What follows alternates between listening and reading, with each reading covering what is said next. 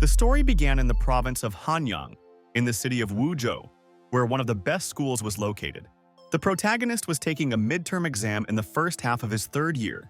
The young master slept on his desk, while his classmates prepared for the upcoming test.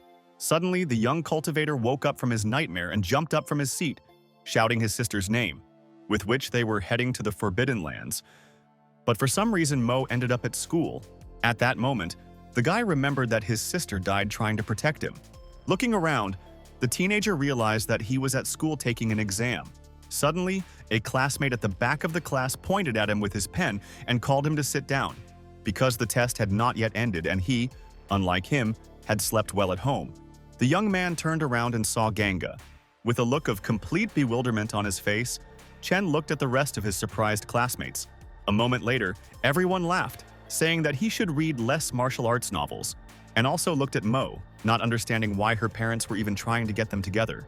Yuan understood that Chen was clearly not his rival in the fight for Kei's heart. The head teacher, in turn, called on everyone to continue writing and not get distracted. The teacher also said that Mo has no right to sleep during the exam.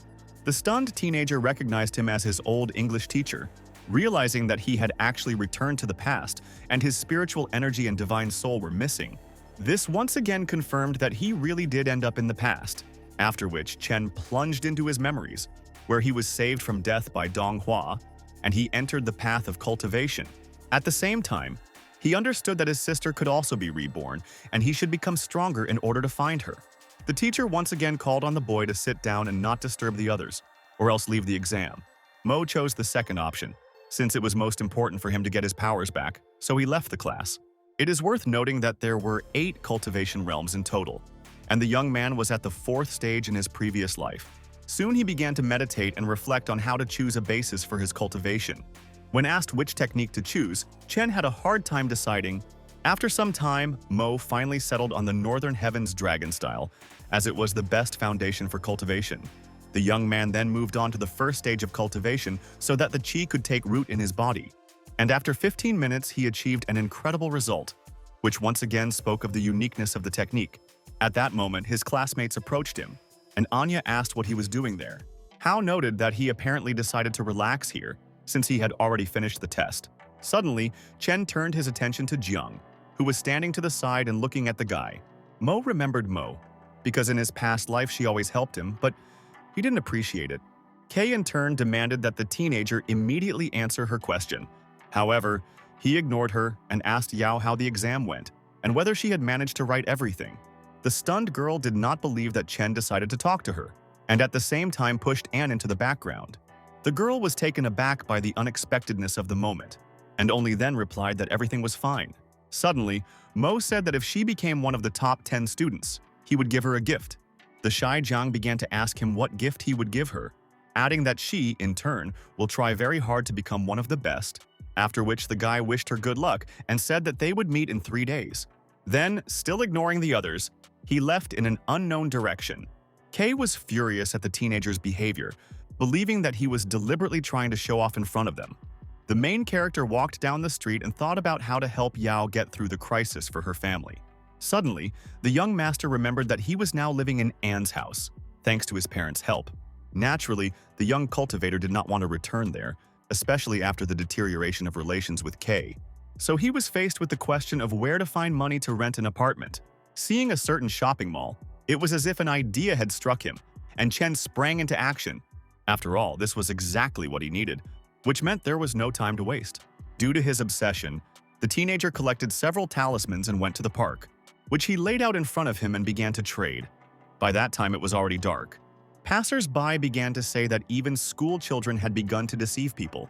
Mo understood that only a knowledgeable person could truly appreciate these items. A moment later, a young lady approached him and asked what these talismans could do. Her name was Jingpei Yun, and she had an extremely difficult situation in her life. Chen replied that this talisman helps calm the mind and drive out evil spirits, and also strengthens the soul and body.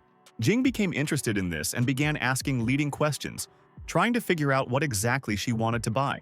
In this regard, Pei asked if this amulet could help people who are confused and even delirious. Mo stated that it was caused by an imbalance of yin and yang, and this amulet would definitely help. Naturally, the girl believed him.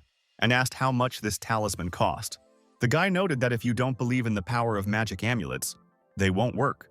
After which he named the price of all the talismans, which ranged from 10 to 30,000. But at that moment, her friend Shen ran up to her and said that the price was too high. Besides, you can't believe in such things, and this man clearly wants to deceive her.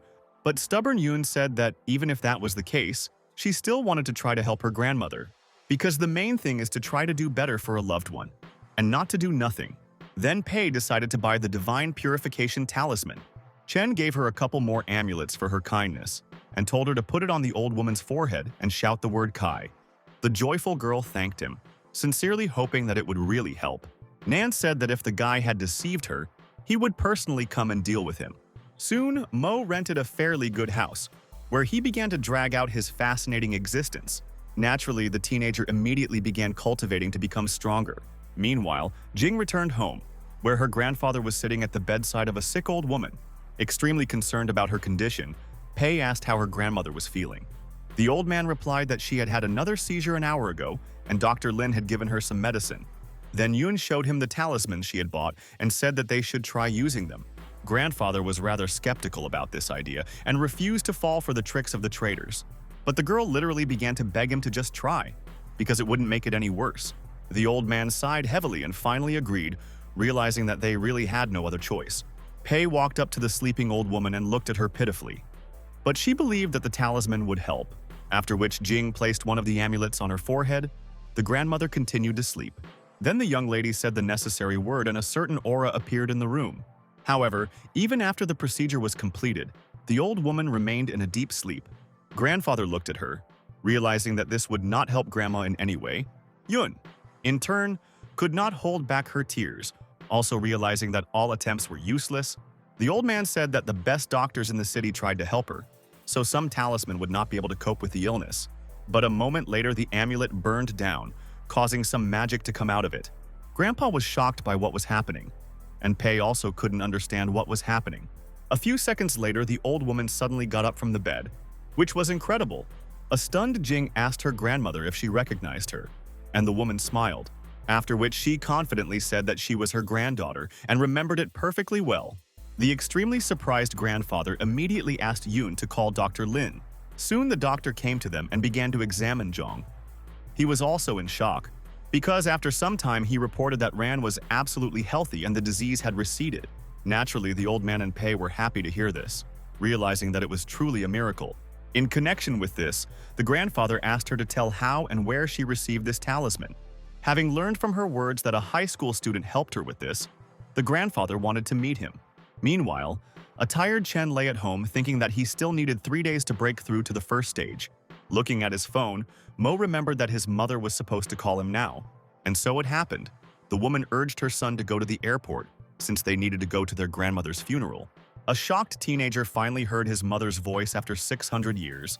Of course, he said that he would soon arrive at the airport and hurried to get ready. Chen's mother was named Li Feng. She was born into a large family but was kicked out of it because Su wanted to marry his father, who was not as rich as they wanted, and Mo's parents were still together. The guy himself was a stranger to the entire Li family, but he was not sad about it. By that time, the young man had reached the airport, where he was going to meet his mother. After all, they hadn't seen each other for a very long time and the situation needed to be corrected as soon as possible. In the crowd of people, Chen finally saw his mother and hurried to meet her, but his legs suddenly became weak. From an excess of emotions, the young man almost cried, but he still managed to restrain himself and called out to Fan. The woman looked at her son in surprise. Mo smiled and said that they hadn't seen each other for only a few months, and she was still getting prettier. Li Su noted that he had not been so eloquent before, but Chen began to claim the opposite. His mother also asked him to behave calmly in the family and to be sure to bow to his grandmother. Thus, the teenager understood that he would soon meet the ungrateful Li family. After a certain time, the main character and his mother flew to the suburbs of Yangjing. They stood in front of the Li family's estate, knowing what lay ahead. At that moment, the butler Fu Bo came out to them and asked why they had come. Fan replied that this was an extremely stupid question, since she wanted to see her mother off on her final journey. The old man noted that inside they would encounter extremely dissatisfied relatives. However, this did not stop her at all, and she and the young master went into the house, where there were many people outraged by their arrival. In the past life, the young cultivator was frightened by their gazes, but now they meant absolutely nothing to him, which was fully indicated by the guy's appearance. The head of the Dong Yang family was also not happy about the presence of uninvited guests in his house, despite the fact that it was his daughter. His cold gaze was directed at his grandson, whom he also did not recognize as a relative. Laiwen, in turn, asked his sister why she had come and what she was doing here. Su stated that since he called her sister, it was an extremely stupid question on his part. A disgruntled second uncle named Livu noted that she was not very welcome there. Wen still found the strength to invite Fan to say goodbye to her late mother. However, Chen's relative did not let him in, which naturally caused indignation on Su's part, who angrily said that he was the grandmother's grandson, and they were obliged to let him through. But the uncle replied that this boy did not belong to their family, so he could not do this. Lian asked them all to calm down, as it was not a day to quarrel. Laiwen noted that she really had better control herself before her father got angry. The embittered Fan understood this perfectly well and tried to calm down so as not to cause a scandal. Then she asked her son to say goodbye to his grandmother from a distance. Mo agreed. As a result, the teenager bowed low to her, which only further irritated those present. After the ceremony, one of the offspring of the ungrateful Yue family volunteered to see the cousin off. However, Fan insisted that her son stay with her, which she never managed to achieve, because Dan said that the younger generation should not live in the same apartment with adults. Chen also asked his mother to calm down and said that nothing bad would happen if he went to another place to stay overnight, which the unkind cousin was only glad about, because they both knew what would happen next. In his past life, Mo was severely beaten and taken to a warehouse, supposedly to spend the night there. Seeing that Tian had brought him to the warehouse, the boy asked if the Li family was really that poor. The young man threw the keys on the ground and declared that this was the best place for him, after which Yue busily went to his villa to wait for the right moment. The confident Chen used his magical abilities to pick up the key, anticipating what would happen next. After some time, a crowd of thugs, led by Dan, hurried to the warehouse, where Mo was all this time, eagerly waiting for them to finally take revenge. Soon they quietly walked into the storage room to the main character, believing that he was sleeping. Moving further, the scum armed with bats began to look for the young master, who, in turn, was not at all afraid of them, but on the contrary, was waiting for this moment. Seeing the bandits, the young cultivator asked why these children had come to see him. Tian smiled and said that it was time to answer for his actions, after which he ordered his charges to beat Mo, but not to overdo it and leave him alive. Chen, in turn, rubbed his hands, preparing for a fierce battle. Then, in just a few seconds, he neutralized the threat, thereby beating up the thugs, who could do absolutely nothing to counter such a strong boy. Having disfigured his cousin's henchmen, Mo continued to behave calmly and confidently. Dan noted that he was indeed an extremely skilled person, but that was not enough. At that moment, he literally burst into flames with spiritual energy, declaring that he would now demonstrate his true strength to him. Chen actually felt a strong energy coming from his cousin's body. His beaten accomplices began to naively believe that the teenager would definitely not live, because their patron is supposedly at the level of the Outer Kingdom and is a master of martial arts. The enraged cousin immediately attacked Mo, trying to strike him. However, Chen easily stopped the attack and grabbed the stunned youth's arm, who, in turn, did not expect anything like this and could not understand how he managed to do it. Mo continued to hold Yue down, demonstrating his superiority in the fight, after which he threw him to the ground, which was quite painful for Tian. The bloodied Dan couldn't move. His servants were shocked by what was happening. Chen stepped on him and asked the others if they really thought he was that strong. Naturally, they began to demand that the guy immediately let him go. The teenager replied that of course he would let him go soon, but before that he needed to teach Yue a lesson. As a result, the young man stepped on it with his foot and began to literally push it down. Dan asked him how he managed to withstand his devastating attack. Mo smiled and noted that in fact this was far from the end and that he was facing a painful death. Soon the parents found their bloodied and unconscious offspring, which left them in a state of shock. They rushed to the head of the family, saying that their son had almost been killed, and there was no greater grief than outliving your child.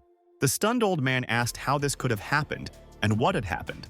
The tearful father said that the fourth sister's illegitimate son had beaten him.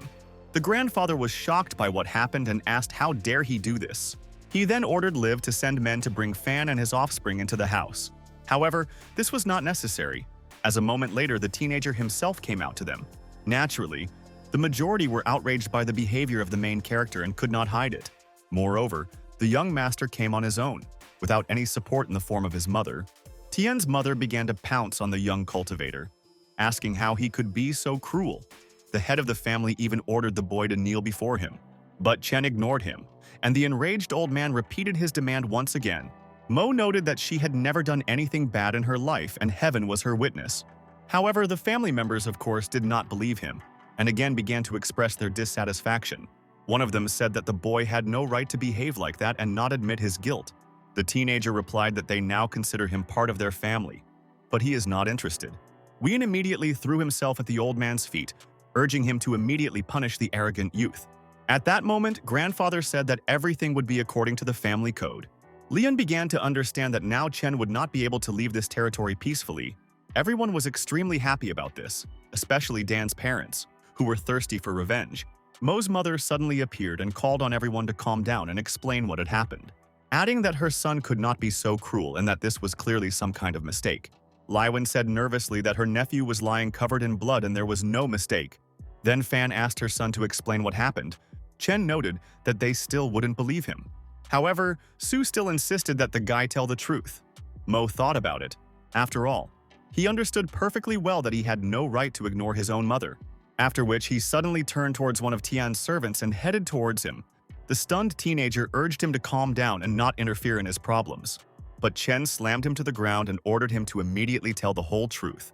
Everyone knew that this man was Dan Yue's ward and began to wait for an explanation. However, the frightened guy said that he saw nothing and had nothing to tell. Then the embittered Mo threatened him and once again ordered him to tell everything. Finally, he began to tell the truth about how Tian ordered them to beat Chen. He also intended to take revenge on Su herself so that they would never return to the family. But in the end, Mo proved to be stronger than them all and defeated Yue in the duel. An enraged Fan noted that Wen had raised a very good boy, but Dan's mother said that even if it was all true, Chen had no right to beat him. Besides, after the young master beat him, nothing would change. Su began to behave aggressively. The main character hastened to calm his mother. However, the woman still decided to ask her father what he would do if her son were lying on the ground. Could he then turn to his family code? For a moment, everyone became silent. The young cultivator understood that his mother had asked an excellent question that had left everyone stumped. After a few minutes, Dongyang finally replied that in that case, he would not have used the family code. Because Chen is not a member of their family, and the lives of outsiders are of no concern to them, Fan said this was exactly what she expected to hear from her own father. Then she asked what they intended to do next about this incident. The old man said that first they would take the young man into custody, and when Yue woke up, they would think about what to do with him. However, Su stated that she would not allow her son to be harmed. Dong said that it was beyond her power. Naturally, the woman stood her ground and began to contradict her father, if he could be called that, who in turn swung his hand, intending to hit his own daughter, but Mo immediately grabbed his hand and ordered him not to behave like that towards his mother. Everyone was shocked by the teenager's bold behavior, even his mother. In connection with this, they began to demand that the young man immediately release the head of the Li family. Li Wu even grabbed his gun and threatened Chen, but he wasn't afraid of them. Su, in turn, asked her son not to act impulsively and let his grandfather go, behind which Mo suddenly saw two elders. He realized that they were not so simple, and in general, the Li family is not so pitiful. The old people in turn looked at him, but he was not so weak that he could not stand up for himself, so the self-confident Chen was not afraid of anyone, after which he urged the old man not to involve his mother and to talk to him about the beaten Tian, adding that otherwise he could make things worse for everyone. Ryu immediately realized that the guy really was a martial arts master. The head of the Li family also realized this, and even began to be afraid of the teenager. And only Mo's mother could not understand anything, just looking around. Suddenly, Aunt Lian asked him why he was so rude to his own grandfather. Chen replied that Yang was not his grandfather, because when he was born, the whole family treated them badly. And this old man was not there with them at all during difficult moments of their lives. And that's why they are all not his relatives. At this moment, Mo let go of Dong's hand. The guy also said that he would never recognize their family as his own, which literally shocked everyone. At this moment, Tian's younger brother turned to the protagonist and said that he had reasons not to like them. But the young master did not even repent of what he had done, which makes one think. Jai also stated that, according to him, everyone treated the young cultivator badly, but now he is the one who is acting brazenly. Chen pointed out that he had no relation to the Li family, and therefore his words were worthless. The young man replied that in that case, their family would soon bring the Mo clan to its knees. But the guy said that the Li family was nothing more than ants to him, and everyone was shocked by his statements. Jai was offended by these words and demanded that he kneel before him. However, Chen said that they did not deserve it, and he would soon bring them all to their knees. Dun, in turn, could not stand such rudeness and declared that that was enough bickering for today, adding that from that day on, they were bitter enemies who would never reconcile. Fan began to understand that this was all over, and that now confrontation could not be avoided. Mo hurried his mother to leave the area, since they had already said goodbye to his grandmother. Su was puzzled, as the first thing she needed to do was protect Manhwa's group. In the end, Chen and Fan left the Li family home with their heads held high, after which the guy hurried to calm his mother down and went to the market for jade to create an array. At the same time, he needed to feel the energy that was in him. But after going through the entire market, the teenager still couldn't find the resource he needed. At that moment, he noticed an old man with various goods. Bending down and examining his goods, Chen inquired about their price. The grandfather replied that they cost 1,000. Then the young man looked towards a certain drawing, in connection with which he asked how much this painting cost. The old man answered, 2,000. Mo continued to look through the assortment and suddenly saw a stone, after which he asked how much this cobblestone cost. The grandfather fell silent. At the same time, he looked at Chen in a characteristic way, as if trying to understand who he was. Then he replied that he could give it to him, but Mo had to tell him what he needed it for. The boy realized that no matter how careful he was, the old man still noticed his strange curiosity. After all, despite the stone's outward appearance, it contained a lot of energy from heaven and earth. As a result, Chen agreed to tell how the boulder would be used, but in exchange, his grandfather had to tell him where he found it. The old man quickly agreed and gave the miraculous stone to the teenager. Then he said that they had better step aside so that no one could hear them. Naturally, Mo was happy, because this cobblestone was quite enough to create an array. Soon they came to a certain establishment and ordered food. The old man asked why he needed this stone. The protagonist replied that this boulder contained the power of heaven and earth. What is useless for ordinary people, however, it is extremely useful for cultivators. Grandfather asked if he was really a martial arts master. The teenager answered positively, after which the old man somehow became suspiciously animated. He began to say that his teacher had always been a fan of such people, but they had never met such individuals. Then he told the story of how he found a stone near Lake Lingwu, but did not go deeper because there might be monsters there. He added that as soon as he approached the pond, he immediately felt a certain chill and became scared. Chen began to understand that the necessary resources were in this lake, and he should go there. Suddenly, Mo asked him if he wanted to become a real martial arts master. The old man had serious doubts about this, since he believed that talent was needed for this, and that one had to start at the age of 16. However, the guy refuted this stereotype and said that he could become a cultivator. Of course, the grandfather believed him and asked him to take him as an apprentice so that he could work hard. Suddenly, Chen said that apparently the old man had not understood him quite correctly.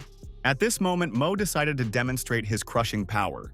As a result, with just one movement, he cut through a part of a thick wooden table, stating that on the path of improvement, age does not matter, and everything depends on one's strength. Naturally, this performance impressed the grandfather, and he began to believe every word Chen said, in connection with which he bowed before him, once again asking him to become his mentor. But Mo pointed out that he was not qualified enough for this and could only be called a named disciple, adding that in a couple of days they would begin intensive training, but he could practice without it. After which the young man left the establishment, realizing that he had completely forgotten to ask the old man's name. Soon the teenager returned home with a magic stone imbued with magical power. After a certain amount of time, Chen successfully sawed it into several pieces. Then he began to collect the spirits, and the particles of the stone instantly began to float in the air, after which they literally sank into the floor and created a kind of aura around Mo, which began to sparkle under the ceiling. Thus the array was successfully installed. This made his cultivation easier, and he could now improve much faster. Meanwhile, John was at home in an evening dress, looking thoughtfully out the window. Sang informed her that the clan meeting had decided to call off the engagement with Chen. However, the young lady stated that no one has the right to decide her fate without her knowledge. She also urged her assistant to go with her to Shaesong. But the girl noted that it was not safe. But Qingcheng said that even if they didn't get help, they had martial arts masters. Extremely surprised, Song said that this was not a fact, since the engagement was broken off. The young lady nevertheless insisted on her own, declaring that it was up to him to decide whether to help her or not. At this time, the main character was actively cultivating while at home, which happened quite quickly, and which of course made the young master incredibly happy. Moreover, at the first stage of chi condensation, the sensations were completely different. At this rate, the young cultivator could break through to the second stage of development in 10 days. To finally strengthen your strength and thereby build a solid foundation, suddenly, Mo remembered that the report card ceremony would be held tomorrow, and it was on this day that the Yang family arrived to cancel the wedding, after which he became a laughingstock in his past life. However, in this life, the teenager hoped for a completely different outcome. At this moment, Jang suddenly called him, and Chen hurried to pick up the phone. Concerned, Chen in turn asked her what had happened. The girl reported that her parents opened a restaurant and invited several of her classmates, adding that she had also decided to invite him. But if he didn't have time, they would have lunch another time. Naturally, Mo agreed, and soon went to the indicated place, Yao's restaurant. As soon as the guy got out of the taxi, he was met by an extremely happy Jiang who said that she had been waiting for the young man. Her mother jumped out after her, noticing that her daughter had been buzzing about him. Chen greeted her kindly and wished their new business prosperity. The woman noted that she now understood why her daughter was constantly talking about him, and Yao immediately asked her to go to the kitchen. But at the same time, this was somewhat out of Mo's plan, since he wanted to present a red envelope. But now she clearly won't accept this gift, and therefore the young man decided to leave it on the table. Soon Jiang led the boy to the festive table where his classmates were sitting. Naturally, most of them saw him as a rival, since they intended to win the girl's favor. Suddenly, Gang called his best friend to sit next to him. Chen agreed. Yao herself hurried to the kitchen to see if the food was ready, but Lei urged her to stay with them. The young lady happily agreed and began looking for a place for herself closer to Mo. At this moment, Zhao decided to give up his seat to her, thereby helping his friend. A pleased Yao thanked her classmate and hurried to his place. Chen pointed out that he didn't have to do that, and Gang just smiled in response. The rest of the guys were still negatively disposed towards Mo, and that is why Hao began to say that he gave Jiang the lucky tree that stands at the entrance. Then he turned his insolent gaze on Chen and asked what he had brought as a gift for Yao. Because it is not customary to come to visit empty-handed, and besides, it is a bad sign. The guy couldn't leave the main character alone and constantly provoked him, saying that he came without a gift. His friends would laugh at his extremely ridiculous jokes in an attempt to further irritate Mo. But the young master was absolutely calm, and Zhao urged him to respond to these scum. Finally, Yao couldn't take it anymore and demanded that they stop this circus immediately, as she didn't want any gifts. This made them even more angry because no one expected her to defend him. The young cultivator in turn asked Hao why he decided to provoke him, since they had no conflict before. The arrogant teenager replied that he had never even thought of doing so, since he was simply not worthy of such an honor. Jang once again became furious and urged him to take his tree and leave. Only then did Hao finally calm down and promise that he would not behave like that again, naively believing that he would still have time to deal with it. But for now, it would be better to have a good snack. Chen began to understand that he actually had designs on Yao, and naturally he didn't like it. Suddenly his hands sparkled with magic, but Mo was still able to contain his displeasure. At this point, Zhang's stunned mother asked who had given her the red envelope. His equally surprised daughter looked at him and replied that she had no idea. When the woman opened the envelope, she found a huge amount of money. Everyone was literally shocked. But Yao began to think, because before Mo arrived, this item did not exist. In connection with this, she asked the guy if he really gave her so much money. Chen instantly hid his magical abilities, and the magical haze left his palms. After which he said that it was just a modest gift and nothing more. However, of course, everyone understood that this was absolutely not true. The woman insisted that he take part of the money back. She even demanded that her daughter supervise the return of such a huge sum. The girl immediately handed the envelope to the teenager, and Mo, in turn, agreed. Then, Jiang's mother announced that the food was finally ready and they would be able to appreciate her efforts. It is worth noting that there was an abundance of a wide variety of delicious dishes. Gang, in turn, did not miss the opportunity to laugh at those who had recently asked Chen about the gift. However, they in turn decided to pretend that nothing had happened and immediately turned away. Hao was furious at Mo's behavior, naively believing that he would take revenge on him in the near future. Suddenly, the angry classmate stood up from the table and said that he would step away for a while. Everyone started looking at each other, realizing that their friend would not leave it like this. Chen also knew what would happen next because, in his previous life, he had called his goons. What eventually happened was that Hao locked himself in the toilet and called someone. Finally, everyone had eaten their fill and began to compliment Yao and her parents for such delicious food. But suddenly, unknown people burst into the restaurant and demanded the owner of the restaurant. Hao immediately smiled because these were his people who came to help him deal with the main character. Jang politely asked them to go to another establishment since the restaurant was closed. One of them suddenly pulled the girl towards him and said that she should have understood what was being discussed. Suddenly, the girl's mother ran out to them and nervously asked who they were and what they wanted. The thug asked in response if she was really the owner of this establishment. The woman answered positively and asked again what they needed. The bandits immediately laughed, after which one of them reported that in front of her stood the notorious who was the main man on this street. The gang leader immediately explained that if they wanted to exist, they had to follow the rules. At this time, Yao's father ran out to them, extremely worried, and asked what they needed. The bandit, in turn, said that they should pay him 100,000 a year. The woman stated that they run their business honestly and will not give any money. Hu's servant immediately placed a chair for his patron, and he calmly sat down in the middle of the restaurant. Then, lighting a cigarette, he again demanded an incredible sum of money from them. Ayun replied that they simply didn't have that kind of money, since they had only just opened that day. Naturally, the thug didn't believe him, and once again called for him to pay. Zhang's mother couldn't stand it any longer and began to insult the bandit, saying that she would never pay such scum. Hu then ordered his men to call for reinforcements to deal with them on the spot. All of the classmates, as one, declared that they urgently needed to return home. You understood that they were scared and did not blame the teenagers for it. However, Zhou shouted after them that they were cowards and could not be called his friends, because you need to stand to the end and not let the girl be harmed. Everyone was shocked by his statement. Even the surprised Jang began to think that Hao was a real man and began to respect him, after which he approached her and said that he would personally deal with them. Yao thanked him for his help. Then, continuing to pretend that he is a real hero, he added that, unlike some, he does not hide behind people's backs. Chen, in turn, said that if he said another word, he would be in trouble. The frightened youth immediately stared at Mo, not understanding why he was talking to him like that. Hu also noticed the boy's incredible aura, realizing that he was not so simple. The chi coming from Chen was truly frightening and everyone instantly became silent. After a certain time, more armed thugs showed up at the restaurant. Hu asked them what they usually do with those who refuse to follow their rules. One of the bandits broke into a crazy smile and said that it was obvious. Yao's mother, extremely concerned, asked what they were going to do.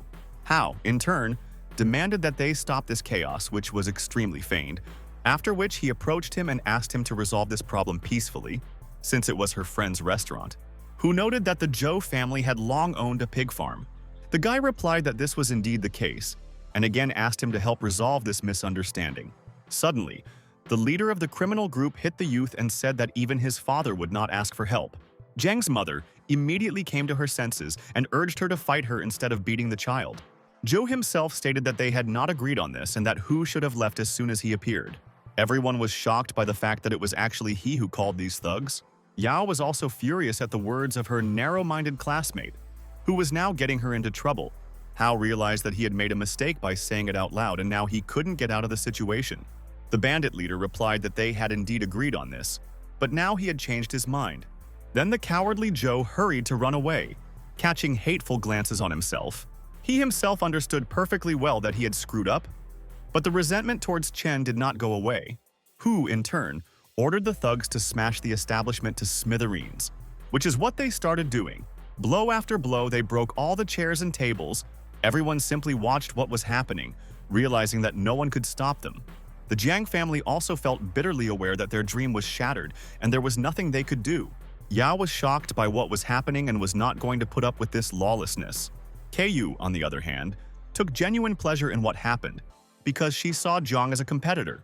Suddenly, the girl ordered them to stop and said that she would personally fight them, but Mo urged her to calm down, saying that they would pay 100 times more than what they broke, which was extremely doubtful, but the girl always believed him and immediately took a step back. The teenager smiled sweetly at her and once again urged her to simply trust him. With tears in her eyes, the young lady said that she always believed him, and now was no exception. Chen really wanted to help her because in his previous life, she was the only one who didn't turn away from him. As a result, he volunteered to personally solve this problem with the thugs. In connection with this, he rushed towards the bandits and ordered them to stop the lawlessness. A stunned Hu noted that the boy had better not interfere if he wanted to live, but Mo replied that it was better for him to leave now in a good way, or else he would be punished. In doing so, the main character only made the naive leader of the criminal group laugh. But the confident young master said that if they paid 100-fold and knelt down, he would forgive them. An extremely concerned Gang urged his friend not to interfere before it was too late. The Jiang family decided to find a place to borrow money so that the bandits would not injure Chen. Hao, in turn, anticipated the death of his worst enemy, believing that he did not have long left. Hu said that the baby should leave while he had the chance, but Mo refused to do so. This finally enraged the enraged leader of the gang, who promised to finish him off. Naturally, this was exactly what the young cultivator wanted, for the thugs to attack him. The leader of the bandits immediately ordered his giants to kill the teenager, but Yao's mother said that they would now bring them money and that they should not touch the child. Chen himself rushed into the attack and defeated all the ill-wishers in a few seconds. The end result was that the room was filled with bloody bodies. Jang was stunned by such a strong classmate and couldn't believe her eyes. Gang, in turn, was also shocked by what happened and stated that his friend really knows how to fight. Zhou stood to the side and could not understand where the young man got such incredible strength from. Hu suddenly said that the guy was good at fighting, but he definitely wouldn't be able to dodge a bullet. Mo himself understood this, since his development was still not sufficient to stop bullets. As a result, he began to attack first, thereby not giving him the opportunity to use the pistol. A moment later, the defeated thug flew to the side, taking a horizontal position. Then he said that the guy had no right to touch him because the consequences would be irreversible. Then Chen once again rushed to deal him crushing blows. Thus, the maimed and bloodied Hu finally admitted his defeat. Mo stepped on him with his foot, starting to apply extreme pressure to his wounds. The bandit immediately began to apologize, saying that he actually just wanted to scare him and that he didn't have a gun. The teenager demanded that he immediately compensate the establishment for damages 100-fold. Naturally, Hu agreed to do this, and he was also ordered to kneel in front of everyone.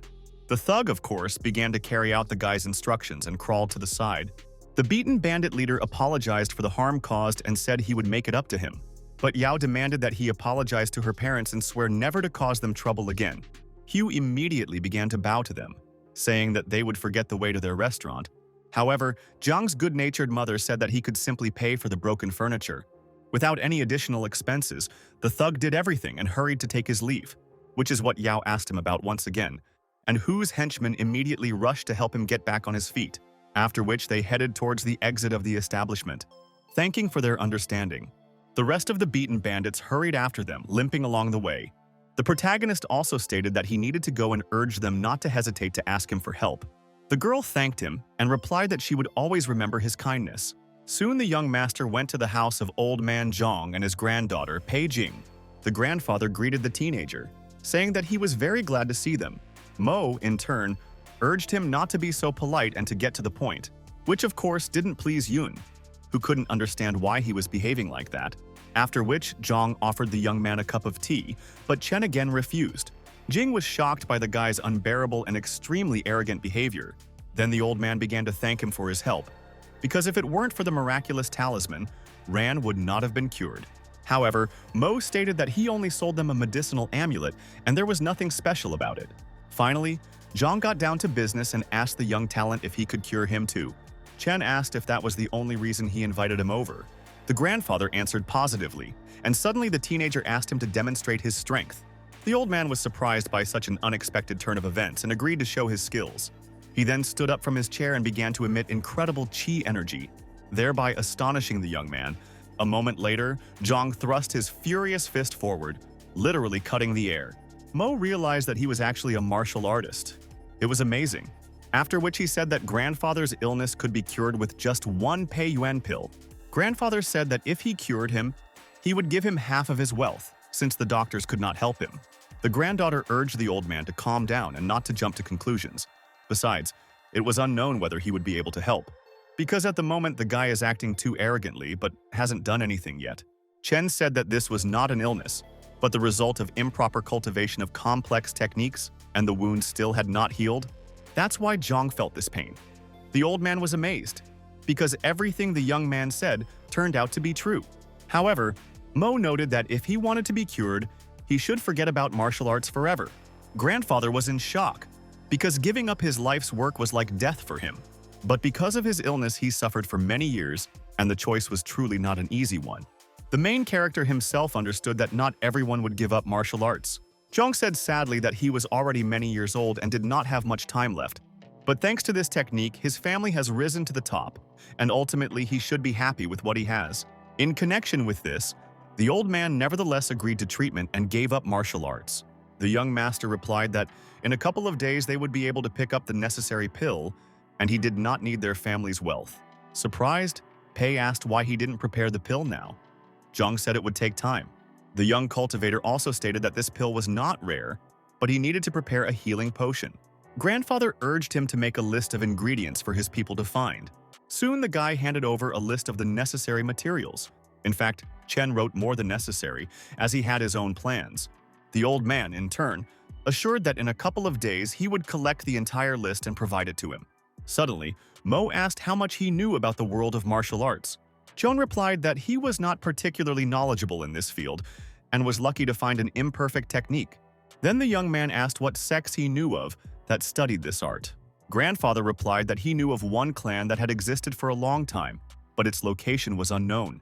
The old man said that there are 4 kingdoms in total: external, internal, and transcendental with the divine. But each sphere is further divided into 2 sub-kingdoms, lesser and higher. And only those who have attained the transcendental are considered masters. Such people are extremely powerful, although there are few of them left, and even more so those at the divine stage. The extremely curious teenager once again asked what level Jang was on. Grandfather replied that he had possessed the inner realm of martial arts for many years, but no one could compete with him. Mo then assumed that he was at the peak of the inner realm, but he didn't know for sure. However, at the same time, he clearly understood that he needed to continue to develop. The next day, Chen went to get the report card, and today the Yang family had to cancel the engagement. The guy wanted to send them to hell, but only if they behaved like they did in their past life. The class was full of talk about the exam, as everyone was interested in what grade everyone got. At that moment, Mo silently entered the classroom, and Lin noted that he would clearly get a failing grade on the test. But the extremely calm and self-confident teenager ignored his statement. Naturally, Jiang noticed him and even caught herself thinking that he had become much more handsome. Anne tried not to look in Chen's direction, but she wasn't very good at it. Yuan, in turn, naively believed that Kei belonged only to her and no one else. A couple of minutes later, the class teacher, Wang Li, came into the classroom and said that she would now announce the test results. Thus, Sun received a good mark, unlike Gang, who dropped several positions. Anya received one of the best grades, which was extremely unexpected for everyone. Of course, the highest rating went to the extremely arrogant Hao. Naturally, everyone began to envy him, because they literally dreamed of being in his place. After which, it was the turn of the worst work in the class, and even in the entire history of the school. After all, he was the only one who dared to hand in a blank sheet of paper, which was a disgrace. Of course, this made everyone laugh and his classmates started making fun of him, saying that he took first place, but from the back. However, some of them understood that such a strong person had no time to think about studying. Suddenly, the class president, Zulu, jumped up from her seat and declared that he was a disgrace to them all. At a certain point, the main character could not stand it and called on her to shut her mouth. The stunned girl demanded that he repeated, and the young master did so without any problems. Then, Jung pretended to cry, and the teacher ordered him to ask the class president for forgiveness. But Mo was quick to say that he had done nothing wrong and had failed the test for a number of reasons, and that if he had had the opportunity, he would have retaken it. At the same time, he claimed that he would have received a good grade, which once again made everyone laugh. But Ying agreed to give him a chance to redeem himself, but he couldn't retake the test, so she suggested writing another paper, which in turn was from the Huang school and was distinguished by its complexity. The self-confident Zulu said that he would not agree to another disgrace. But Chen said that there was nothing in this world that he could not handle. So the teacher gave them the same tasks and asked them to solve them in an hour. They soon got to work and spent an hour confidently solving the most difficult problems. Jun was extremely concentrated, as her expression showed. However, Mo was absolutely calm and confident, which outraged most of the students. Jang sincerely believed in him, knowing that if he said it, then he would definitely do it. Everyone was eagerly awaiting the result. Kei naively believed that the guy would lose. Yuan also thought the same, and he didn't doubt the class leader Zhulu at all. Half an hour later, the young cultivator put his pen aside and walked towards Teacher Wang. Having handed her his work, he asked how long the winter holidays would last. Extremely surprised, Ying replied that from tomorrow until the middle of next month. An indignant Jung immediately jumped up from her seat and ordered Mo to apologize to her, believing that he had failed to do his job. But Chen said that she could check his test herself since he had answered correctly, and then headed for the exit. The teacher, like everyone else, was simply shocked by what happened. A moment later, Wang checked his work and was horrified because the main character answered all 100 questions correctly. The class was shocked by the young master's incredible result, but Yao was sincerely happy for him. The angry headman snatched the test from Ying Chen's hands and began to check it. Realizing that the young cultivator had indeed made the right decision, she was at a loss. Meanwhile, Mo calmly left the auditorium and headed outside, where suddenly girls started shouting after him how charming and attractive he was. Chen, in turn, ignored this performance and headed towards his home, not understanding why they even put on this show that would have no effect on anything. Moreover, it looked extremely ridiculous that suddenly someone called them to stop. Mo saw an unknown man in front of him and hastened to ask who he was. The young man stated that he had come here on behalf of the Yang family and his beloved sister Qingcheng to cancel their engagement. The guy caught himself thinking that everything happened a little differently than it had in his past life. He then asked the teenager if he was sure he could represent the Yang family. The overly confident guy answered positively and said that his name was Fei Xiao. Then, he simply left in an unknown direction, saying that he had done the main work and conveyed the family's message. Turning around, he came across a crowd of silly girls and handed them the money. The young ladies shouted after him that if there was any more work, he could always turn to them. Chen found the performance quite amusing and continued on his way home. Believing that this was exactly what the Yang family had planned, he, in turn, was only happy with this outcome. But a moment later, a worried Kei called out to him and asked him to wait for her. Surprised, Mo asked her why she came and what she wanted this time. Anya couldn't understand why he became so cold towards her and didn't make contact. Then she asked in response why the guy doesn't show up at their house, since everyone is worried about him. Chen replied that he had rented a nice apartment for himself and would no longer bother them with his presence. Then, ignoring the girl's attempts to speak to him, he went further down the road. But a stunned Kei once again asked why he had changed so much lately.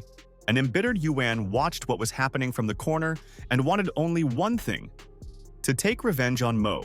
The old man of the Yang family asked Fei what he was really trying to achieve and what he wanted in general. Xiao replied that he was just making a joke, addressing it to the Li family, but Qing did not refuse the marriage. Besides, the young master knows exactly what the Yang family really wants. The protagonist was walking around the city streets at this time, realizing that the Yang clan did not want to compete with the Li family. But at the same time, they are interested in him because he is a powerful cultivator. The Li family, in turn, were not as stupid as it might seem. Wen immediately ran to the clan leader and informed Dong that the Yang family was moving. The old man was saddened by the fact that he had missed out on another strong martial artist. And since Mo became their enemy, they will not be able to gain the status of one of the strongest clans. Grandfather suddenly said that the Yang family was still on their side, and there was no need to worry about it. He also stated that it was necessary to attack the Manhwa group and the Chen family as soon as possible. Naturally, the son agreed with him, because he literally dreamed of taking revenge on the self-confident boy, who in turn did not waste time and, as always, meditated. Suddenly, his mother called him, and Mo hurried to ask what happened. Fan asked why he rented the apartment and why he didn't tell her about it, especially since he didn't have any money. In connection with this, she demanded that he immediately come to her, since Sue was worried about him. However, Chen still insisted on living separately because he was training in martial arts. The woman sighed heavily and replied that he had indeed grown up and should take charge of his own life. But Fan said that he needed to explain to his aunt, as she was also worried.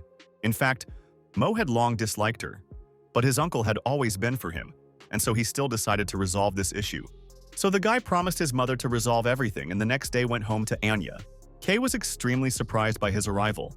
It was literally written on her face. Chen, in turn, said in a rather cold voice that her mother had invited him to dinner.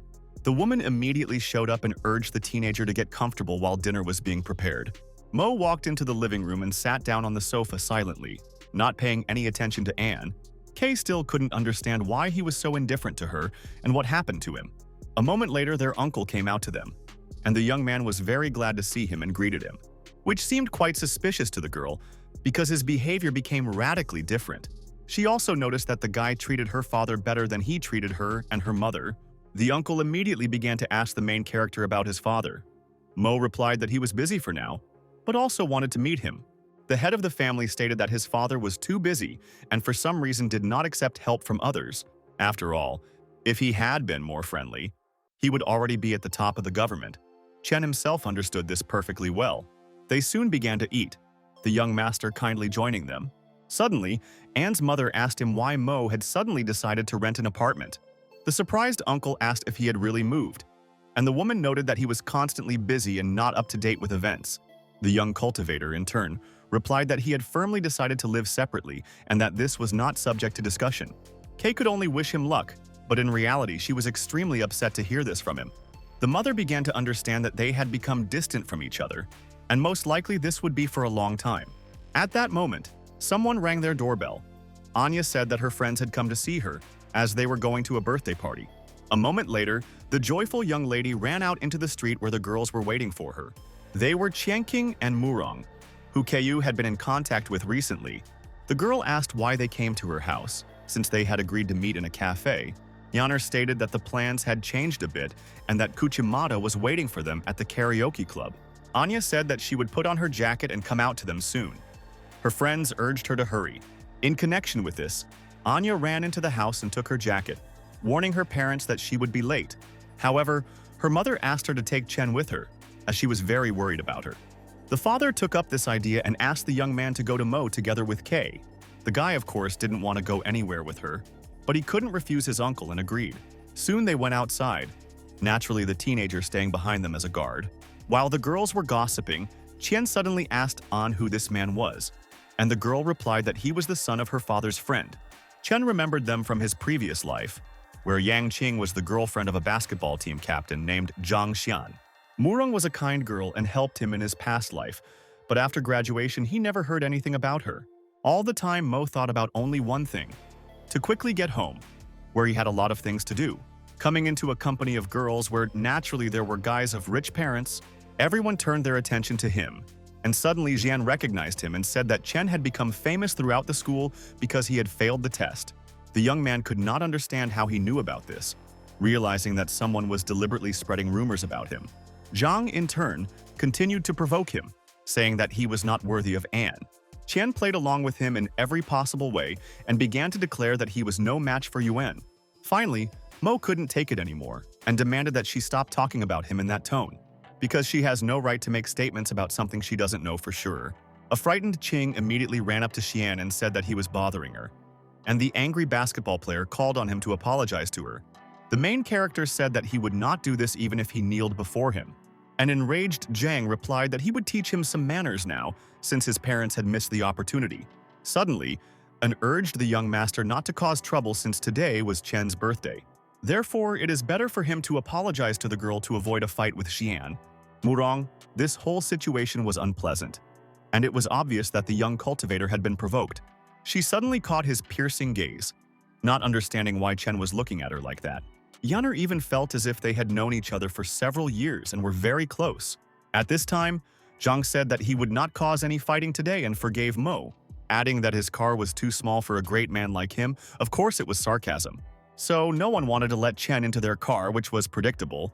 However, Murong suddenly called the guy, saying that she would move over and the girlfriends did not understand such an action.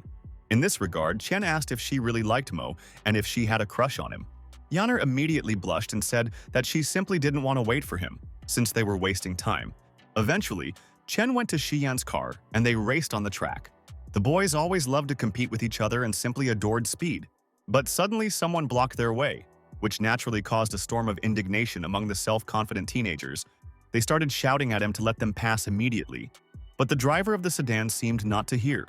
At a certain point, the unknown person suddenly braked, thereby causing an accident. because Shu didn't have time to control the car and ended up crashing into it. Subsequently, John immediately jumped out of the car and began insulting the stranger. He, in turn, also began to answer him with not very flattering words. The driver immediately informed a certain Mr. Chu that the kid had crashed into them and he would now take care of everything. Just as Daozi was about to settle the matter with violence, a businessman called out to him. The guard said that a certain Siya Jin was waiting for him and that they needed to hurry, and he obeyed him, after which he left Shai unharmed and hurried back to the car. However, Jian once again called on him to pay, since it was he who was to blame for what happened. Sheen immediately jumped out of his car and asked his friend what had happened. She recounted what had happened and said he was now trying to flee the scene of the accident without paying. Naturally, Jang ordered the others not to let him escape and to surround the big guy. However, Daozi was not a timid person and was not afraid even of a crowd of teenagers, who naively believed that they would gain the upper hand over him, not knowing who they were up against. Wen Xiong immediately gave his name and asked if they really wanted trouble. Soon, Mr. Chu wanted to personally deal with the crowd of inadequate children. As a result, the guard opened the door for him and Xiong got out of the car. The stunned captain of the school team, Xian, recognized him and realized that it was better not to enter into conflict with him. Suddenly, Zhang greeted the Honorable Mr. Chu. Everyone was surprised. Wen himself asked what his father's name was, since the boy knew who he was. The guy answered fearfully that his name was Gui. Even Xiong's charges did not expect such a turn of events.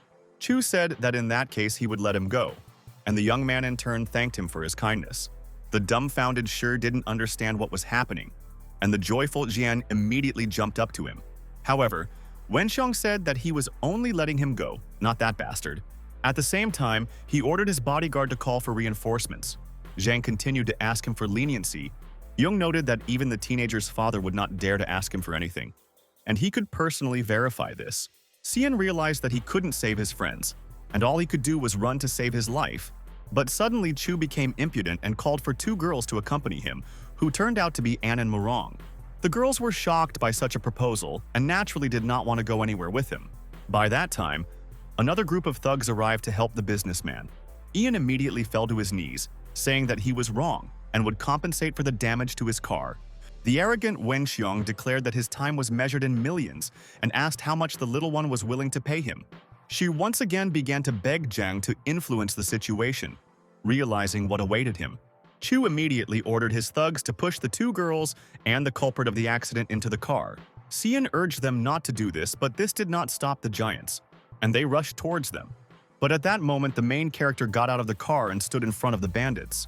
At the same time, the young master said that these girls were under his protection. The puzzled Wen Xiong asked the young cultivator who he was.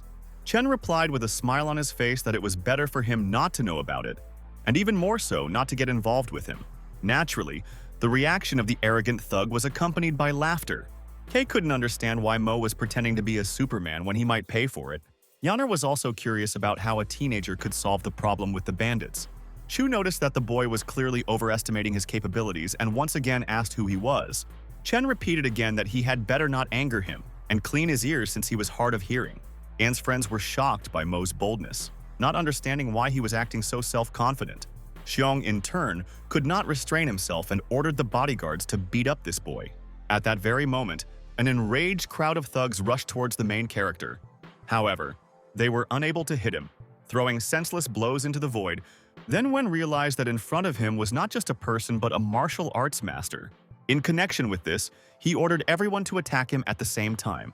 About 10 thugs moved towards Chen, but the young cultivator continued to amaze them with his incredible abilities. And just a few seconds later, they were lying in a pool of their own blood. Everyone was in shock. Xiong, in turn, almost dropped his cigar, because he never expected to encounter such resistance. Besides, the guy looks harmless but fights like a ferocious beast. Kei's friends were stunned by this result, realizing how strong the young man was. Then Daozi decided to fight him. Chu urged him not to lose to this kid under any circumstances. Approaching the young master, the thug said that he would make him regret what he had done. The extremely self-confident Mo wondered if these were his last words. Wen Xiong's guard instantly flared up with spiritual qi, demonstrating his power. Everyone was horrified by the brute's incredible strength, but not the brave Chen. Xiong naively believed that with such power, Daozi would definitely send the baby to sleep. The bodyguard immediately sprang into action and began delivering crushing blows.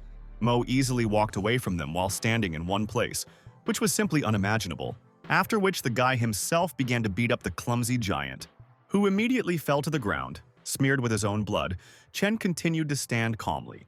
A stunned Chu said that he had spent millions on Daozi's training, and this couldn't be happening. Jang also realized that if he had brought things to a fight back then, he would already be dead. Kay was impressed by the teenager's skills, but she believed that money was everything. Murong caught herself thinking that this was the kind of man she wanted to marry. Dao, in turn, noted that this man was clearly a master of martial arts and broke his arm. It really seemed impossible, but Mo was on a whole other level. In this regard, Chu offered him to become his bodyguard, who would earn a lot of money. Everyone began to think that Chen was incredibly lucky to have met Xiong today. But the guy took this as an insult and naturally refused the offer. To everyone's shock once again, Chu suddenly pointed a gun at him and asked if he could stop bullets. The friends became nervous, realizing that the man was definitely not capable of such a thing, and that Mo was finished. The teenager himself remained absolutely calm and looked straight into Wen's eyes. Then he said that he had one last chance to put the gun down, or something irreparable would happen. Of course, Zhang didn't listen to him and asked why the young man was so self-confident. A worried Anya urged the protagonist to behave more restrainedly, since he only had one life. Chen himself understood that at the moment he could not stop bullets, but he could kill him before Chu pulled the trigger. At this time, someone called the young master. The guy calmly looked at the phone, after which he said that he needed to answer the call. Wen provided such an opportunity. Picking up the phone, the young cultivator heard Pei's voice, who announced that all the ingredients had been collected. Mo replied that he was completely free now, but he had no opportunity to come to them, because a man named Chu pointed a gun at him, and it wasn't him who needed to solve this problem. Then the enraged Jing called on the teenager to hand the phone over to this scoundrel.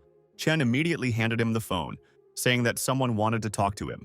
The arrogant Wang Xiang picked up the phone and asked who exactly was so eager to talk to him. As soon as he put the phone to his ear, Yun immediately ordered him to let go of Venerable Mo. The puzzled businessman asked which distinguished guest was being discussed. The girl said that in front of him stood a high school student who was their friend. At a certain moment, Chu began to shake with fear, which was extremely unexpected. After talking with Pei, Chen asked for his phone back, which Xiong had already forgotten about. Remembering that he had the guy's phone in his hands, he immediately returned it to him. At the same time, Wen asked him for forgiveness, saying that he did not expect such a meeting with him. The young man continued to communicate with Jing, and the girl asked him to tell her where he was so that she could send a car for him. Having finally come to an agreement with her, they came to the conclusion in Xiong that it would be better for them to forget about this incident. Mr. Chu's bodyguards were shocked by this sudden turn of events, just like Anne's friends, who couldn't believe what was happening and stared at Chen in surprise. Soon, Mo told Kay that he needed to leave and wished them luck. The girl replied that of course he could leave if there was such a need for it. As a result, everyone else hurried to go about their urgent business. After some time, Chen came to visit Zhang and Yun, who were naturally happy to see him. Walking into the room, the teenager saw a mountain of materials needed to create the pill. They were of very good quality, which pleased Mo, and he remarked that they had done a good job. Pei asked if he needed an alchemical furnace, but the young man answered negatively. Surprised, Jing said that she had read in novels that the better the bake, the better the quality of the pills. But the teenager refuted this stereotype, stating that he is a high-class alchemist who doesn't need any alchemical furnace at all, but only his 2 hands are enough. The protagonist immediately began to use the magical collection of spirits. The materials for creating the pill literally swirled in the air, which was simply incredible. The young master continued to conjure up the generation of a miracle cure. In doing so, he used a certain talisman similar to the one Pei sold. After some time, all the ingredients merged together, turning into balls. However, this was quite a grueling task, and the young cultivator began to breathe heavily. The impatient grandfather, in turn, asked if he had really succeeded. Chen instantly handed the old man a magic pill and urged him to swallow it. The joyful Zhang took the treasure in his hands, not believing his miracle, and thanked the young man. After he finally swallowed the pill, his granddaughter immediately asked how he felt, but grandfather began to cultivate, which was also a necessary procedure. Then the restless Pei asked Mo if the pills would work. The guy urged her to just wait a little. And after just a couple of minutes, the happy old man felt the illness recede, and in addition, his fighting abilities improved. Grandfather once again thanked the wizard Chen and bowed to the teenager. Mo replied that he paid him and received the medicine, so there was no need for thanks. He also gave him ready-made techniques with which the old man could continue to train martial arts. Jang was infinitely happy about this and even shed tears, saying that the guy was very kind to him. Then suddenly he fell to his knees in front of him, continuing to thank him. The granddaughter was in shock, but her grandfather also called on her to bow low to such an incredible person. Then Yoon fell to her knees, saying that on behalf of their entire family, they were grateful to the master. The old man understood that these techniques could be passed down through generations and would always be relevant. Chen believed that with this training, his grandfather would be able to break through to the transformation stage, after which Mo hurried to leave their house, reminding them to transfer the money to his account. Surprised, Pei asked Jang if he was really able to recreate the technique just by looking at him. The old man noted that she wouldn't understand this, but she should know one thing. Chen must not be offended. After all, they are obliged to take care of such people since there are very few of them left. Grandfather also asked her to add another 0 to the amount owed to the alchemist Mo. Returning home late at night, the protagonist suddenly received a call from Murong. The young master replied that he was fine, realizing how much she had become worried about him. Having finally returned home, the young cultivator began to increase his strength again. It took him about 5 days to move on to the second stage of his development. Suddenly, someone called Chen, but the number was not identified, which was suspicious. Mo picked up the phone and immediately asked who it was, and in response he heard a female voice. As it turned out, it was Ching Cheng, which the teenager did not expect and was surprised. The girl asked him to pick her up from the airport as she had arrived in Shezong. The guy didn't know what exactly the Yang family was planning and why the girl had flown to the city. Meanwhile, the arrogant young lady was walking around the terminal with her assistant. The assistant understood that the family's home was well protected and leaving it was a stupid idea. She had already regretted hundreds of times that she had followed this self-confident woman. At this moment, Chen appeared and waved his hand at Ching Cheng. The girl looked at him. She caught herself thinking that he looked extremely unusual and that such a person was not particularly suitable for her. But at the same time, she noticed some changes in him, which made her think. Walking past the guy in a businesslike manner, Ching urged him to take her to his home. Finally getting home, Mo pointed out that she didn't have to live with him and could go to a hotel. However, Sang said with displeasure that Miss should live with him in the same apartment. Besides, it is not always safe to be in a hotel, especially for such an honorable Yan, adding that from now on the young man was obliged to take on the role of their bodyguard and there could be no excuses. Chen also replied with displeasure that in that case he should go sleep on the sofa and they could use his bed.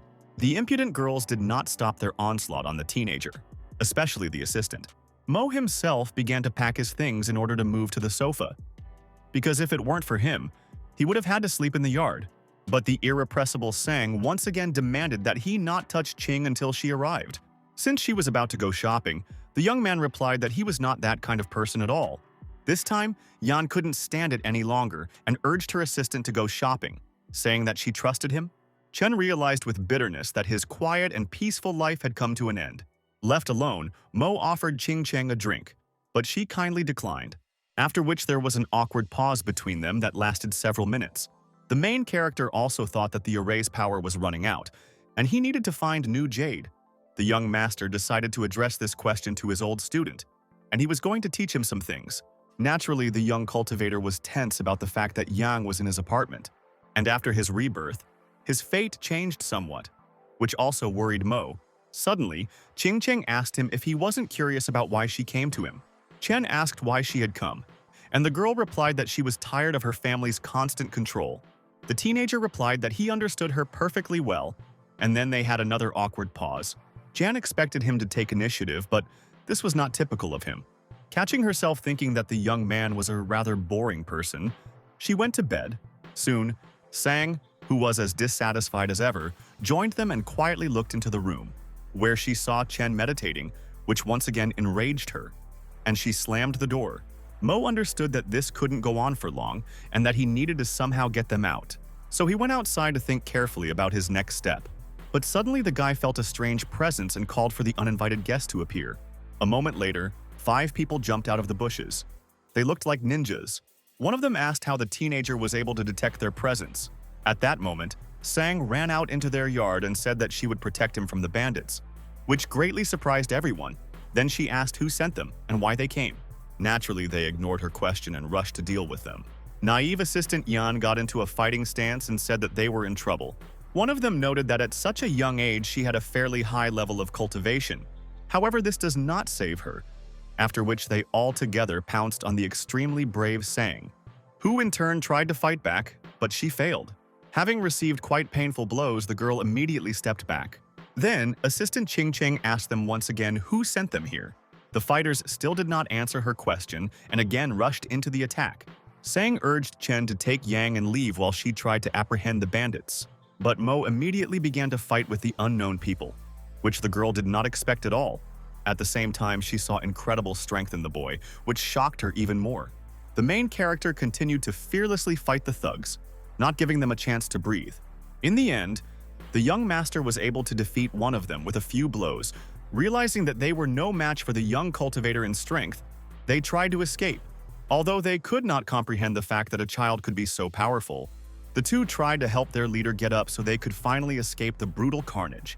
However, Chen said that they couldn't do it now, and they should have thought about the consequences earlier, after which the guy once again began to throw them around.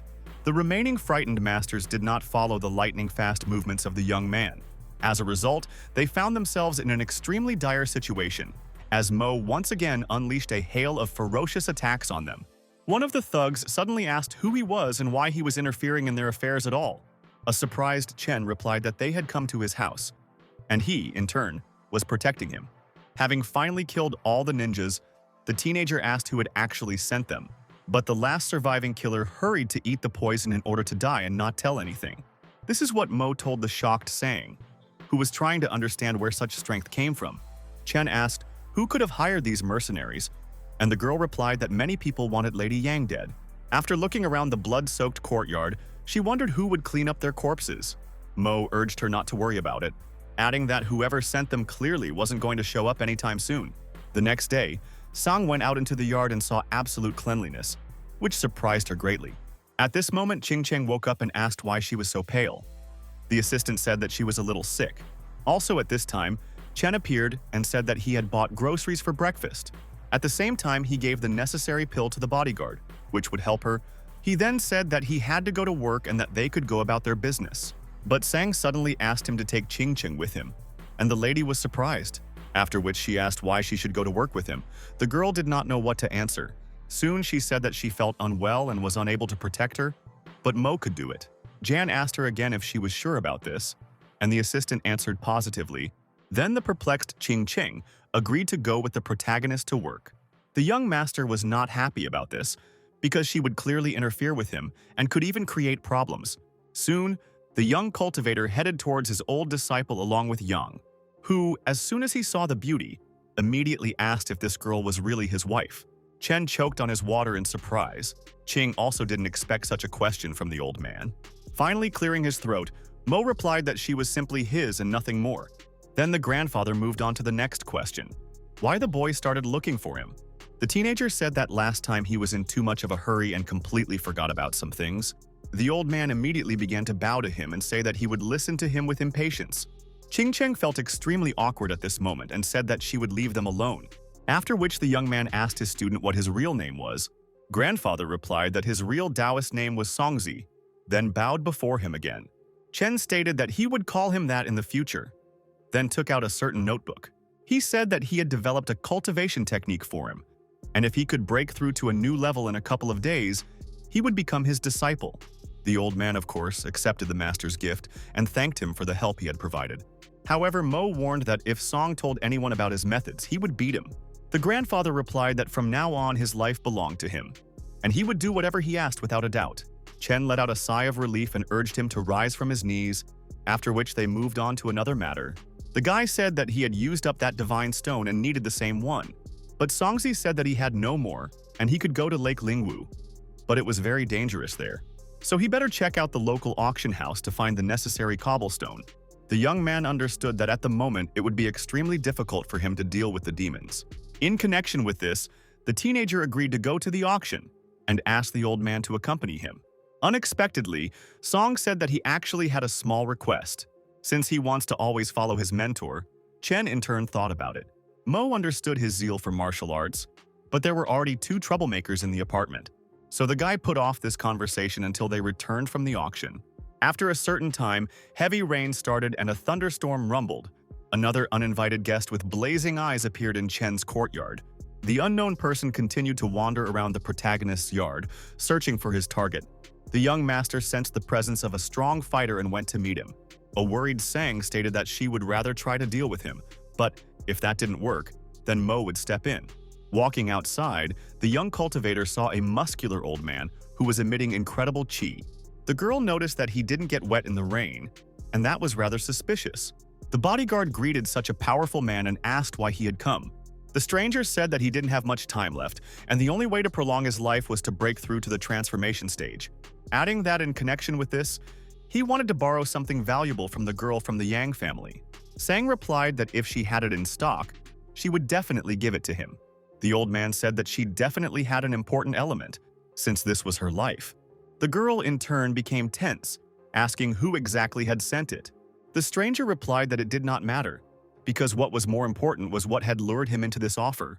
Sang immediately urged Chen to take Qing and run away, because this man was stronger than them. Naturally, he refused to do so and asked the old man what offer he had been given. The unknown cultivator replied that he wanted to go to the Void Mountain where he could ascend to Grandmaster. Sang was extremely surprised by this information because she had never heard of anything like this. Mo asked again where this mountain was. The master said that he would be informed about it after completing the task. Chen once again became curious about who exactly they were talking about, since perhaps he knew them. The old man replied that he could not say this, especially since they would die in a moment, after which the stranger pounced on Sang and grabbed her by the neck.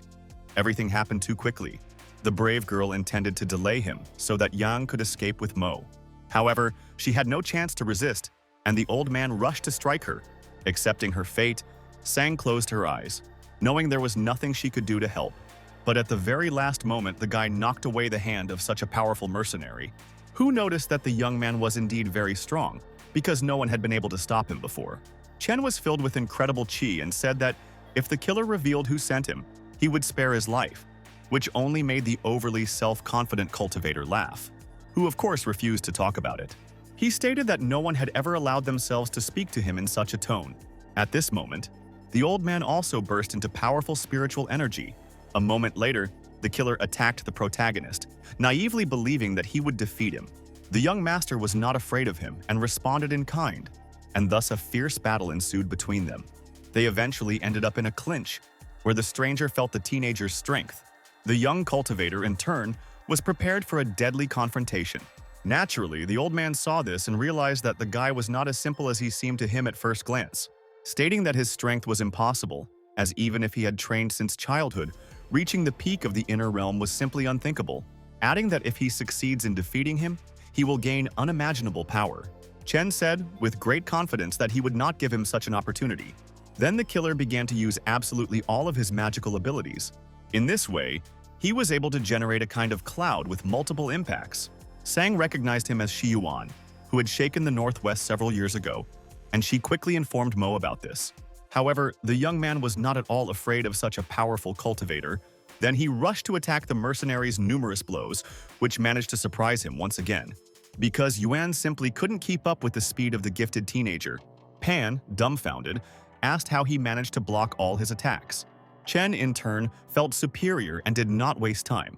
Moreover, his spiritual chi was more than enough to deal with the powerful Shiuan. As a result, Mo smiled and said that it was time to die, after which he used the first form of the Tian Xuan Divine Fist, and thus he was able to generate a huge axe, which was called the Mountain Crusher. Pan was simply shocked by the boy's unimaginable strength and didn't know what to do. In connection with which I asked him what kind of technology it was, because he had never heard of it, stating that it wouldn't change anything anyway and that he would fight him until the last drop of blood. But as soon as he tried to take a step forward, Chen aimed his axe at him. Subsequently, the magical steel literally cut his body into two parts. Sang was shocked by what happened because she couldn't even imagine how strong the guy was. Mo himself lost a huge amount of energy during the impact, realizing that he did not have perfect command of this technique. After some time, the Liu family learned about what happened, which shocked Meng Yao because there was a special fighter on the Yang clan side. Uncle said that only a martial artist could deal with Shiuan. Thus, It was impossible for them to kill Qingcheng under the protection of such a powerful cultivator, and the only way to deal with her was to wait for the moment when he was not around. Mengyao urged Wu to come up with a way to prevent Qing from returning home alive. The news also reached the Nangong family, and the worried Yunlu ran to the head of the family and said that this man had killed everyone. Wang began to understand that all this time there had been a martial arts master with Qingcheng. The young man urged the old man to hire a cultivator like him to finally finish them off. However, grandfather noted that such people are not easy to find, let alone hire. Lu continued to ask Wang to find a way to sort out the situation. The old man, in turn, began to think about what could be done in this situation.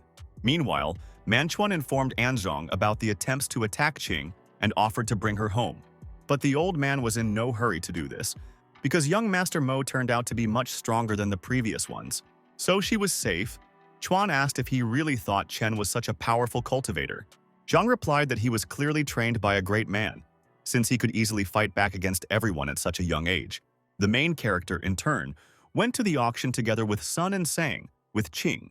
Chen intended to obtain the Heaven and Earth Stone he needed to restore the array. But Yan didn't understand why she had to follow Mo everywhere, and the bodyguard assured her that it was for her safety. Suddenly, Songzi said that he had sold all his possessions to follow his mentor.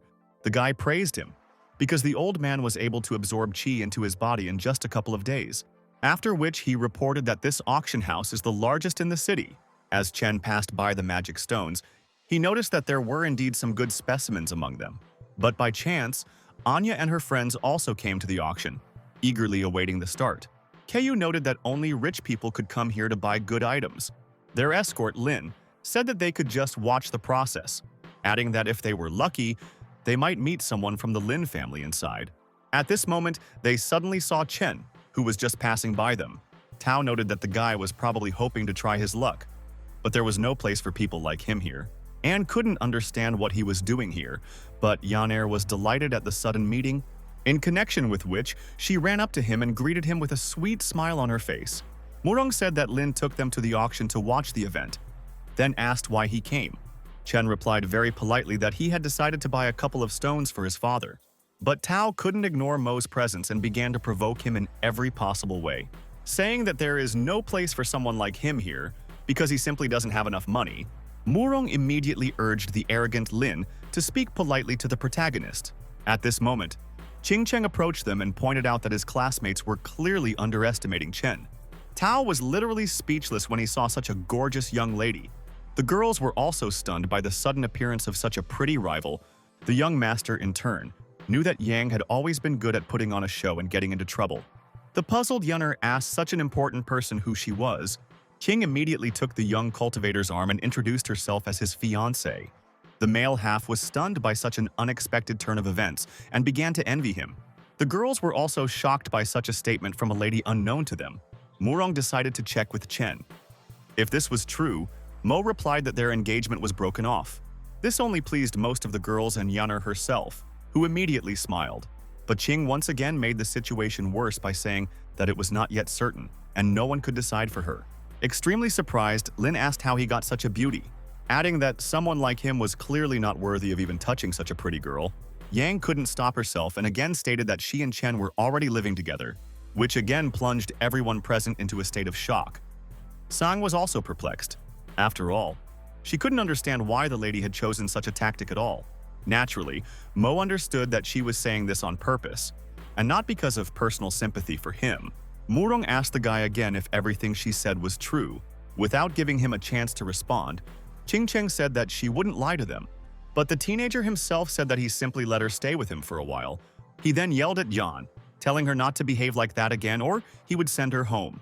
After which, Chen hurriedly left them and went with Songzi to the auction.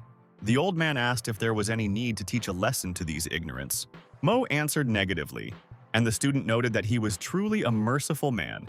After taking a couple of steps, the guy was once again overtaken by his recent acquaintance, Mr. Chu, who immediately greeted the young man and said that he never expected to meet him here, which Chen wasn't particularly happy about, since he just wanted to acquire a couple of magic stones.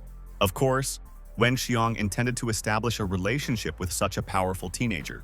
Soon, the extremely polite Xiong asked the protagonist to help him evaluate some stones. The young master smiled and replied that he would not refuse this offer. By that time, the opening of the auction was announced and everyone hurried inside the premises. Wen continued to please the young cultivator in every way and invited him to go to the event. Anne watched from the sidelines and did not understand what Chu was planning. Murong assured her friend that he could not do anything to Chen. Jinan immediately greeted everyone present in his auction house. Mo took a seat in the front row with Wenxiong and watched the proceedings. The girls also hurried inside to watch the fascinating performance.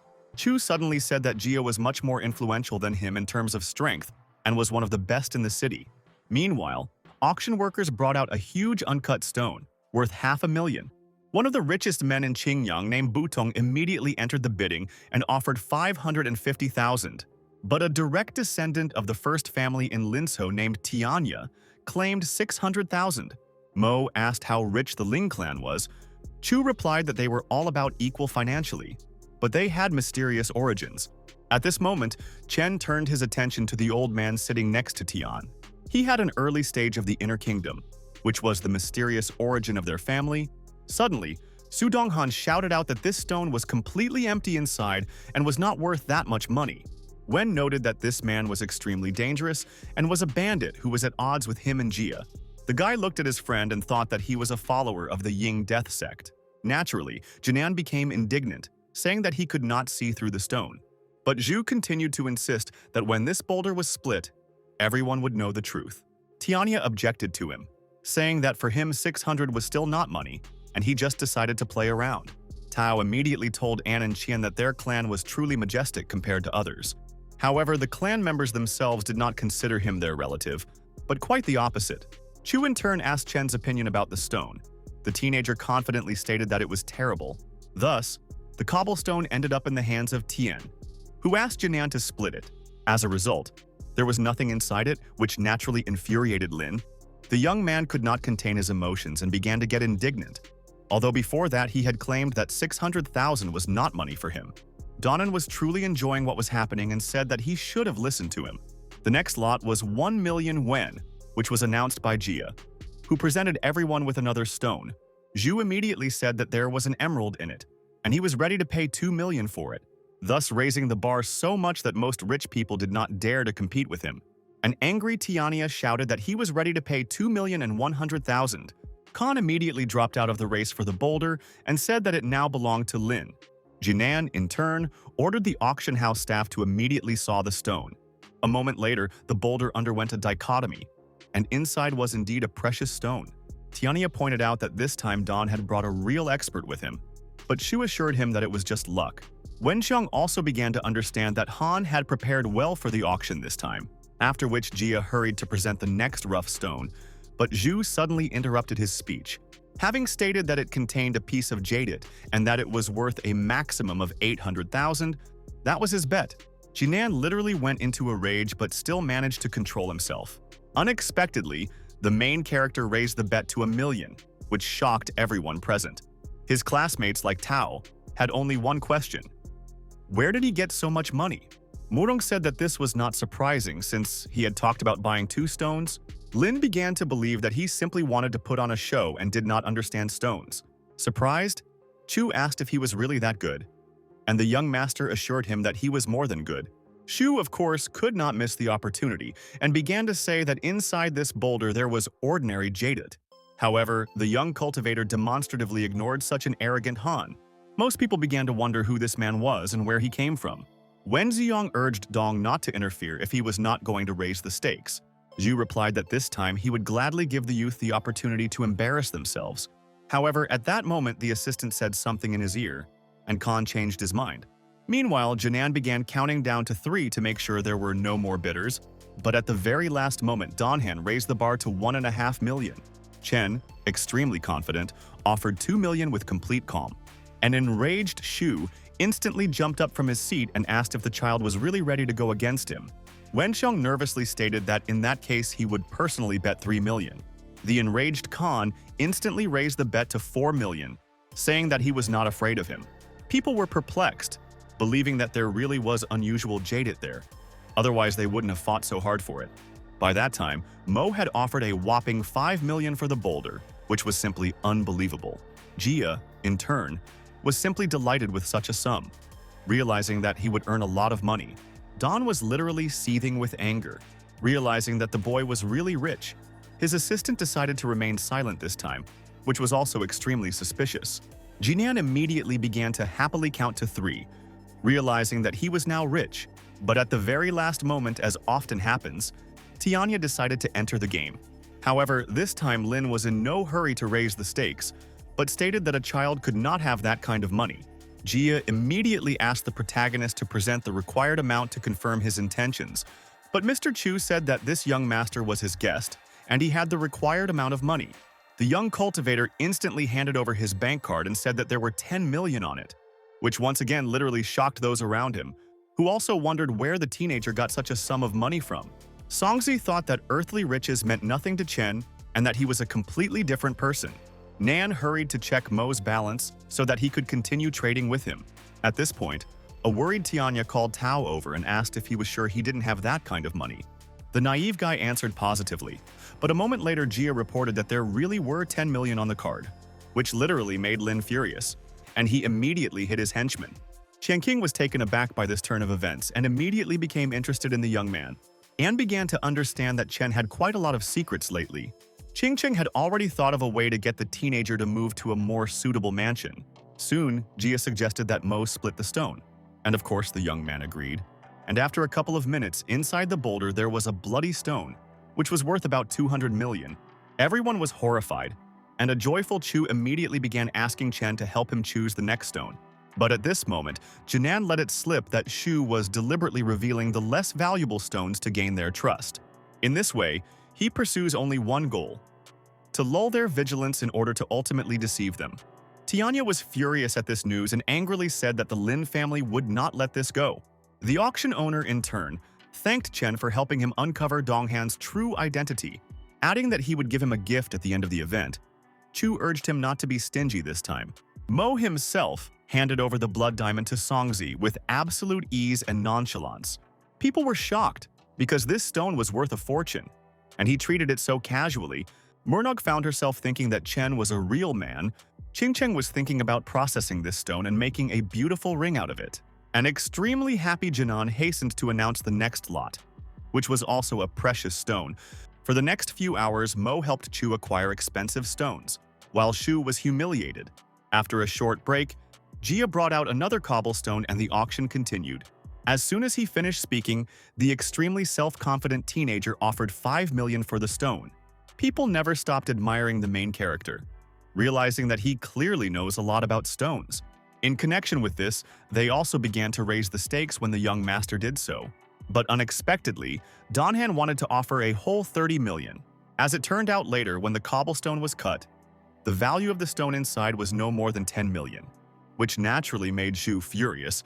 He literally started shaking with anger. The young cultivator knew this very well and, as always, methodically destroyed Khan. After a certain amount of time, the auction successfully came to an end, which Jia reported, after which the extremely polite Jinan asked the teenager to go with him to another room. A dumbfounded Chu asked if he would really take Chen to his warehouse. The owner of the auction house responded positively and brought Mo to a warehouse of real treasures. Wen Xiong and the others were simply shocked by the abundance of such precious items. Jia immediately announced that the boy could choose 3 uncut stones as a gift. The perplexed Chu still could not believe in Nan's nobility, realizing that the young man would choose better goods. Suddenly, the teenager asked what Jinan really wanted from him. The surprised old man said that in that case he would get straight to the point. He said that in a couple of days he was going to do some shopping with friends and hoped for Mo's help. Chen replied that since Jia was so generous, he would accept his offer. He then went wandering among the precious stones, intending to select the best of them. At the same time, he was curious about what kind of products Mo would choose now. After some time, Chen made his choice and asked to cut 3 boulders. So the guy chose not the most expensive stones based on his generosity. This is what Wen Xiong and Nan began to talk about tirelessly, because there were few such people in this world. Mo urged Songzi to pick up the gifts and finally go home, since they had already wasted a lot of time. However, at the exit they were met by an angry Donhan, who was beside himself. Suddenly, Shu said that if he wanted to leave, he would have to leave the blood diamond here. A stunned Chu said that he had no right to act in such a way. Jia also said that this was going beyond the pale, but Han was determined. He stated that he didn't want to take such measures, but the little boy really angered Master Wang. Xiong urged him to stop lying, because it was clearly something he had thought out in advance. At that moment, Yunshan himself came out to them and said that no one except him dared to call himself a master. Wang turned out to be a follower of the Death Sect, which is what the perplexed Wen said. Shan demanded that the blood diamond be given to him, stating that the young master had no need for it anyway. Chu was extremely indignant, but he knew perfectly well that he could do nothing. Jia suddenly called the young cultivator to give Wang the stone, as it was better not to mess with him. However, the main character doubted his abilities, which he confidently said. Nan continued to persuade Chen not to enter into conflict with Yunshan, because he was an extremely powerful master. But Mo still stood his ground and suddenly offered an unthinkable deal, saying that he would give him the diamond if in return the old man would give his life. The enraged Wang literally boiled with anger, causing his transcendental qi to burst out. At the same time, he opened a certain jug from which a magical aura of death emanated. A moment later, a monster appeared. Everyone was shocked by what was happening, realizing that the boy was finished. But Chen himself remained absolutely calm and did not react in any way to Yunshan's efforts, who immediately ordered his demon to absorb the soul of the naive boy. The monster immediately rushed towards the guy, intending to carry out Van's instructions. Everyone began to run away in fear, realizing what could happen now. Even Chu was scared like a child. Song urged Qingcheng to step back, because the ghost clearly did not have good intentions. Suddenly, Songzi rushed towards the demon and tried to strike him. However, all of his attacks passed through the monster, which was simply incredible. The old man realized that they could not cope with this monster, and they should run away from here. Sun urged his mentor to be extremely careful with this ghost. Naturally, the self-confident teenager knew how to deal with him and didn't even try to run away, after which he released a thunderbolt at him. Everything in the area sparkled with electrical discharges. When the demon was defeated, a terrified Wang fell to his knees and asked Mo for forgiveness. But Chen declared that he was resurrecting spirits and causing suffering to people, so he should not remain alive. Subsequently, the young man unleashed a barrage of thunderbolts on him, plunging the old man into a world of pain. Thus, Yunshan was defeated by the guy, something no one expected from him. The stunned Donghan couldn't believe what had happened. Not understanding where the boy got such strength from, Zhu immediately knelt down, literally begging him for mercy, saying that he had been deceived by this old man. Jinan and Wenxiang began to call him a grandmaster, who seemed to have descended from heaven. Chen stated that he was an ordinary immortal cultivator and knew a little about Taoism. Chu and Jia continued to compliment such a powerful protagonist. Qingqing, in turn, doubted that he was a human at all, and Sang was also shocked. The young master suddenly demanded that Donghan pay him 50 million and leave the city. At the same time, the young cultivator noted that if Han did not do this, death awaited him. The frightened Shu promised to transfer him the required amount of money and agreed to leave Shaisong. As it turned out, Tianya and his elder were watching this performance. Lin praised Mo and said that he had never seen the thunder technique before, and it was simply amazing. Adding that he had known about the nearsighted Dawn's outcome from the start, Wu noted that Tianya was extremely perceptive. A puzzled Wenxiang asked what he meant and what he was talking about. Lin immediately made a reservation that he had in no way tried to offend such a high-class fighter. Then the impudent guy invited Qing to dinner, saying that he had taken a fancy to this beautiful lady. Extremely indignant, Sang immediately gave an answer in place of the lady and called for him to disappear. In response, Tianya noted that if two beauties appeared at dinner, he would only be glad. Chen, in turn, asked bodyguard Yang to demonstrate her skills. The girl happily rushed towards the arrogant Lin, declaring that Qingcheng would never fall for him. Tianya himself urged Master Wu not to harm the girl so that she would have the opportunity to dine with him, after which Sang began to deliver her furious attacks, but the old man skillfully blocked her blows. Then he hit her back and noted that she was weak enough and could not be on par with him. It seemed that the bodyguard herself began to understand this, since Wu was indeed very strong. The elder himself stated that if it weren't for Lin's love for women, he would have already killed her. Mo sadly concluded that Sang currently lacked cultivation. Tianya, in turn, warned Chen that if he went against him, the family would not let it go. But the self-confident Mo said that his clan was no more than an ant to him, which he would crush. Lin immediately commanded Wu to send the boy to hell, which the old man began to do. The The teenager once again used his magical abilities and rushed into a fierce fight. Thunderbolts once again flashed through the auction house, striking the family elder, who literally began to shake from such strong electrical discharges. Shocked, Tianya couldn't understand how this was possible, since Wu was a top-level martial artist. After the young man finished with the old man, he looked at Lin and said that it was his turn now. The guy started saying again that if he touched him, the clan would never forgive him. But Chen said that he did not intend to kill him, but would only break both his legs as punishment. The frightened Tianya fell to his knees and began to beg for mercy, saying that he was wrong. Mo replied that he should have thought about this earlier, but now it was too late to ask for forgiveness. A moment later, the protagonist stepped on Lin's foot, breaking it.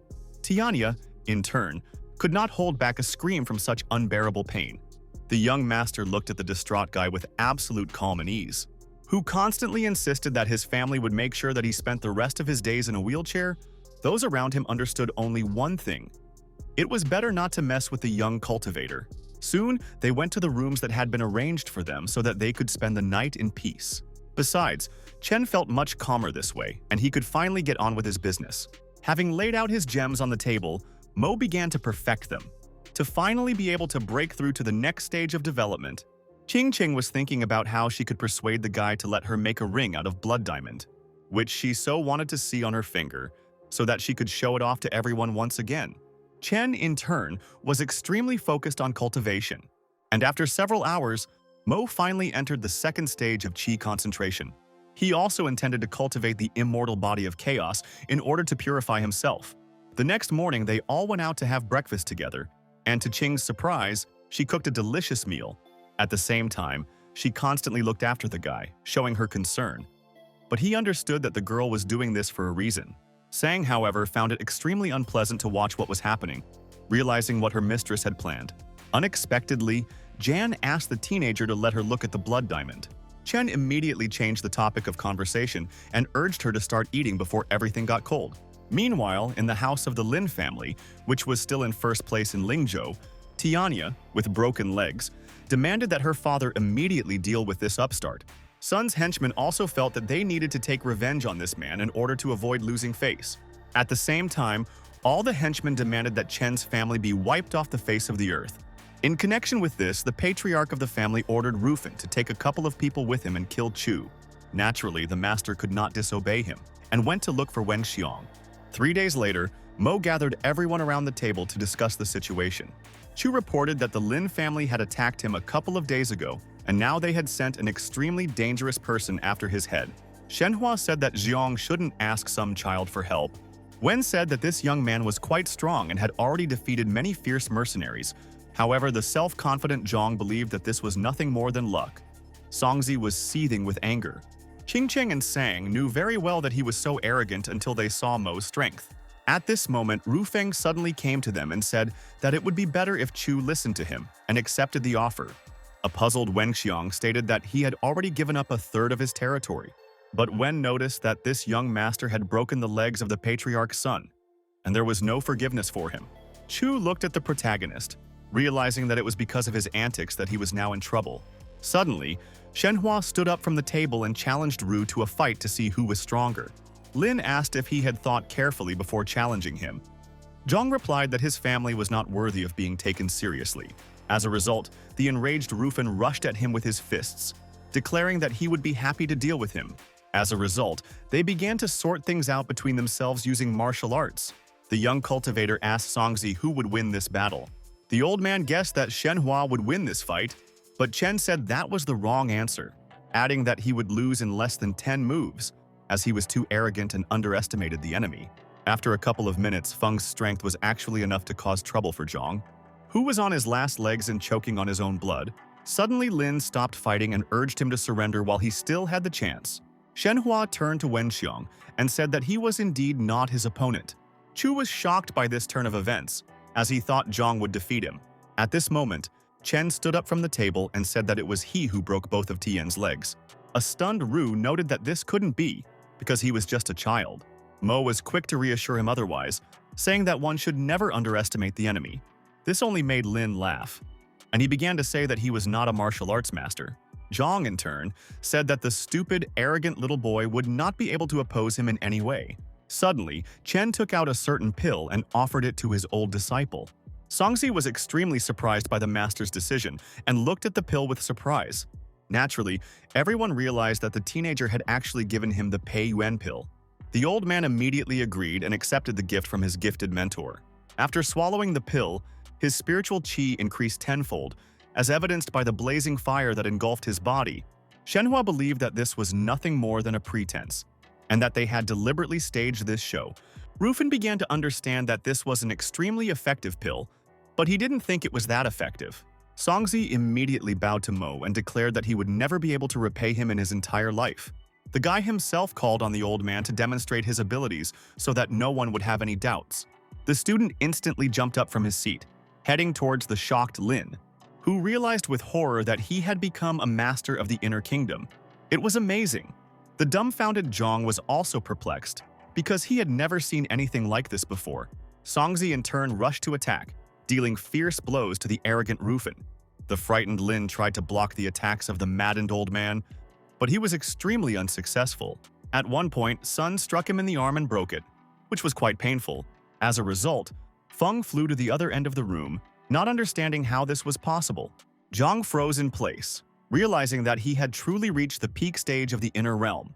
Lin realized that he could not cope with the old man and tried to escape, but he didn't succeed, because Songzi caught up with him with his fierce blows. Subsequently, the protagonist's student began to finish off the arrogant representative of his family. Moments later, Rufin died from his injuries and everyone was shocked by what happened. Songzi said that anyone who dared to offend the young master would be killed. Shenhua immediately fell to his knees in front of the young cultivator, calling him Grandmaster and beginning to apologize. After all, he understood perfectly well that with such incredible strength, the guy was capable of defeating anyone. Chen in turn urged Wenxiang to contact him if anyone from the Ling family came again, after which they hurried out of the house. Chu immediately began to serve him, saying that he would call his driver right away and he would be happy to take them home. Sang also urged the stunned lady to go home as it was already late. Mo in turn told Sun that he would soon show him a couple more techniques to study. After a certain amount of time, Chen and his friendly company again went to Jia, who greeted them extremely politely. The main character calmly walked inside, where there was a person unknown to him. Jinan hurried to introduce them. It was Elder Shui Qianhe. He was in charge of decision-making in Nanling. Chen, in turn, looked around at everyone and came across people he didn't know. The obliging Jia noted that Mr. Mo was not particularly fond of formalities. He also introduced the guy to Master Fang, who had a rather arrogant appearance. Qin was no exception, and turned his menacing gaze towards him in a businesslike manner. Suddenly, Donghan, who was late, joined them, for which he asked forgiveness from everyone present. Nan noted that he was obviously late on purpose, so that he would once again stand out and everyone would pay attention to him. At that moment, he saw Chen in the room and froze in place, frightened by the young man's gaze. After all, he still hadn't paid him back, and Mo could now bring up the topic of money. However, with the help of his next master, Donghan naively believed that he could no longer worry about this. Shu also ordered that certain things be brought that would supposedly surprise everyone. Everyone began to guess what they were talking about, and how Khan wanted to surprise them this time.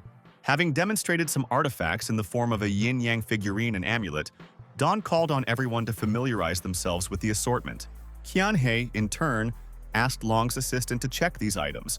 Surprised, Jia asked Yue if this was really that same Mr. DeLong. The protagonist actually saw a trace of spiritual energy in it, which means that immortal cultivators do exist. Qianhe's servant, in turn, approached the table where Shu's artifacts were located. Pointing his hand at one of them and using some magic, he made it open. The pearl immediately began to shine, emitting incredible streams of magic throughout the entire room. Long then stated that this bead was capable of improving sleep and was a relic of a person who had attained the path of Taoism, which naturally attracted the interest of potential buyers, who believed him. Then it was the turn of the monk statue. The result was simply incredible. Dee said that this artifact received enlightenment from the greatest bodhisattva himself. Also, the Buddha statue protects the house from evil. People became interested in the subject again. Soon, Long went to the last relic of Yin-Yang, performed the same manipulation, but there was no effect, which was quite strange and only meant one thing. This item was not anything special. He hastened to report this, but Donhan assured him that this trigram was the most valuable relic among the others. After asking Master Chu to evaluate this thing, the old man said that Long was not competent in this matter. Since he couldn't see the obvious, the angry guy said he had never heard of this man before. Q noticed that it was because of his ignorance. At that moment, he brought his hand to the trigram, and it lit up. Then the emblem literally burst into flames, which naturally made a lasting impression on everyone. Everyone around was shocked by what was happening, realizing that Chu had not lied to them. Long also asked the old man for forgiveness, saying that he had failed to see the potential of the relic. Q in turn said that he should practice Taoism better and not waste time, adding that this magical artifact is capable of prolonging a person's life and giving him strength. Extremely interested businessmen, of course, wanted to become the owners of the trigram. At this moment, Dong Han exchanged glances with Chu and winked at him, but no one noticed. Jia became suspicious and asked why Shu wanted to sell them.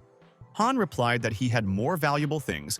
Junan then asked Chen to check these items, but Chu began to be indignant, saying that he was still just a child. Following him, the others began to say that this teenager could not be in the role of an appraiser. However, Jia insisted, saying that they were underestimating this boy. At the same time, Nan believed that Mo could really help him determine the value of the artifacts. Finally, Master Q agreed to let the young man demonstrate his skills. Chen picked up the trigram and asked if they were sure they wanted to see his abilities.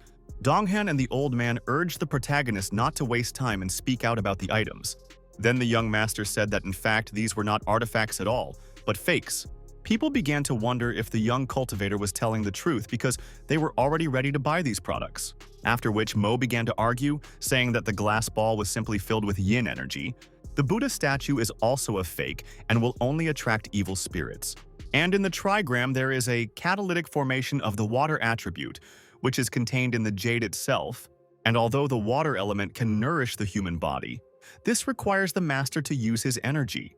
Naturally, those present believed Chen and began to call Han a deceiver. At the same time, Mo noted that most likely this old man Chu was from the same death sect.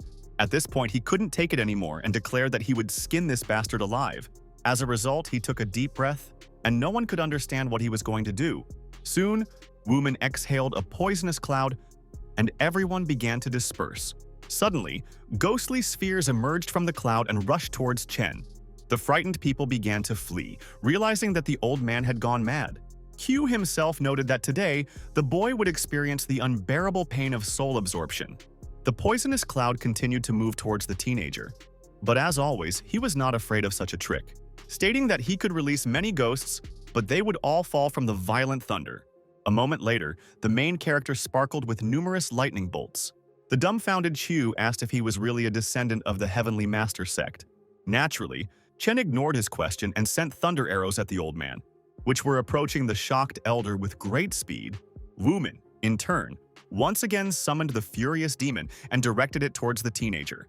Realizing how strong the guy was and how difficult it was to deal with him, the ghostly monster literally flew into the young master's thunder formation. However, after a couple of seconds, lightning struck the monster, and the frightened old man retreated back, after which he began to beg Chen to spare his life. But Mo had already sent thunder waves at him, stating that he had killed many living beings for the sake of his cultivation and there was no forgiveness for him. So the guy sent Wuman to the realm of the dead. Everyone was shocked by what happened. Jinan never imagined that Chen would be such a powerful person. Then Mo reminded Donghan about the debt, because he still hadn't transferred 50,000 to his card. Stuttering Shu said that he would send him the required amount of money right away, but the teenager said that they had a completely different agreement and he gave him a chance to improve. But now it was too late. The sobbing Khan again began to ask the protagonist for forgiveness, saying that he was ready to pay twice as much. But the young master was no longer willing to listen to his excuses and ordered Songzi to kill Shu. A moment later, the young cultivator's disciple finished off Dawn with one blow. Everyone immediately began to express their respect to Chen. But Qingcheng understood that if she had such strength, no one would dare to argue with her, after which Mo urged the old man to take the trigram, since it would still be useful to him. After all, thanks to the jade with the water attribute, the guy could create a collection of spirits of the 5 elements. The teenager then asked whoever was willing to take over Shu's management, who was obliged to hand over half of the late Han's property to him. Naturally, Jinan agreed to do everything in the best possible way, which he informed him about. After all, he wanted to secure the support of such a powerful man. which was obvious. Suddenly, Qianhe knelt down in front of Chen, saying that he was willing to serve him in exchange for safety.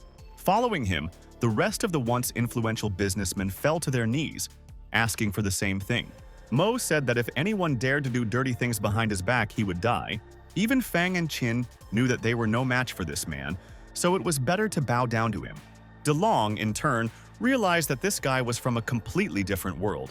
A few days later, Wenxiong called Chen and told him that the Lin family had challenged him on the shore of Yangqi Lake. At this moment, a frightened Jia snatched the phone from him and said that they had killed Qianye. The main character, in turn, as always, absolutely calmly replied that he understood everything. So Mo agreed to meet with the bandit family to end their miserable existence. And a couple of days later, they all arrived together at Yangqi Lake, where they agreed to fight. However, everyone came except the young master, which worried the other participants in the showdown. Jinan started calling him, but Chen's phone was out of reach. Everyone became nervous, not understanding where he could have disappeared to at such a crucial moment.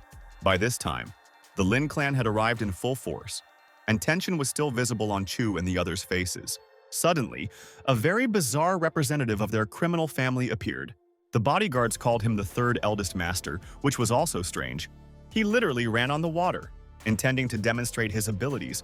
Then he stood in front of the others and asked where that bastard named Chen was.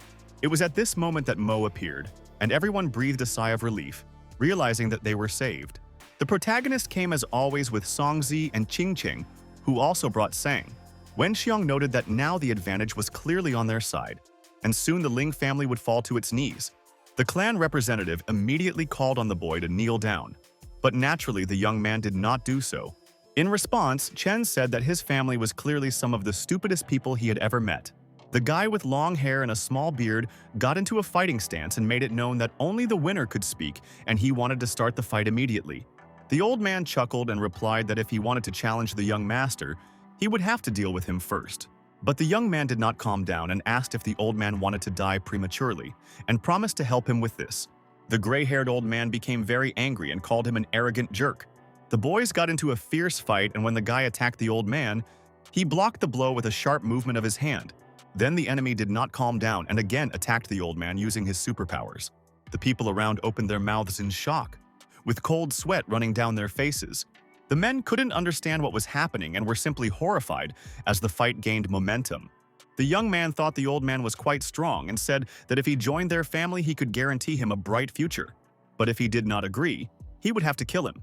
The gray-haired old man asked if he had managed to hit his head on the way here, and what kind of nonsense he was talking about now.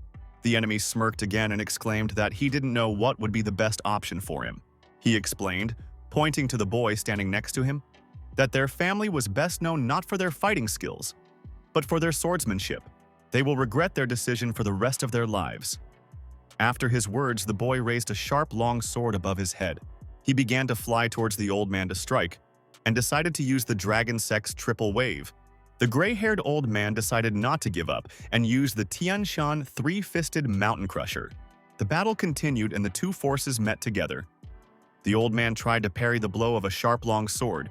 There was a powerful explosion, and those around screamed as they were thrown aside by the wave. The sword with which the young man was going to kill the gray-haired old man flew to the side with a loud ringing sound, rolling across the floor. The guy was very surprised and asked what kind of technology it was. He wondered why it was so powerful. The old man then replied that this fist technique was not even close to the strength of the young master. He called his opponent too weak and he became even more angry. There's no way this could be, and he must be an unusual person. Or his cultivation level is so high that even he can't see it. The young man was seriously scared and decided that he needed to run away immediately. The main character was already nearby and asked if he allowed him to leave now. The opponent realized that his light technique is one of the best in the martial arts world.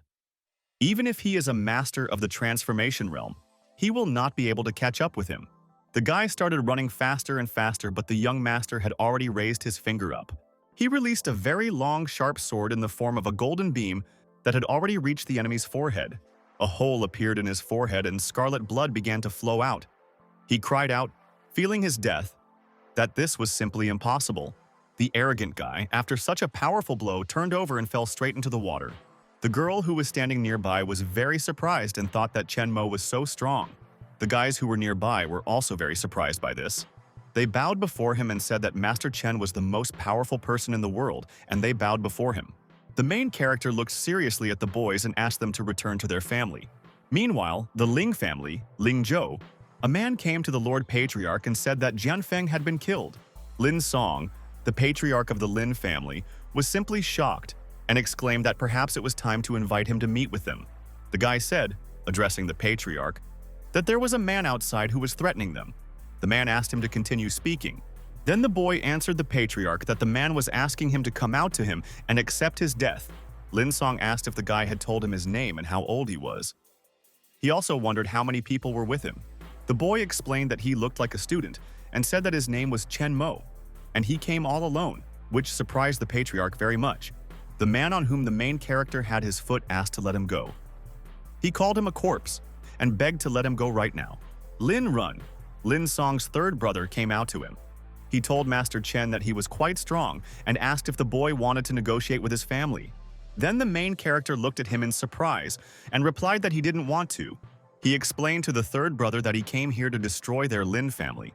Lin Run clenched his fists and exclaimed that he had heard enough. No matter how strong he was, he would never be able to destroy their family on his own. Then the boy concentrated and began to use the transformation of the spiritual energy sword. Many swords flew in different directions and they began to hit the people standing around. Chen Mo said that everyone would die from his sword. The patriarch wondered why it was so quiet outside. He asked Ling Hui to go check if everything was okay. But before he could finish speaking, the boy was already on the threshold and exclaimed that there was no need for this. Lin Song was very surprised when he saw the boy in front of him and asked how he was able to get inside and where Lin Ru was now. The main character looked back at him and asked him where he thought that guy was now. Then the patriarch asked if he had come here only to boast of his powers. Now he would not leave here alive. Chen Mo cast a disdainful glance at him again and said that unfortunately, the opinion of dead people did not matter at all. A sharp long sword flew towards the patriarch and he was ready to repel the attack. The man exclaimed that he would not be able to avoid his strong blow and clenched his weapon in his hands. The patriarch drew his eyebrows towards his nose and decided to use the flowing cloud of 13 swords. It was as if he had turned into clones that were approaching from different sides, surrounding the main character. Chen Mo said that it looks like a stage style of swordsmanship, and he could be a good martial arts instructor for movies or TV shows. The boy said that he had seen enough and now it was his turn to act. He raised his hand up and concentrated and decided to use the Mountain Crusher. With a powerful movement of one hand, he threw his opponent straight to the floor and he began to scream in pain. People began to call out to the Lord Patriarch, and they became curious about what kind of skill it was that had such a frightening power. Chen Mo replied that he was better than Ling Jianfeng, considering that he died after being hit by him. The Patriarch called the boy a child and asked to end it today. From now on, he and he don't owe each other anything, and how does he like this offer? The main character asked her if he hadn't understood yet. He had come to destroy his entire family. The Patriarch, lying on the floor, asked Master Chen why he was in such a hurry to kill them all. The boy suddenly called out to Ling Shui. The girl approached the master and bowed before him. Then the Patriarch exclaimed to the girl that their family had treated her so well and why had she now betrayed them. Ling Shui explained to the Patriarch with her fists clenched that some time ago he sent her mother to the Valley of Death and then killed her father. And wasn't he raising her all this time for his own benefit? How can he call this a good attitude? The girl said that she wanted the Lin family to be humiliated and never be reborn again. Chen Mo explained that Ling Sui told him that he was undermining his family and wanted to harm them. This was the one thing he definitely would not tolerate. Chen Mo asked the Patriarch if he had anything to say in the end. The man looked at the boy and said that today he would sacrifice his cultivation to kill him. He clenched his fists and angrily exclaimed that tomorrow he would kill his entire family. The guy said that the true Kui energy was flowing out of him, floating in the air, and he was the Grand Master of the Transformation Realm. This time, the Patriarch would definitely be able to kill Chen Mo. Lin Song exclaimed that the price for staying in the Transformation Realm for a short time was losing his cultivation, but it would be worth it if he could kill him. The protagonist spread his arms wide and asked him if he thought he could do it. He said he would give him a chance to try. Before he could warn the Patriarch about this, he grabbed his sharp sword and asked him to take another blow from his weapon. As the man approached his opponent, a powerful flash occurred in the form of an explosion, and everything was illuminated by a bright yellow flame. Ling Shui watched in horror, wondering if the protagonist would be able to defend against this powerful blow. Chen Mo put his hand forward and it glowed with a bright blue light. The boy decided to use the river split against his opponent. The Patriarch laughed and exclaimed that he still dared to use only his hands to parry his blow, and he would definitely die. But right after his first blow, the boy's second fist began to pursue him. The man began to scream because he realized that this blow would be much stronger than the previous one. Chen Mo thought that he had used a lot of spiritual energy this time, and he shouldn't underestimate the Sect Patriarch. The guys who were watching from the side thought that the immensely powerful Sect Master was actually killed in a second. Just how strong could Chen Mo be? Ling Xue was also very surprised and thought that she had made the right choice. Chen Mo was already strong enough. The boys, frightened, began to run towards the exit. But the boy noticed that they wanted to escape. And before they had time to reach the doors, a powerful stream of bright yellow light struck them all. Chen Mo explained to Ling Xue that the main branch of the Ling family had been killed. They shouldn't waste the rest of the Ling family's resources. The boy asked if she could control the family in its current state. Ling Xue replied that as long as the young master supported her, she would definitely be able to handle it. But there was still one person left to get rid of. The boy asked if she meant Ling Tian. He said that she could deal with him herself. He handed the girl a Peiyuan pill and explained that she was currently in the early stage of the inner realm, so he would help her raise her cultivation level so that she could more easily manage the Ling family. The girl immediately thanked her master. Chen Mo continued to say that after so many deaths of people from the Ling family, she might have problems with the family's external affairs. He asked if she could handle it. Ling Sek told the boy that he didn't need to worry about it. The officials turned a blind eye to all matters concerning the martial arts world. That's what they decided to do. And now, 3 days have passed. Before us lies the luxurious Sand River Palace, Hechel Province. The girl was talking about how this underground auction had the strangest and most amazing things that could be found. She had heard that there would even be magic weapons. Her friend became interested in magic weapons. Then the girl explained that she hadn't seen him before either, which was why she had begged her uncle to take her along to learn more about him. She never thought she would meet her here. The partner replied that she came here with her uncle and was worried that there would be no one to talk to, so she was happy to meet her. But she should have brought Chen Mo with her. The girl chuckled and said that this poor little boy, he doesn't even have the qualifications to come to such a place. Backstage in the living room, a girl approached Master Chen and asked what brought him here today. The protagonist replied that he was going to go to the neighboring mountain of Lingva.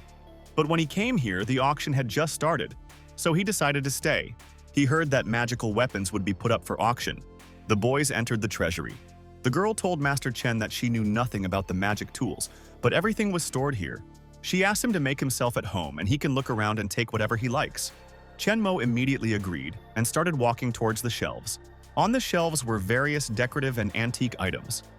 Suddenly he stopped and thought when he looked at the blue glowing sword. This small sword has traces of real spiritual energy left over from a true immortal cultivator. It seems to be that so-called magic weapon. The boy decided that once he reached the 3rd level of Qi concentration, he would be able to cultivate the divine flying sword technique. Chen Mo told the girl that he would take this small sword and owe the Jin family a favor. The girl bowed her head down and told the master that he was too kind. Then the boy turned around and said that she could go back to work, but it was time for him to leave. The girl told the master in response that she would definitely accompany him as she approached the room.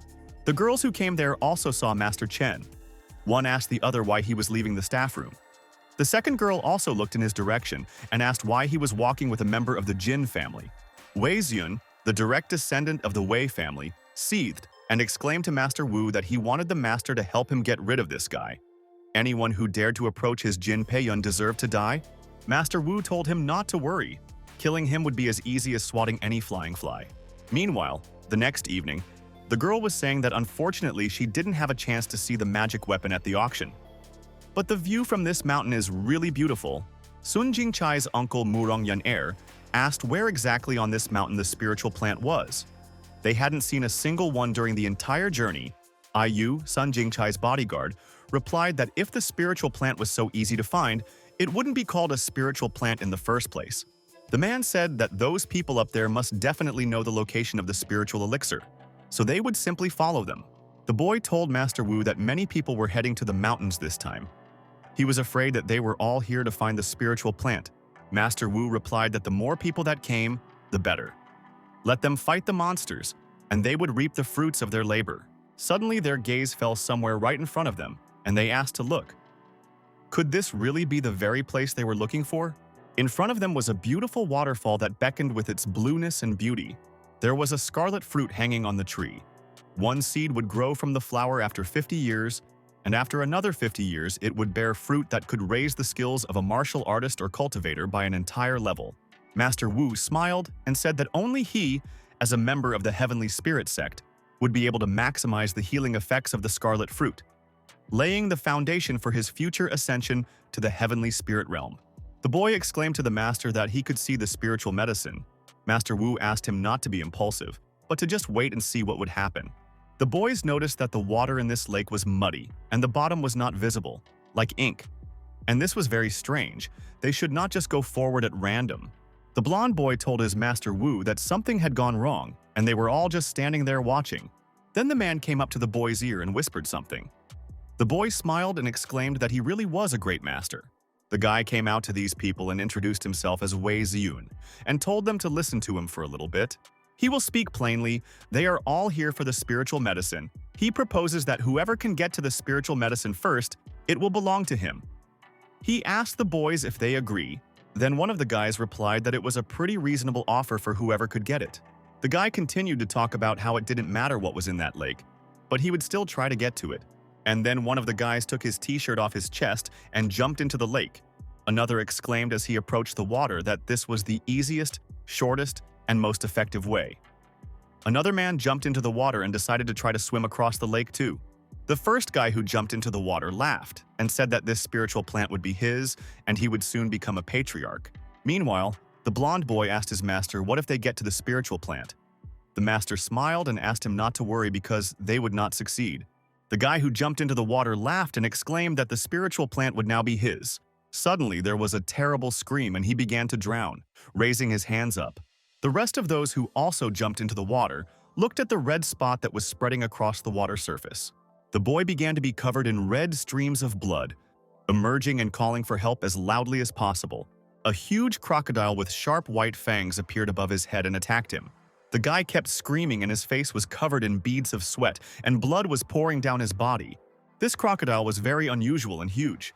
On its body and tail there were huge and scary spikes. The boys screamed in fear, looking ahead, that there was a monster there and they needed to run away from here. The blonde boy told his Master Wu that it must be a golden-combed crocodile, which is really scary. Wu replied that it was a golden-combed crocodile. Here it absorbs the spiritual energy of heaven and earth, and guards the scarlet spiritual fruit, so they need to get rid of it first. The boys kept asking what it was and what kind of monster it was. If they wanted to get the spiritual fruit, they had to kill it. It was deep underwater and they couldn't use their powers underwater. The man with the beard called them a bunch of useless bastards. He gave the order to go back into the water and lure him out, and he promised to deal with him. One of the boys asked why he didn't go into the water himself and lure him out so they could deal with him. Did he really want them to go and die there? Master Wu asked how they dared to argue with him. Then the boy asked what would happen to him if he did not agree. The man put his palm forward and replied that in this case he could continue arguing and die. A powerful force was directed against this guy and he stood dumbfounded, looking forward. The guys around couldn't understand what was happening and what had happened to this boy. He seemed to be empty and his eyes turned white. The master touched his forehead with his finger and bright blue lightning started coming out of his hand. The man looked at the others and explained that his soul had been absorbed into him and he was dead. The guys were seriously scared and one of them asked how this was even possible. Master Wu glared at the others and asked if anyone else wanted to express their disagreement. He again ordered everyone to immediately go into the water and not dare to come out until he gave permission. Otherwise, an even more unpleasant death awaited them. When they started to enter the water, he gave the command to the boys to go a little further. They were already waist-deep in water and had to go deeper and deeper at the master's command. They didn't have time to go further into the water when one of the guys started screaming very loudly and terribly. Then the boys decided to all attack this monster together and pointed their hands towards the monster. The huge crocodile glowed with a bright golden light and its rays were directed towards the offenders. Master Wu gave the order to the boys to immediately pull him to the shore and also raised his hand up. The golden rays that emanated from the crocodile constantly caught up with the boys, striking them to death. Then the master jumped as high as possible above the crocodile's head and asked the others to watch how it was done correctly. He was already right above the head of the evil monster and tried to deal him a crushing blow. Master Wu began to scream very angrily, and when he found himself above the crocodile, he laughed with a terrible laugh. The boys' faces changed and told Master Wu that there was another monster further on. The man did not expect this and became curious about where another golden saltwater crocodile came from. The monster appeared out of nowhere and was much larger than before, and its angry roar was heard, frightening those around it. He began to speak and exclaimed that they had killed his child, so they all deserved to die. The boys were scared that he could speak like a human. They became even more scared, and beads of sweat continued to flow down their faces. This is the real spirit beast protector of the three-leaf scarlet fruit. The blonde guy who was lying on the ground exclaimed that this is a real monster. The monster began to crawl faster and faster towards him, and bright red blood splashed around. Everyone around grabbed their faces with their hands and began to run away in horror in different directions. They exclaimed that they would never be able to defeat this monster and began to run even faster. But Master Wu clenched his fists and asked the boys not to be afraid. He suggested that they attack him together and then they would not let him win. The man approached the monster to strike, but it turned out to be faster. The evil monster's tail was already on his body and he fell to the ground with a crash. The old man in the hat, watching from the side, exclaimed that they had to get out of here. The girl was very scared and surprised when she saw the main character in front of her. She looked at the boy and asked what he was doing here, begging him to run away from here quickly. Chen Mo, without any fear, told the girl that she didn't have to be afraid. He was here and nothing bad would happen to her. A man who was standing nearby asked where this child was from, and he was surprised that the boy didn't even run away. He looked closely and asked what the boy was trying to do. The protagonist was already standing in front of the evil monster. He came as close to him as possible and asked him to become his riding animal. Only then would he spare his life. The crocodile began to approach his victim and asked if he was really offering him to become his riding animal. He thought that the boy was clearly seeking his own death. Chen Mo realized that the monster was refusing and exclaimed that in that case, he was very sorry. He approached the monster and clenched his strong fists. The protagonist decided to use the abilities of the Mountain Destroyer. He was already near a huge evil crocodile, but the crocodile was too nimble and, hiding under the water, explained that as long as he protected this place and was under the water, he would never be able to get the three-leaf scarlet fruit. The boys were very surprised that the golden saltwater crocodile was so scared that he refused to leave the water. He is invincible while in the water, and it seems that no one can get the spiritual fruit. Chen Mo thought that since the golden saltwater crocodile knew that there was a three-leaf scarlet fruit there, it meant that he also knew about its properties. If he eats it, he will have a hard time dealing with it, so he has about an hour more. Looking ahead, the boy decided that he could not wait any longer and had to use this technique. The boys were very surprised when they saw the boy going into the water. They started saying that he had gone crazy. If he went in there, he would definitely be eaten. The girl, looking at the boy, asked the main character to be careful. Chen Mo was already very close to the water. The people around him noticed that he was floating in the air and could not understand what was happening. They asked to see how his hair suddenly turned gray, as if the boy was getting old. One of the guys noticed that it seemed like he was using some kind of secret technique. Chen Mo clenched his fist and began to use river splitting, striking the water with it. Blue waves began to spread out in different directions, splashing around the boy. The huge, angry crocodile began to scream and turned over, jumping out of the water and falling on its back. There was a powerful splash, and the main character looked forward carefully. He used up a lot of his energy and, breathing heavily, staggered a little as it was very hard for him. The girl ran up to the boy and asked if he was okay, walking up to him and supporting him. Chen Mo, completely exhausted, replied to the girl that he was fine and would be better after some rest. The girl was very scared and asked if the monster was dead. Chen Mo replied that it was dead and absolutely sure. He asked them to make sure the girl returned home safely and behaved decently. Otherwise, they would have to wonder whether he would kill one of them or not. The boys immediately bowed before the master and asked him to be calm. They promised to do everything without fail. The girl asked the protagonist if he was going to take the spiritual fruit and said that she could wait for him here. Chen Mo replied that there was no need for that and asked her to go home. Then the girl waved her hand and said that she would go, asking him to take care of herself. The main character approached the alam fruit and thought that the three-leafed scarlet fruit was about to ripen. He was already close and extended his hand towards him. The boy felt a very strong smell. It smells really good and the spiritual fruit is already fully ripe. He doesn't have the storage artifact yet, so he'll have to process it into a pill blank for now.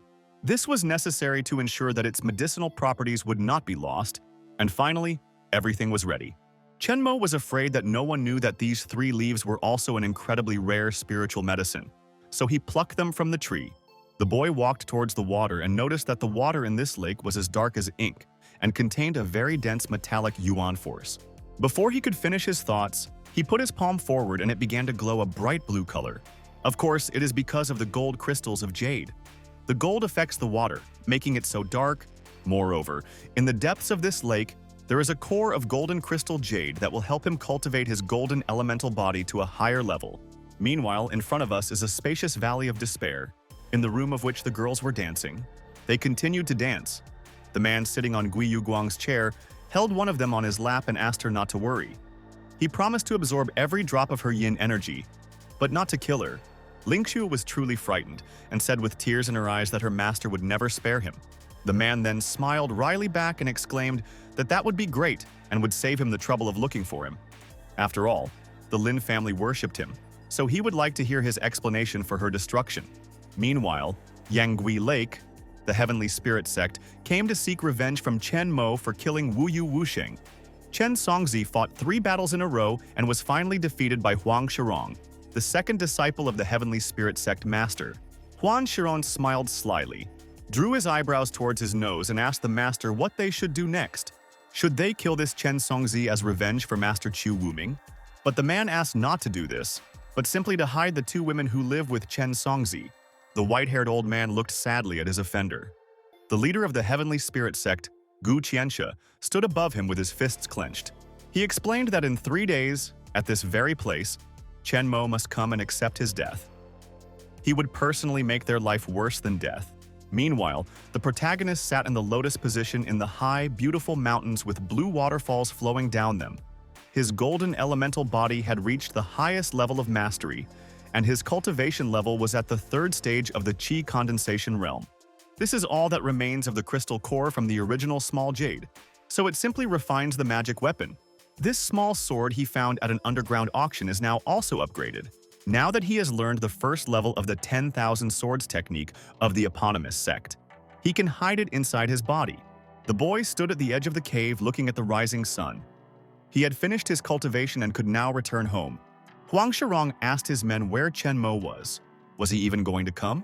The gray-haired old man replied that the young master would return soon, so they had better let those 2 girls go. The man laughed and asked him not to worry. As soon as the main character died, he would immediately let them go. Gui Yuguang exclaimed that he was tired of waiting and asked to kill this old Taoist already. Huan Shiron immediately listened to his master and laughed, and said that this time he would definitely absorb his soul. The old man was frightened and thought that last time he did not give out his killing intent, but this time it seemed he was really going to kill him. Then the gray-haired old man decided to use the abilities of the Mountain Destroyer and began to approach his opponent. Huan Shiron did not expect his approach and began to prepare his attack. His power was so cruel and incredible that the old man fell to the ground. Huang Shirong stood above him and said that his martial arts technique was very powerful, but it also consumed a huge amount of qi, so now they would see how long it lasted. The old man could no longer resist or attack and thought about where his young master was. Suddenly, a powerful scream was heard, and the ghost that was behind the man was defeated by incredible force. Huan Chiron did not expect such a turn of events, and streams of blood gushed from his mouth. The main character was already there, and there were 2 girls behind him. The gray-haired old man was very happy to see the young master. Huang Shiran addressed the boy as a child, saying that he had heard that he possessed the Heavenly Sect's thunder technique and wanted to see it. The boy, without changing his expression at all, replied that since he was asking so much, he would get it now, but for this he will have to pay with his life. When Gui Yuguang saw the main character, he asked his comrade to leave immediately.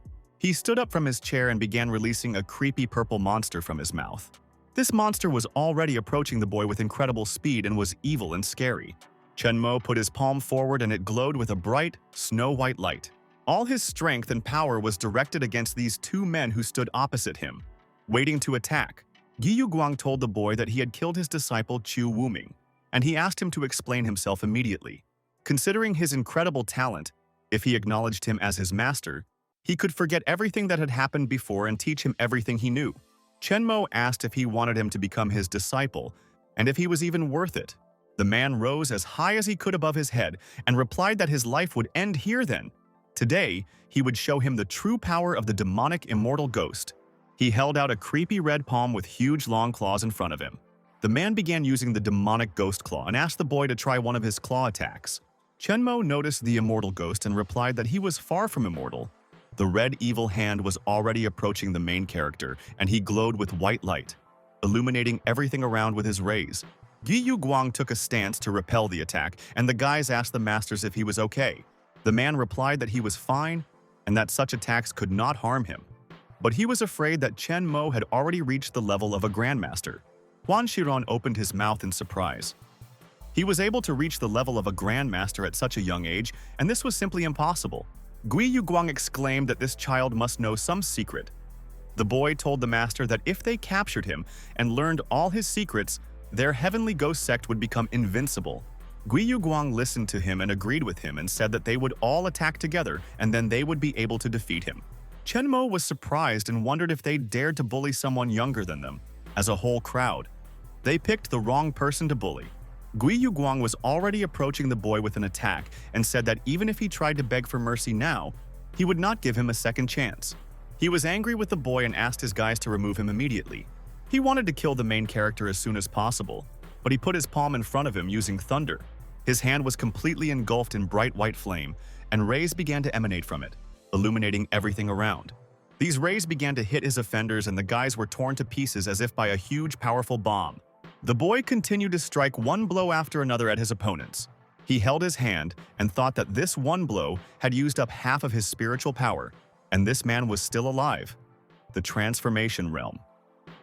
Grandmaster was truly extraordinary. Gui Yuguang asked the boy how he dared to kill the disciples of his sect. He exclaimed that if he did not kill him, he swears that he will no longer be called a man. He held his hand out and in it was a bright purple scroll. Gui Yuguang exclaimed that right now, he would use the Heavenly Ghost Sect's Great Mountain Defense Formation and crush him into dust. The man was angry and many monsters appeared next to him. He continued to use the Great 10,000 Ghost Diagram. The man exclaimed, looking at his enemy, that 10,000 ghosts would destroy this world. There really were a lot of them, and they appeared from a huge black cloud. There were more and more of them, and the girls were seriously scared looking at the monsters. They didn't expect to see so many evil spirits. The girl exclaimed that she wasn't worried before, but now she wasn't sure if Chen Mo could defeat them. The gray-haired old man also looked at his master, seriously frightened. Chen Mo said that the small broken formation, and he still thinks that he can destroy the entire world. The boy said that he had a sword that could kill all 10,000 ghosts. His sword was already in his hands, and bright yellow rays began to destroy the monsters one by one. Gui Yuguang was simply shocked by this turn of events and asked who he even was. He asked to let this old call be the only one who knows it. The protagonist looked at him in response and exclaimed that he was an immortal cultivator. Gui Yuguang looked at the boy and laughed because he didn't believe that he was immortal. But the laughter was cut off by a bright yellow beam coming from Chen Mo, and the man's eyes became empty. There was a powerful explosion and white rays touched the body of the offender. Red streams of blood began to flow from his eyes and he suddenly fell to his knees in front of the main character, completely in tears. Kneeling, he told the boy that from now on he would be his faithful dog, but he only asked him to spare his life. Chen Mo stood above his head, looking at him with a contemptuous gaze. Then he turned to the old man and said that his soul had been damaged and the wounds were very serious. He needed to take the divine medicine to save his life. He would order Chu Wengsun and the others to go look for the necessary medicinal herbs. The white-haired old man immediately thanked his master. The boy explained while looking at the others that he still had things to do. So he told the girl that she would have to look after Chen Songxi. Meanwhile, the girls lay on the sofa, enveloped in white, transparent smoke. Each of them asked for help and they hugged each other and wanted to get out of here as soon as possible, which was impossible. The man holding a glass of wine saw the main character in front of him and exclaimed that he had finally arrived. Chen Mo looked at him and said that extracting yin energy and replenishing yang energy with it has always been an evil technique that angers both humans and gods. No wonder he is hiding in such a secluded place. The man replied that he was able to identify his cultivation method with just one glance, definitely using some kind of secret method, and no wonder he was able to kill Lin's Song. But he is not hiding here. He just does not want to go out. This place is surrounded by beautiful mountains with clean rivers and beautiful women, and it is a real paradise on earth. He laughed and said that otherwise, even if he wanted to go out, who would dare stop him? Ling Jue asked her master to avenge her and her mother and kill this cruel animal. The man grabbed the girl by the hair and exclaimed that Lin Song really was worth killing just for hiding such a beauty from him. However, he had gotten a lot from her in the past couple of days, so it was probably better to avenge Lin Song. The main character got really angry and looked at him and exclaimed that he would send him to him right now. He started running up to the man, clenched his strong fists, and was already right next to his face. The man began to get up from his chair and decided to also attack the main character. And now they began to approach each other with incredible speed to strike. Chen Mo asked the girls to each take a Peiyun pill and heal their wounds. They immediately thanked their master. Ling Xiu told the master that he was a Lin family initiate who had been in the Grandmaster realm for the past few decades. He cultivated a protective astral body and was incredibly strong. Chen Mo replied that he simply had to send a scumbag like him, who extended his life by absorbing the life force of others, to the underworld. But the man did not listen to him, and began to approach with a new attack, calling him a small brat. The boy managed to put up a protective block in time and reflect the incredible power of this scoundrel. He was afraid that this protective astral aura was a weaker version of the Immortal Cultivator's spiritual shield. The man didn't expect this, and asked the little guy what his secret weapon was. Chen Mo replied that it was not a secret weapon, but an Immortal's flying sword. The man was even more surprised and asked if these were people who exist only in legends and how something like this could exist in the real world. The main character said that he killed immortals and fought dragons. And who was he to question his words? The boy grabbed his cold weapon and asked to remember the name of the sword that would cut through his body. He held his sword right in front of his enemy's head and exclaimed that his name was the Destroyer of the Heavens. Then the opponent decided to use the Yin-Yang Destruction Fist in response and put his hand forward. He tried to concentrate, but he was having little success, and his gaze changed to horror. Once again, there was a powerful explosion in the form of a bright yellow fire, and lightning flew towards the man. He looked at the main character in horror and asked what kind of sword technique this was. Chen Mo looked down on him and replied that he didn't need to know at all. Then the man, lying on the ground, asked for mercy. He said that the boy could take all his money, this place and all the women. Chen Mo replied that he had become very stupid before his death. Once he killed him, it would all be his anyway. The boy told Ling Shui that she could decide for herself what to do with him. The girl immediately thanked the master and bowed before him. He asked to find someone who would help get these women out of here, and then thoroughly search the place and use it as family property. The girl handed the boy the box and explained that it was hidden under a chair in the main hall, and she thought these items were valuable to Guyu. Chen Mo picked up the object and said that he understood everything. The other martial arts techniques were not good enough. In this case, he can do with them whatever he deems necessary. The boy held another object in his hand and became interested in what it was.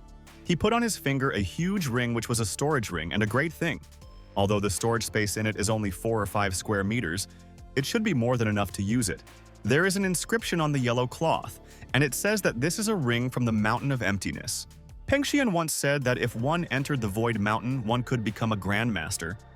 It seemed like he should go there and look for cultivation resources. Chu Wengxiang's wide and beautiful villa spread out before us. Chen Mo thought it was not bad, and the guys had found all the medicinal herbs he would need to create a heavenly pill to save Chen Songzi. He thought this group of rich people was still quite useful. He turned to the men and said that they had done a good job, and as a thank you, he would give them a Peiyun pill that would help them in the future. The men immediately thanked the master for his kindness and responsiveness. One of them told the master, smiling sheepishly, that he also helped collect the herbs. Chen Mo explained to him that he no longer had the finished pills. If he wanted, he could gather the herbs according to this list and he would make it. Of course, he would keep most of the finished pills as processing fees. The man told the master that the summit would be held in a few days, and all the celebrities of Johnhai would be present. With his current status, even the richest man, Wang Changru, would not dare to look at him. The boy remembered Wang Changru, the chairman of the Guangchang Group, the richest man in Jianye. In his previous life, he was the one responsible for the death of his family. Chen Mo replied that he would definitely attend the meeting, but they should first come there under their own names. Meanwhile, the gray-eyed old man lay in bed, exhausted.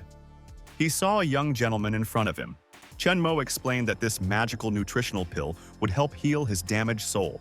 He asked the old man to try to recover his strength as quickly as possible. The old man immediately thanked the gentleman for saving him. He bowed before him and told the master that he was grateful to him for his generosity in saving his life. Chenmo replied that it seemed like the heavenly nutrient pill had helped him improve his cultivation. If it weren't for the limited time and insufficient spiritual energy, he would have already entered the transformation realm. The old man replied to his master that he was confident that he would be able to break through to the level of Grandmaster within 3 months. Chenmo told the old man that there was no need to wait so long and he would help him achieve it right now. The main character approached the old man who was sitting in the lotus position and asked him to start using the technique for cultivation. He immediately agreed and closed his eyes. The gray-haired old man began to meditate slowly. The boy said, as he approached the old man, that when his chi was completely stabilized, then he would be able to become a master. The old man exclaimed that he was floating in the air and had reached the pinnacle of the transformation realm. He fell on his knees again before the master and said that he could never repay him for his endless kindness. Chenmo replied that there was no need to talk about it and asked the old man to get up and get ready, as he would go with him to Johnhai tomorrow morning. Meanwhile, the girls felt an incredibly powerful aura. They realized that Chen Songzi had already become a master. The girl thought about how just a month ago the old man was an ordinary person like her. Now he has become a person who stands at the top of the martial arts world. No matter whether you are the most beautiful girl or not, there is no way to escape old age, illness, and death. Only by following Chenmo can she control her destiny. The girl asked the southern lady where she was going. Meanwhile, the main character and the old man turned in her direction. The southern lady saw the protagonist in the room and called him by name. The boy turned towards her and asked the girl what happened. She immediately fell to her knees in front of him and explained that she wanted him to become her teacher. As long as he teaches her, she is ready to pay him any price he asks. Chenmo thought that there was some misunderstanding. He told the girl that her determination was commendable, but she still lacked tenacity. The southern lady replied that from that day on, she would become his servant and take care of him. She would bring him tea and water, make his bed, and fold his towels until he agreed to make her his apprentice. The girl was very surprised and asked the lady if she really knew how to serve others. The main character took a breath and said that he was afraid she was not as good as she thought. And now the boy was already sitting on the sofa in the room in the lotus position with his eyes closed. He felt the southern lady enter his room and she looked closely at the boy. He continued to sit in the lotus position, and when she lay down on his bed, he glanced at her, a little embarrassed. The girl was lying on the sofa, and the main character moved to the chair and continued to meditate. A gray-haired old man and a girl who served her mistress knocked on his door. The guys thought something completely different, and the boy told them, a little upset, that it was all gossip and that they shouldn't think anything bad. The southern lady also went out the door and told her comrades that nothing of the sort had happened. Then the girl exclaimed that this was amazing, and if it had been any other man, she was afraid he would have groaned and pounced on her. In front of us was the tall building of Manhwa Group, Johnhai, which was shining in the rays of the sun. The main character entered the room with the southern lady and the gray-haired old man, and, after greeting them, explained that he was looking for the chairman. The girl who was at the reception asked if he had an appointment with him, after which, having apologized, she said that he had to make an appointment first. But suddenly, a girl with a guy appeared in the room and addressed the main character. Wenqing, Li Sufang's adopted daughter and Chenmo's older sister, asked the boy what brought him here. When he arrived, and why he didn't call her first, the boy replied that he wanted to surprise her and her mother, but he didn't expect to have to make an appointment. Wenqing told the boy that this was the company's rule and asked him not to pay attention. The chairwoman was out of town. She was on a business trip, so she would prepare everything for him. Chenmo explained that his friends had also arrived with him, so he hoped that Sister Wenqing could take care of them too. The girl looked at the gray-haired old man and thought about the fact that there are still people who dress in such clothes. She approached the southern lady girl and asked who she was. She smiled and asked the boy if this girl was his. Chenmo replied that she was just his classmate and asked him not to misunderstand him. The guy who came with Wenqing asked her if this was the same worthless son of Chairman Li. The girl asked Qi Ruibin to call her by her full name and not to insult Chenmo. The protagonist thought of Qi Ruibing. He had some memories of this person, and he is the son of the board member of Manhwa Group, and he has always kept an eye on Wenqing. Qi Ruibin said that he was always at the bottom of the rankings in both junior high and high school, and he was a waste of time. Wenqing became even more angry and asked him how he dared to bring this up again. The boy then told her to watch her language, otherwise he could not guarantee that his father would stop investing his money. Wenqing told Qi Ruibing that if he dared to threaten her with the company's interests, he should be prepared for the fact that Director Qi would be forced to answer for his words and actions. But the guy did not calm down and, moving his eyebrows towards his nose, said that in any case, he had already said his word. Chen Mo walked up to his sister and asked, "Since when did the Manhwa group allow outsiders to boast of their authority and strength in this way?" He hugged the girl around the waist and asked her to go as he wanted to stay in the presidential suite. Shi Bin got angry and asked how they dared to ignore him. He decided to teach them all a good lesson at the summit tomorrow. Wen King told Chen Mo that the chairwoman had just purchased a plot of land for development. However, several banks that had agreed to lend them money suddenly changed their minds, causing the financial chain to break. There was not a single company in the entire region that wanted to do business with them. The chairwoman thought that someone might be targeting their company, so she went on to negotiate financing. Then the main character looked at the girl and asked if the summit would take place tomorrow. Wen Kin replied that yes, he would be there tomorrow. The chairwoman would have to return for the summit, and she would definitely take him with her. First, he should rest, and she will return to her office and work a little. Chen Mo asked Sister Wen Ting not to worry about it. He was sure that all the problems would be easily solved tomorrow. The girl smiled and replied that, of course it would be so. Chen Mo thought to himself that for the sake of the chairwoman and Xiao Mo, he would definitely try to keep Manhwa group afloat. He decided that with him, all the problems of this group would certainly be solved. A huge fire broke out near a huge building. The fire kept rising higher and higher. Will people be able to get out of there? One of the firemen told the captain that the fire was spreading inside the building. Their chances were only going to reach the second floor, and he was afraid the upper floors would all burn down. The captain asked to stay here and monitor the evacuation. The rest of the group will go with him and try to save as many people as possible. But one of the boys asked the captain to stay here and said that he himself could go. He gave the command to listen to him and carry out the order immediately. Meanwhile, the main character watched this terrible fire from the side. Chen Mo exclaimed that the fire was too fierce so he could help them. The boy began to use his abilities in the form of 3,000 merciless waters. There was a powerful flash, and many bright lightning bolts touched the building where the fire was located. Suddenly, a heavy rain began and lightning continued to strike, hitting the building. People began to shout that it was raining and that the heavens had blessed them. This is just an incredible rain that started at the right time. It is raining only in a radius of 10 meters above the building, and it is too strange to be a coincidence. In front of us is the security office, namely the observation room. The man told the guys to be careful and continue searching the area. Kong Daeyun, the city's mayor, explained that the rain was falling very strangely and that someone was clearly controlling it. Here he asked to zoom in on surveillance camera number 9 as soon as possible. They zoomed in on the shot of the main character standing and pointing a blue ball towards the building. Jin Yanyu, the mayor's secretary and one of Jin Zhongying's grandsons, noticed that it was him. Kong Diong asked the boy if he knew this person. Jin Yanyu replied that he did. The man said that today's case was classified as a Class S secret. Anyone who leaked the information would be punished with a fine for espionage. Meanwhile, the main character was already sitting in the room in the lotus position, continuing to meditate. The boy felt with all his gut that they were here, and his eyes glowed yellow. The girl entered the room and asked the little rascal to leave the room. Wen Qing told the chairwoman that he might not even be awake yet. Chen Mo asked his mother if she was too strict with him. The woman started yelling at him, calling him a scoundrel and asking why he was sitting there instead of studying. And why did he bring Yan Qingchen with him? Isn't he afraid that the Yan family will be angry and disapprove of their relationship? The boy explained to his mother that it was she who insisted on going with him. The mother started screaming that it was all nonsense, and of course he was just taking advantage of the girl. The gray-haired old man peeped through the door and said that it seemed that she was the only person in the world who could beat the master so hard. Only his mother can do this. Suddenly, a southern maiden appeared in the room and turned to her aunt, noticing that she was already there. The mother asked if she was Yan Qingchen. She really is as beautiful as her name suggests.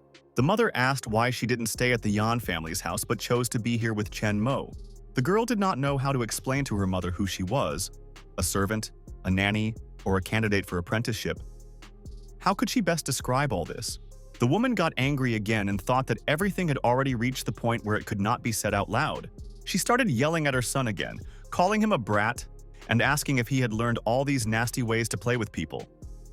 If he thought he had enough brains to get involved with the Yan family.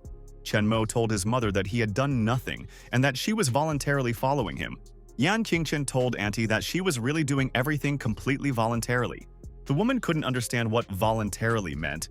Did she really mean to say that she wanted this brat to play with her? Then she asked him to forget and said that she does not understand what they young people do to each other. But she asked him to be careful and not to complicate the relationship between the families. Chenmo was upset and said that his mother had misunderstood something again. The woman asked them to get ready and said they were going to the Johnhai summit.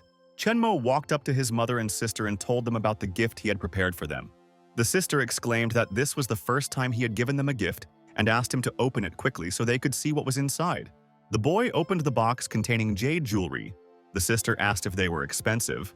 The main character asked his mother to remember that they needed to be worn all the time. He repeatedly insisted that his mother wear them without taking them off, and she immediately agreed. Little sister thought that Chen Mo had become such a good boy, and that it was really great. In front of us rises a huge light-colored building of a luxurious multi-room hotel. And finally, the Manhwa group representatives arrived. It is worth mentioning that there are many beautiful women in their family.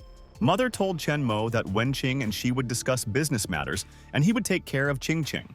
She asked him to try not to cause trouble. The boy replied to his mother that he was a good boy number one and what kind of trouble could she talk about. He thought about how he really wanted to go to the Johnhai summit in his previous life, but now he thought it was a rather boring event. Fame and money are worthless, but strength is the best means. Chu Wenxiang and the others have also arrived. Also, quite strong martial arts masters arrived here, including masters of some sects. The woman picked up the microphone and said that she would now like everyone to applaud and welcome the chairman of Guanghan Group. The woman pointed towards the man who waved his hand at the others and called him Mr. Wang Changru. The man said that it was time for the daily summit of Johnhai again. They were all elites from different walks of life, and they were the ones responsible for maintaining the entire economy of Johnhai. Therefore, he asks that they not hesitate to express their thoughts and communicate with each other so that we can work together to develop Johnhai. The boy approached the chairman and exclaimed that he had made a good speech. Wang Changru told Mr. Wang that he was too kind and asked him to take a seat. Another guy came up and shook the chairman's hand and said that he hadn't seen him for a couple of days and he looked very young again. Wang Changru told Brother Liu that he heard that he had been seriously ill a couple of days ago, but judging by the fact that he was here, he was recovering very quickly. The woman closed her eyes and told Mr. Wang that she had not seen him for a long time and he still looked more handsome. But the man looked towards the woman and turned away without saying anything. She wondered why he was ignoring her and felt a little upset. Wang Changru asked the people around him to sit down.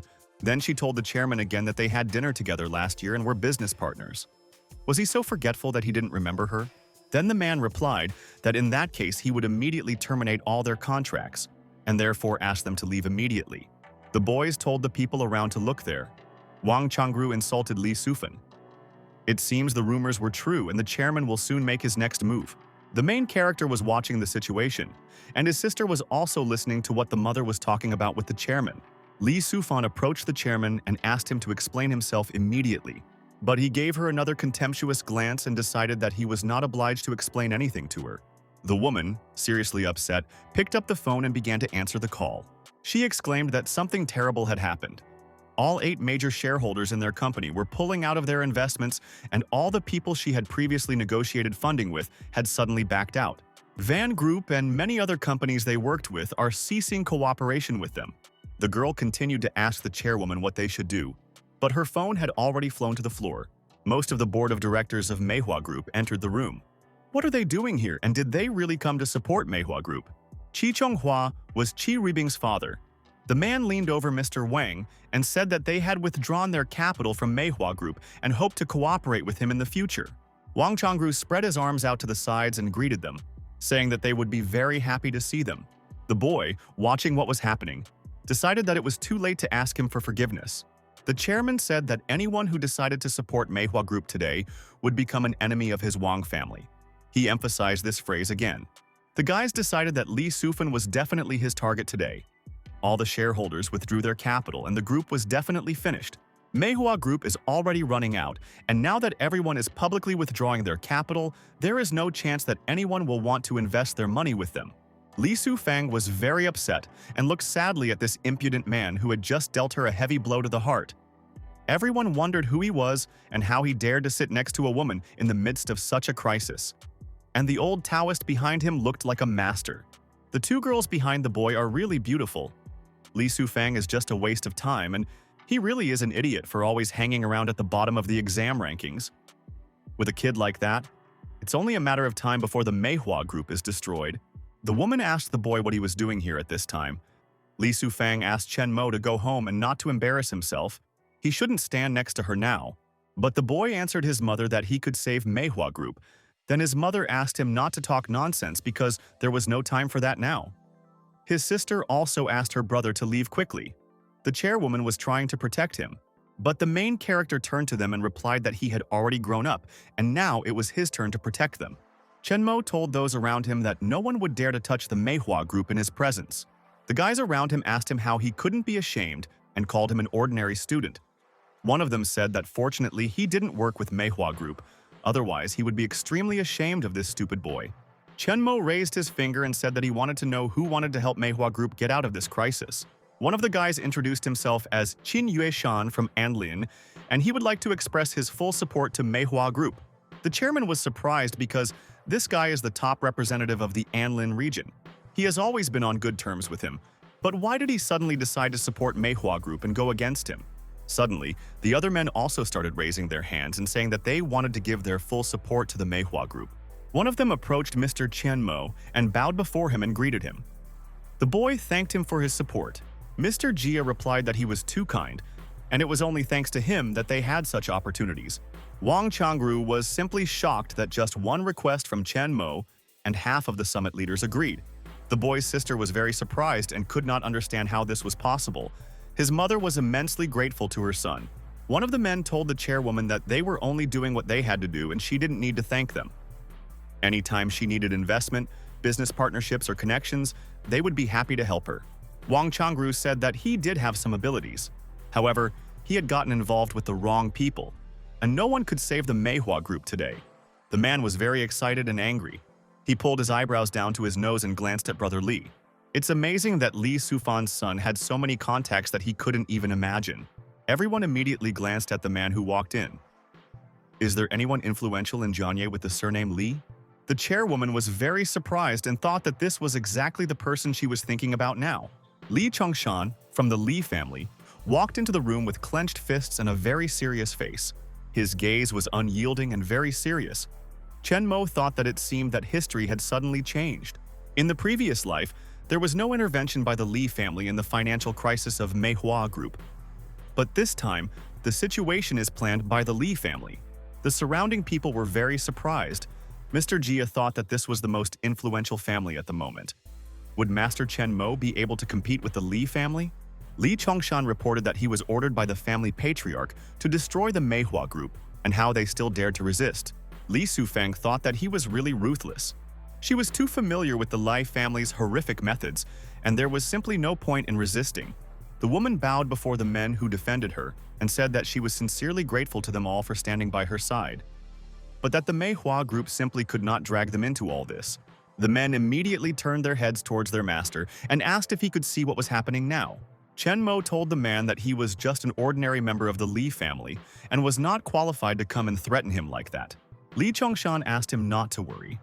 The family patriarch had already found someone who could deal with him.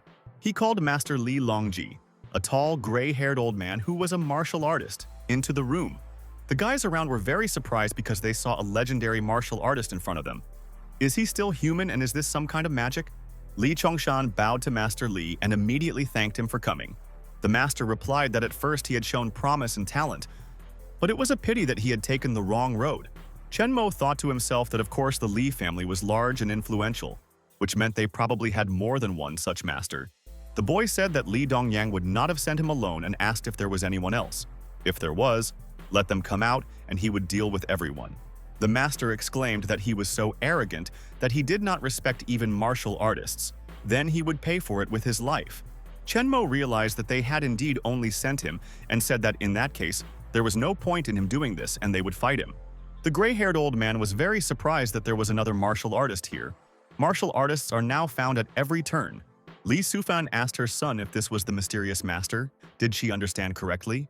The white-haired old man exclaimed that he didn't expect that there would be a master next to him, but he was so confident that that master would be able to protect him. Chen Mo said that right now he was not trying to protect him.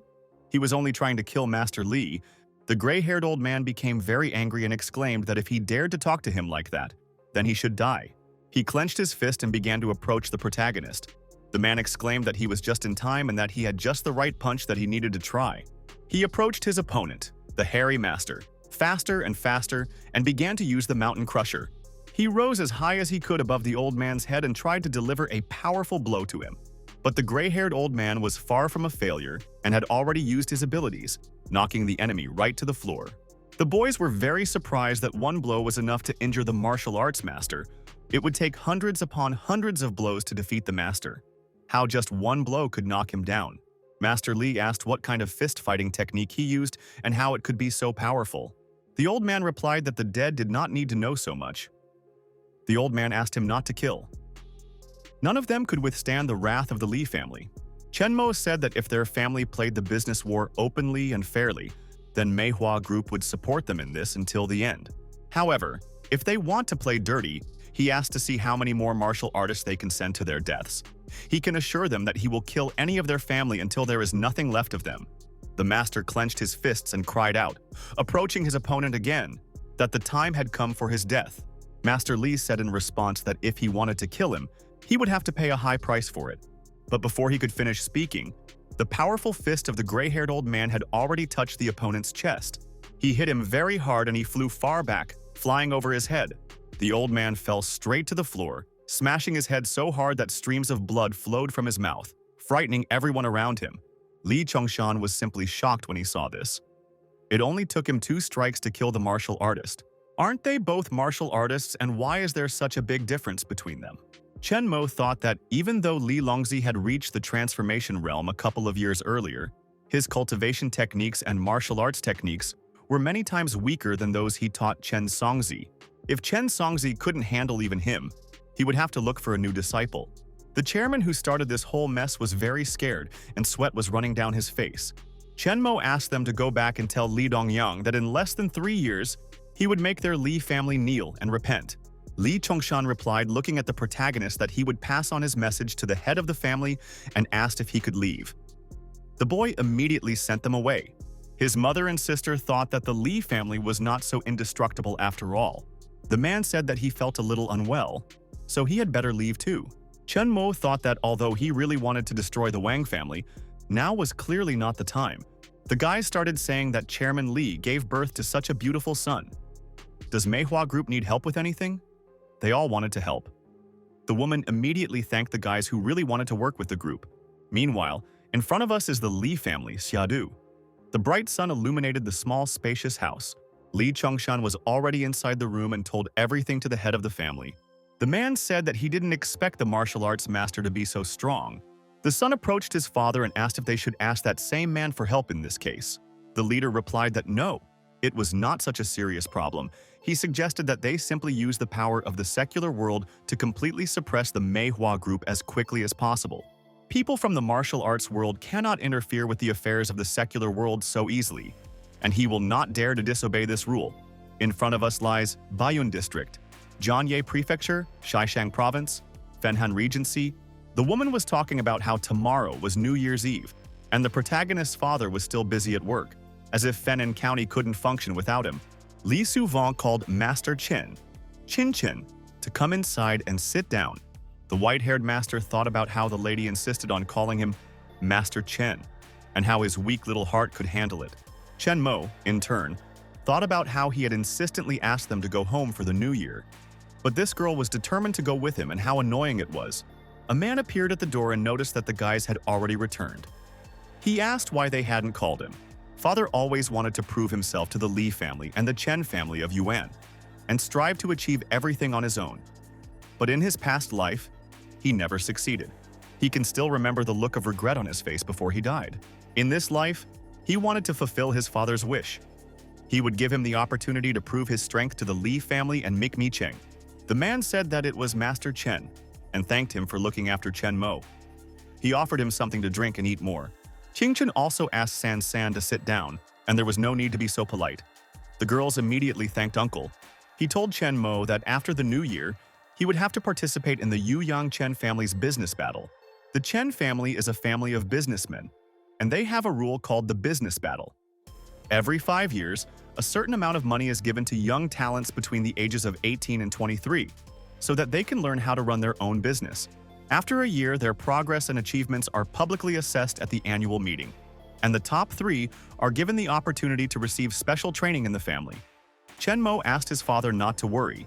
He will definitely take first place and he will be proud of him.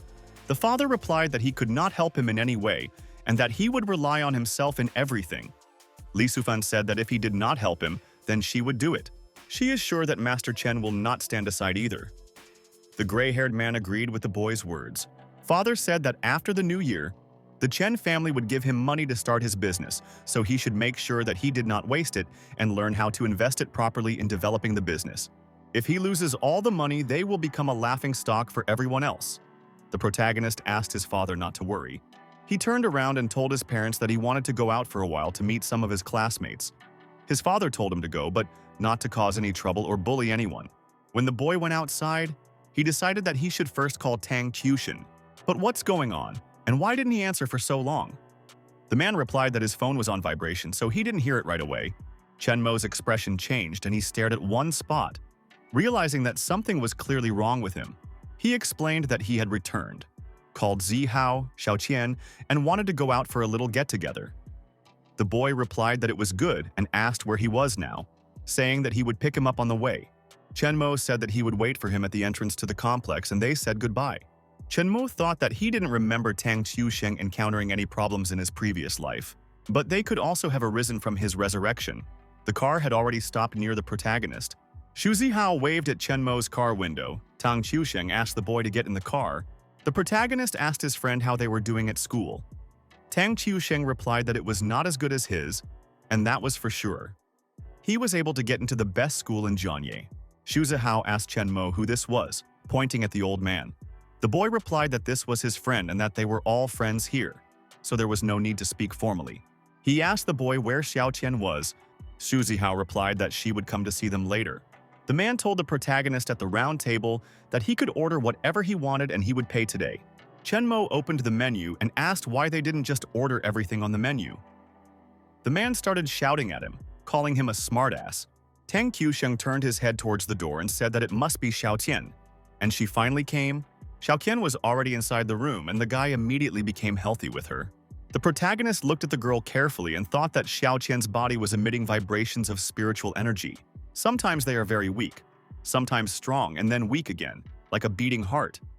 It turns out that someone planted a demonic seed in her body a long time ago. Demonic seed, a powerful technique of the heavenly demon clan to sow demonic seeds into Taoist hearts. After it germinates in a woman as its host, the demonic seed is absorbed by the cultivator through the method of extracting yin and replenishing yang. This greatly increases his cultivation level, and the woman acting as a vessel loses her blood and becomes a dried corpse when the demonic seed is extracted. In his past life, Xiaoqian disappeared without any reason, and he is afraid that her life will end like this. Chen Mo kept thinking that in this life, he would never allow something like this to happen. He extended his hand to the girl and exclaimed that they had not seen each other for a long time, and asked her to sit down. He himself thought that right now, what was in Xiaoqian's body was just a demonic seed planted using this technique, and he could easily take it out. He would really like to know what kind of freaks are responsible for this.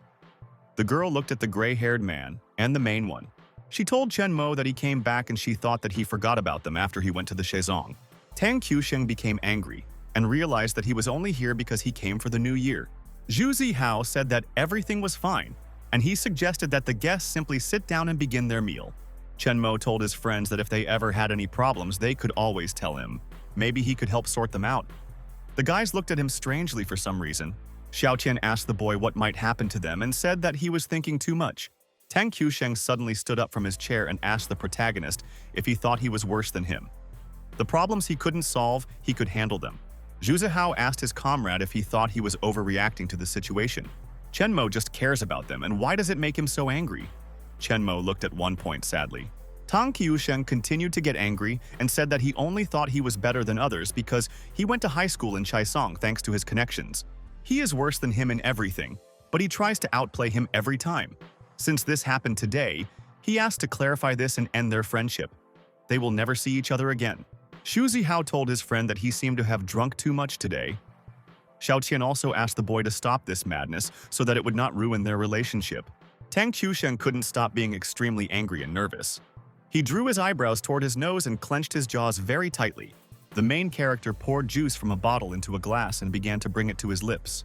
He first looked carefully at his comrades, and then at this glass, after which he very calmly lifted it up and drained it to the bottom without saying anything to the guy. Tang Qiusheng clenched his jaw and became even more angry at the protagonist again. He took the bottle that was standing on the table and tipped it over, drinking it to the bottom.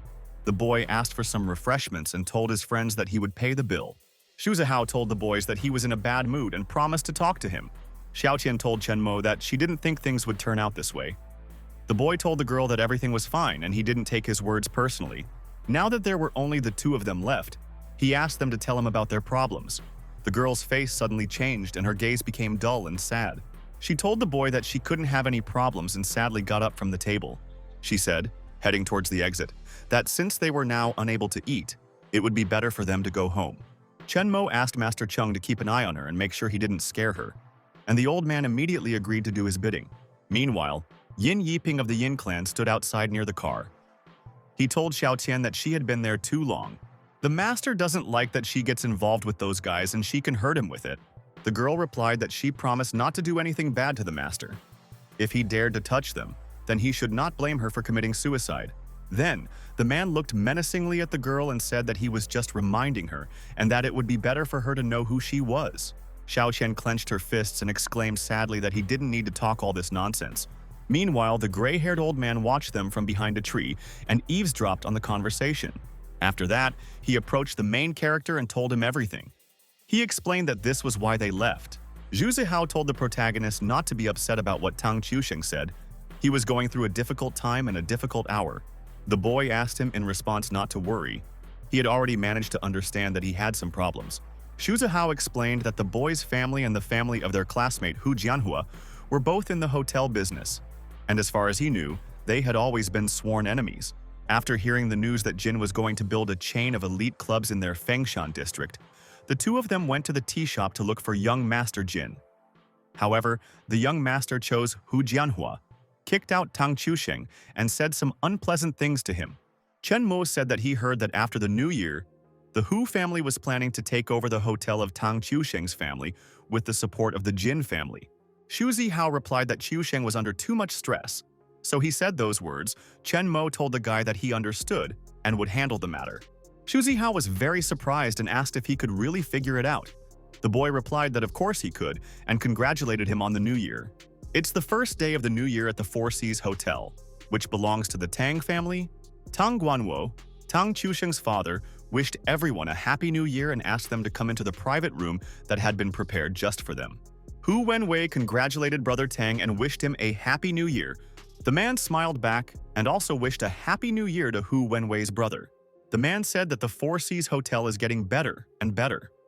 The other man said that Brother Hu was joking and that this place is still far from being good. Hu Jianhua said that it was very good that they judged him correctly. Compared to their imperial hotel, their hotel was more like a public toilet. Tang Guanggo told Brother Hu Jianhua that today was the first day of the new year, and how about talking about it after the celebration? Hu Wenwei did not let up and exclaimed that he had no other choice. Young Master Jin instructed him to unite all the hotel businesses in Fengshan County as soon as possible, so he had to live up to his expectations. He explained that Mr. Jin was offering 3 million for the hotel. Tang Guanggu got angry and exclaimed that their hotel was worth at least 20. Hu Jianhua also said that 3 million was more than enough. Otherwise, who would dare to go against Mr. Jin and still come to their crappy hotel? Tang Guanggo exclaimed that the Four Seas Hotel was the result of his hard work for more than half his life, and he had no intention of giving it away.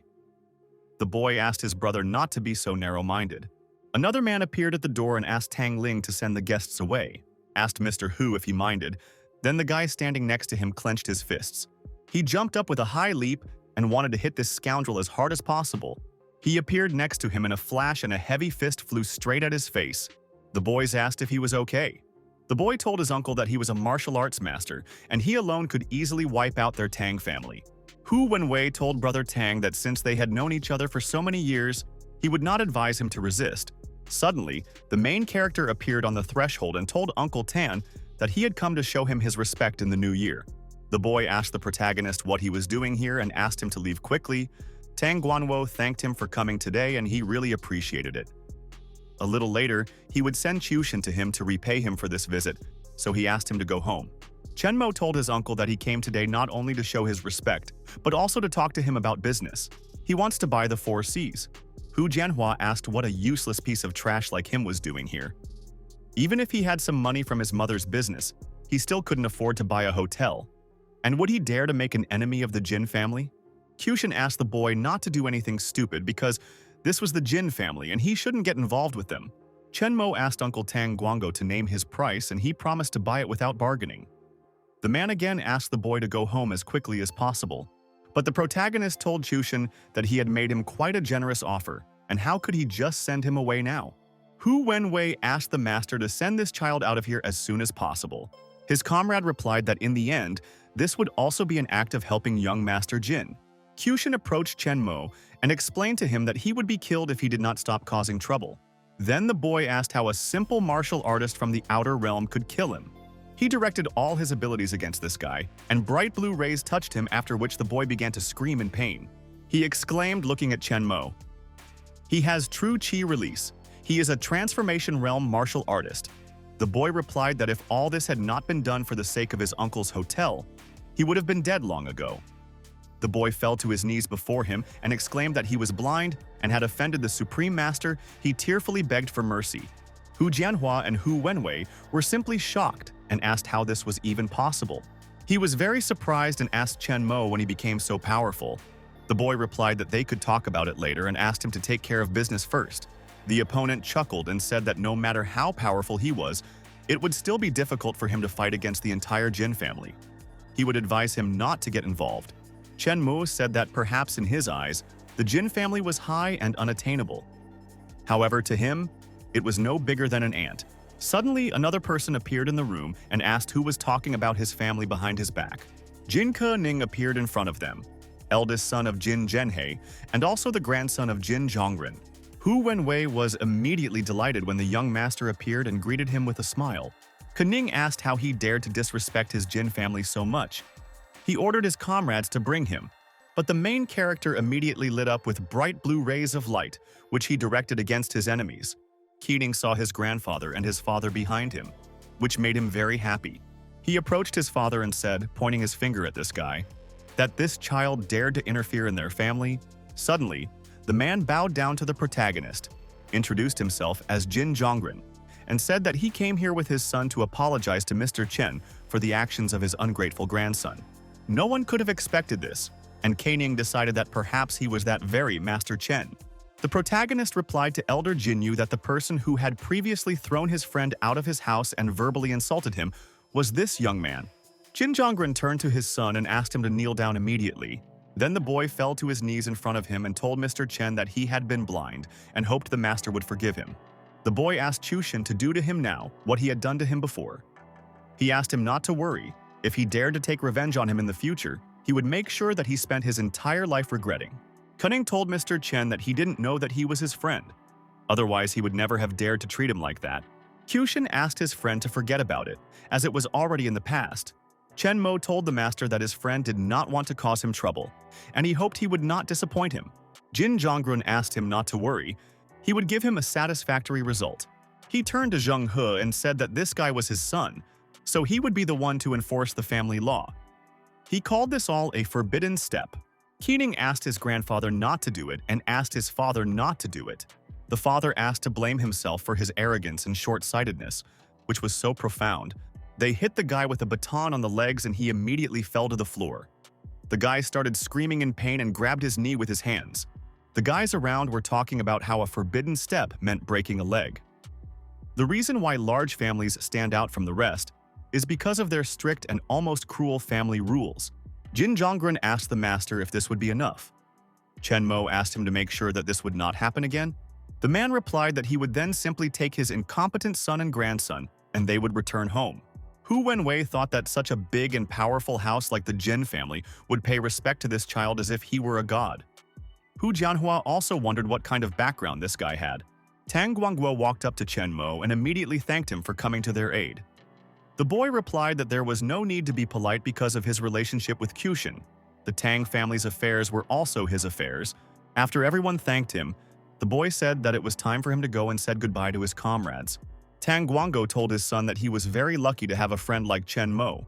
The guy understood that it was she who said that from that moment on, they were in different worlds. Meanwhile, it was already dark outside and a black car drove up to the gate. The man approached his brother and asked if the right time had come. The brother replied that it had arrived and asked him to put all his things in the car because they were leaving immediately. The guy's name was Ying Yixun, and he was from the Yin sect. A gray-haired old man appeared in the room and asked the boys if they wanted to leave. Lian Chenyu from the spiritual sect asked the guys to leave the spiritual maiden here. The man became really angry and asked if he really came here to steal their Yin sect maiden. Lian Chengyu replied to Ying Yixiong that she was obviously a spiritual maiden of their sect, and he was wrong. Ying Yixin got really angry and asked if they really wanted to take her away from them. In that case, he promised to kill him now. Lian Chenyu said that the Yin clan's energy body refining technique was not worth his attention. A round, glowing blue ball appeared in the hands of the gray-haired old man. The old man suddenly turned into a huge stone monster that looked like a tall, bulky block. The boulder towered over its opponent and landed a powerful kick directly on the man's body. The girl who was watching from the side decided that all these people were trying to give her away as a gift, so it would be nice if they all died. Ying Yixiong told Lian Chengyu that she was first discovered by their Yin family. She is a maiden of their Yin clan, and he cannot take her away. Lian Chengyu replied that, given the fact that they were of the same lineage, he would spare their lives. However, if he dared to try to stop him from taking her back with him again, then he should not be blamed for his ruthlessness. Chenmo thought about the fact that the spirit sect was perhaps an ancient immortal sect. Perhaps there would be some hidden things that he could use. The main character thought about this sect and headed towards where they were. When Lian Chenyu saw the main character, he asked who he was. The girl became even more frightened and blushed a little, asking why he came here. She asked Chen Mo to leave quickly, but the main character asked the gray-haired old man to let her go and take him to meet their young patriarch. Lian Chenyu looked at the boy carefully and asked if he was a martial arts practitioner. He gave the command to his stone monster to approach the enemy and immediately trample him. The monster was already approaching the boy. Raising its leg above his head, Chen Mo decided to use the power of suppression against it. Bright blue rays headed towards the enemy and had already touched his powerful stone body. The stones began to slowly disintegrate and fall to the floor with a crash, breaking into small pieces. Lian Chengyu was simply shocked and wondered how he was able to disperse the spiritual power he had used. He asked what was going on here and approached the girl. The gray-haired old man extended his hand to her and asked her to come with him. The girl refused this, but the man continued to reach out to her with his vile hands. Before he could touch the girl, the powerful force of the protagonist pushed him away from her. The maiden was very surprised and cold sweat ran down her face. Chenmo approached her and asked her if she was scared. The girl replied that she was not, and that deep down she was truly happy. This old man deserved to die. Ying Yixun was already kneeling with his hands raised up and asked the boy not to kill him. He was saying that they were ready to surrender. Chenmo replied that they were obliged to answer any question he asked, and they should know what the consequences would be if they lied. The boy replied that he definitely did not dare to hide anything. It turns out that the Yin spiritual sect was originally discovered 200 years ago by a poor scholar who happened to come across a cultivation technique. It is not some ancient immortal sect.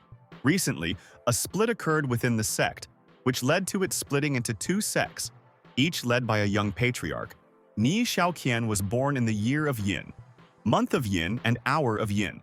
She is the greatest Yin woman recorded in the texts of the spiritual Yin sect. The Ying family and the Lian family both wanted to offer her as a sacrifice to their young patriarch. Chenmo asked about the demon seed and who exactly planted it. The guys started to deny it and said that they really didn't know anything about it. The protagonist realized that it seemed like they really didn't know anything about it. The boy handed 2 pills to the boys and asked them to eat them and take him to meet the young patriarch. Ying Yixun was very surprised by the high-grade pills. Chenmo said that he could heal them and also kill them at will. Did they understand him? The guys immediately began to thank the master and answered that of course they understood. This is the Tong Mountain Pavilion, and this is the very place where the entrance to the Yin spiritual sect mountain is located. This Tong Mountain Pavilion is full of very dense spiritual energy, and there are also traces of a deadly layer of energy hidden inside the mountain. The boy, looking inside, thought that this pavilion clearly had its own secrets. They approached the foot of the mountain and the main character decided to head to this mountain. The boys were already climbing higher and higher, slowly and confidently pursuing their goal. The main character was already almost at the top, and Ying Yichun pointed his finger towards the small exit. He explained that this was a guard peak, and behind it was the mountain entrance to the sect. Chenmo noticed that the energy in this place was much stronger, but there was also a higher concentration of evil energy. Xiaoqian was afraid that there was evil energy here, and said that it was no wonder that she felt very irritated and easily lost her temper. Chenmo took the girl's hand and said that she would feel better soon. The girl replied that it really worked and thanked him. This is the entrance to the sect's mountain, and once they approach it, they will be able to see a cave in the mountain. Ying Yixiong told the master that although they were also from the Yin spirit sect, they were only responsible for collecting resources for cultivation in the ordinary world. They were only in the inner part of the mountain entrance when they entered the sect more than 10 years ago, so they don't know if there are any traps or mechanisms there. Chenmo replied that it didn't matter, and he could easily destroy any kind of formation, no matter what type was used. The boys moved further and further and found themselves near a high slope and another entrance to the cave. Before they had time to get close, two guys jumped out from there and asked who they were. Chenmo replied that they were looking for their backward young patriarch to repay his debt. One of the guys asked how they dared to show disrespect to their patriarch and whether they were really seeking death. Before they could get close to the main character, he stretched out his hand forward, trying to resist his opponents. Just one movement and two guys started falling on their backs with a scream. Streams of blood began to flow from their mouths and one of them asked who he was. Chenmo asked to tell this useless trash to come out and meet him. More warriors appeared at the scene and surrounded the boys from all sides. They began to use the formation of the chain of death of the underworld surrounding the guests. Suddenly a voice was heard and someone asked if he wanted to meet him. The voice continued to say that he would have to go through them first. Ying Yixiong told the master that this was one of the most powerful formations of the Yin sect. It was created specifically to kill especially powerful enemies. The voice gave the order to his guys to leave the girl, but kill everyone else. The warriors told the main character that he would pay for this with his life. The old man was seriously scared of his master. He rushed to his aid and covered him with his body, protecting his master. The old man exclaimed that he had encountered more than a dozen enemies. Chenmo explained that this formation was created to gather the enemies together and repel their attacks. He asked them not to waste time and said that he would deal with them. The old man immediately said that it was his fault and he was still not good enough. The boy said that he did not blame him even though he had advanced to the transformation realm in his cultivation. He still needed to gain a lot of experience, so there was no need to rush. The voice came again in the darkness, and he said that the boy was just bluffing, so let him try to break his great education if he was strong enough. The guy thrust out his third form heavenly secret divine fist. He decided to suppress the sky and the earth and struck the stones with all his might. Emitting a bright blue light, many stones began to shatter into small pieces, falling down and hitting the walls. The warriors were simply shocked and were pushed far back by a powerful flow of force. The boys couldn't understand what kind of incredible power he had, and he was still human. The girl watched from the side and was surprised. Was Chenmo really that gifted? The voice said again that the child actually dared to kill the disciples of his Yin clan, and today, he would take revenge by killing the entire family. Chenmo exclaimed that his words were more than enough to exterminate his entire sect. Chenmo thought that in his previous life, the thing he regretted the most was that his family and friends were in a deplorable state. In this life, he will protect them and fulfill all their desires without fail. Xiaoqian grabbed her face with her hands, thinking that Chenmo was furious. He was really very angry, and it was obvious from his expression. The boys began to move further along the long cave, which was stone and cold. Ying Yixun and his comrade looked ahead carefully, expecting something unusual. Indeed, there was a fat man sitting on a bench in front of them, holding his hands on his stomach. It was the junior patriarch of the Yinling sect. He said that after he killed Chenmo, he would use the secret method of dual cultivation of Yangu. He added that he would be able to surpass even the sect leader. Then he would take the place of the Yinling sect leader. The protagonist asked if he thought he could kill him with the energy here. The man was very surprised how the boy was able to recognize her and where he was from. Chenmo replied that he didn't need to know and asked for an answer to the question. Was he responsible for the demonic seed in Xiaoqian's body? But when the younger patriarch did not understand what he was talking about demonically, the boy closed his eyes and decided that he did not know about it either. He exclaimed, pointing his sharp sword at the man, that in this case he could die. But suddenly the main character paused a little and looked at the guy thoughtfully. He couldn't understand how his arm was able to heal itself. He asked the fat man if he was a Taoist. But then he himself answered the question that he was not a Taoist after all. The younger Patriarch asked if he knew about his power and exclaimed that he could not kill him. He asked him to humbly surrender and reveal all his secrets to him, and he would then spare him. But Chenmo responded by throwing his sharp long sword again. The man smiled cheekily and said that evil energy was protecting his body. But the boy did not calm down and began to use other abilities against his opponent. Some evil energy could resist the heavenly slashing sword. He was very doubtful about it and decided to try his strength. But that impudent fellow smiled slyly in his face again, and the girl fearfully called out to her master. In front of them was the source of his powers, and many skeletons lay on the cold stones. The guys were very surprised when they saw these people who were from the army. The younger Patriarch exclaimed that it was so. The girl had noticed correctly, and only tough nuts like them were capable of feeding his strength even after his death. Xiaoqian said that she heard that more than 10,000 people were sent to the front, but none of them ever returned. People thought it was a heroic death, but they were all imprisoned right here. Chenmo said that they did not go to the front, but stayed here and became spirits. Then they turned into evil energy. The young Patriarch said that in life they were only weapons, but even after death they remained so. It was a pity that so few people died, otherwise he could have reached the highest level. The protagonist looked at his opponent and exclaimed that he was now definitely a corpse. But the boy spread his arms wide and exclaimed that he recognized his skill, but with this endless power of evil, he will be invincible to him and he will never be able to cope with him. The protagonist raised his hand up and a bright fireball lit up in it. He replied that in his eyes he was just an ant. Chenmo began to use the three-colored flame and quickly activated it. Bright yellow rays were directed towards the enemy. A bright yellow flame rose up into the cave, touching the very ceiling. The young Patriarch laughed very rudely and said that his body was impervious to fire. With this cheap technique he wanted to kill him. He asked not to even dream of doing it. But suddenly his gaze changed and he exclaimed that this fire was really hurting him. What was with this fire and why couldn't he put it out? The man continued to scream with a terrible scream as the flames devoured him. How painful it was, and he had made a mistake. He began to beg and plead for mercy. Chenmo asked to look at the corpses of those poor guys behind him, and maybe they would spare him. The young Patriarch continued to ask and beg for help and talk about how he was really guilty, calling the main character a master. He began to call the chief and say that he would definitely save him. In front of the boy was a branch of the innate spirit tree. It is a material for making first-class pills and magical artifacts. With its help, he will be able to grow an immortal body for himself. The boy took this small branch in his hands, and they heard someone's footsteps approaching them. In front of them was a guy in a suit who asked them to leave his seal alone and get out of here. Chenmo asked if he was the head of the Yinling sect. He asked if the guy had planted a demonic seed in his girlfriend's body. The guy replied that she had become just a tool to achieve a great goal, and she should be proud of it. Chenmo said that he would kill him now, and he would also be proud of it. Suddenly, a terrible, disgusting laugh was heard throughout the cave, spreading in all directions. The leader exclaimed that his jade technique had been perfected to the point that the yin and yang in his body had reached balance. Once he absorbed the demonic seed in her body, he would become the first god in 100 years. He asked if the boy still wanted to kill him. Chenmo asked him back and asked if he still considered himself immortal. The headman opened his mouth and smiled slyly. He had long, sharp fangs instead of teeth. He put his hand forward and jumped into the air, deciding to see what he was capable of as he approached him with an attack. The old man watching from the side did not even have time to see his movement.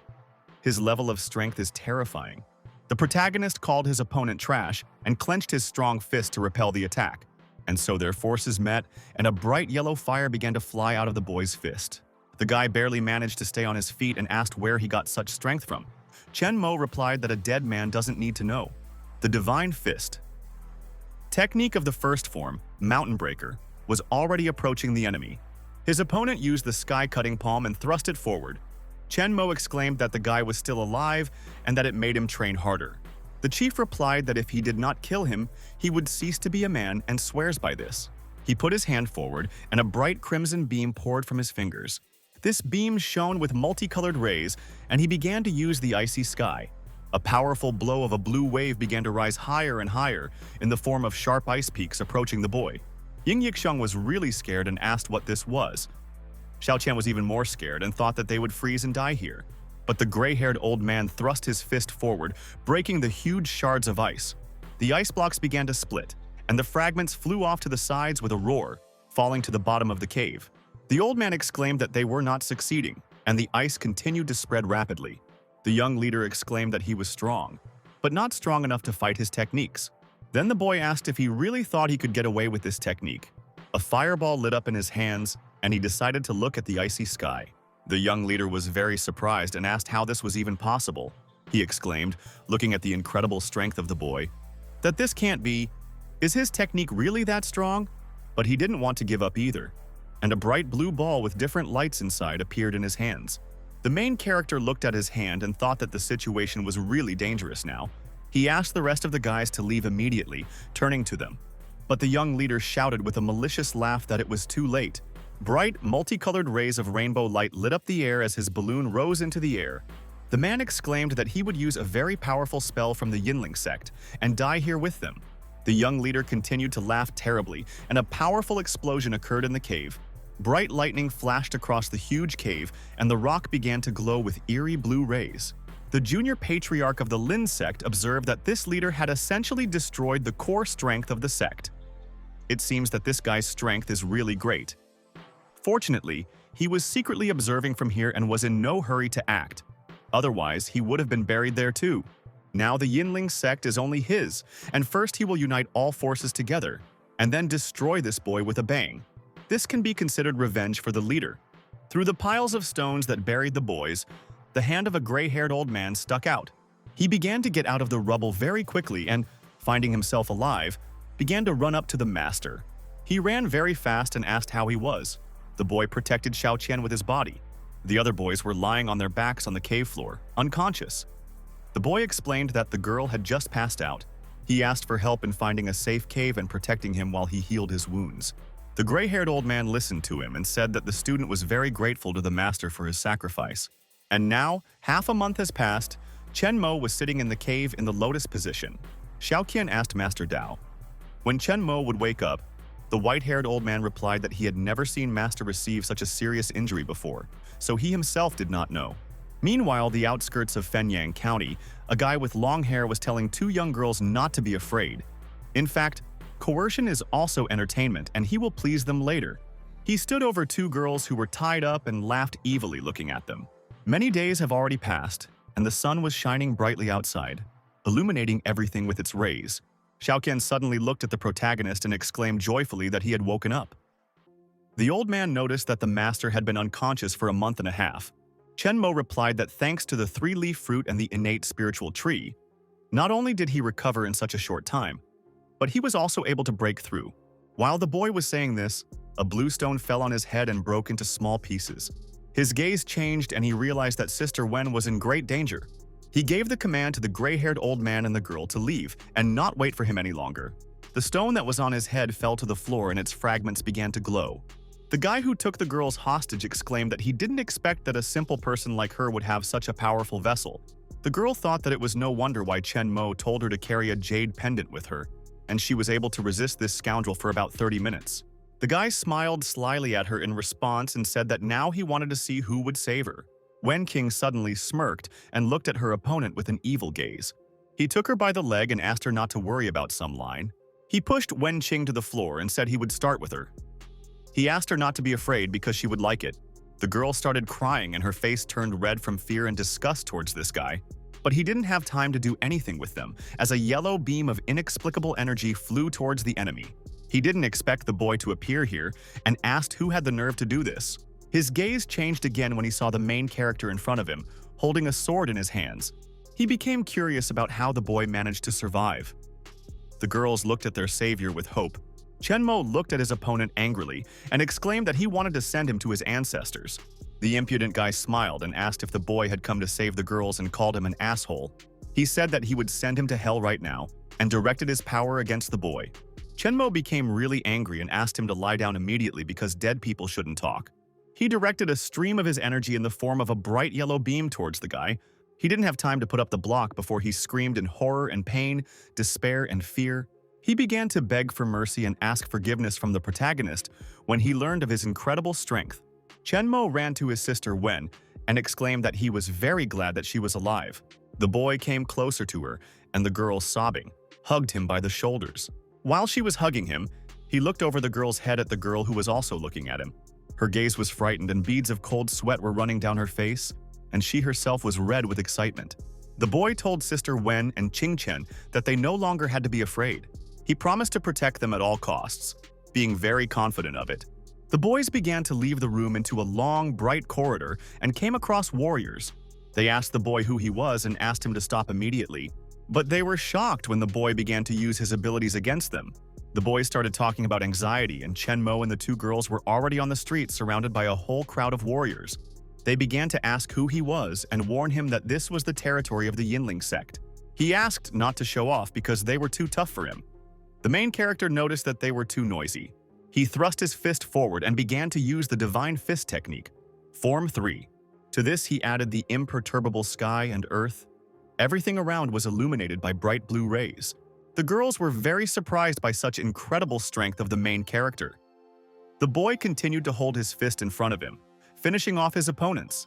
And now, the main character was already on the threshold of his house, and his mother exclaimed that he had finally returned.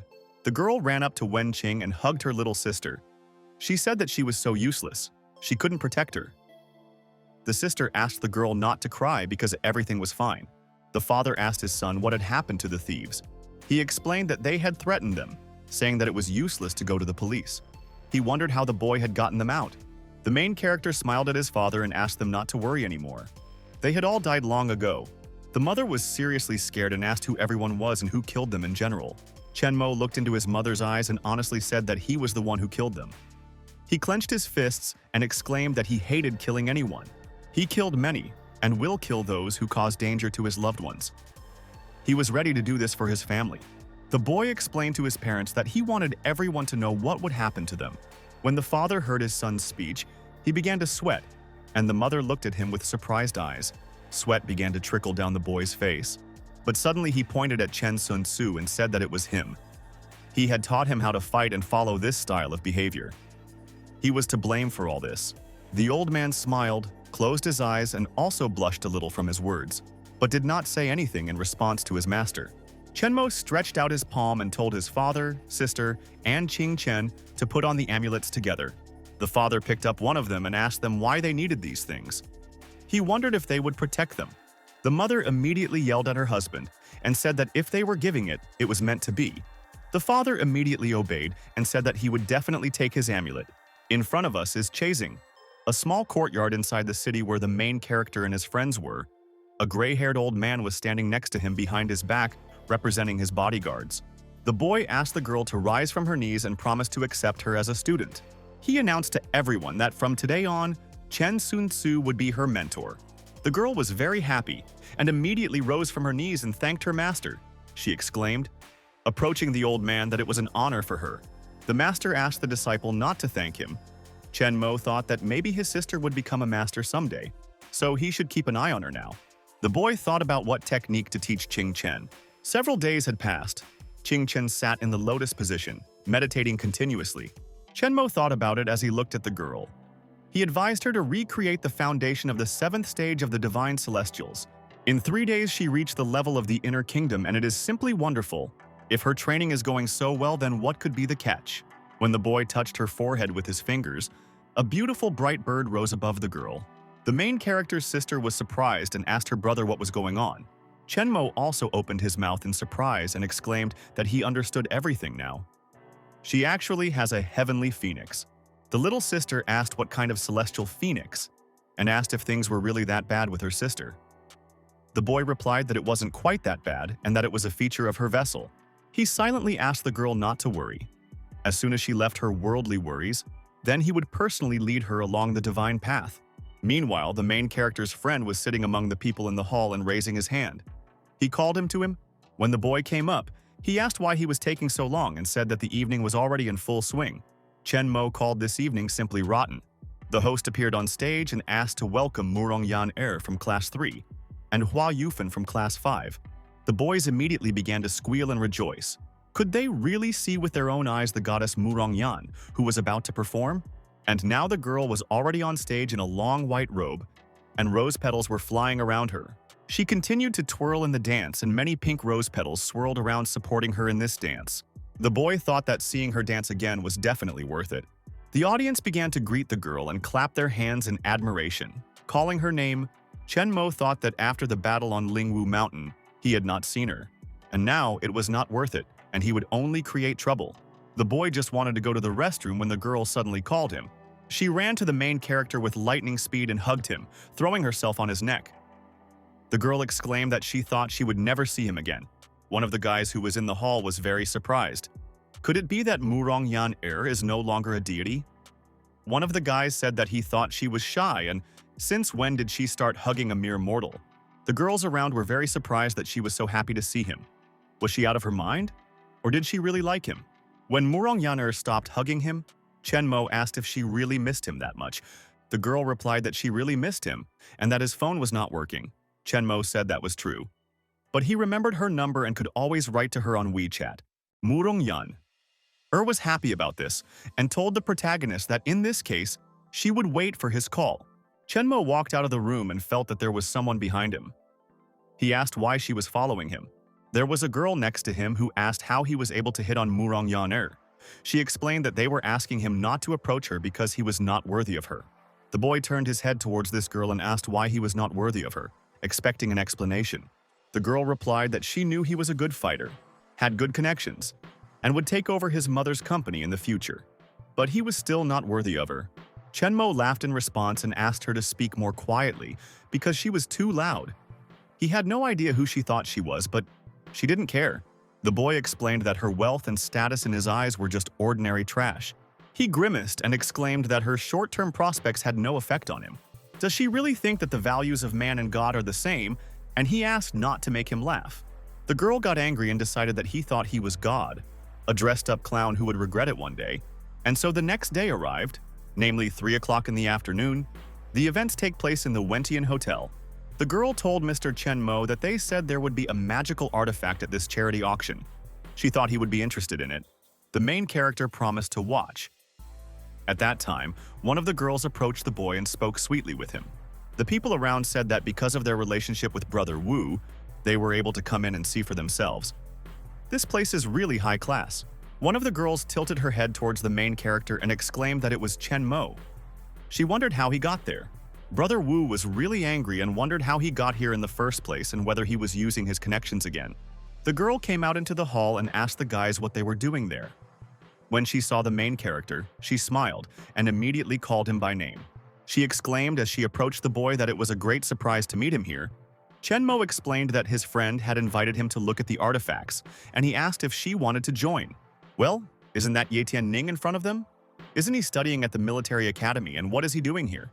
When the girl asked if they knew that he was already in the best squad, and now he had returned home, Mr. Ye is back and now someone will be very lucky. The guy glanced at the girl. He approached the main character and asked his brother who he was. The girl who had dealt with the main character before told young Master Yi that he was the same Chen Mo into whose arms Yang had thrown herself during the school celebration. Then the guy leaned over Chen Mo and asked how a small fry like him dared to talk to his girlfriend. Had he really lost his fear? Murong immediately asked Ye Tianning to stop lying. Since when did she become his girlfriend, calling him shameless? The main character asked her to just leave here, because some dog was barking here. Ye Tianning became very angry and asked how the trash decided to hide behind the girl's back. The boy smiled in response and exclaimed that it was very funny if a girl defended him, which meant she didn't care. But he couldn't understand it. The opponent clenched his fist and asked how he dared to be insolent to him, considering that he was clearly seeking death. But before he could get close to the main character, he sent him away. The enemy's gaze immediately changed and he stepped back far. Considering this simply impossible, he thought about it, and sweat trickled down his face. He couldn't understand why such a small fry suddenly had such a terrifying aura. The protagonist extended his hand to Murong and asked her to leave here. Well, suddenly, the enemy took out a gun and pointed it towards Chen Mo. The guys around were simply shocked when they saw that this guy had a real gun in his hands. Murong was also very surprised and scared. She asked Ye Tianning if he had gone crazy. Then the guy replied that he wanted to see if he would still be as cool even with a bullet in his forehead. Chen Mo thought that if he showed him off, he would kill him right away. Did he really dare to threaten him just now? The girl in the long dress, in horror, asked the guy to immediately drop his weapon and get out of here. Yi Tianning was surprised when he saw Jin Peiyun. The Jin family is above the Yi family.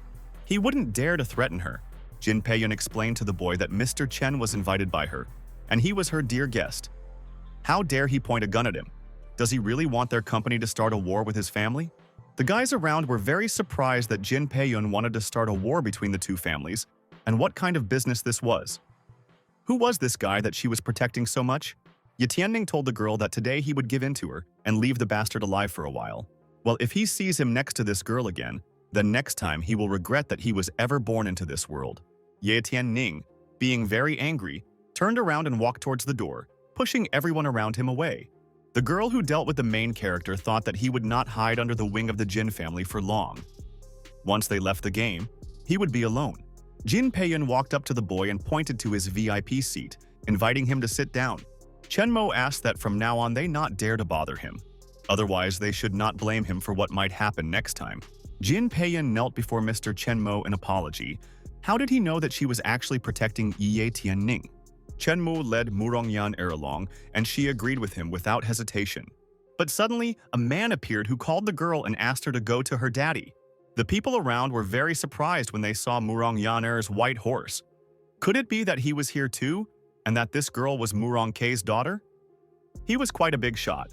The girl approached the man and greeted the gentleman, but he replied that it was okay to call her Miss Jin without formalities.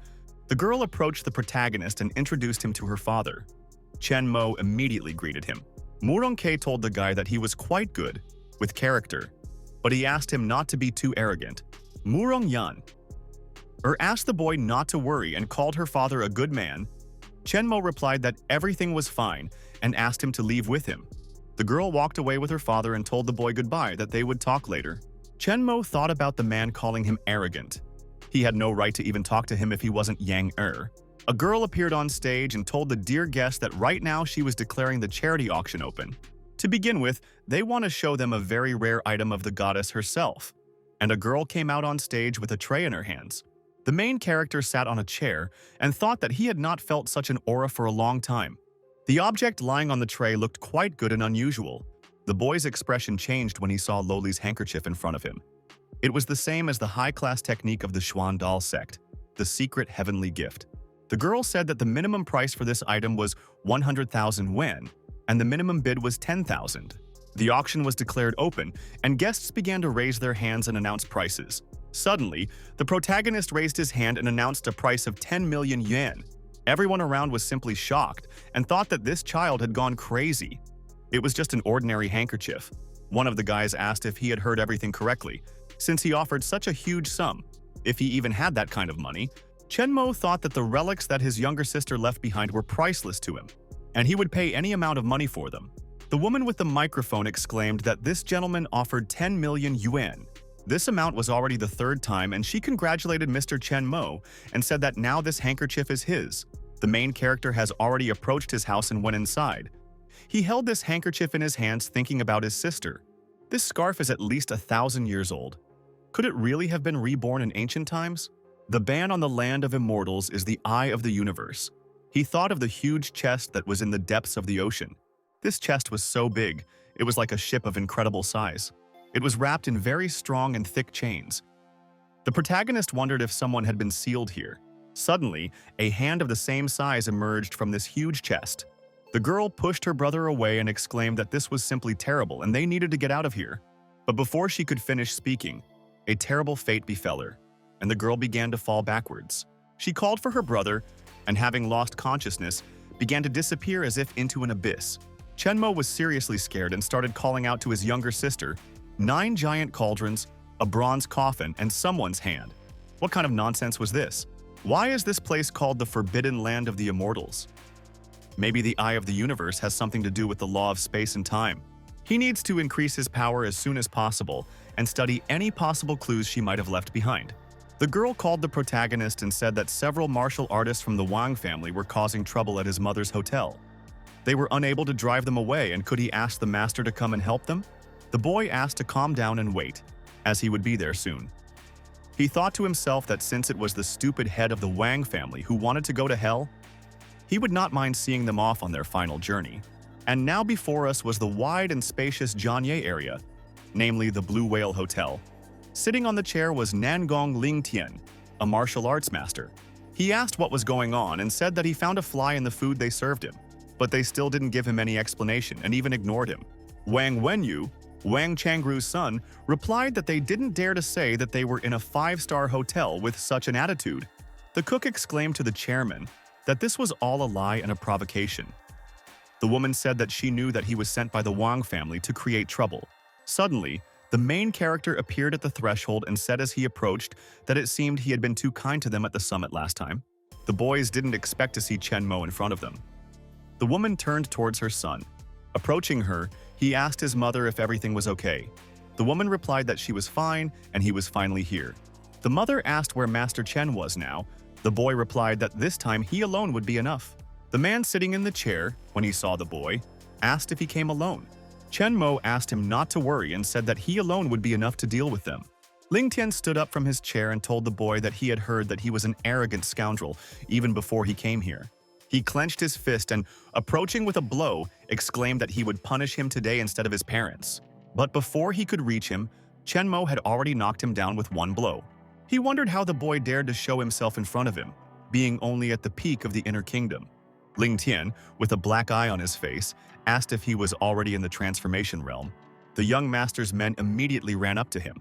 Ling Tian explained to his men that he was no match for him and that they needed to leave. The guy gritted his teeth and told the protagonist that he would remember today's shame. Chen Mo grabbed him by the neck and asked if he still thought he could leave. "And who does he think he is?" Ling Tian asked in return what he was trying to do to him. A blonde guy appeared in front of the boy and threatened the protagonist that if he dared to beat him, the Nangong family would destroy the Manhwa group. Chen Mo asked how he dared to threaten him, to which the guy replied that he was just warning him. Ling Tian told the boy that if his family wanted to kill him, it would be as easy as squashing an ant. He would tell him to take his hands off him, kneel down, and apologize. The fair-haired guy asked if the main character heard what the young master said and asked to let him go right away. He kept asking to let the young master go quickly. Chen Mo looked at him and decided that since he had caused him trouble, he would simply kill him. He continued to hold the scoundrel by the throat, and he had already begun to cough up scarlet drops of blood. The mother was seriously scared and called her son. The fair-haired boy started shouting and asking how he dared to harm the young master, threatening that the Nangong family would not leave him alone. Chen Mo approached the guy and said that he would wait for them. Well, how does he think he can just leave now? Then the blonde asked what he wanted to do and asked her not to dare touch him. He is from the secular world, and Chen Mo is from the world of martial arts. There's no way he could kill him just because of that. But the boy put his hand in his direction and said that it wasn't necessary to kill him. They could just break all his bones and then they'll see if he survives or not. The guy fell to his knees and began to moan in horror. Chen Mo asked to convey his message to Wang Zhang. If something like this happened again, he would destroy the entire Wang family. The mother and the girl approached the main character and they asked if it was true that he killed him. Chen Mo replied that in order to deal with such people, they must use any methods, which meant they must be ruthless. For them, killing one person is something out of the ordinary, but he won't care even if he has to fight against the whole world. The mother looked at her son with tears in her eyes and said that she understood him. The woman approached the boy, hugged him, and called him her little son. The guys from the side looked on with a little smile as the boy hugged his mother so sweetly. Meanwhile, inside the room, masked people were trying to save the life of one person's son. The man was seriously scared and cold sweat was running down his face. He asked the doctor how his son was. The doctor replied that he did not understand how this was possible, but all his bones were shattered, and where he had received such injuries, his son would no longer be able to move without a wheelchair. The boy asked his father not to worry about him.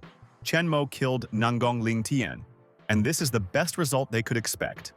From now on, let the Nangong family take care of him. The father asked his son to just rest and recover, and he would take care of the rest. This time, he would make sure that the little bastard paid for everything with his blood. In front of us was the wide, beautiful Luyampo Villa. The boys were near the clear Yangu lake. Suddenly, a guy appeared on the doorstep and asked with interest who they were. The protagonist replied that he knew that this villa belonged to Wang Changju, and now it would become his. The guy started stopping the guys and asked what they were doing. He exclaimed that this was private property and they weren't allowed in there. Chen Mo asked me to tell him that he gave him this villa, and to convey that he was Chen Mo. Before the main character could finish speaking, the guy immediately started running away in horror. The gray-haired old man also sent him away. The protagonist said that, as expected, worthy of the richest man in Johnhai, even the empty villa is full of luxurious junk. The boy asked Chen Songzi to tell Chu Wenxiang and Jia Jinggang to collect all kinds of spiritual stones and jades, regardless of size and price. Every 10 pieces of jade he would exchange for 1 Peiyun pill, and there was no limit to the exchange. He told the girls that they could choose any of the rooms they liked and that they would now live there. The girls were very happy about this, and the boy was already standing on the balcony watching the view. There is much more spiritual energy here. Also, the place is surrounded by mountains, and there is a lake. Quite a beautiful landscape. It was simply the perfect place to build a formation that would gather the heavenly spirits. A man was already approaching the boy. He continued to stand on the balcony and wait for the guest. Chen Mo asked if the guy had come to kill him and asked him to use his chance to say his name before he killed him. The guy had already approached him as close as possible and introduced himself as the Nangong family's blade, Gu Changfeng. The boy said that he shouldn't have provoked the Nangong family, and now it was time for him to die. Having said this, he began to use his abilities by raising both hands up and taking out a sword. Gu Changfeng decided to use the heavenly sword strike and clenched his jaw as he rushed into battle. Chen Mo in turn began to use the first form of the heavenly fist Shiuan. After that, he used the power of the mountain crusher, and everything around was illuminated by a bright fiery light, spreading in long, powerful rays. The guy screamed and began to fly back in horror, falling straight to the ground. When his opponent landed, the protagonist approached him and asked if he was still alive. He thought the guy was pretty strong. Meanwhile, Nangong Long, Ling Tian's father, appeared outside the door. He couldn't understand what just happened. Such a powerful sword technique, and how did he block it? The main character asked the man to stop hiding and exclaimed that it was his turn. When he heard the boy, he was very scared and his face changed. He immediately stepped back and asked the boy not to dare touch him. He explained that his father would kill him if the boy laid a finger on him. But before he could finish speaking, Chen Mo Tai knocked him to the ground with one blow. He told his opponent that if his father wanted to kill him, he would kill him first. When the boy went outside, he chuckled and thought that the old man had already run away. In any case, he didn't have long left. He eagerly wanted to see the strength of this man Nangong Yu, while smirking, and now a whole week has passed. The main character was standing over a whole pile of different stones. He picked one up and said that after all, these connections from the secular world were capable of something. Suddenly, someone called the boy. He picked up the phone and asked Murongyan if anything had happened. The girl explained that she was having a birthday party the day after tomorrow and wanted to invite him. Chen Mo agreed, and that was how they parted. He remembered that something bad had happened in the past during her birthday party. No matter what happened this time, he would not let her get hurt. The perfume collection pharmacy is complete. The boy thought that now no one will be able to enter the villa without his knowledge. In front of him stood a magic vase that glowed a bright blue color. Chen Mo decided that he could now begin his next task. Meanwhile, the girls were outside massaging the back of a man who was lying on a sun lounger. He suddenly turned his head when his name was called and asked who was there. Chu Wenxiang was frightened when he saw Master Chen and asked what brought him here. The boy explained that he had something for him, so he asked him to sit down. The man couldn't understand, because there were about 100 guards here. Not even a fly could fly past, and it felt like he was a ghost. When the boy started to open some bottle, the man asked what it was. Chen Mo continued to pour out the contents, saying that it was spiritual water. When he poured this water into a certain liquid, a green sprout began to emerge from it. There were several of these sprouts, and they turned into bright, beautiful roses. Chu Wenxiang was shocked when he realized that it was divine water. Chen Mo explained that the effectiveness of water is more noticeable on plants. The person will have to take it for a long period of time. It can prolong life and cure disease. The man immediately asked if it helps in curing diseases and prolongs life, and if it is not an elixir of immortality. He asked Master Chen if he was selling this water and asked him to tell him the price, promising to buy it without hesitation. Chen Mo replied that he wanted him to start a company selling a diluted version of this water. Then he could get 20% of the profits. Chu Wenxiang immediately agreed and exclaimed that he would do it right away. The man thought to himself that he would be very rich and would always have a supply of spiritual water in the future. He asked the master why he decided to sell this water if he didn't care about the money. Chen Mo replied that it was for one matter and he didn't need to know. Chu Wenxiang said that there was no problem, and he understood everything and would not be interested in it anymore. He turned to the master again and asked if the boy had come up with a name for the company. Chen Mo thought for a moment and replied that they would name it after Yangu Lake, so the name would be Yangu Elixir of Life. The man exclaimed that it was simply brilliant and a great name. It would definitely be a hit. After the main character finished his business the next day, he got on the train. The boy thought that the celebration for Yang Er's 18th birthday would be grand and would take place in Baima province. Suddenly, he heard whose voice it was, and a girl with some guy appeared in front of him. She asked him to give them his seat and asked if he heard her. She pointed at her brother and asked him to give up his seat, and she wanted to sit with him.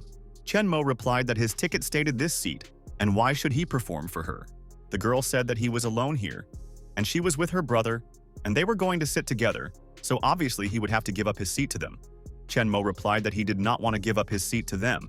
Then the girl turned to her brother and exclaimed that he had angered her and that he needed to be taught a lesson. He asked to forget and considered it his choice. If he does not want to give in, they should not make it up.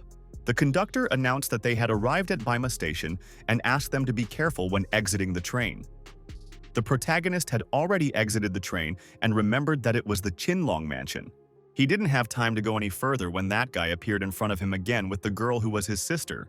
He told the boy that there were too many people on the train before, so he didn't touch him. Does he think he can just leave after that?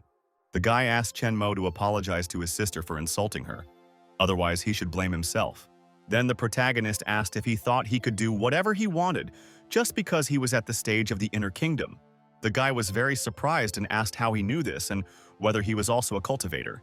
Before he could say this, the boy had already hit him with one palm and then fell to the floor. Chen Mo told the impudent man that if he hadn't hurried, he would already be dead. The guy grabbed his cheek with his hand and, gritting his teeth, asked what he was doing now. Chen Mo replied that he was not someone they could afford to mess with. The girl gave him a frightened look and asked what he wanted to do.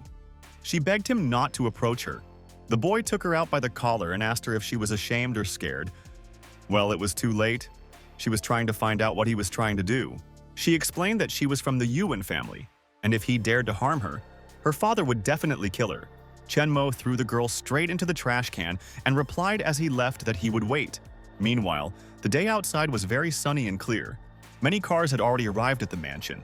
The main character began to get out of the taxi car and glanced at the guys standing on the street. They were curious about this little guy. He was so brave that he came to Qinlong Mansion by taxi. One of the kids exclaimed that he thought he was Yang Er's classmate who came to eat for free. When Chen Mo went inside, he decided that as soon as he gave the girl a gift, he would immediately leave this place. The boy and girl immediately looked at him and were very surprised that Chen Mo actually came. After all, he also deigned to come. Yu Jihao, the second-generation rich boy of Baima County, saw Chen Mo and called him a useless trash who actually decided to come to Yang Er's birthday party. He didn't even think about the fact that he is not worthy of being here. A girl approached the boy and told the main character that he should not have come here. She advised him to stop chasing after Yang Er, considering him unworthy. Chen Mo replied that he himself knew what he could do, so he asked them to stop bothering him. The girl said that he and the Manhwa group were not even half as good as anyone here. How could he possibly beat them? They were people from different worlds, and he was not worthy of her. Chen Mo replied that it was only for Uncle Anne's sake that he was forgiving her for the last time, but next time he wouldn't be so lenient. The boy asked her to get lost from here immediately. The girl called him a blockhead in response. Chen Mo thought that she knew how influential the Murong family was, but she didn't know that he was no longer the same person he used to be. The fair-haired boy who saw a guy and a girl on the doorstep called them by name in surprise. Yuan Cheng and his sister Yuan Fang Fei appeared in the room. The boy continued to look at them in surprise. Qing Xiao, the so-called boyfriend of Yang Er, also came. Cheng replied that he would teach him a good lesson, since he dared to encroach on the woman he had decided to marry. Meanwhile, the main character was in the middle of the room, and the guy pointed his finger at him. Cheng was very surprised when he saw Chen Mo. He immediately gritted his teeth in anger at him. The boy thought that they finally met again. He had a chance to leave, but he chose the path of death. The fair-haired boy asked Mr. Yuan Cheng if he wanted to deal with him. The boys were also very surprised when they saw Master Cheng and wondered where he was going. They also saw Grandmaster Zhou Tianwan appearing at the door. Cheng showed the main character to his uncle. The Zhou family was the second most influential family after the Murong family. They decided that he was definitely finished. The girl, watching from the side, thought that she had told him to leave. But he had not listened to her, and now it was too late. The second one called him a scoundrel and thought that he would not leave here alive. Now he would understand what happens when you insult a member of the Yuan family. The girl approached her uncle and said that he must avenge her because this scoundrel had mocked her. Zhou Tianwan asked the boy to apologize to her, and then he promises to spare his miserable life. Chen Mo continued to sit quietly, and while drinking a glass of wine, he asked the man to get out of here. The Grand Master's gaze immediately changed, and he drew his eyebrows down to his nose in horror and anger. One of the guys couldn't figure out if he heard correctly, and this guy dared to tell Zhou Tianwan to get out. Even the head of the Murong family didn't dare to answer him like that, and now he will definitely be killed. Cheng exclaimed that this time he would definitely die. Fang Fei clenched her fists and smiled and said that uncle would not forgive him for this. Meanwhile, a gray-haired old man appeared behind the man and asked him how he dared, and decided that he was tired of living. Chen Mo asked how some weak martial artist dared to threaten him. The old man asked Mr. Zhou Tianwan to hide behind him, considering the boy to be quite strong. The man asked him to simply kill him, and he would deal with all the consequences. Uncle Murong entered the room and became curious about the noise, but there was no fight. He went to Brother Zhou and said that today was his daughter's birthday, and why didn't he stop shouting like that? Zhou Tianwan replied that there was a kid here who dared to tell him to get lost. The man thought to himself that this boy knew how to create problems and looked at him. The man turned to Brother Zhou and said that once he left the mansion, he could do whatever he wanted with him. Zhou Tianwan agreed, and since he said so, he decided to do so. He turned towards the main character and said that if he came across him here after the holiday, he would simply kill him. Cheng turned to the boy and said that he was very lucky today. Murong approached the main character and said that he was not even trying to anger him, and the boy was really crazy. Chen Mo replied that he was not crazy, but he believed in his own strength. Even if their families united against him, they would still be unable to do anything to him. Murong said that after he left the mansion, he would deal with them himself. He would not lose the trust of these families because of him. Meanwhile, the guys saw a girl who began to come out to them. Murong Yan was dressed in a luxurious outfit and wore beautiful, light purple shoes. Fang Fei told her brother that the girl was really beautiful and he should try to make sure that no one else took her. Cheng told her not to worry. Anyone who tried to take her would have to go through him. Murong Yan thanked everyone for coming to her birthday party despite their busy schedules. She wanted to express her sincere gratitude to everyone. One of the boys thought that it was obvious that she was a member of the Murong family, elegant and not arrogant. Murong raised such a good daughter. The guys started giving the girl birthday presents and very fancy ones. It was a sign of goodwill, and they asked her to accept these gifts. The girl approached the hero of the occasion and, taking her hands, said that she looked great today. Murong Yan suddenly glanced towards the protagonist, blushing slightly. She wondered if Chen Mo had prepared a gift for her. Well, it didn't matter. She would definitely like it. It doesn't matter. It's enough for her that he came here. It means she still occupies a place in his heart. The fair-haired boy told Chen Mo that today was Murong Yan birthday, and he wondered if he had prepared a gift for her. The guys who listened to this conversation could not understand how he could not prepare a gift for her. But the main character boldly walked towards the girl. He walked confidently and started to pull something out of his pocket. In the boy's hands was a beautiful, bright, green, glowing amulet. He held it out to the girl's neck and said that he had made this pendant especially for her. When he put the gorgeous stone on her, he smiled and congratulated her on her birthday. Murong Yan smiled back and blushed a little again and thanked the guy. The guys around were simply shocked and could not understand what kind of crap he gave the girl. Cheng, watching from the side, was jealous of her and could not understand what this trash was allowing himself to do. Chen Mo turned to the door and told Murong Yan that he still had things to do, so he would leave first. The girl replied that he should at least have a snack with her before leaving. The blonde guy said that what he had actually given was a cheap trinket from a nearby market that was worth a couple hundred wen at most. So it was no wonder that he wanted to leave without even having lunch, so as not to be ashamed of his decision if anyone found out. Chen Mo turned towards the scoundrel and replied that if it weren't for Murong Yan's birthday, he would have already killed him. The guy didn't calm down and said that he gave a cheap necklace that he bought from a street vendor and didn't want anyone to say anything about it. Murong Yan replied to this guy looking at Chen Mo that a gift is not as expensive as attention. Chen Mo explained that his gift could not even be compared to their trinkets. He immediately put his hand towards the necklace that hung on her neck. The necklace immediately began to glow with bright blue circles. The boys couldn't understand what was happening and what this refreshing feeling was. Chung realized that this was the spiritual energy of the water attribute, and how could this be possible? This jade pendant was actually a magical artifact. He really just gave away a magical artifact. Uncle Shui entered the room. He asked the young lady to examine her pendant. The girl immediately took the pendant from her neck and handed it to her uncle. Uncle Shui took the decoration and began to carefully examine it. Feeling all its energy, he told the young lady as he handed her the pendant that no matter what happened, she should always carry this pendant with her. This jade pendant is the most valuable gift among all gifts. Compared to it, all others are just trash. He approached the boy and decided to thank him on behalf of Murong Yan for such a precious gift. The blonde boy was covered in beads of sweat and didn't expect that this old man would be so happy with this pendant. The girl cast a contemptuous glance at the main character, and she became interested in how many more secrets he had from them. Murong Yan felt embarrassed as she thought about how Chen Mo had given her such an expensive gift, and it seemed like she was really important to him. Suddenly, someone entered the room and hit the boy right on the leg. Some guys were on the doorstep who allowed themselves to behave so prejudicedly. What's going on? Did they really decide to give away the funeral wreaths they were holding? This is literally a slap in the face to the Murong family. The girl's father was simply shocked and asked who they were, and if they knew where they had come. The man replied that of course they knew, and didn't they come to the Murong family's mansion? The girl's father could not understand who this man was, and drawing his eyebrows closer to his nose, began to examine the scoundrel. The man replied that it didn't matter who he was, he just wanted to avenge the death of several dozen people from the Triad. The people around were very surprised when the man said about the Triad, and Murong also got angry. He pointed his finger in the direction of these comrades and asked them to remove them from here immediately.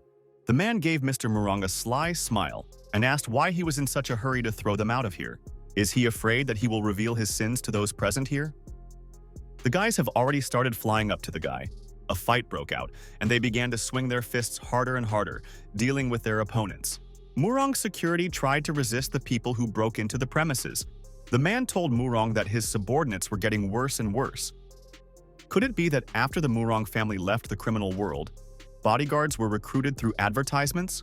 The man became seriously angry and called Uncle Shui Bo to come over to him quickly. Uncle came and asked how he dared to threaten them. Since he was just an outstanding martial arts practitioner, he asked to accept his death and clenched his fists in anticipation of an attack. The man also prepared for an attack and said that now they would see who would die. This guy looked a lot like a martial artist, and the guys felt like they were filming a movie. It was really amazing. Uncle Shui was trying to strike his opponent, who actually staggered and almost fell, and said that it seemed like he himself couldn't do anything to them. He decided to act differently and immediately called his master, turning his head in his direction.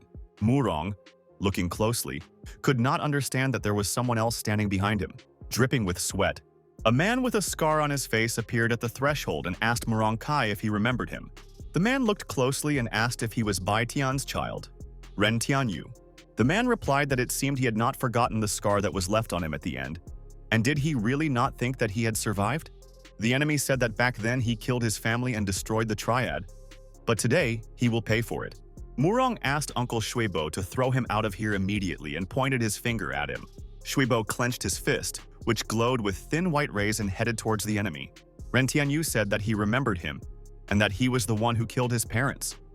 Fortunately, he was still alive, so he could finally take revenge. Shuibo asked the man to stop talking nonsense if he wanted to take revenge. Now was his perfect chance. He asks the remnants of this pathetic triad to accept death with honor. Is this really the legendary rejuvenation technique?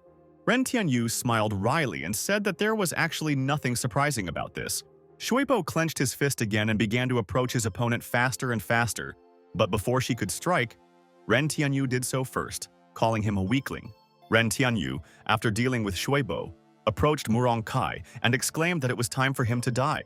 Murong Yan locked her father in with her and asked them not to touch her father. Then the man reached out his hand to his daughter and asked how he raised such a beautiful girl. He grabbed her hands and asked what would happen if he forcibly made her his in front of everyone, and wouldn't that be worse than death for him? Murong Yan asked him to let her go immediately. The father clenched his fists and, covered in sweat, asked the man to stop, promising to fight with him. The girls didn't know what to do because they couldn't just stand aside when their friends weren't the ones with problems. Fong Fei approached her brother and said that this guy was bullying Yang Er's sister, and didn't he want to help her? Chung replied that he couldn't defeat him. He would kill him before he could get close to him. Chung asked his sister to hide behind him and not let him see her under any circumstances. Meanwhile, Ren Tianyu had already approached the girl closely and told her father that the show was about to begin. But unexpectedly, the hard fist of the main character was already flying towards the opponent's face. He immediately turned this scoundrel over on the floor and he fell bloody, hitting his head. Chen Mo, defending the girl, exclaimed that to intimidate her right under his nose, apparently their lives were not at all precious.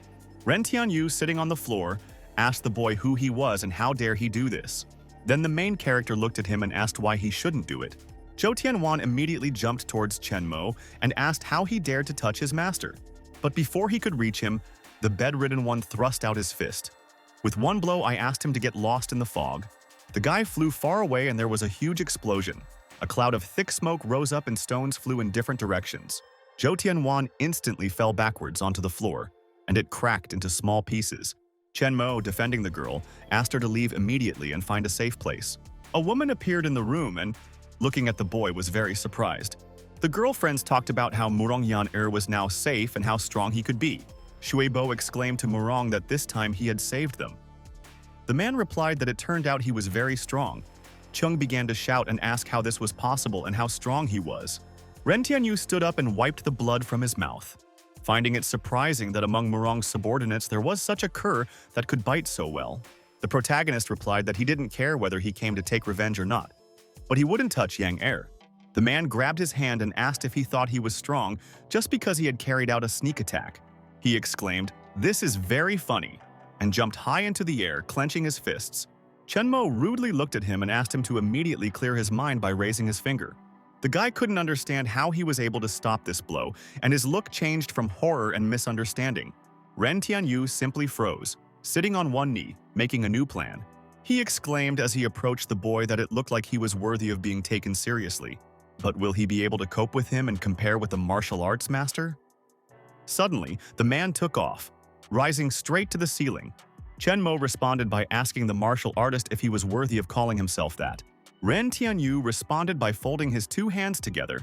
This was more than enough to kill him. He began to use the Blood Dragon Palm. Shuibu was jokingly scared when he saw the Blood Demon Palm. The owner of this technique is the Great Master of Southeast Asia, Xian Chong. The man put his hand in front of him and with a cry of "Die!" many bright rays were already approaching the main character. The girls, watching from the side, were surprised by this powerful technique and worried whether the boy would be able to withstand it. Chen Mo called this technique mediocre and said that he didn't even want to mention it. The boy thrust his first stage divine fist forward and decided to use the Mountain Crusher. His fist glowed with bright blue lightning and touched the opponent's palm. The enemy immediately fell, turning over onto his back as his palm was destroyed by the protagonist's fist. Chen Mu then decided to use the second stage divine fist, namely River Shift. Ren Tianyu found this to be terrible and decided that he had to find a way to get out of here as soon as possible. But he wanted to take the girl hostage as soon as possible. Murong Yan began to call Chen Mo for help. Murong Yan continued to scream as that scoundrel's hand reached out towards her. He was about to grab the girl's hand, but his hand suddenly stopped. Ren Tianyu looked at the girl's neck in surprise. The protective artifact was activated, and many blue rays began to fly away from the amulet. Ren Tianyu really wanted to take this amulet and asked the girl to give it to him. He became even more angry and exclaimed that he couldn't even scratch this artifact. Murong Yan was delighted that the pendant that Chen Mo gave her was actually a magical artifact for protecting the body. The girl who stood behind the main character wondered whether he would give her something similar if she asked him. Chen Mo had already approached the impudent man and asked him to leave the girl behind immediately. Ren Tianyu replied that he had lost this time, but next time no one would help them. The boy gave him a contemptuous, creepy look and asked if he thought he would just let him go. The man was seriously scared because he didn't expect that the boy could do something more serious against him. He immediately rose into the air and decided to get away as quickly as possible. He said that he agreed that the boy was strong, but he couldn't stop him. Chen Mo clasped his hands together and bright blue rays rose up in waves. Shuibo was simply shocked and exclaimed that the inner strength was being released from the outside, and he was a master of the transformation realm. Ren Tianyu grimaced in horror and asked how this was possible, and he didn't want to die. Falling to the ground with a bloody face, the man managed to whisper that his master would avenge him. Everyone was talking about Ren Tianyu being dead and him killing him. How could he do that with a simple twig? Shuibo called him a young martial artist and said that if he hadn't seen it with his own eyes, he wouldn't have believed it. Murong said that he had previously thought that he was just arrogant, but it turned out that he had absolute power in his hands. Compared to the real power that controlled life and death, money and status were just trash. As long as he had such power, would he care about money and status? The protagonist approached Murong Yaner and asked if she was scared.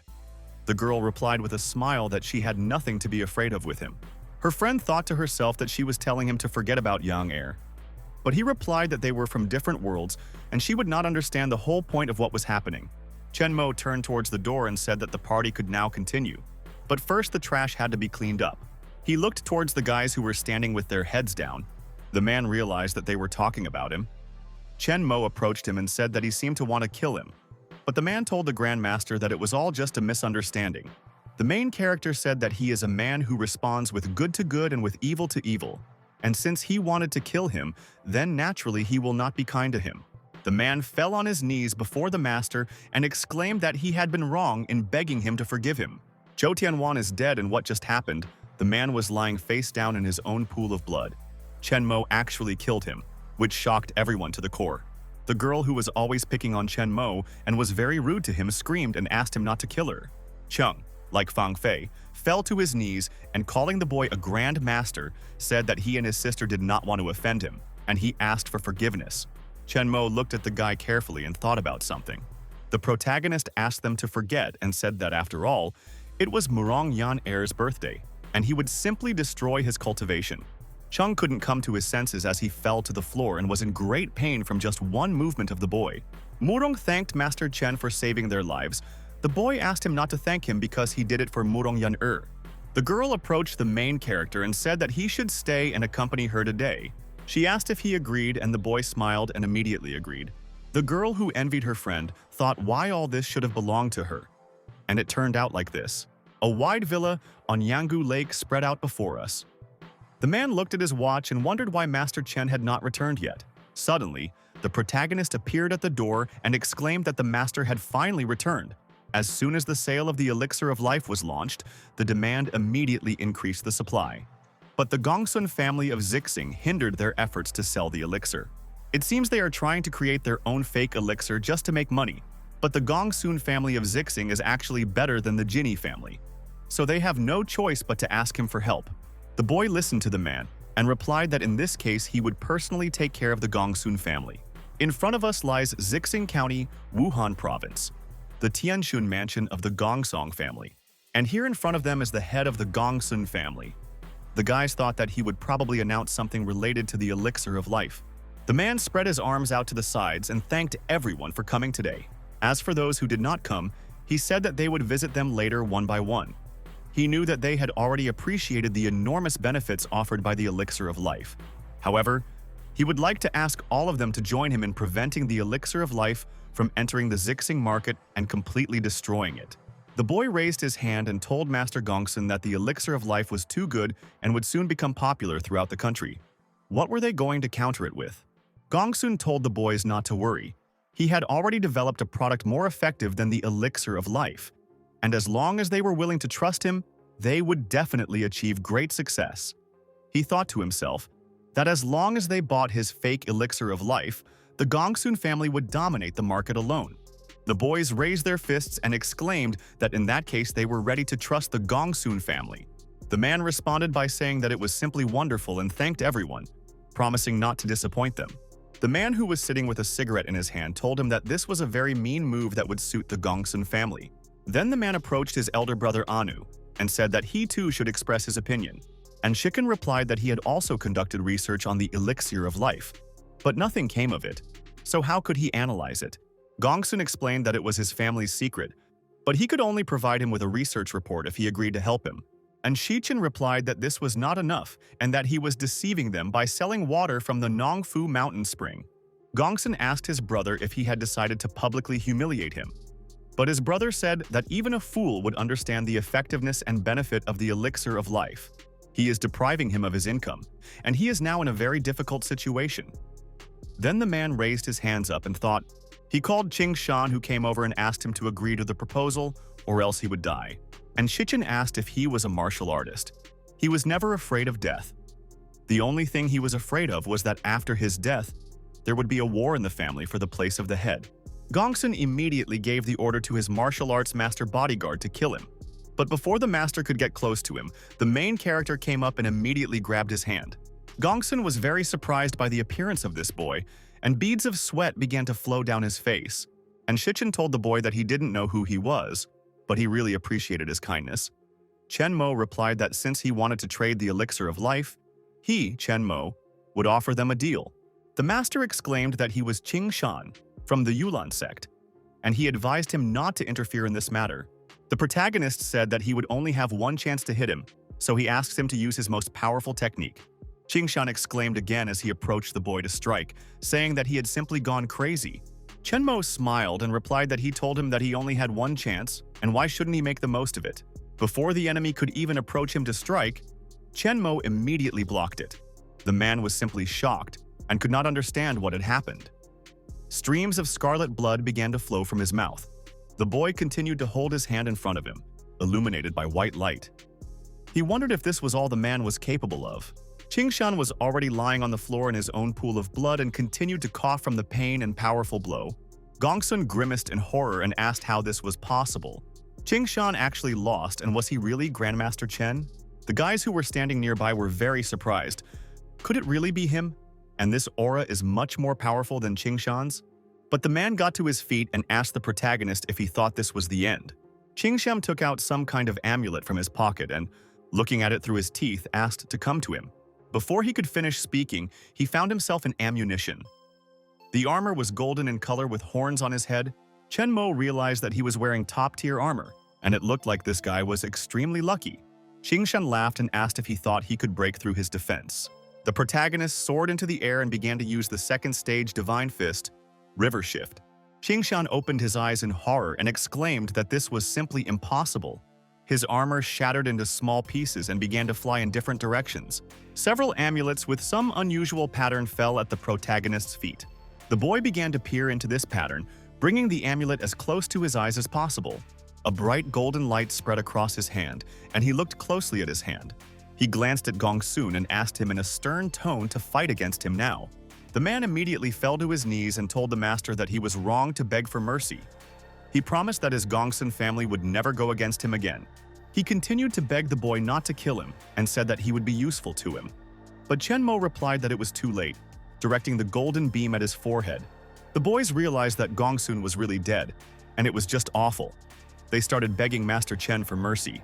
They begged him to forgive them and, kneeling, told him that he had been threatened. The boy turned towards Shichen and said that regarding the elixir of life, he should contact Chu Wenxiong of Johnhai, and he would understand what he was talking about. The man immediately said that he would do as he said. Chen Mo said as he walked towards the exit that they were all free to go and that he only came to teach the Gongsun family a lesson. But suddenly Qing Shan seemed to come to life and turned his head towards the boy and asked what was going on. He asked the protagonist what else he wanted from him. Chen Mo replied that he had one question for him. He held out an amulet with a pattern towards the man and asked where he got this artifact from. Shan shouted to the protagonist in a frightened voice that he had stolen the artifact from a tomb robber. The tomb robber told him that he had found the artifact in the ruins of a Ni deep in the desert. Chen sat on top of the fighter's back and said excitedly that the Ni ruins were located in the ancient city of Jingjue. The protagonist excitedly thought that immortal cultivators might have once existed here. The boy demanded that the man go with him and show him the way. Shan looked at the guy with fear and told him that he agreed. A couple of days later, the protagonist was riding camels with a man. They came to the entrance of the ancient city of Jingjue, near the sacred mountain of Zaklama. Shan on the camel told the main character that they were almost there. Chen looked ahead in surprise and saw a large gap in the rock. Someone's sword had made it, and a trace of spiritual energy remained. The man on the camel looked to the side and told the boy that the rock looked so smooth, as if someone had opened it like a tin can. Chen said in a thoughtful voice that the gap in the mountain was almost coming to an end. He decided that the ancient city of Jingjue would be in front of him now. The travelers stood and looked in front of them at the ancient ruins of a huge city. Chen looked thoughtfully ahead. He did not understand what kind of force could bury the ancient city in the middle of an endless sand sea. The travelers arrived at the Buddha statues. Shiuan turned around and told the protagonist in surprise that they were looking at a ritual temple. It was here that the secret entrance to the tomb was hidden. Shiuan looked ahead in fear and told the protagonist that the entrance to the tomb was open. This could have been done by robbers. The main character looked ahead and saw people below. He said that there were no tomb robbers there. Shiuan listened to the guy with surprise. The travelers began to slowly descend the stairs. Chen looked down in front of him in surprise. The monk stood with a large iron in his hand. Opposite him was a young girl with a man. Shiuan said with surprise that the three bald men are Buddhist masters from a neighboring sect. The old man behind the girl is an unusual person. The protagonist looked thoughtfully in front of him at the stone gate. He realized that a formation had been imposed on them. The girl saw a guy with a man next to her. She angrily asked them who they were and what they were doing here. He looked at the strangers with displeasure and asked who they were and what they were doing here. The stranger told the protagonist that her name was Kai Wenya. She was the eldest daughter of her family. She explained that part of this place belonged to her family and demanded that the protagonist behave more obediently. Sherney did not listen to the words of the surprised girl. He calmly walked past her. The main character stood silently near the wall. He extended his hand to her and looked at her. The man and the girl stood behind the guy in surprise and looked at him. Chen stretched out his hand and placed it on the seal on the stone gate. The main character said thoughtfully to the side that everything is so. Kai explained to the guys with a smile that the gate is protected by a formation. Even Master Jang couldn't open it. Shiuan looked at the gate happily. He shouted to the guy and the girl to disperse. He wanted to try to open it. The man suddenly jumped up and ran forward at full speed towards the gate. Shiuan's hand lit up. He decided to use bright lightning to break through the information. The man crashed into the gate at full speed and flew back. He was surprised that the formation just threw him back. The monk placed his hand on the man's shoulder from the side. He said that the gate was protected by a powerful formation. The more a person hits, the stronger the rebound.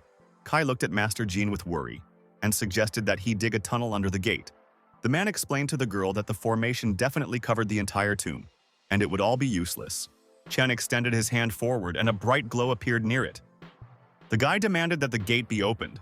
Suddenly, the gate moved from its place and began to slowly open. People around were very surprised.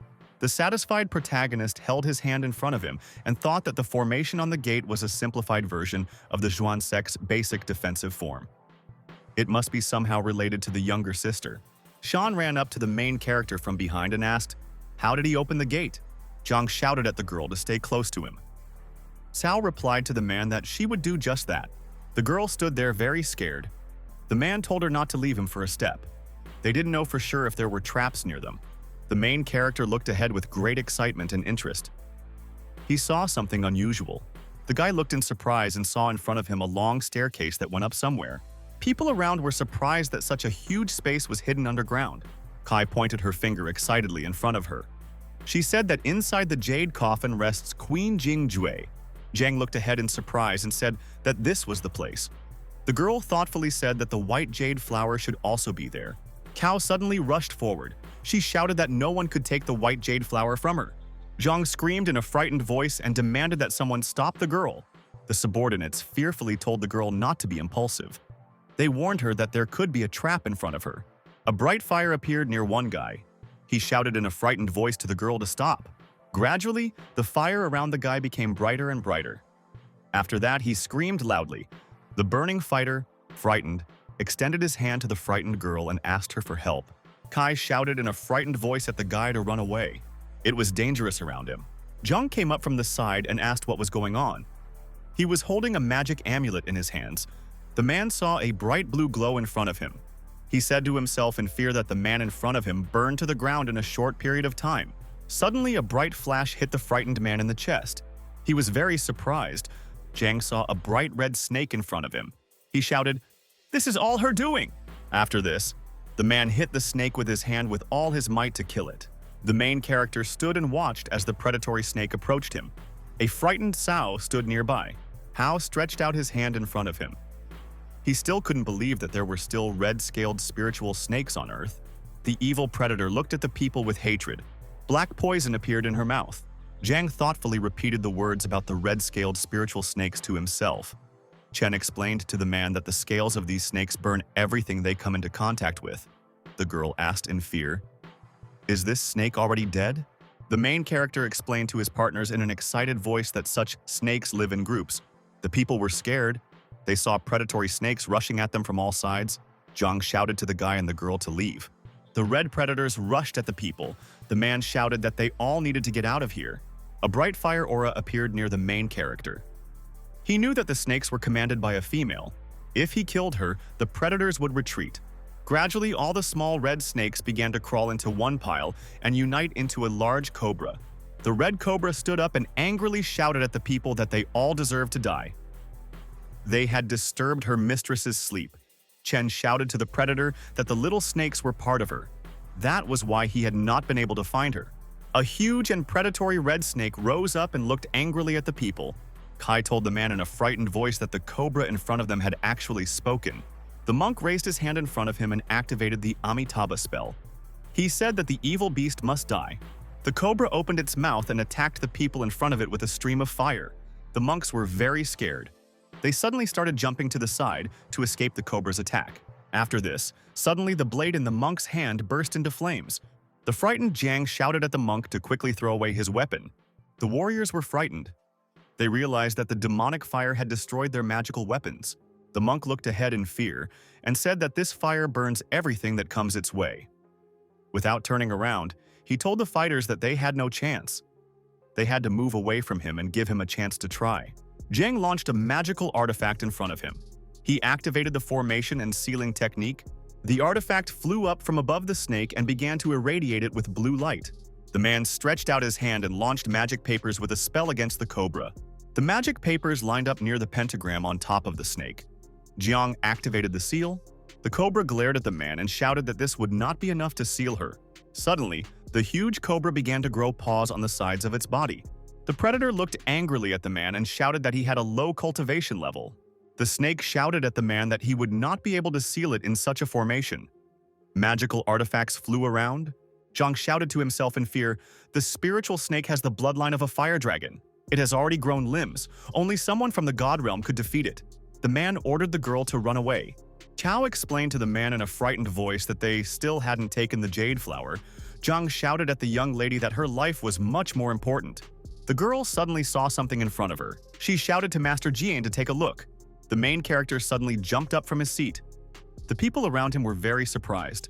Chen swung his arm wide. He activated the first stage Divine Fist and Mountain Crusher against the snake. The cobra opened its predatory mouth wide and attacked the man with a stream of fire. The main character turned around in fear at the predator. He saw tongues of flame around him. Chen swung his fist sharply and cut the large snake with all his might. Cao said in a frightened voice that the guy was able to cut the cobra. The man thought to himself that the guy's strength was incomprehensible. Chen looked at the chopped-up snake in front of him. He needed to get his divine soul out of here as quickly as possible. The guy reached out his hand and grabbed and held a small red snake. Chen asked the snake, "Did she really develop a divine soul?" He promised her that he would not kill her. Qian stood next to the girl. He told her not to be impulsive. There were still traps around. Kai repeated to herself that the white jade flower should be inside this coffin. She stood next to a large box. One of the men ran up to the wooden box and tried to open it. The man opened the coffin. The people standing nearby looked inside in surprise. People saw ancient clothes inside the ancient coffin. There was no body there. Chao looked inside the coffin with displeasure. She didn't understand where her white jade flower was. Inside the huge box lay a scroll of paper. The monk showed people the cloth that had managed to survive. The monk took the scroll in his hands and read it, and told the people that before them were ancient sheepskins with Western writing. Warrior carefully. After reading the scrolls about the earthquake that destroyed the spiritual roots, the ancient author hoped that he would be able to meet his people in the new world. The fighters around were surprised.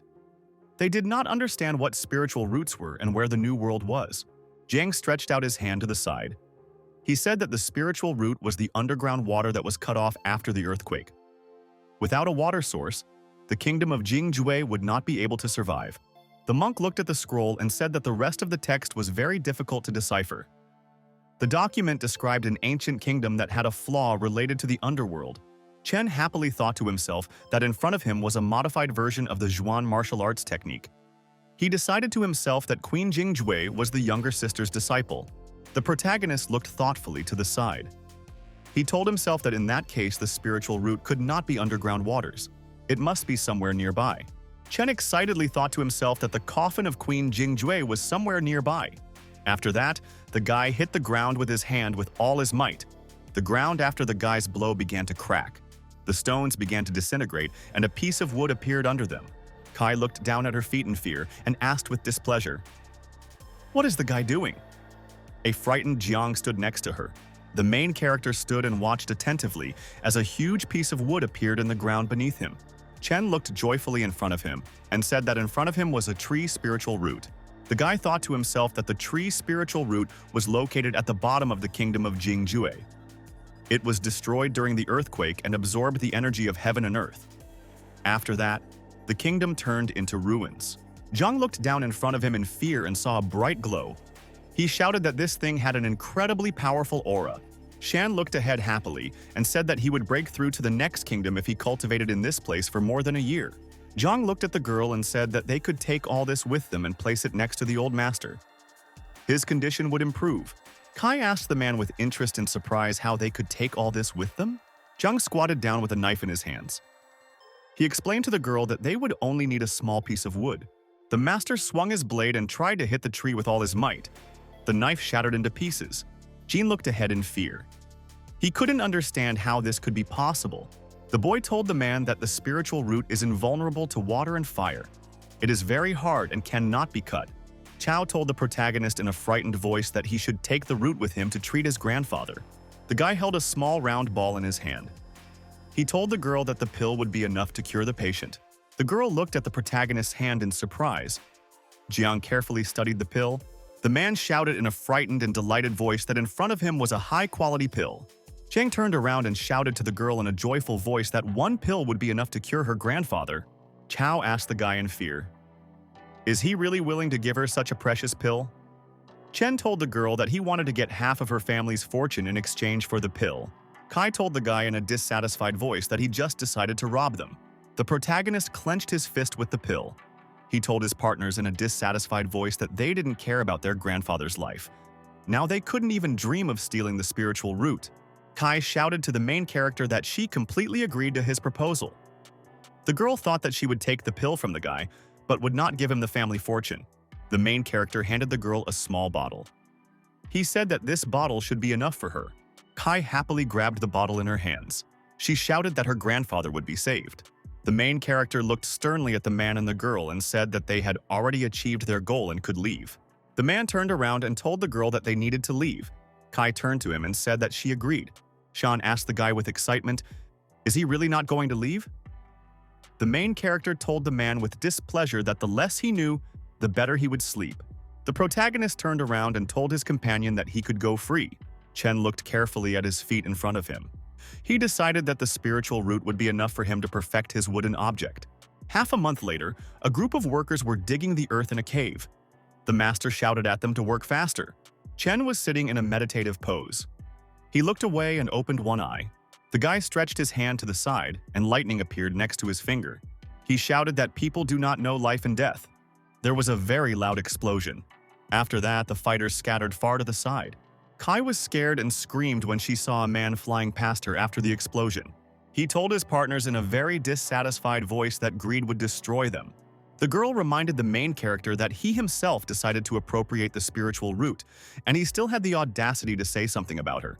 Jang pointed his finger at the protagonist. He explained to him that they had found the spiritual root together. Therefore, they had the right to take their share. The main character angrily asked the man if he knew whose path he had crossed.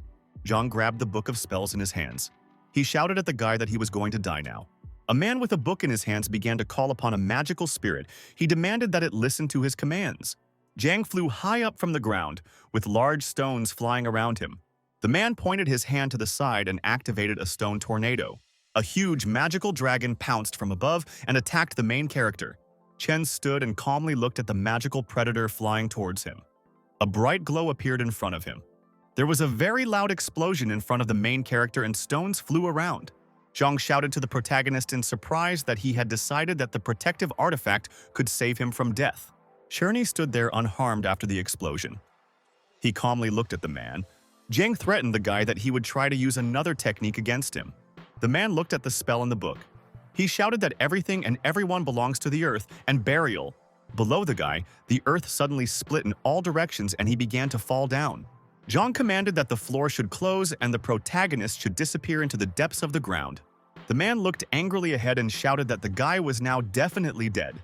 Suddenly, the main character jumped out of the ground and rose up. There was a bright glow around him. Jang did not understand how this could be possible. Chen looked angrily at Jian and asked, "Is this really all he can do?" The man grabbed the book with the spell. He called upon the great spirit of the earth. Suddenly, the man began to turn into a huge monster. The earth spirits began to descend upon him. Jang clenched his huge hand into a fist. He shouted at the guy that he was now one with the ground. He would have an endless stream of power. The frightened boy pointed his finger in front of him and said that Master Jang had become a monster. Kai pointed her finger at the fighter with displeasure and explained to him that Master Jang was only using a special technique. The man looked angrily at the main character and threatened that he would definitely die now. The main character, using magic and bright radiation, cut off his opponent's right hand. Jang screamed in fear, looking away at his severed hand. The man looked to the side in surprise and noticed how the severed arm began to grow back to his body. Jang shouted in an angry voice that he was invincible, as long as he could stand on earth. Chen stretched his hand forward. He used the forbidden technique of the 5 elements against his opponent. The man rushed forward at the protagonist. Chen stretched out his hand in front of him and defended himself from the attack with bright radiation. Jang was very surprised. He realized that he could no longer absorb the spiritual energy of the earth. The chief extended his hand and commanded the heavenly slashing sword to advance forward. After that, a bright fire blade appeared from the side. It flew forward towards Jian. There was a very bright fiery explosion. The blade hit the man at full speed. The protagonist stood and saw how the slashing sword cut the man into many pieces. After the man died, huge stones fell around him. Kai was very scared. She called out to Master Jian in a worried voice. Kai looked at the main character with fear. She called him by name in a trembling voice. The girl told the guy in a frightened voice that Master Jiang forced her to come here. None of this had anything to do with her. Chen waved his hand at his partner and said that she was alive only because she had an unpaid debt to him.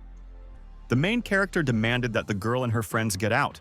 After this, Kai and his friends turned around abruptly and started running away. The frightened girl ran out of the cave. She stood on the floor and breathed in fear. The fighter asked the young lady how they would get the spiritual root now that Master Jian had died. Kai angrily explained to the subordinate that the main character was very strong. He could easily kill their master. The girl said in a sly voice that she herself had not received the spiritual root and would not allow anyone else to take it. Kai was sitting with her phone in the VIP room. She told Master Chen about the elixir of life. She explained that the unknown guy was really good and he must have many enemies. The girl demanded that the man spread the news that Master Chen had died in the Endless Sand Sea. Kai thought angrily to herself that Master Chen would return home and see that his family and friends had been killed. Half a month later, the man was sitting in a club surrounded by girls. He shouted that there was great music around and they should keep dancing. The door to the club suddenly opened and an unfamiliar warrior appeared on the threshold. The client looked at the old man in surprise and asked who he was. The warrior told a man named Chu Wenxiang that he had to gather all of Master Chen's followers within 3 days, or he would be killed. Chu shouted in fright to his older brother to relax. He promised to do everything. The warrior turned around and headed for the exit. He shouted at the man that he was a weakling. 2 girls were sitting in the office of the chairman of the Manhwa group. They were looking at the computer and discussing a new project. At this time, there was a knock at the door. The girl asked who had come to them. An unfamiliar guy with a sword entered the room. He shouted to the chairwoman that he had come to her to send her to the next world. A mercenary with a gun rushed at the woman and shouted that she was going to die now. The chairman looked at the guy with fear. She didn't know how to defend herself from his weapon. An old man appeared from the side. He extended his hand and grabbed the mercenary's hand. The warrior grabbed the frightened mercenary by the throat and sternly asked, "Who sent him here?" The mercenary shouted that he didn't know who sent him here. He was offered a sunrise pill after the job was done. The old man grabbed the guy by the throat with all his might and shouted that he was useless. The mercenary, after a combat technique from the old man, fell dead at his feet. The girl, frightened, shouted from behind to the chairwoman that this was already the third attempt on her life. The woman explained to her subordinate that weak families were making futile attempts to destroy them. Word had reached everyone that her son was dead. The old man sat in a chair. He watched as a group of men approached him. The warrior angrily demanded that his subordinates hand over all their assets and the elixir of life to him. The man thought to himself in fear that no assets could compare with the elixir of life. The warrior looked angrily at the guests and shouted that they refused and wanted death. Chu closed his eyes in displeasure. He realized that he would have to fulfill the old man's wish. A group of people were crossing a wooden bridge in the mountains. They were heading towards the estate. The old man was unexpectedly delighted. He saw the estate in front of him and looked at it with pleasure. The warrior stood in front of the gate. He joyfully spread his arms to the side and looked at him. Two girls appeared. They angrily told the guests to get out of here as soon as possible. The girls stood calmly and looked with displeasure at the men who came to them. The old man got angry. He angrily asked what kind of cur dared to block his way. The woman shouted in fear to the girl to be careful. The warrior swung his hand and prepared to attack her. The old man was surprised when he saw a wooden sword in front of him. He asked the girl who was her master. The warrior with the blade told the guest in a satisfied voice that he was not worthy of knowing this. After this, the girl swung her arms to the side and activated the phoenix dance of the 9 heavens. The warrior angrily told his rival that if she were a master of transformation, he would not be able to resist her. The old man stretched out his hands and used the great palm of retribution against the girl. A huge blue magical palm rose up and struck the phoenix from above. The girl got scared. She realized that her rival was able to break her magic. There was a very strong fiery explosion. I will carry the warrior far back. The girl was lying on the ground and couldn't move. She crawled up in fear and called the young lady. The lady answered her that she was fine and needed to leave. The old man on the street near the gate said in a dissatisfied voice that the useless mongrel runs fast. After this, the warrior went inside the estate and began to look around everywhere. Johnhai was the master of the Yinling sect and Qinshan's elder brother. The old man turned around inside the house and shouted that he would move the Yinling sect here. In a few years, he would be able to lead the martial arts world. The old man on the side walked up to the girl who was lying down and told her to take some Peiyun pills and take them to treat her injuries. He asked the patient what had happened.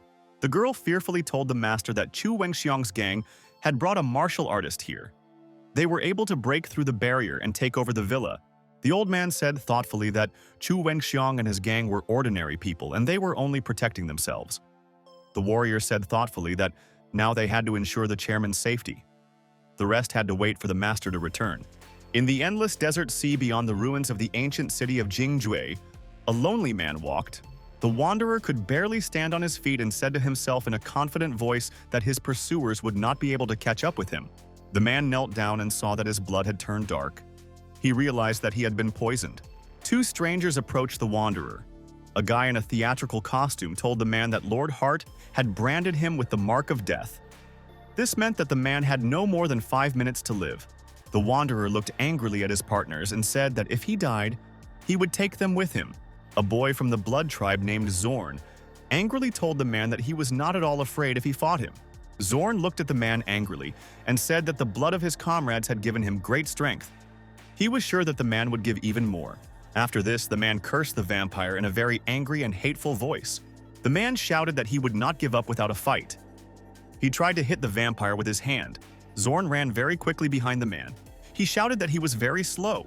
The vampire from behind shouted at the man to give up his futile attempts and accept his death. The black magician named Care extended his hand forward and said in an evil voice that he would help the demon Tarsus. A dark aura appeared near the man. He said in a sad voice that he was unable to convey the message after all his comrades sacrificed their lives. Suddenly, a blade fell from somewhere above and crashed into the ground. Zorn and Chair were very scared. Zorn looked to the side in fear and asked in a trembling voice, "What is going on?" After this, the vampire looked down in surprise and noticed that his arm had fallen off. A frightened man sat on the ground, staring at the huge sword. Zorn looked away with displeasure. He said that it still hurt a lot, even though he could grow a new arm. The vampire asked angrily, "Who attacked him?" The Teher pointed forward in surprise and said that in front of him was a flying sword from Eastern legends. Suddenly, the main character appeared in the ground.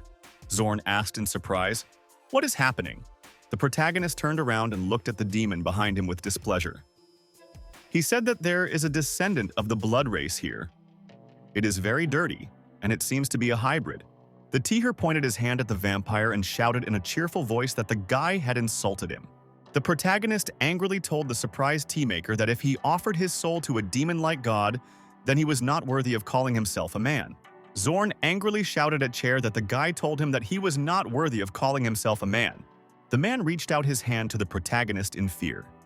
He asked him to pass the badge to the capital of Xia for Yang Dingtian. Chen turned to the side and saw a badge in the man's hands. The stranger told the protagonist that the Reaper organization had begun killing martial arts masters. The country needed to be protected from an external threat. The protagonist grabbed the magic sign in his hand and told the man that he would pass it on. Chen turned around and looked at the demon and the vampire. He said that he couldn't leave without removing this obstacle from the way. The tea drinker's red eyes flashed. He shouted at the guy that he would kill him along with the man. The demon raised his hands up and a dark ball began to fly above him. He demanded that the god of darkness grant him some of his powers. A bright black ball appeared between the black mage's hands, with purple lightning around it. Tyr told the magic ball to kill the guy. The main character stood calmly looking ahead.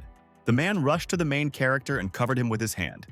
He demanded that the guy run away from here as quickly as possible.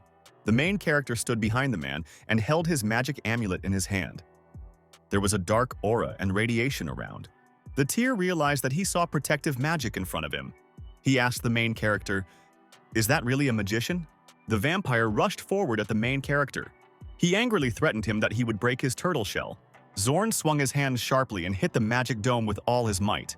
The vampire continued to wave his arms in all directions and hit the dome with all his might. He very angrily told Zorn that he would not be able to break the dome even after 100 years. The protagonist raised his hands up and sent his magic sword straight towards the vampire. Zorn screamed in fear as he saw the huge blade flying straight at him. The big sword pierced the black mage's body. The black magician shouted that he was a devoted servant of the god of darkness and his body was immortal. Such an attack could not harm him. The black mage looked at his hand in surprise and noticed that his wound could not heal. The main character pointed his finger at the teapot and said in an angry voice that he was about to catch fire. The magician screamed very loudly and in fear. His whole body was engulfed in flames. Tyr screamed very loudly in fear. His whole body continued to burn brightly. Zorn asked himself in fear, "How is this possible?" He saw the remains of the burnt black mage in front of him. The man looked at the boy in surprise. He realized that he had managed to kill a 6th-rank black mage. The main character looked angrily ahead. He said that people without humanity should be burned. Zorn shouted at the man in an angry voice that he would suck out all his blood and make him a slave. After that, the vampire jumped up and rushed forward at the guy. Chen calmly looked at Zorn and said that he talks a lot, but does little. The vampire got scared in flight. He saw a golden glow around him. The vampire glanced to the side uneasily and noticed that he had been struck by a flying sword. Zorn told the protagonist in an angry voice that he couldn't touch him. He was from the Immortal blood race. The man looked at the vampire with displeasure.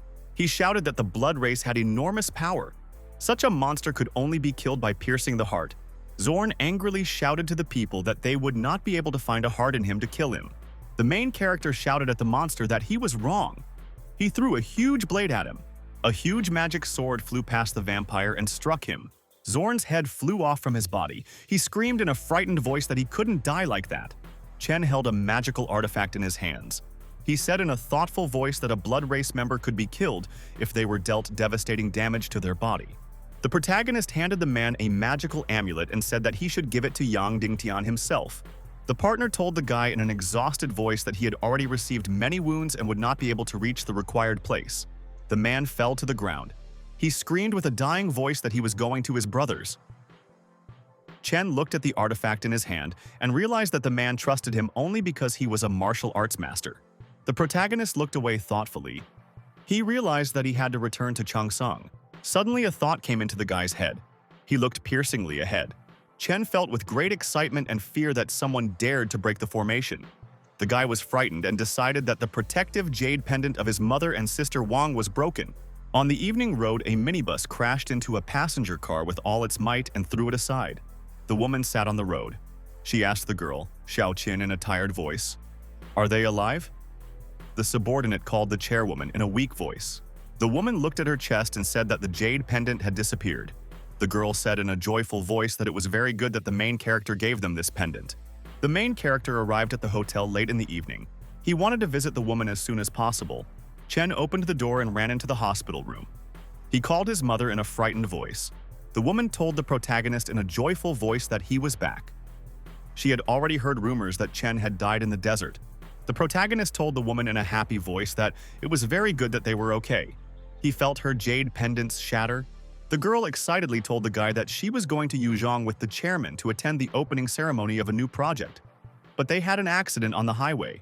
The jade pendants saved their lives. The main character thoughtfully repeated to himself the words about the rumors about his death in the car accident. In the office of the van group chairman, a man at the desk angrily shouted at a subordinate that the passengers remained okay even after their car crashed. The guy shouted in an angry voice that all this is the main character's business. He left some kind of artifact for the passengers. The man asked the guest if they had dealt with the truck driver. The guy told the man in a cheerful voice that the driver wouldn't tell anyone anything. At that moment, someone entered the room from behind. He told his partners in a very dissatisfied voice that absolutely no one would ever know how they all died. The man was amazed that the main character was alive.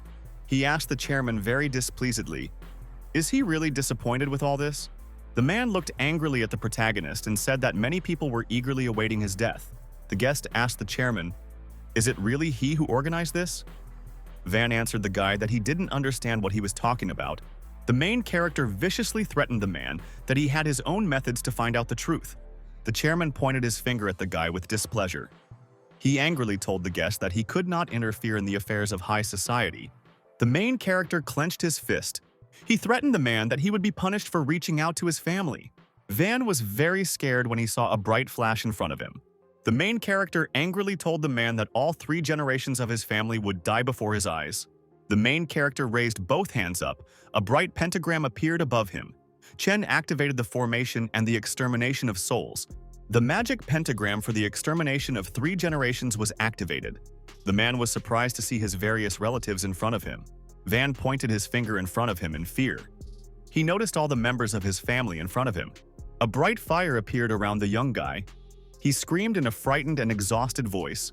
People inside the fire started to burn. They screamed loudly and in fear. The frightened boy was burning and asked his father to save him. Van fell to his knees in front of the protagonist and asked him to stop. Chen reminded the man that in his past life, he almost committed suicide because of him. A very bright fire appeared from the side. The man screamed in a frightened, loud voice. Chen looked angrily at the chairman and said that the Wang family had paid off the blood debt to him today. Late in the evening on the street in the city, bright flashes were sparkling everywhere on the buildings. There was a bright fire above one of the buildings. News reports said that the Wang family building had suddenly burned down. The chairman's whereabouts were unknown. Chairwoman Li was sitting in the office. Someone on the side said that the chairman of the Manhwa group had an accident. Then, several generations of the Wang family were simply destroyed. Li stretched out in her chair and said that this time the guy had made a really big fuss. The authorities would soon take them seriously. The woman jumped to her feet and put her hand on the table. She told the girl to apply for a visa immediately. All their money from the accounts should be transferred to a Swiss bank. Xiao told her partner that she would do everything. Xiao headed towards the door and said that she would find the protagonist right away. A surprised guy entered the office. He asked the woman and the girl where they were going in such a hurry. Li told the guy with excitement that they were leaving here right now before it was too late. The girl excitedly explained to the main character that he had now crossed all boundaries. They had to leave here now and lie low. Chen smiled at his partners and promised that he would solve everything now. The woman asked the guy with displeasure, "What can he do with all this?" The main character looked at his mother and said that she should trust him. The woman answered her son that he should never go against the country. Chen looked happily at the woman and told her that he would do it after all. There was a villa on Yangu Lake. It was surrounded by a mystical fog. The old man sat in a meditative pose.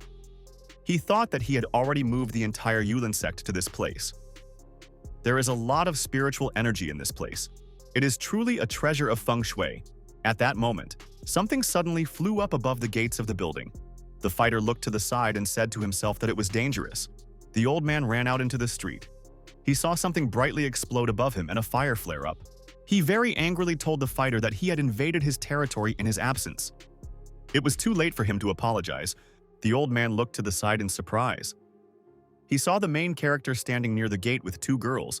The fighter laughed. He shouted that only people with great strength can use the best resources to improve. He asked the guy how he dared to call himself Grandmaster Chen. A frightened Shan ran up from the side. He asked excitedly what had happened. Was there a sudden attack or a hired killer? Shan looked away in fear. He shouted in an excited voice that Master Chen was still alive. The man told the fighter in a frightened voice that if the main character was alive, then it was time for them to leave. After this, Shan turned and smiled at the protagonist. He explained to him that they were all under the influence of rumors and promised to leave the villa. The old man became very angry. He angrily asked Qin Shan, "Has he really gone crazy?" The fighter pointed his hand at the main character near the gate and said that he would never lose to such an opponent.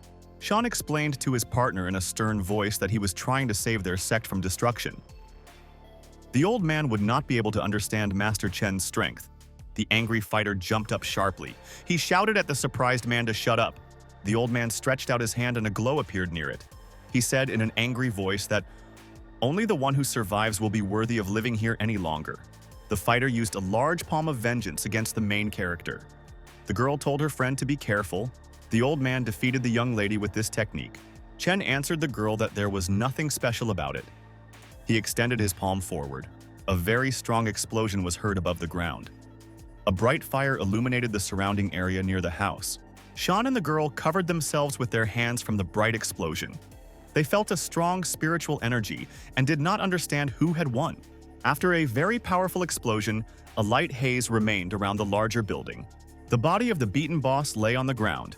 The main character stood and said in an angry voice that the winner should already be determined. The fighters stood around and were very surprised. Their master was defeated in one blow.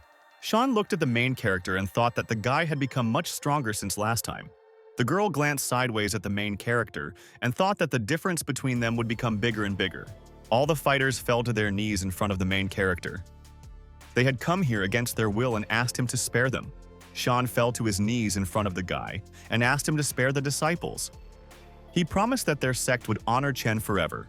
The protagonist looked at the fighters with an unblinking gaze and said that next time he would not be so lenient. The students thanked Grandmaster Chen. Chen calmly walked to the side. The students were kneeling at his side, thanking him for saving their lives. The main character went inside a large publication. The windows were brightly lit there. Chen stood inside the building and looked around carefully. He said that he would really restore the sect here. He even brought students with him, but still something had changed. The main character saw something interesting next to him. He carefully stuck his head out there. Chen stood there, and there was a bright glow around him. The guy said in a joyful voice that now he would have at his disposal the resources of several generations of the Yulin sect. The guy picked up a few small green pills. He considered all this as rent for himself. Suddenly, a bright red snake appeared from the main character's hand. From now on, this predator will protect the house from uninvited guests. The red cobra looked around the inside of the house with surprise and interest. The guy laughed to himself. He demanded that the snake be obedient. After it had conducted enough spiritual energy, he would help it move forward. A few days later, the weather was clear and the main character was sitting inside a large building. Chen was sitting at the table and holding a cup in his hands. He realized that someone had deigned to come to him now. The man looked angrily ahead and said that the fog had cleared right before his eyes. The stranger asked the boy, "Can this all be taken as an invitation?" The man asked the guy with displeasure, "Doesn't he really want to know who he is?"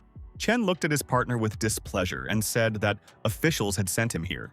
The man got angry. He sternly asked the guy if he was ready to accept the punishment or would he drag his family to the bottom.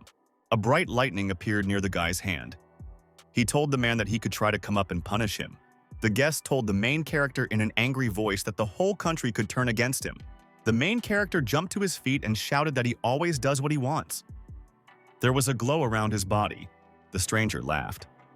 He told the boy that it was he who really killed the wretched Van family. The guest introduced himself to the protagonist and said that his name was Johnhai. The guy must have heard about the special squad of the Fighting Dragon. Chen realized to himself that he had heard about the people who were at the top of the hierarchy in this martial arts world. Haishan sat at the table and held a cup.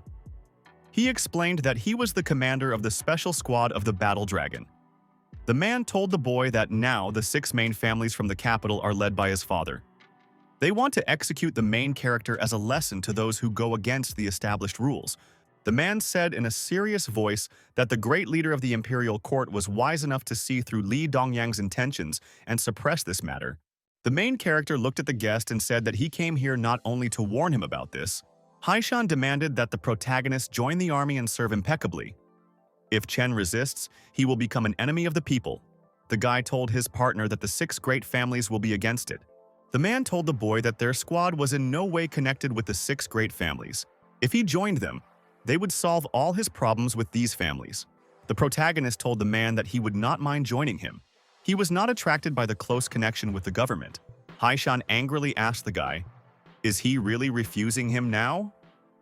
Chen happily answered his partner that he would allow the Li family to get their own patriarch. The government would get another senior officer. The man was very angry because the guy dared to disobey him. The main character looked slyly at his partner and said that he agreed. Chen was sitting near the table. The man told the boy that the great leader knew that this would happen. He approved his conditions in advance, but the main character would have to receive official status. He would temporarily take the place of the missing captain of the Eagle Special Forces. Chen raised his hand to his head and reluctantly told the man that he had to agree. Haishan threw a token on the table. He told the protagonist that he could find it in Xiaodu. Chen looked at the table and saw a bright silver eagle lying in front of him. The main character took a golden eagle out of his pocket and showed it to the man. Haishan excitedly asked the guy, "Where did he get the eagle?" Chen told his partner the story that a stranger gave him an eagle in the desert before his death and asked him to deliver this sign to Yang Dingtian. Haishan asked the main character with great excitement what the unknown man told him before his death. Chen told his partner in a reasonable voice that the Death God group had already started killing Li's martial arts masters. Before his death, the unknown man asked the group not to make any sudden movements and to protect the country from foreign enemies. Haishan looked at the eagle and told the protagonist in an excited voice that the badge was given to him by Ho Dongming himself. The man pointed to the main character with his hand. He asked the guy to find him later in Xiaodu. He thought to himself that he would need a couple more days before he could begin to act. The main character decided to himself that he needed to give protective jade pendants to his mother and sister.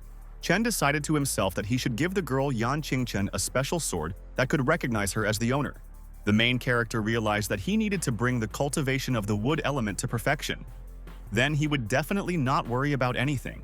A few days later, the protagonist was driving a car across a bridge in Xiaodu. The driver behind the wheel turned around and told the guy that Senior Jang had already booked a room for him. He would pick him up in the morning. Chen was sitting in the back of the car, buckled in. He thought he had been drawn into some complicated story. The car pulled up to a large, dark building in the evening. The driver told the guy that he could get out. He looked at the house with great displeasure. It seemed like a prison to him. The driver told the guy that the entrance to the building was a little further away. The main character became interested in what other people had planned for him. The driver held the document up to the guard near the window and demanded that he open the door. The main character stood near the wall of the building. He saw metal doors in front of him. The man pointed to the side and told the main character to pass. The main character looked at the building next to him with great attention and silently, he stepped forward boldly towards the doors. He decided to see what they had prepared for him. The doors closed behind the guy. The driver shouted after the main character that he would be on his own from now on. The doors behind the main character closed and he found himself inside some building. Chen went inside the room and looked around carefully. There were no people around. The guy on the side suddenly heard some suspicious noise. He decided that there were more than a dozen people in ambush next to him. Suddenly, some stranger shouted to other people to take the main character. He stood very calmly in the center of the room. Suddenly, a bunch of strangers appeared around him. The man in glasses looked sternly at the main character and asked his name. Chen looked closely and realized that there were many high-level masters around him. They would be enough to wipe out several sects from the face of the earth. The main character looked angrily ahead and said that his name was indeed Chen. Chen looked at the fighters with displeasure and explained that they had no idea who they were up against. A bright fire appeared near the guy's hand. He activated the third stage Divine Fist and the pressure of heaven and earth. Chen sharply extended his hand forward. He attacked the unfamiliar fighters with bright fire. The frightened masters put their hands in front of themselves to protect themselves from the guy's attack. The man thought to himself in fear that this technique was very powerful. He could barely stand on his feet. Chen strictly demanded that the masters immediately tell him where Hessian was. The main character asked the man, Is he really waiting for him to finish off the two masters himself, and only then will he appear before him? Shiuan came out from the side. He said in a reasonable voice that all the fighters had entered into a special operation. The man explained to the boy that if the warriors failed this test, then that's where they belong. He was very surprised that it was just a regular test in front of him. Shiuan told the protagonist that more people were supposed to come, but there were delays because of Chen.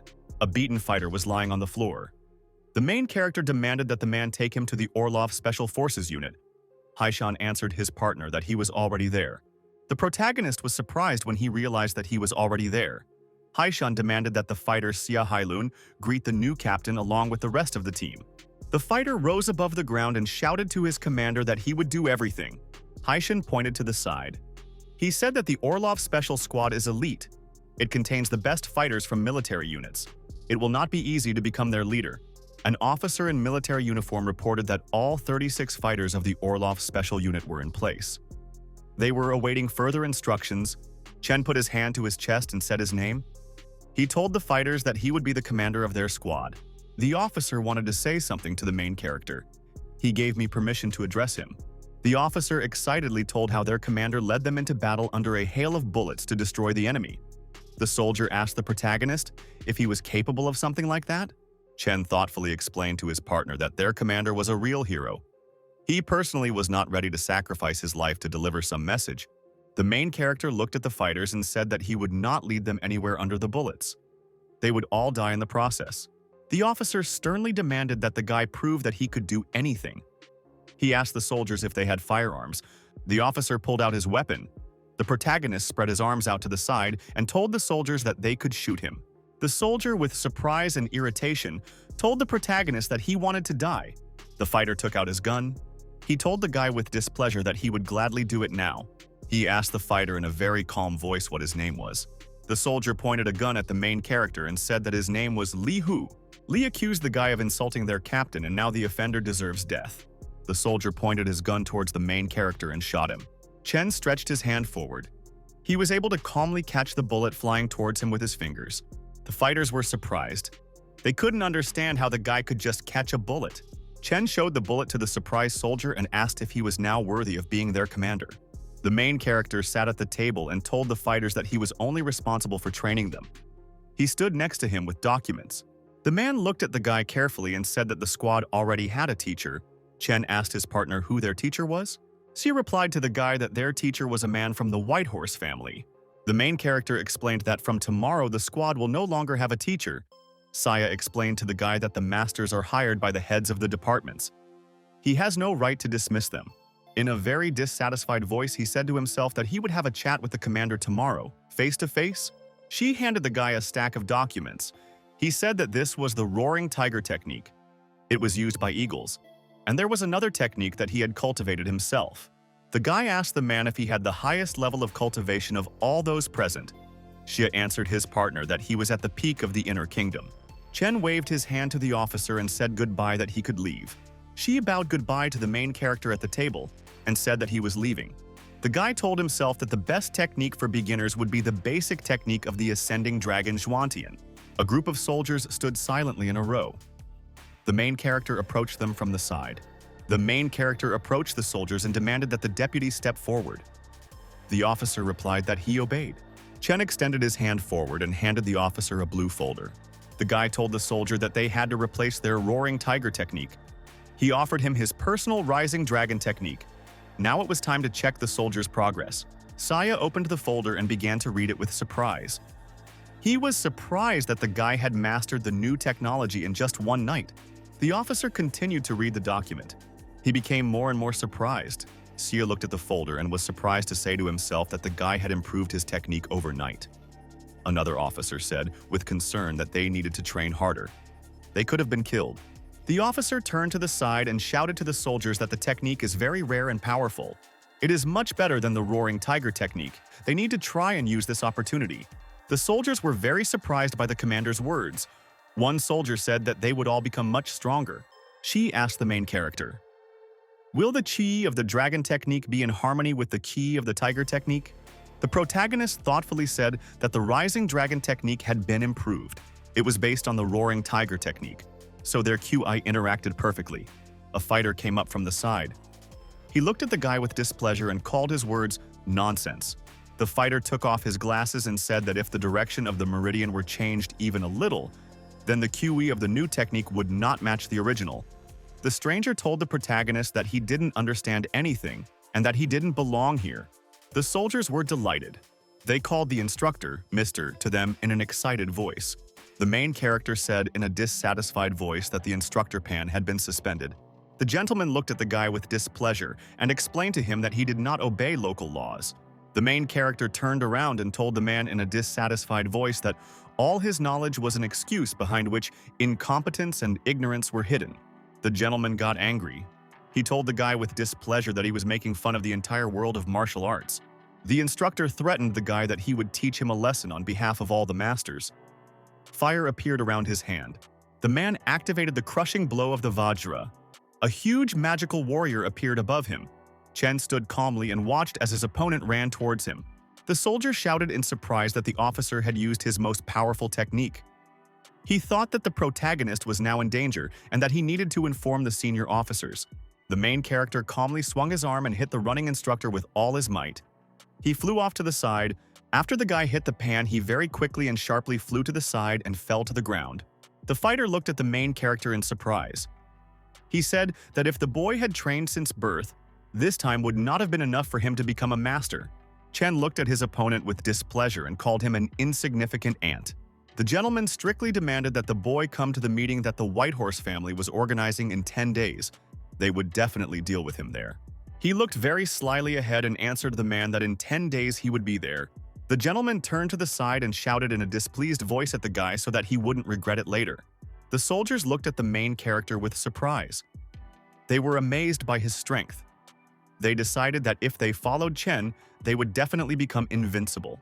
10 days later, the main character arrived at the meeting at the building. There were people in cars, standing near the entrance. The girl was broadcasting on her phone. She told viewers that she was at a meeting of martial artists with a 100-year history.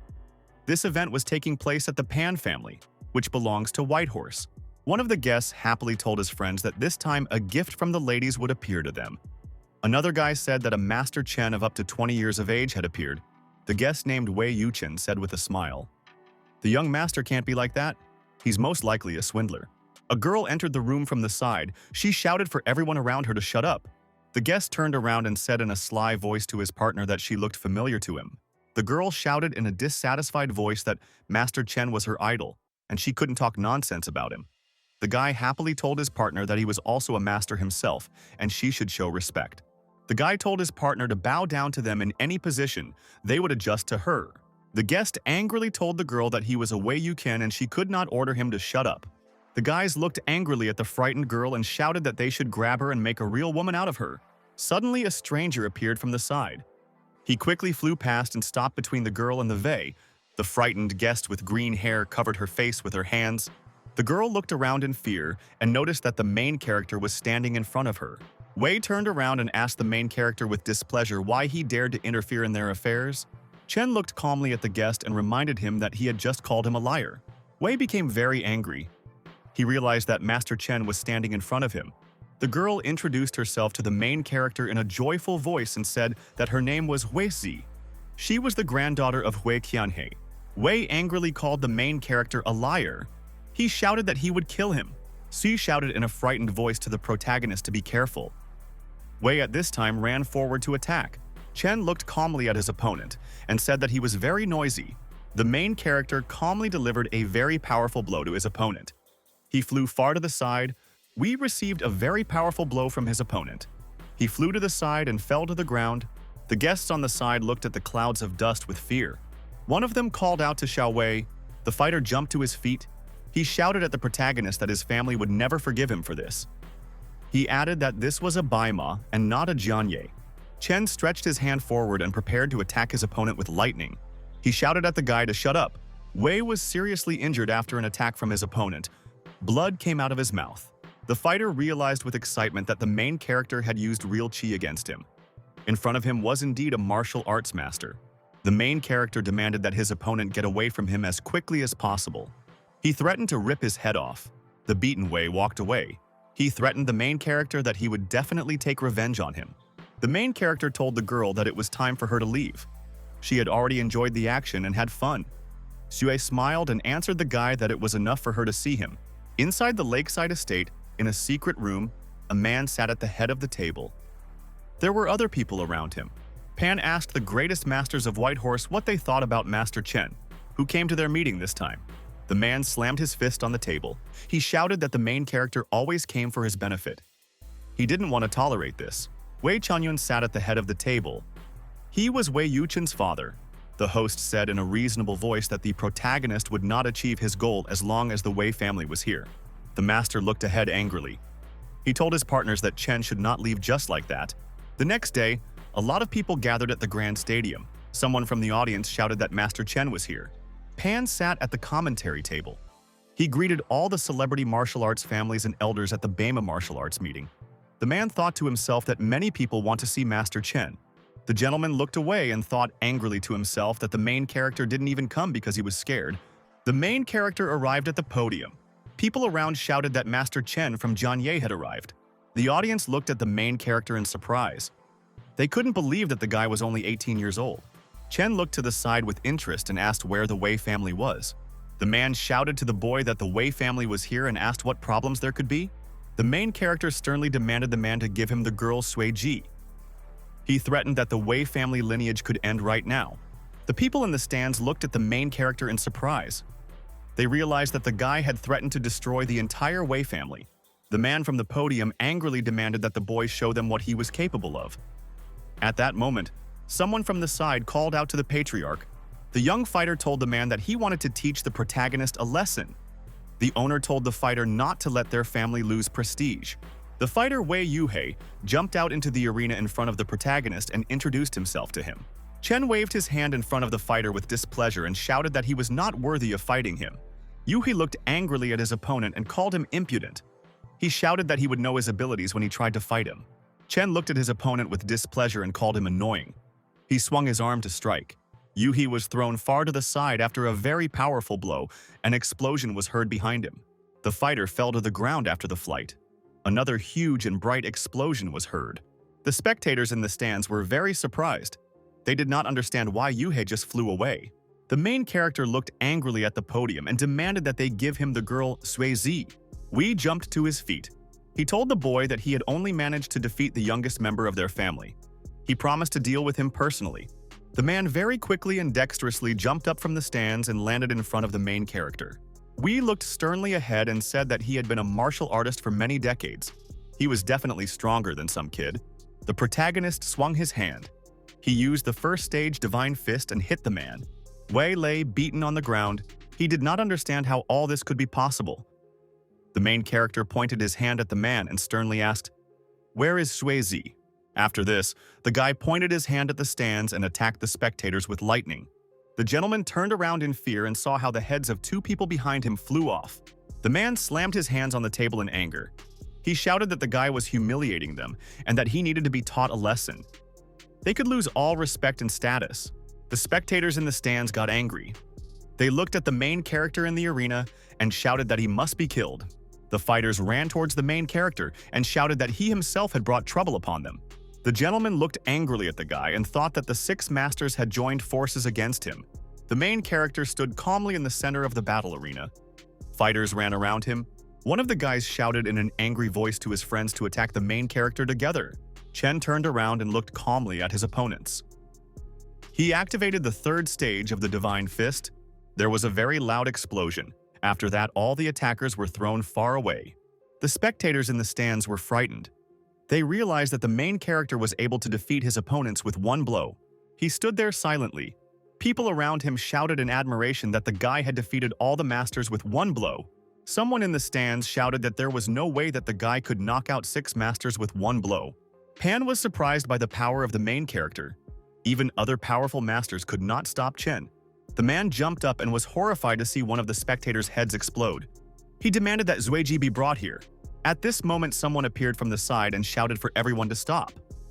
The people in the stands were surprised. The strongest martial artist named Pan Yuishan appeared in the sky in front of the main character. Yuishan demanded that the protagonist give him all his cultivation techniques. In exchange, he promised to let him go. Chen told his partner that there were many things mixed up in his cultivation technique. The master was surprised because the guy saw through his technique. Chen explained to the warrior that he wanted to use other people's powers to achieve a breakthrough, but the master's gaze prevented his abilities from being more flexible. Because of this, energy cannot be stored even after cultivation. Yueshan asked his partner with interest, "Can he help him in any way?" The protagonist looked at Yueshan happily and said that he needed a vessel that could combine with this power. The master looked at the main character thoughtfully. He did not understand what all this could mean. Suddenly, Yueshan understood what the protagonist had just told him. He joyfully slapped his hand against his palm. Yueshan sat in a deep meditative posture, a bright blue aura shining on the ground around him. The man on the podium shouted that the Patriarch must be protected. He jumped up in front of the main character and protected Yueshan with his body. The protagonist thought to himself that Yueshan was a genius. He was really able to combine the strengths of different cultivation techniques. He found his way to immortality. The spectators around were surprised. Someone shouted that a few words from Master Chen had brought the Patriarch of the Pan family to his senses and enlightened him. Yueshan stood and silently looked at the main character with a piercing gaze. After this, Yueshan bowed and thanked the protagonist for his help. A surprised Pan stood behind him.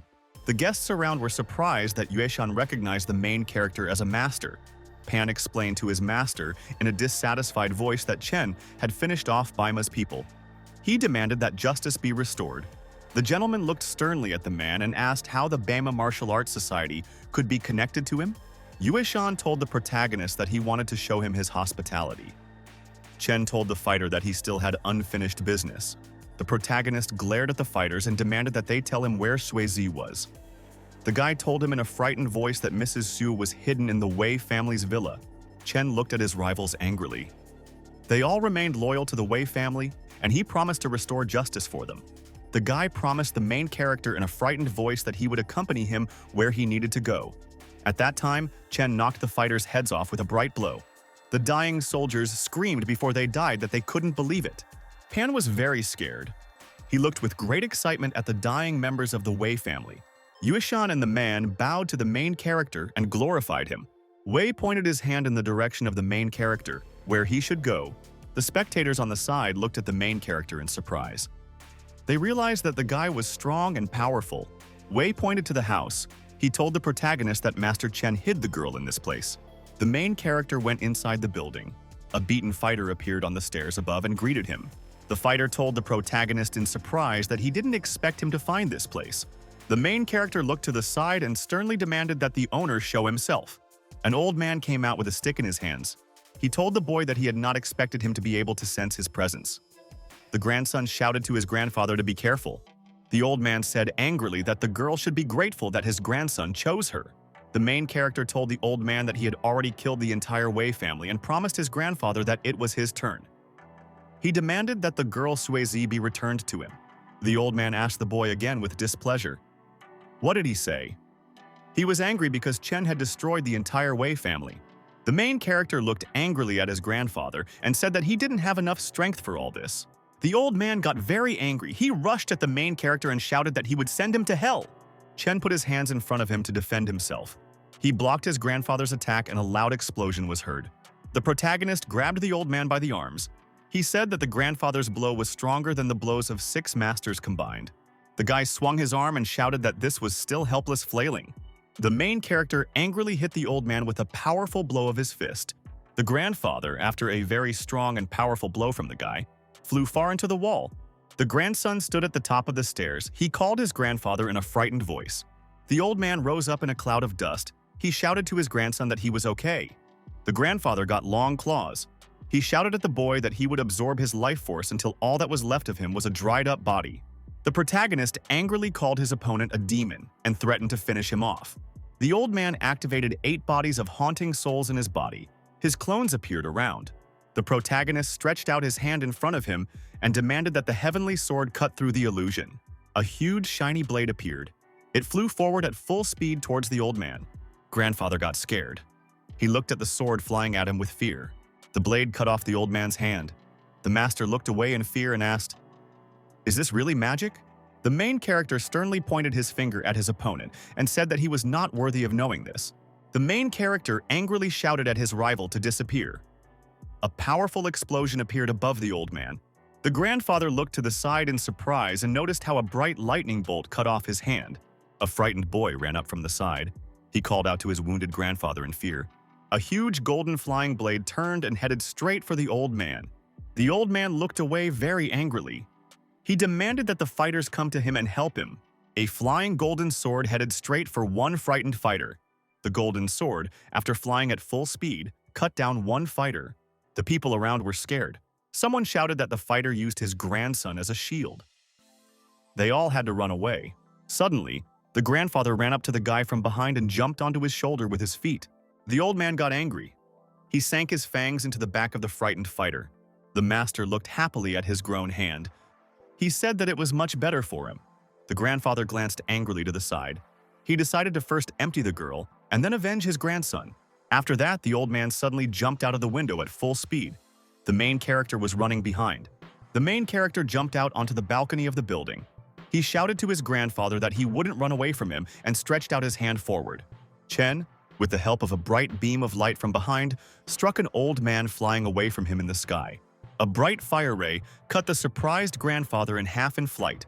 Chen took the magical artifact in his hands. He realized that his grandfather had long since turned into a demon. The guy said to himself that he had to destroy them all. The main character attacked the flying old man with fire and shouted for him to disappear. Chen stood on the balcony and watched as a bright fire cut the old man into pieces as he flew away. The body of the flying demonic grandfather continued to burn very brightly. The protagonist stood on the balcony and watched as the burnt old demon fell down next to him on the ground. Chen opened the door and prepared to go inside the building. He was looking for his girlfriend there. Bound Shui was very happy when she heard a noise from the side. She realized that someone had come to save her. The main character stood silently and very carefully studied the girl in front of him. The girl started crying and thanked the guy for coming to save her. Chen stroked his girlfriend on the head and said that it was all over. At this moment, the main character's phone rang in his pocket. He stretched out his hand to pick up the receiver. The guy saw that Yan called him. He realized with excitement that something could have happened to the girl. At the same time, a competition was taking place in the stadium in Huanyang Village. There was a regular meeting of the Supreme Masters to resolve disputes and distribute resources. Many strong and influential people came to the stadium. Suddenly, in the middle of the stadium, there was a very bright white explosion. The one-eyed fighter knocked his opponent aside and shouted that he was trash. The host shouted in a joyful voice that Sun had defeated the martial artist Shen Qishan with one punch. The winner turned away and happily said to himself that his opponent was a nobody. The fighter turned to the side and shouted that his name was Sun Baitian. He demanded in an angry voice that people remember this name and fear him for the rest of their lives. Huang Zhenlong shouted from the podium to the fighter that he had done a great job. He was now clearly superior to Jiangbei and Huxi. The fighter Huxi asked his colleague Gu Fen with displeasure, where could their opponent get such a genius from? The partner answered the man that this time Huang really screwed them. Huang turned around and shouted to his rival Murong Kai that this time he would give him half of Baima's people. Murong turned around and excitedly told his partner that the man in front of him could defeat the fighter with one blow. His strength was very incredible. He decided to give Huang everything he asked for. Shui turned around and told the leader that he would try to buy time until Master Chen arrived. Then the Murong family would be able to win back and become the winner. The man was surprised that Shui Bo would sacrifice himself for him. The man landed in the middle of the arena. Sun angrily shouted at his opponent that he really wanted to see his skills. She thought to himself with hope that the girl Yan was dear enough to Master Chen for the guy to come quickly and help them all. Sun glared at his opponent and said that he was just cannon fodder. The fighter rushed forward at full speed. He shouted to his opponent that he could taste his fists. Shui put his hand in front of him. He activated an illusory cloud palm for protection. Palms flew around him. Sun pointed his hands forward and attacked his opponent with a bright blue lightning bolt. The man jumped to his feet after a very powerful attack from his opponent. He shouted that he was not finished yet. Sun pounced on the man from above and prepared to finish him off with a powerful blow from his hand. Shui glanced to the side with displeasure and noticed that the protagonist had not yet arrived. The man thought to himself that he still wanted to pay the Murong family the debt for saving him in the past. Sun flew towards his frightened opponent. He pointed his hand forward and shouted for the fighter to disappear. The main character suddenly appeared in the center of the arena. Sun called him by name in surprise. Shui told the main character in a joyful voice that he had finally arrived. Huan looked out from the balcony in surprise and noticed that there was a boy standing in the arena. Sun laughed merrily and demanded that the main character bow before him and ask for mercy. The protagonist angrily demanded that the fighter bow before him and ask for mercy. He promised to spare the man. Huang was very angry on the platform. He asked the guy angrily, "How dare he show disrespect to Master Sun?" The main character looked angrily at the man and shouted for him to disappear. Huan suddenly flew back in fear. He felt as if there were a lot of human bodies around him. The frightened man rushed towards the surprised spectators and began shouting for them to help him. The man Gu Feng said with surprise that the guy's terrifying aura was so powerful that it could even materialize. Sun glared at the protagonist and said that he could only dream of his strength. The man extended his hand forward towards his opponent and shouted that he didn't have a single chance. After this, Sun rushed upward. A huge Vajra appeared to help him. Shui shouted in an excited voice that the fighter was using a special technique created by 8-armed Xiangchong. 20 years ago, Xiangchong from the southeastern city was the leader of Qinlong. Then he came to Dali and defeated the 8 Great Masters. After that, the head of the Dali government threatened the warrior with nuclear weapons. As a result, Xiang left the land of Dali. The protagonist thought to himself that Xiang was a great genius if he could create such a powerful technique. Chen swung his hand sharply. He activated the first stage of the Divine Fist. The main character punched the magical warrior, who flew towards him with all his might. There was a very bright and powerful explosion. People flew to the side after that. Sun couldn't hold on after the main character's attack. He flew far to the side towards the stands. The protagonist extended his hand forward and activated the second stage Divine Fist. Sun decided to escape. He was heading towards the stairs at full speed. The protagonist attacked him after him. Suddenly, the man turned around and looked at his opponent with a frightened look. There was a very strong fiery explosion, and the fighter was thrown far to the side. The beaten Sun realized to himself that he could not block any of the main character's attacks. The man found the strength to rise above the floor. He decided that he needed to run away. Sun jumped to his feet abruptly. He ran far to the side with quick and wide strides. The main character launched a golden blade from behind his opponent. He shouted in a dissatisfied voice that the man had realized it too late. The huge golden sword pierced through Sun. The dying fighter did not understand how all this could be possible. The fighter fell motionless to the ground. Someone from the side shouted that Sun Badian was dead. The people in the stands were screaming in fear that Master Chen had finished off his opponent in 3 blows. The main character stopped and looked slyly behind him at the podium. A hand was sitting there. The frightened man put his hands in front of him. He asked the protagonist for mercy. In return, he promised to give the guy the hutong. Chen silently turned his head to the side. He glanced at another gentleman sitting in the stands. The frightened warrior promised the main character that he would give him all the husi. Chen turned to the man in the stands. He demanded that Murongkai take care of the hudong and husi lands on his behalf. The man bowed politely to the guy and said that he would do everything for him. A training session was taking place at the Orlov Special Forces base. The soldiers were running around the area. Heishan told the protagonist that he had killed Xiangchong's disciple in Huanyang village. Chen smiled and told the man that it was nothing to worry about. The man excitedly told the protagonist that Xiangchun now had a new reason to show up in the distance. Chen looked at his partner with a smile and explained that Xiangchun would be finished if he showed up here. The man slammed his fist on the table. He demanded that the protagonist not underestimate the enemy. Chen calmed his partner down and said that he agreed. The main character sat silently at the table and put his hand on top. Heishan told the guy to sit and do nothing. Chen looked ahead thoughtfully. He had very little time left to break through to the 6th level of the Qi condensation realm. Half a month later, the main character approached the pink and large building of the Mojini University. The guy stood near the entrance to the university. He thought that 600 years had passed and he had arrived at this place again. Chen looked slyly ahead and thought that he would do everything possible to not regret anything later. After that, the main character climbed into the hostel building. He approached the door and knocked. He decided to meet his old friends. The main character entered the dorm room. Students were sitting on the beds there and looking at him in surprise. A guy named Judah Judua waved at the protagonist and said that he belonged to an ethnic minority. A student with glasses named Hao Jian said excitedly that 2 more students had moved into their room, but they had just left. The protagonist looked closely and saw a student in old-fashioned clothes standing in front of him. It was Wen Tingyu from Hangzhou. The main character smiled at the students and told them his name. He waved his hand at them.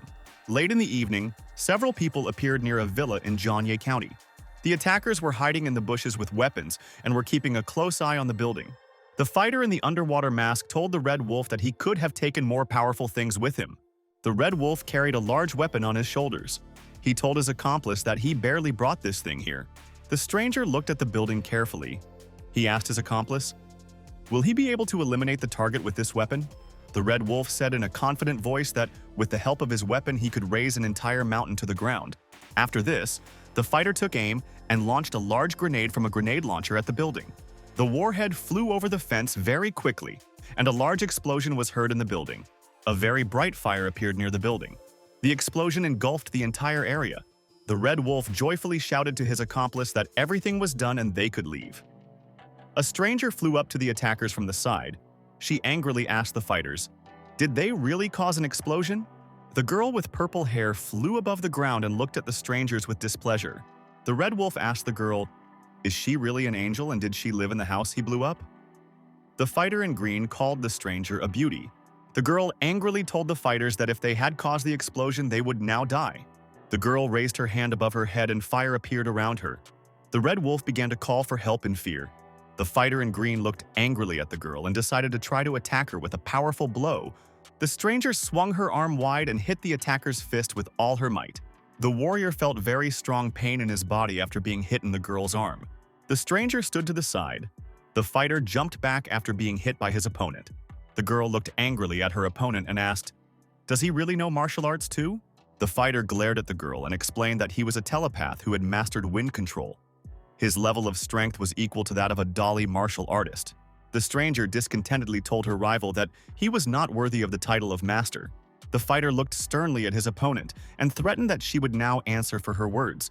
The stranger raised his hand up and a glow appeared above it. He was calling upon the great unruly winds. The fighter pointed his hand to the side and attacked the standing girl with wind blades. The Red Wolf asked the green-skinned man in fear not to hurt the girl. The fighter answered Monday that they had to kill their rival, or they would die themselves. The warrior took out a huge burning sword. She told the attackers in a stern voice that they were now seeing the true power of Dali's martial arts. The girl was flying in the sky with a burning ball in her hands. She activated the Phoenix Dance of the Nine Heavens. The greenskin suddenly rushed to the side and shouted to his frightened accomplice that they needed to run away. The Red Wolf shouted in a frightened voice to his colleague to wait for him. An image of a pink phoenix appeared in the sky above the warrior. She pursued the attackers. The girl boldly looked forward and attacked her opponent with her weapon. The greenskin turned and extended his hand back, calling upon the unruly winds to help him. The warrior pierced the fighter with her fiery sword with all her might. He screamed very loudly. The Red Wolf pointed a gun at the girl. He shouted that he would punish her now. The warrior calmly turned around and blocked the pistol shot with powerful fire. The attacker was surprised that his weapon did not harm the girl. His bullets were specially made to pass even through steel. The warrior approached her opponent and cut off his head with the help of the fire sword. The dying Red Wolf asked the girl with excitement how she could kill him. The warrior approached the greenskin and asked, "Who sent them?" The fighter answered the girl that he knew nothing. He did not want to answer any of her questions. The girl viciously threatened the fighter that she would take him to the officials, where they would forcibly extract information from him. The stranger told the girl that he was from an organization of hired killers. They were hired by the Asian Green Dragon. The next target is Master Chen. The warrior raised her sword and angrily thanked the stranger for his cooperation. The green-skinned man shouted to the girl in a frightened voice that he had told her the truth and demanded that she let him go. The warrior cut off her opponent's head with a fiery sword and reminded him that she had not promised to let him go. The girl looked thoughtfully to the side in front of her. She remembered the Southeastern Green Dragon and did not understand who the main character had insulted this time. The main character read a message from his girlfriend on his phone. Yan told the guy that last night the Asian Green Dragon sent assassins to eliminate him. She dealt with the attackers. Chen looked thoughtfully at your phone. He repeated to himself the words about assassins and the Green Dragon. Suddenly, a girl came up to the main character from the side and called him by name. The athlete happily waved her hand at the guy. She asked, "Didn't he expect to see her here?" Chen turned around and looked at the student. He thought that the girl with her grades could go to a better university. The guy didn't know how to react to her feelings. The athlete approached the main character and thanked him for saving her father. Chen reminded the girl that she asked him for help, and his visit was not in vain. After this, the main character extended his hands to his surprised girlfriend. And after this, He suddenly jumped up with her.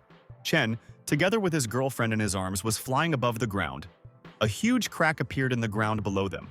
The frightened athlete did not understand what had happened. She said with excitement that the earth had almost swallowed them. The main character realized that there was someone next to them. He shouted at the invisible opponent to show himself. Flying shadows suddenly appeared in the sky. These were unfamiliar fighters approaching. A warrior landed on the ground in front of the building along with several of his accomplices. One of the strangers had a huge snake around his neck. The athlete looked at the strangers in surprise and asked who they were. The snake fighter angrily told the frightened girl that she was very beautiful and should go with him. The old man told the mercenary named Mo-Aid to talk less and finish off the target quickly. The protagonist glanced at the stranger with the book. He said that he had just cast the spell of Imperial Earth. The stranger looked at his partner with interest and asked if he was familiar with the art of witchcraft and whether he was also a practitioner. The main character angrily told his partner that he should be ashamed to call himself a practitioner. The warrior asked the guy with displeasure how he dared to insult his skills. He threatened Chen with death. The angry wizard cast a spell and called upon the stone golem for help. The main character stood with the girl. They were frightened when they saw a huge stone monster appear in front of them. Mo-Aid pointed his finger forward angrily. He told the guy that he was about to die in agony. The fighter ordered the golem to crush the guy. The monster split into several parts. The girl stood behind the main character. She shouted at him to be careful. Chen smiled slyly and said that he saw in front of him only a pile of rubble. The main character raised his hand up and lightning appeared near it. He used scattering. A bright lightning bolt attacked the stone golem. A very strong explosion was heard. Only stones remained from the monster. The wizard was displeased and amazed that the guy had destroyed his golem. Mo-Aid suggested that Yanzuo attack the main character together. The old man thoughtfully said that the guy should not be underestimated. Mo-Aid ordered the snake to suck out all the boy's blood to the last drop. The mercenary pointed the predator at the main character and shouted for the snake to rush forward. Yan rushed forward at the main character and threatened that he would die the most terrible death. Chen took a fighting stance. He called his opponents a bunch of bugs. The main character swung his arm sharply and ran up close to his rivals. With a very powerful blow, he threw the snake and two attackers far away from himself. The main character hit the snake with all his might and shouted that she was the spawn of evil. The mercenary looked sadly at the killed predator. He shouted to the guy that he had killed his precious snake.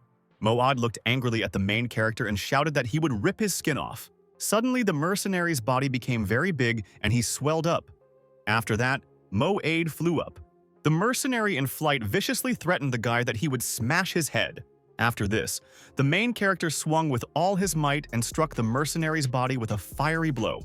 The protagonist's hand bounced off the fighter's body. He realized that the mercenary had managed to repel his attack. A Yan with two blades ran up to the guy from the side. He shouted to the main character that he was finished. He turned back just in time. He noticed his opponent from behind with his peripheral vision. The main character swung with all his might and with a powerful kick knocked his opponent aside. Mo-Aid shouted to his colleague Yan to help him attack the guy together. Yan held a sword in his hands. He shouted to his accomplice to start attacking first. Mo-Aid angrily flew up to the main character and prepared to attack. The protagonist's hand caught fire. He activated the third stage Divine Fist. Chen swung with all his might and hit the mercenary. It was the pressure of heaven and earth. Yan shouted discontentedly at the damn shadow so that it wouldn't bother him anymore. The main character looked away with excitement. He realized that things were getting bad. An unfamiliar warrior with a sword appeared from the side. He threw himself on top of the frightened girl. The main character approached the girl and asked if she was okay. The athlete explained to the guy that his jade pendant was broken. He addressed the unfamiliar fighter who attacked the girl in a very stern voice. Suddenly, some stranger very quickly slipped past the main character. The mercenary swung his hand and tried to hit the guy with all his might. Mobao said admiringly that Shadow has very good camouflage techniques. No wonder this warrior is considered the best assassin in the organization, Yan said thoughtfully. That masters with camouflage skills are much stronger than one can imagine. Chen looked at his opponent with displeasure and said that he had used a pathetic trick against him. He decided to quickly deal with the shadow. The main character threw the shadow far back with all his might and a powerful blow from his hand. The wounded mercenary reached out to his chest and activated body restoration. The main character pointed the blade at his opponent and shouted that it was the end for him. The wounded and frightened mercenary screamed that he was the best in the bounty hunter group. Moed and the old man watched in amazement as the wounded mercenary fell dead in front of them. The strangers realized that the guy was using a magical weapon. The mercenaries saw the legendary flying sword in front of them. Chen turned around and sternly shouted at the attackers that now it was their turn. Mo Bao turned around and shouted to the old man that the guy was very strong. They had to leave, Yan asked his accomplice. Did he really think he would be faster than a shadow? The mercenary looked at the old man and asked him in bewilderment what they should do then. Yan looked at his accomplice seriously and said that they should fight the guy. Mo Bao looked at the old man angrily and said that they can't run away now.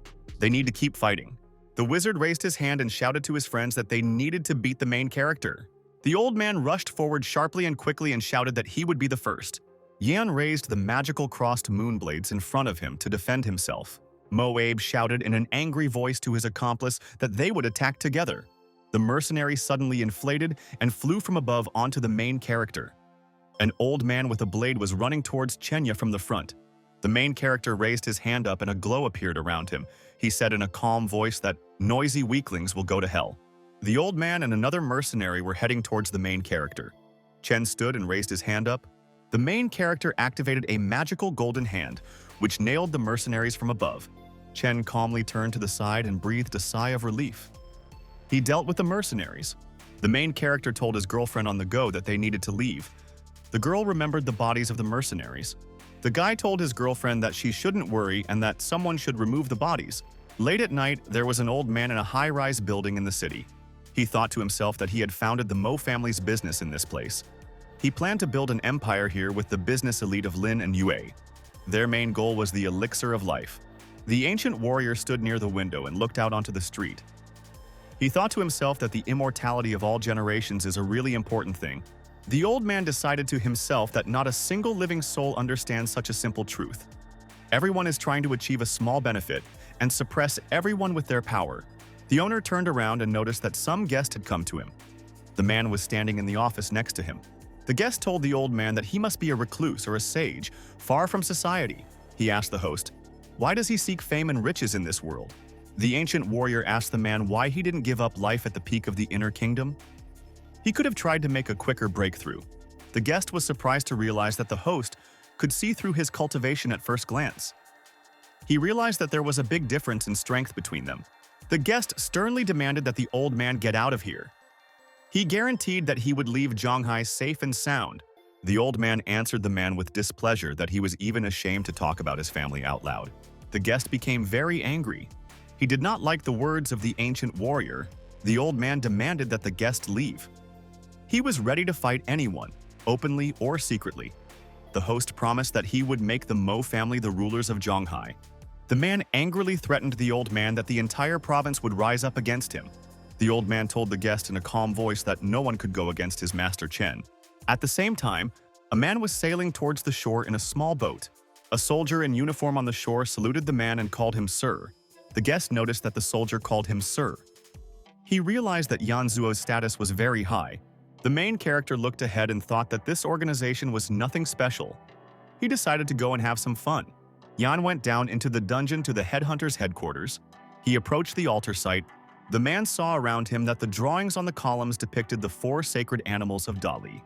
He decided that the organization was created by the masters of Dali. An unfamiliar voice from the side asked the surprised guest if he had finished the mission. The guest calmly looked at the blue dragon in front of him. A voice called his name, Yanzuo. Yan bowed and said that the rest of his participants were killed. The partner asked the old man why he was here. The guest said in a thoughtful voice that he needed to deliver something to the master personally. The partner asked Yan to leave the thing in front of the stone wall. Yan looked closely in front of him and noticed a human silhouette on the altar. Yan noticed with unexpected fear how some warrior approached him. The fighter extended his hand to the old man and demanded that he give him the thing. Yan shook his head and said that he needed to meet with the leader first. The warrior asked the guest in surprise, "Doesn't he recognize him?" Yan said in a reasonable voice that a person at the peak of the inner realm cannot have many martial artists under his command. The fighter shouted in a dissatisfied voice that Yanzuo was definitely not standing in front of him now. The main character told the fighter in an angry voice that he sent 2 groups of people after his soul. But he doesn't even know who he is. The protagonist reached forward and grabbed the frightened man by the clothes. The fighter told the guy in a frightened voice that their patriarch would finish him off. He very strictly demanded that his partner help him. The frightened man promised the main character that he would take him wherever he wanted. The fighter pointed to the side with his hand and told the protagonist that he needed to go inside. The boy followed the man along long stone corridors. There was no one around. The main character saw a huge aquarium with big fish in front of him. He said that it looked impressive. The main character looked carefully ahead and saw a warrior sitting in a meditative pose. The fighter told the gentleman in a frightened voice that the shadow had failed the mission. Their target had come here on his own. The master looked angrily at the guy and said that he was the first victim who came to the predator's lair on his own. The main character demanded that the fighter tell him who hired him. The master answered the guest that the hired killer keeps the identity of the employer a secret. Chen stretched out his hand forward and shouted to the man that he would find out everything himself. The master angrily extended his hand forward and prepared to attack the guy. The main character was walking to the side. At that moment, a fighter jumped on him from behind. Chen said in surprise that he saw the great master of divine transformation in front of him. The master looked angrily at the guy and said that he was very brave and knew a lot. The main character told his opponent that he was ready to fight him. He would measure his current strength level. He looked slyly at his opponent and shouted that he could attack him. The main character stood in a fighting stance. He prepared to fight against the master. The guy rushed forward at his opponent. The fighter ran at him too. The angry master rushed at full speed towards the main character and prepared to knock him down. The fighter offered the boy to acknowledge him as his teacher. In exchange, he offered the boy to take the bounty hunters for himself. The man cunningly told the protagonist that the organization's annual turnover is billions of yuan. Many people want to get their hands on it.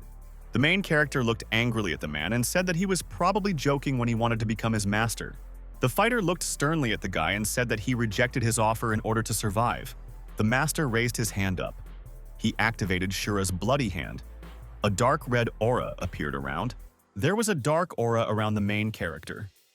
The master told the guy that now his visibility is limited and he will be able to attack him as much as he wants. Chen looked slyly at his opponent and said that he decided that he couldn't do anything to him. The main character swung his leg sharply and hit the master on the head with all his might. The fighter fell to the ground after the blow. He asked the guy with displeasure how he was able to find him. Chen promised his rival a painless death if he told him who hired him.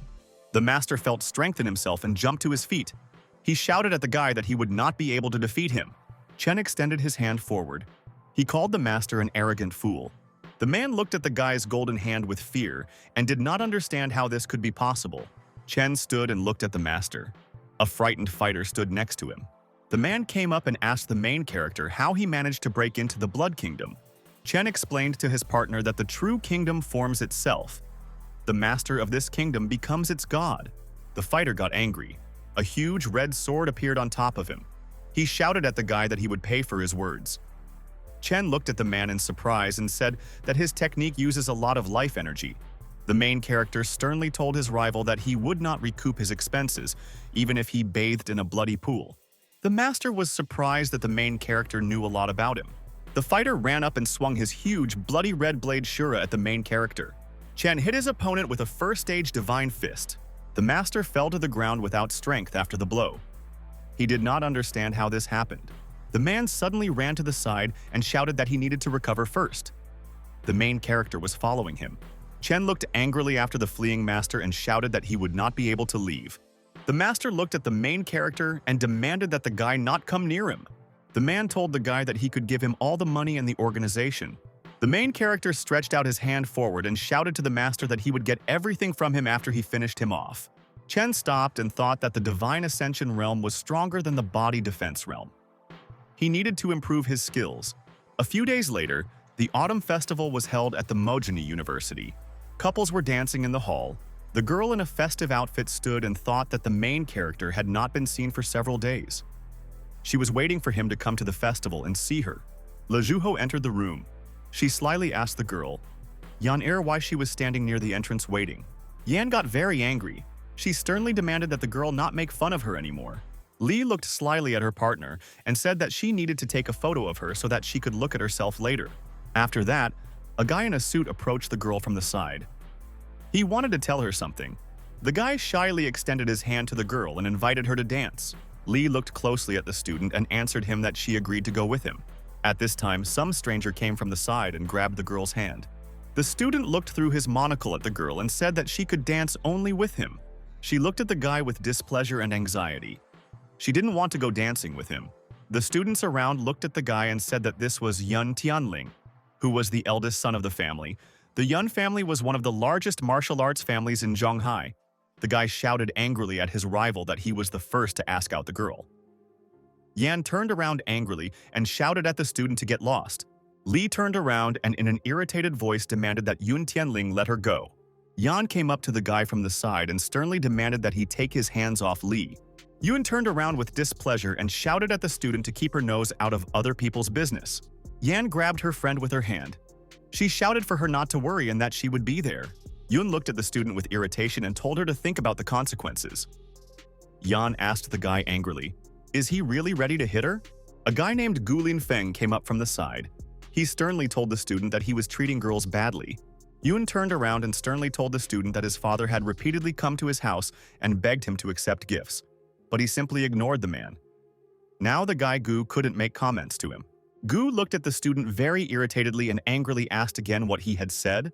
The student swung his hand and shouted at Yun that he would beat him up now for his words about his father. After this, Yan swung his hand with all his might and knocked Gu far back. Gu, after a strong blow from his opponent, flew back and fell to the floor. 22nd. Jun came up and calmly told the student that his outer realm was trash. The main character came up to Yun from behind and angrily asked him, "Who is the trash here?" He demanded in a very stern voice that the student not bother his neighbors. Yun sternly told the protagonist that there are thousands of fighters in the world. Only a small fraction of them can end up in the inner realm. He walked past the student very calmly. He said that any person can find themselves in the inner kingdom. The main character walked up to the lying student and looked at him. He gave him a pill and advised him to cultivate internal energy at the same time. Gu replied to his partner that his abilities were at the level of... Chen demanded that the student take the medicine and continue cultivating. Gu sat in a state of deep meditation with a bright aura around him.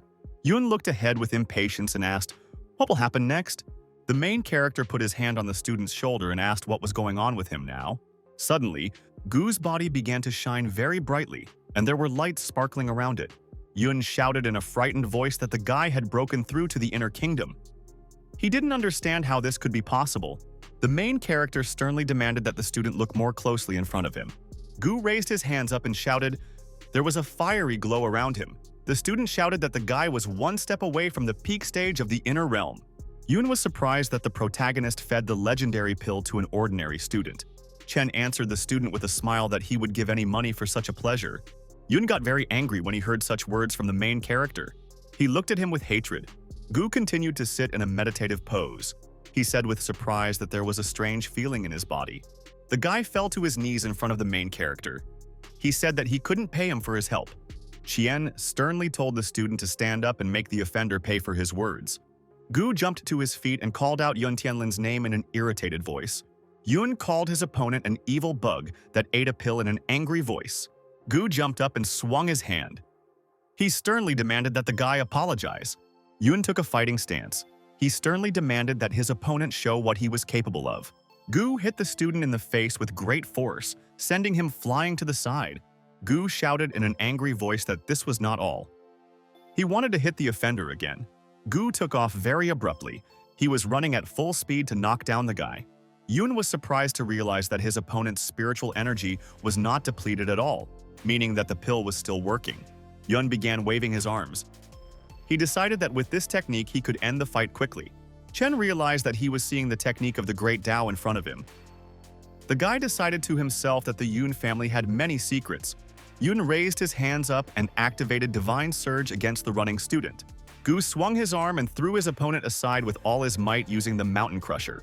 Yun, after a very powerful blow from his opponent, flew to the side and fell to the floor. Chen told the student in a stern voice that he had lost. Yun responded dissatisfiedly to the protagonist that he would not be able to stand up to the entire Yun family. The protagonist told the beaten student that his family in front of him was nothing but a bunch of scum. Yun turned around and angrily threatened the protagonist that he would pay him for insulting the family.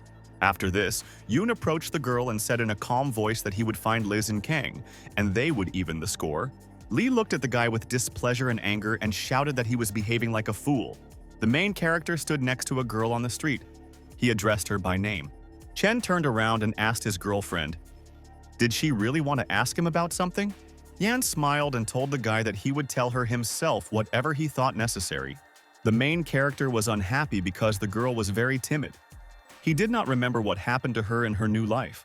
The main character was sitting at home late in the evening. A man and his boyfriend were watching the house from the roof.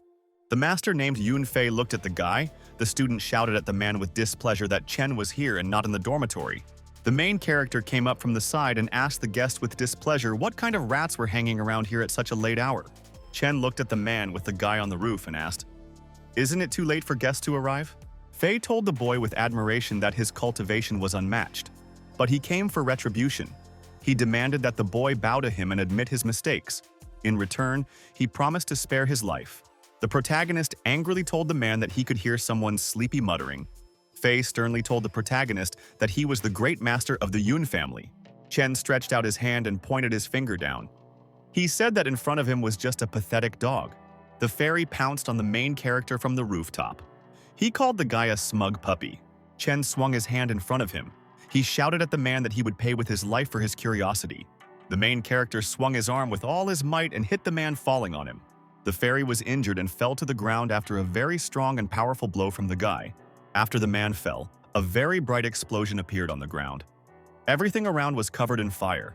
Yun looked at the beaten man in surprise. He didn't understand how this could have happened. The fairy looked ahead in fear. He did not understand how the boy at a young age had reached the realm of divine transformation. The man fell to his knees in front of the protagonist. He asked for forgiveness on behalf of the Yun family. The main character told the guests in a dissatisfied voice that they had decided as if they could come and go whenever they wanted. The main character raised his hand up and shouted that as punishment he would break both of Yun Tianlin's legs. The man was scared when he heard such words. Yun looked at the guy with displeasure and shouted that his family would never forgive him for this. The man told the protagonist that his desire was too much. The main character angrily reminded the man that a couple of minutes ago he demanded that he bow to him. Chen pointed his hand at the student. He said that his pathetic Yun family means nothing in this world. The student screamed in fright. He looked at his battered and broken legs. Yun fell to the ground and grabbed his leg. He screamed that it hurt. A man ran up to him from the side and wanted to help. Yun stood up and shouted to the main character that he would definitely kill him. Fei promised the protagonist goodbye that the Yun family would sort everything out sooner or later. He picked up the student in his arms. The man and the boy jumped onto the roof. The main character thought that nothing would change in the world if the Yun family disappeared. In the Mo family Chamber of Commerce building, people were sitting at the table. The old man told the guests that the Chamber of Commerce had arrived in Johnhai. The old man told his partners that they had suffered some setbacks from the Johnhai business giants. But now it was time to pay them back. The guys at the table happily raised their hands and shouted that the Mo family's Chamber of Commerce was strong enough. The Mo Chamber of Commerce started a business war and oppressed the Li family. As a result, the small families under the Elu's protection gradually surrendered to each other. All this led the Li family to disaster. In the Yun family hall, a man sat in a chair and listened to his partner at the table. Yun Shan was the head of the family. He told his guest Li that there was one condition if he wanted him to help him destroy the strongest of the Mo family's Chamber of Commerce. The guest asked the host what the condition was. Shan strictly demanded from the guest that his daughter marry his son. Their families will become related and will act on his behalf. Li angrily reminded the owner that his son's legs were broken. He didn't want to take his daughter to see him. Shan shouted at the man in an angry voice that if his daughter hadn't acted up at the party, his son would have his legs in place. The guest tried to explain everything. Shan strictly demanded that the guest organize the wedding. He explained that he was not ready to lift a finger before the wedding.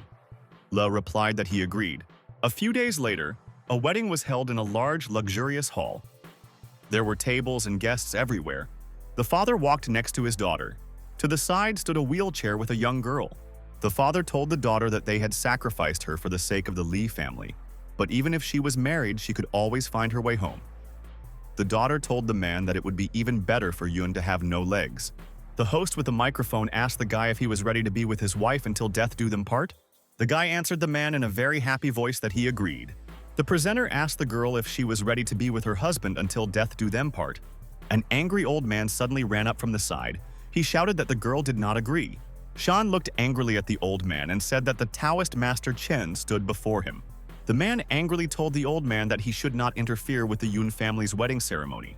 Li looked angrily at the old man and said that he was trying to sabotage the marriage between members of different families. The master angrily told the man not to dare manipulate the girl. Li stood and looked at the guest in surprise. She did not understand why the old man stood up for her. Lei told the old man that a wedding or a funeral was a private family matter. The master explained to the man in a dissatisfied voice that he had sold his daughter to gain support from the Yun family.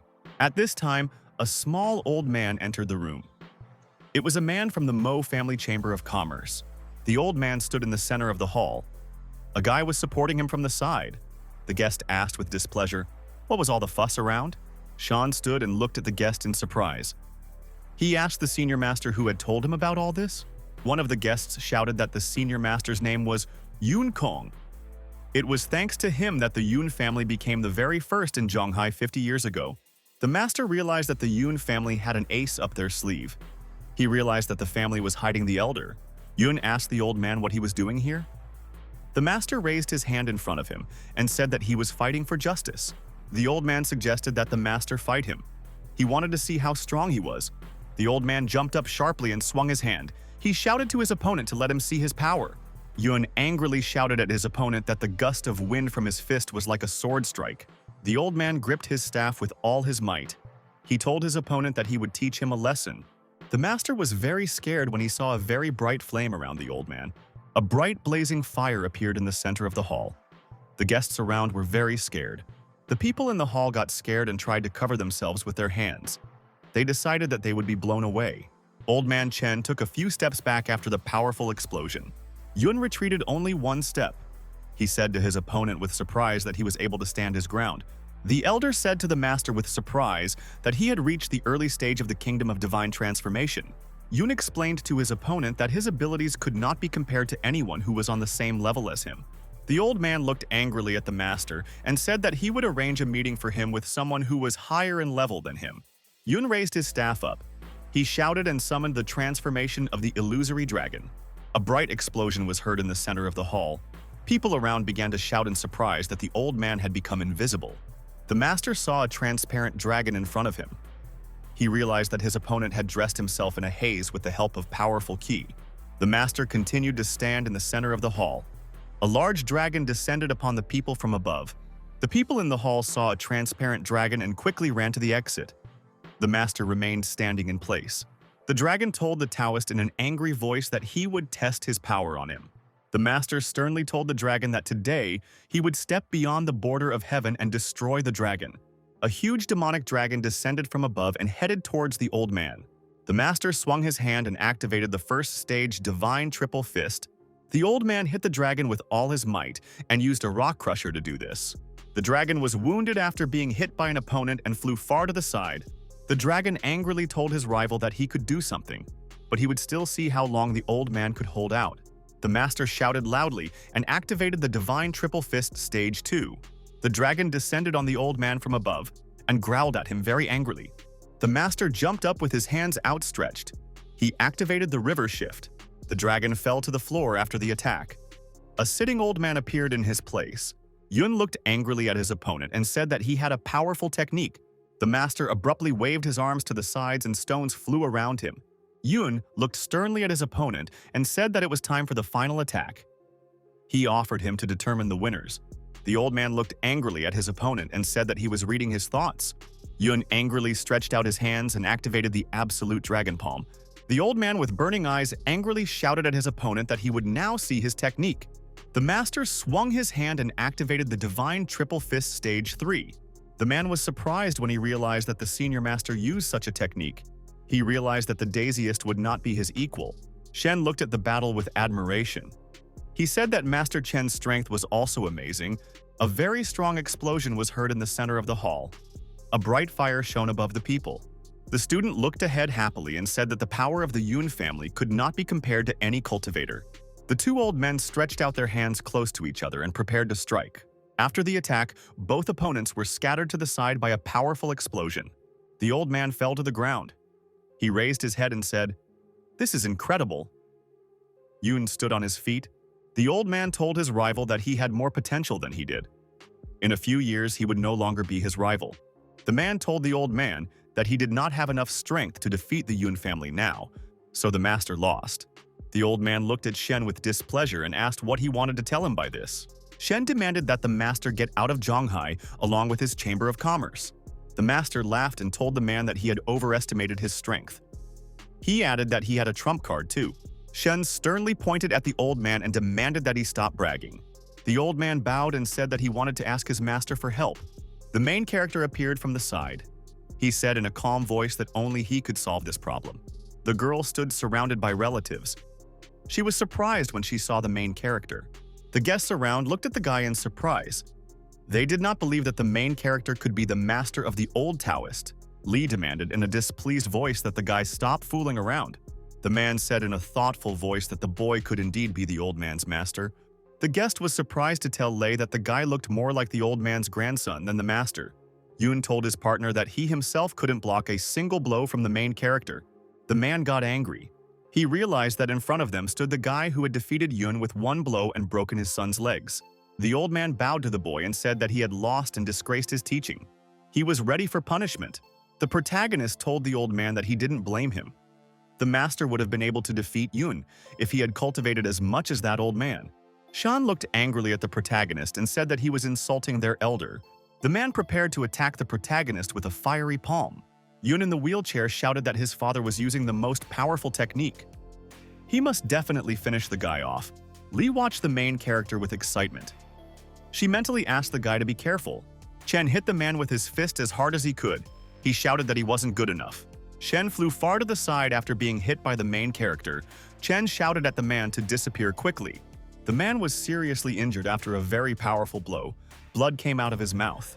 Yun got angry. He couldn't understand what kind of tricks the main character used against his father. Lei was surprised to realize that the protagonist had defeated the head of the Yun family with one blow. He wanted his daughter to marry the protagonist. An excited man ran up to Shen Yu's side and grabbed him with his hands. The old man clenched his hand on his staff. He said that as long as he lived, the Yun family would be invincible. A man at the side called out to his father in a weakening voice. The old man stood and looked ahead. The old man turned around and told the people that from now on, the future of the Yun family would be in their hands. The guests around were very frightened and surprised. They excitedly called the old master. The old man looked at the main character opposite him and called him by name. Yun sternly struck the guy and thought that because of him he decided that he could not win. This battle should lead to a worthy end to his life. The guy looked slyly at the old man and said that everything would be as he wished. Yun clenched his hand on his staff. He told the protagonist that he agreed with him. The old man screamed very loudly. A bright fire appeared around him. The guest shouted with a joyful voice that the old man had reached the kingdom of rejuvenation. People decided that Yun would definitely win. The main character angrily asked his rival, "Is this really all he's capable of?" The main character angrily told the old man that he would definitely die after this battle.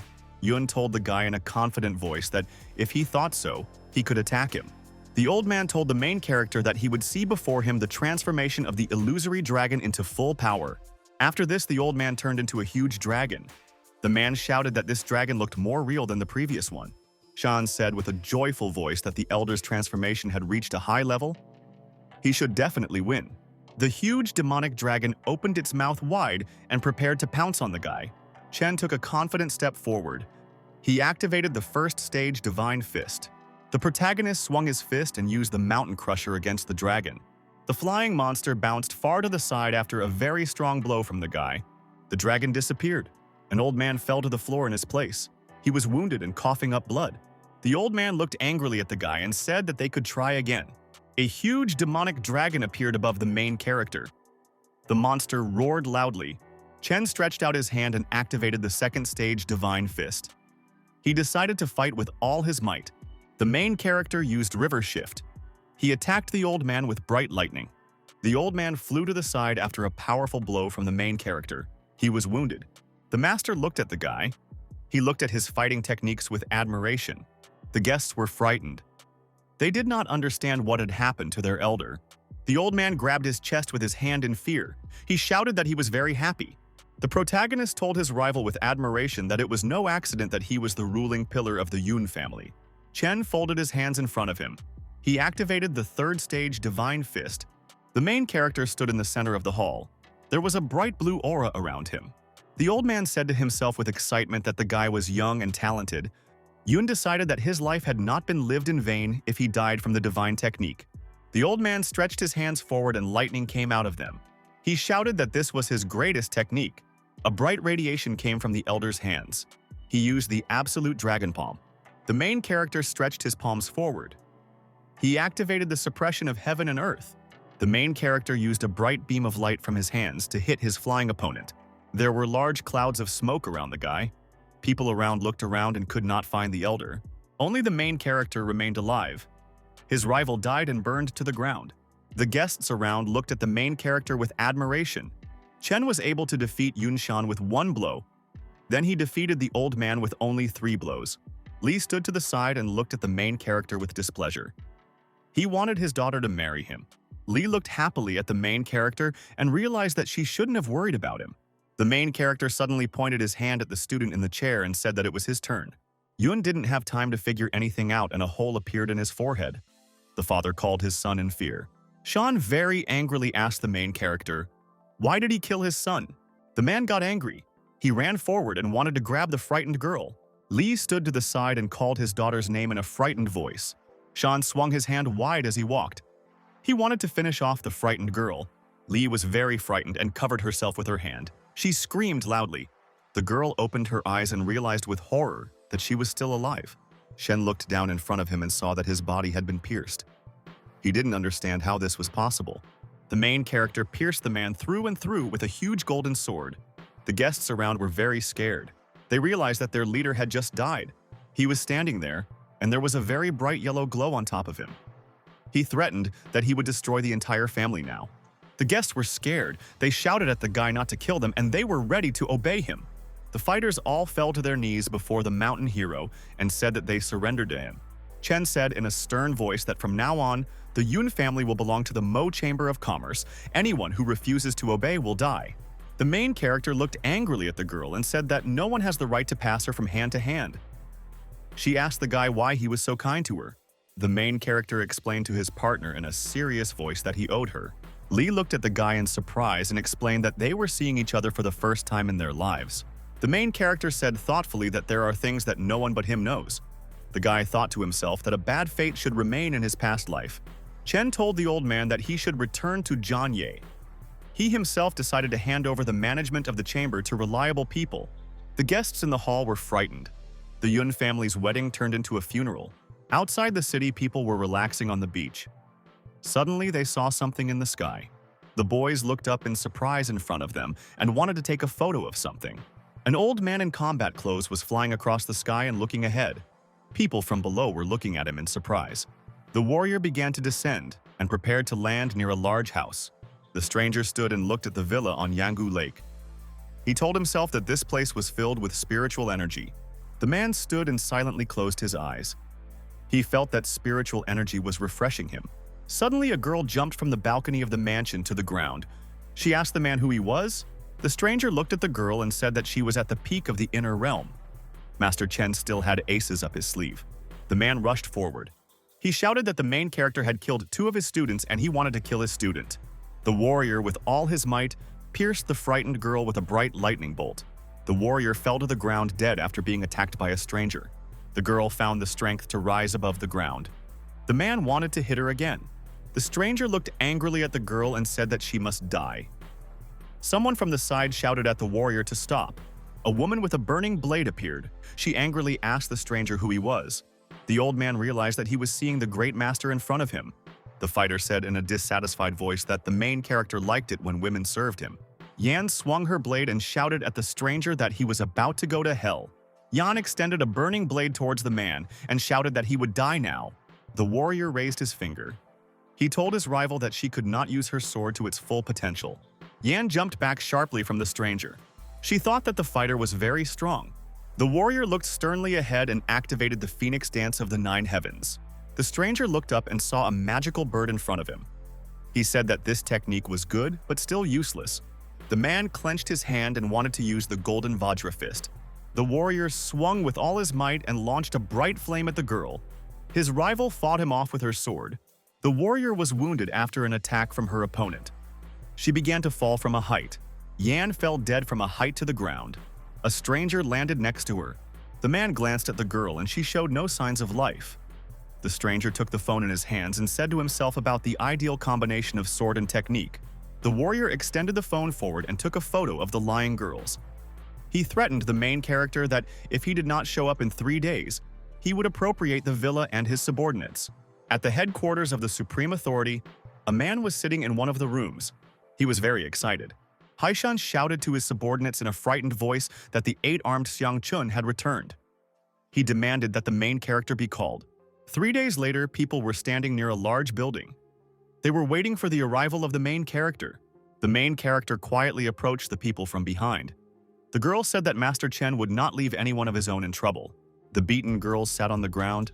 They looked with excitement at the approaching protagonist. The girlfriends were delighted.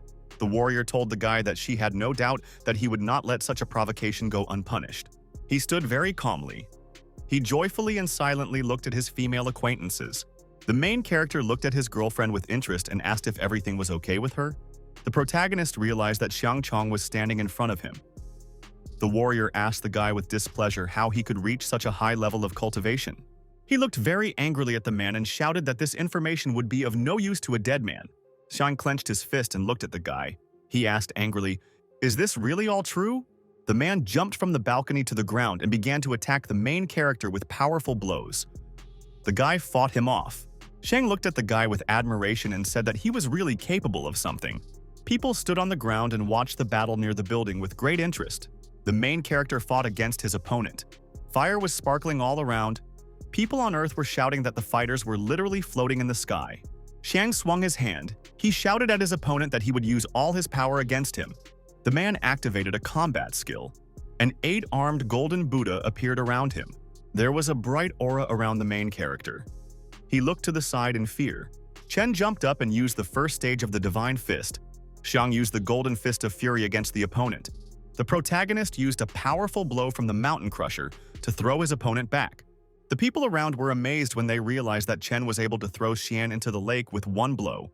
The old man looked at him from the side and thoughtfully told his subordinate that if they found out the main character's secrets, they would be able to break into the Divine Kingdom. The man answered his partner that the two of them definitely couldn't do it. They needed more people. The old man smiled slyly and replied that they would definitely find accomplices if a breakthrough into the Divine Kingdom was at stake. The main character looked ahead and noticed a man jump out from above the lake. The guy angrily asked the fighter how he liked the water. Xiang approached the guy and told him in an angry voice that if they had met 30 years ago, he would not have survived this battle. The warrior looked sternly at the guy and said that in recent years, he was the only one who could fight him back. The man activated the Golden Buddha magic skill and descended. The fighter stood in the middle of the lake, and there was a bright glow around him. He shouted that he had been creating this technique for 12 years. The main character will see it now. Chen slyly replied to his opponent that he would be the last person to see his technique. The angry fighter looked slyly at the guy and said that he was very brave. He looked at the man very angrily and asked if he had played enough. The main character very quickly extended his hand to the side, and a bright blue glow appeared near it. Yang was very surprised when he saw the guy's hand in front of him. He realized that he had been able to detect him. The man tried to disguise himself again. He thought it was all just a coincidence. The main character angrily asked his rival if he had run enough. He kicked the man with all his might. Xiang flew to the side after being hit by the guy. He angrily asked him how he was able to find out where he was. Xiang folded his hand in front of him. He shouted at the protagonist that he would destroy him face to face. The man activated the Golden Buddha. The demonic monster flew forward towards the guy. The protagonist raised his hand in front of him to defend himself. He activated the third stage Divine Fist.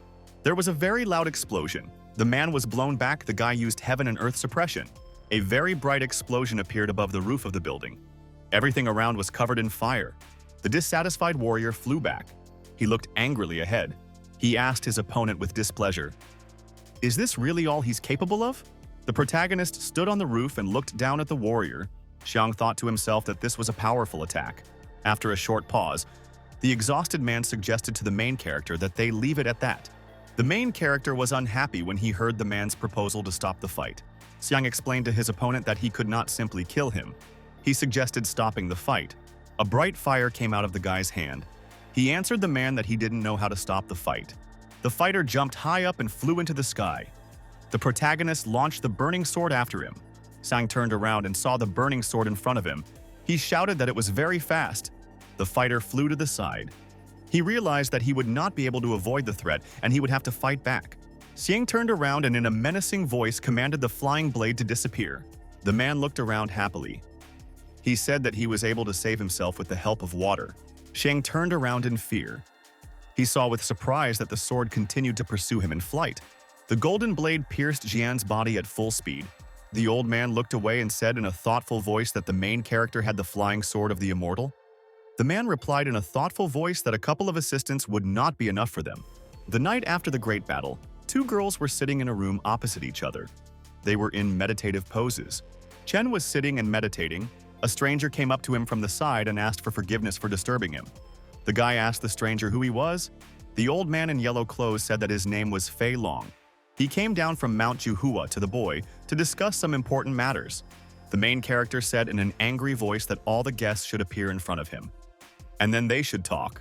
Fei laughed loudly. He told his companions that they would not be able to outwit Master Chen. The old man commanded that everyone should appear. The protagonist saw a huge crowd of fighters in front of him. Chen said with admiration that 12 great masters from the divine realm had gathered in his house. Fei told the guy that they would leave after he gave them his techniques. The main character angrily asked the guests, did they really think that if there were more of them, they could force him to do something? The fairy told the boy that they had witnessed his strength last night. With more, they would definitely be able to defeat him. The main character raised his hand up, and lightning came from it. He told the frightened old man that they forgot that they were on Lake Yangu. Chen stretched his hand forward and a pentagram appeared next to it. He used the reverse Great Five Elements technique. A bright yellow pentagram was shining in the evening sky. The main character and the old man were flying above the earth. The fairy looked ahead in fear and asked himself what was going on. The masters looked around in fear and realized that they were trapped. The old man angrily shouted to the fighters that they needed to join forces. Then, the main character's techniques wouldn't stop them. The masters all began to attack the formation in the sky with lightning in order to destroy it. The fighter jumped up from the ground and shouted in a dissatisfied voice that they won't be able to get out. The protagonist stretched out his hand forward and activated the magical skill of 3,000 tidal waters. The masters flew over the water and realized that something strange was happening to it.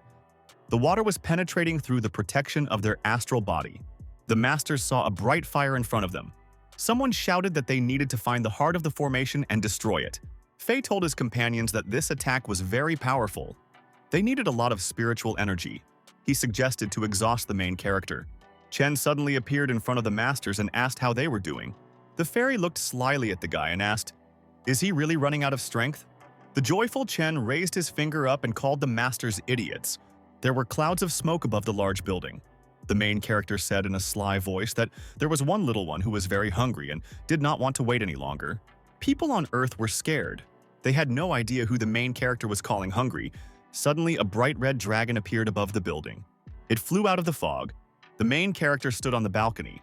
A demonic dragon flew up close to him. Chen stroked the dragon with his hand and said that he was a good boy. The predator looked at the man with yellow eyes. The dragon suddenly turned into a small snake. Chen told the monster that he deserved a hearty feast for a whole year of work. The main character was standing on the balcony and a small dragon was flying near his hand. The old man on the ground said in a frightened voice that the guy had cancelled the previous technique to feed them to his pet. The man was scared when he heard about the pet. The fairy explained to his partner that the guy had a dragon as a pet. The master shouted to his companions that they had to run away. After that, the old man disappeared very quickly. The main character stood and held the dragon in his hand. Chen stretched out his hand forward and shouted angrily at the strangers that they would not be able to escape. A huge red dragon with burning eyes caught up with and rushed at the people. The red predator cruelly feasted on his prey. He ate his fill. The well-fed dragon flew across the sky. The main character thought that in the future his pet would transform into a real dragon. For now, he is just a mountain protector. Chen said to himself that due to the disappearance of the 12 great masters, there would be a reshuffle of forces in the martial arts world. The main character turned around happily and said that he wouldn't care about it anyway. Autumn came very quickly. The main character was walking with his girlfriend. He asked the girl if her family was bothering her. Lee smiled at her friend and said that in all of Johnhai, no one was a problem to her. The main character looked slyly at the girl and said that she was now free. Lee told the guy that she felt awkward because a burden that had been weighing on her since childhood had been lifted. The main character thought with displeasure that some people did not want him to give them anything. The girl stopped in the middle of the street. She saw someone waving at them. The protagonist realized that Xiaoliu was standing in front of him. He asked the guy, what brought him here? The fighter asked Chen to come to the Orlov Special Forces unit. He had to see everything there with his own eyes. The soldier opposite the main character greeted Commander Chen. A frightened Saya ran to the guy's side. He shouted to the guy in a joyful voice that he had finally returned. The main character asked the commander in surprise what had happened. Xia was out of breath. He told the guy that the team had a problem with cultivation, joint training was temporarily suspended. The main character thought about it and realized that there shouldn't be any problems with his equipment. He strictly demanded that his subordinate tell him in more detail what the problems were. The protagonist heard from a subordinate that 2 of the squad's fighters had raised their level to the Inner Kingdom. After that, the fighters became aggressive and often fought for no reason. Chen realized to himself that the fighters had really cultivated. They had reached the level he had expected. The soldiers stood silently. The protagonist explained that several reasons led to the soldiers not being able to control their powers and aggression appeared. Chen turned around and explained to the man that he had immediately guessed what the problem was. He needed to stop cultivating for a while, and he would sort everything out himself. Sia looked happily at the main character and thanked him for the explanation. Chen looked thoughtfully ahead. He realized that in order to build a cultivation base for a large number of people, he would need several pills. There should be enough of them in that place. The protagonist arrived in Linshui County, Kuyang Province. It was the Royal Pill Valley. The guy was standing near the building with a guard. He remembered that he had recently killed a guy from this family. The main character told himself in a sly voice that it would not be easy for him to get medicine here today. A little boy was kneeling near a stone with the inscription, Valley of the Alchemists. He was asking for help. Chen looked at the child and realized that he needed help. The boy's physical strength was almost exhausted. He would not have survived without help. Chen stretched out his hand in front of him. He decided to use water with Yuan force to release the pressure from the child's body first. The boy was very surprised. He looked around and saw green symbols flying around him. The child asked the main character with great interest, "Is all this really magic?" The boy asked the protagonist to save his father. Chen answered the child that he did not have the ability to heal. He himself came to this place to find a cure. Chen asked the child why someone would bow down in this particular place. The boy told a sad story. He had no money to treat his father, he was young and no one would hire him. So he decided to ask for help in the Valley of Alchemists. Here he kneels in prayer and hopes that his sincerity will impress someone. The main character looked at the child and said that he could help him now. The boy stood up and told the protagonist that he had no money to pay him. Chen explained to the child that he himself did not throw words to the wind. The main character took the boy by the hand.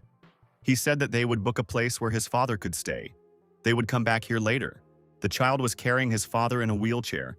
The main character told his new acquaintances that they could stop here today. A disgruntled worker came out of the hotel. He shouted to the people near the entrance that beggars were not allowed to enter the hotel. The main character angrily asked the guard how he dared to contradict him.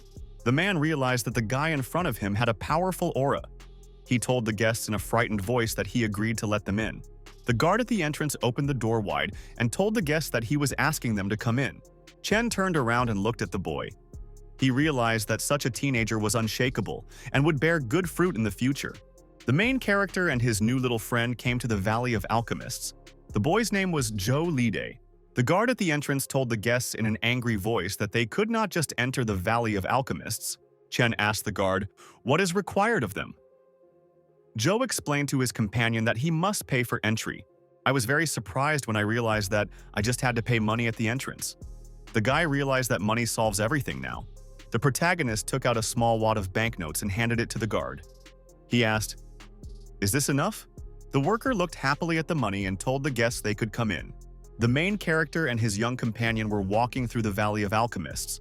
Zhou explained to the boy that he couldn't come here before because he had nothing to pay for the entrance.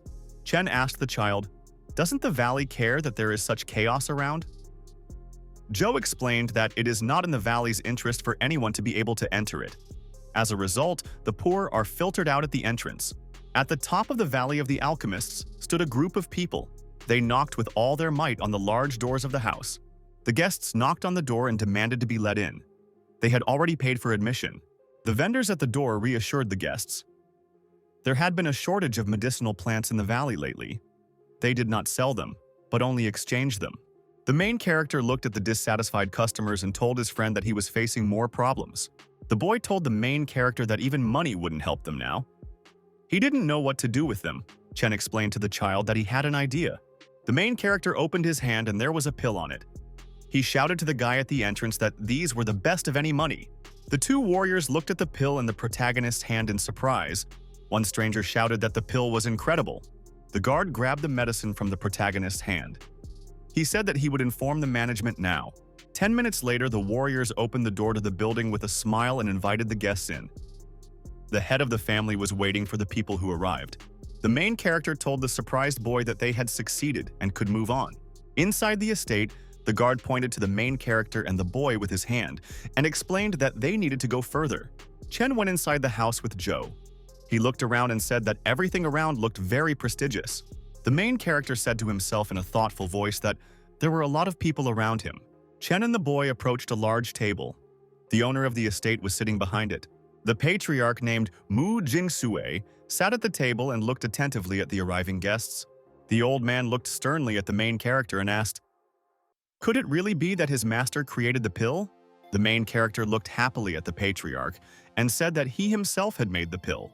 One of the warriors on the chair said in a dissatisfied voice that the guy was too young to create a high-level spiritual pill. The master shouted that all this was a disgrace to their valley. Mu looked at the guests and sternly asked them why they came here to the Valley of Alchemists. Chen told the man that his name was Mo Chen and that he had come to the valley for some plants. The patriarch smiled and asked the guy what exactly he was interested in.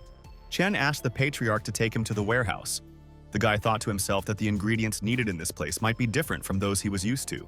The warrior jumped to his feet. He told the guy in an angry voice that their warehouse was not a passageway for strangers. Chen offered the man a deal. The protagonist held a scroll in his hands. He told the man that he could give him the recipe for the pill in exchange for the ingredients he needed. The patriarch and his subordinate were delighted. They were ready to receive the recipe for the pill from the main character. Zhou turned to the side and looked at the protagonist with surprise. He realized that the guy decided to give away the valuable pill recipe in order to save his father. The man looked sternly at the boy and demanded that he first give him the recipe. He wanted to check its functionality. The warrior slyly thought that the chief would receive the recipe and read it later. As a result, the recipe would belong to their valley. The warrior worried that the protagonist might refuse the offer, and the high-level pill would slip out of their hands. The main character happily threw the recipe to the man and said that he could take it. The patriarch looked in surprise at the glittering bundle in front of him. A warrior on the side shouted to the chief that he wanted to see the recipe too. The patriarch happily held the documents in his hands. He told Master Mo that they needed to certify its authenticity. Chen sat down on a chair and calmly told the patriarch that he could take his time. Mu and his subordinate stood near a large jug. He said that they did not have the necessary plants for the guy. The master told the patriarch in a sly voice that they should keep this recipe for themselves. The warrior continued to tell the master in an insistent voice that the recipe must not be returned under any circumstances. The patriarch told his subordinate in a stern voice to make a copy of the recipe. Mu thought about it and decided to himself that the main character could even have a recipe for the immortality pill. The warriors raised their hands and shouted that their guest was full of secrets. They decided not to let the guy out of the valley. The patriarch suddenly extended his hand forward to protect himself from the bright light from the jug. The warrior showed his master a pill of the highest quality on a tray. It was ready. Mo looked at the pill on the tray with surprise. Its preparation was successful on the first try. The old man realized that the guy's recipe was very ancient. Chen sat to the side on a chair and drank tea. He realized that the creation of the pill was very successful. The patriarch looked at the round tablet and demanded that his subordinates help him. As a result, they would be able to continue to reap these benefits. Chen asked the head of the Mu family how everything went for him. Mu looked at the guy thoughtfully and said that his recipe was not real. The master was surprised that the chief decided to deceive the true owner of the recipe. Chen strictly demanded that master and his subordinates return the pill recipe to him. Mu looked at the main character and said that it was very bad that everything turned out this way. The old man handed the boy a small scroll with a magic spell. The protagonist slyly explained to him that he had cast a small spell on the recipe. People would forget about it and all copies of the recipe in any form would immediately disappear. The masters were surprised when they heard from the guy about such magic. They could not remember a single word from his recipe. Mu turned around and asked Zhengfeng sternly, "Does he really not remember anything after preparing the pill?" The subordinate responded to his master in fear that he did not remember anything. The main character waved his hand to his partners and told them that he was already leaving. The Patriarch reached out his hand towards the guy and shouted for him to stop. Chen stopped and asked with displeasure, "What else do they want from him?" Mu explained to the guy that it wasn't all about his recipe. They had messed something up themselves. He demanded that the main character give him another recipe for high-quality pills. The main character laughed loudly. He was struck by another request from the Patriarch. Chen looked angrily at the man and said that his greed had replaced his fear of death. Mu sternly demanded that the guy immediately explain himself and threatened the guest that he would not be able to leave. The warriors looked ahead with excitement. They decided that the main character could now be taken into custody. A fighter came up from the side. He asked in a displeased voice how the boy dared to humiliate their valley. The fighters surrounded the guy and demanded that he watch his words. He answered the masters in a very displeased voice that they just wanted to take all his pills from him. Jang ran up to the Patriarch in fear and demanded that he stop. He explained that their valley had become #1 in the world because of a reputation that had been passed down from generation to generation. Mu got angry. He reminded his subordinate that the boy had insulted them and needed to be taught a lesson. Jang told the leader in a stern voice not to let greed cloud his judgment. The Patriarch sternly demanded that Zhengfeng get out of his way. Chen stepped aside. He told the old man in a very dissatisfied voice that their family would be destroyed by his own hands. The master strictly demanded that the guy give them everything he had. He asked the fighter if he was really threatening him. The old man looked closely and realized that a very Mo stood in front of him. The main character angrily answered the Patriarch that everything was exactly like that. The Patriarch shouted at the boy that he had killed the entire Nangong family. He demanded that his subordinates kill Chen. At this time, the frightened Jang grabbed the old man by the side of his clothes and asked him not to involve the entire Mu family in this matter. The angry man hit his subordinate and he fell to the floor. The lying master said in a frightened voice that their family would come to an end. The protagonist said in a dissatisfied voice that the Patriarch had found another excuse for his greed. Now for him, it would be revenge for the Nangong family. Chen told the boy to close his eyes if he was afraid. Zhou told the boy that he was not afraid of anything. Mu rushed forward at the guy. He sternly demanded that he give him all his pills. The main character kicked the Patriarch with all his might and shouted at him to get lost. After a powerful blow from the guy, he flew back and hit his back against the wall. A surprised warrior called out to him from the side. The fighters from all sides accelerated and prepared to attack the main character together. He looked at the fighters with great anger and displeasure and called them a bunch of scum. The main character beat the warriors with very fast and powerful blows. He shouted at the attackers to get out of his sight. He threw the fighters far to the sides with very powerful blows from his hand. Chen looked at the old man and asked in a dissatisfied voice, "Is this really all that the Valley of Alchemists is capable of?" Mu angrily told the boy that he would not be able to understand the full power of his family's legacy. The Patriarch told the guest that he could attack if he was not afraid. Chen looked at the old man with interest and asked what kind of legacy he told him about. The main character and the Patriarch approached a huge cave together. Mu fell to his knees in front of the cave of his ancestors and asked them to appear to him and help him in his hour of need. The protagonist thought to himself that the ancestor of the Mu family is another old monster. The Patriarch rose from his knees in surprise. He saw his ancient ancestor coming out of the gate. An ancient ancestor named Mu Hongdao with green hair walked out with displeasure and looked at the Patriarch. Hundao asked the old man with displeasure, "What generation of the Mu family does he belong to?" The old man on his knees said in a frightened voice that he was the 37th head of the Mu family. Hongdao said to himself with dissatisfaction that he had been locked up for more than 60 years. Mu looked at his ancestor in surprise. The protagonist realized that he was seeing an immortal warrior in front of him. Chen thought to himself that the Imperial Star did not have the cultivation technique to keep a martial artist in captivity for a long time. The guy allowed that some pills were involved here. Hongdao called the main character a Taoist and asked, "What is his name?" Chen told the old man his name and said that he is a great master. The old man asked the boy with displeasure what kind of arrogance he had and where were his manners. He answered in a very displeased voice that the Mu family was cheating and extorting recipes from other people. Chen pointed his finger at the old man and said that he was shameless and was hiding his true motives. Hundao, in a very displeased voice, demanded that the main character fight him. There was a yellow aura around the fighter. He swung his hand to hit the guy. The old man stretched out his hand and used 1,000 silk knots against the boy. At that time, Chen swung his hand at him. After this, the main character's hand suddenly caught fire, and he hit the Hyundai with a powerful blow. After a very strong and powerful blow from the main character, Hundao flew far to the side. Mu was very scared when he saw that his ancestor flew back after the blow and fell to the ground. Hundao jumped to his feet. He told the guy that he wanted to negotiate with him. The ancestor demanded that the guy leave his family alone. In return, Chen could get whatever he wanted. The protagonist looked at the old man with displeasure. He said that his family did not want to make a fair deal. Hundao angrily told the guy to blame him later for being rude. The old man held out his hand, in which was a magic vessel. There was a dark aura around. He said in a very dissatisfied voice that the aura in front of him was very toxic.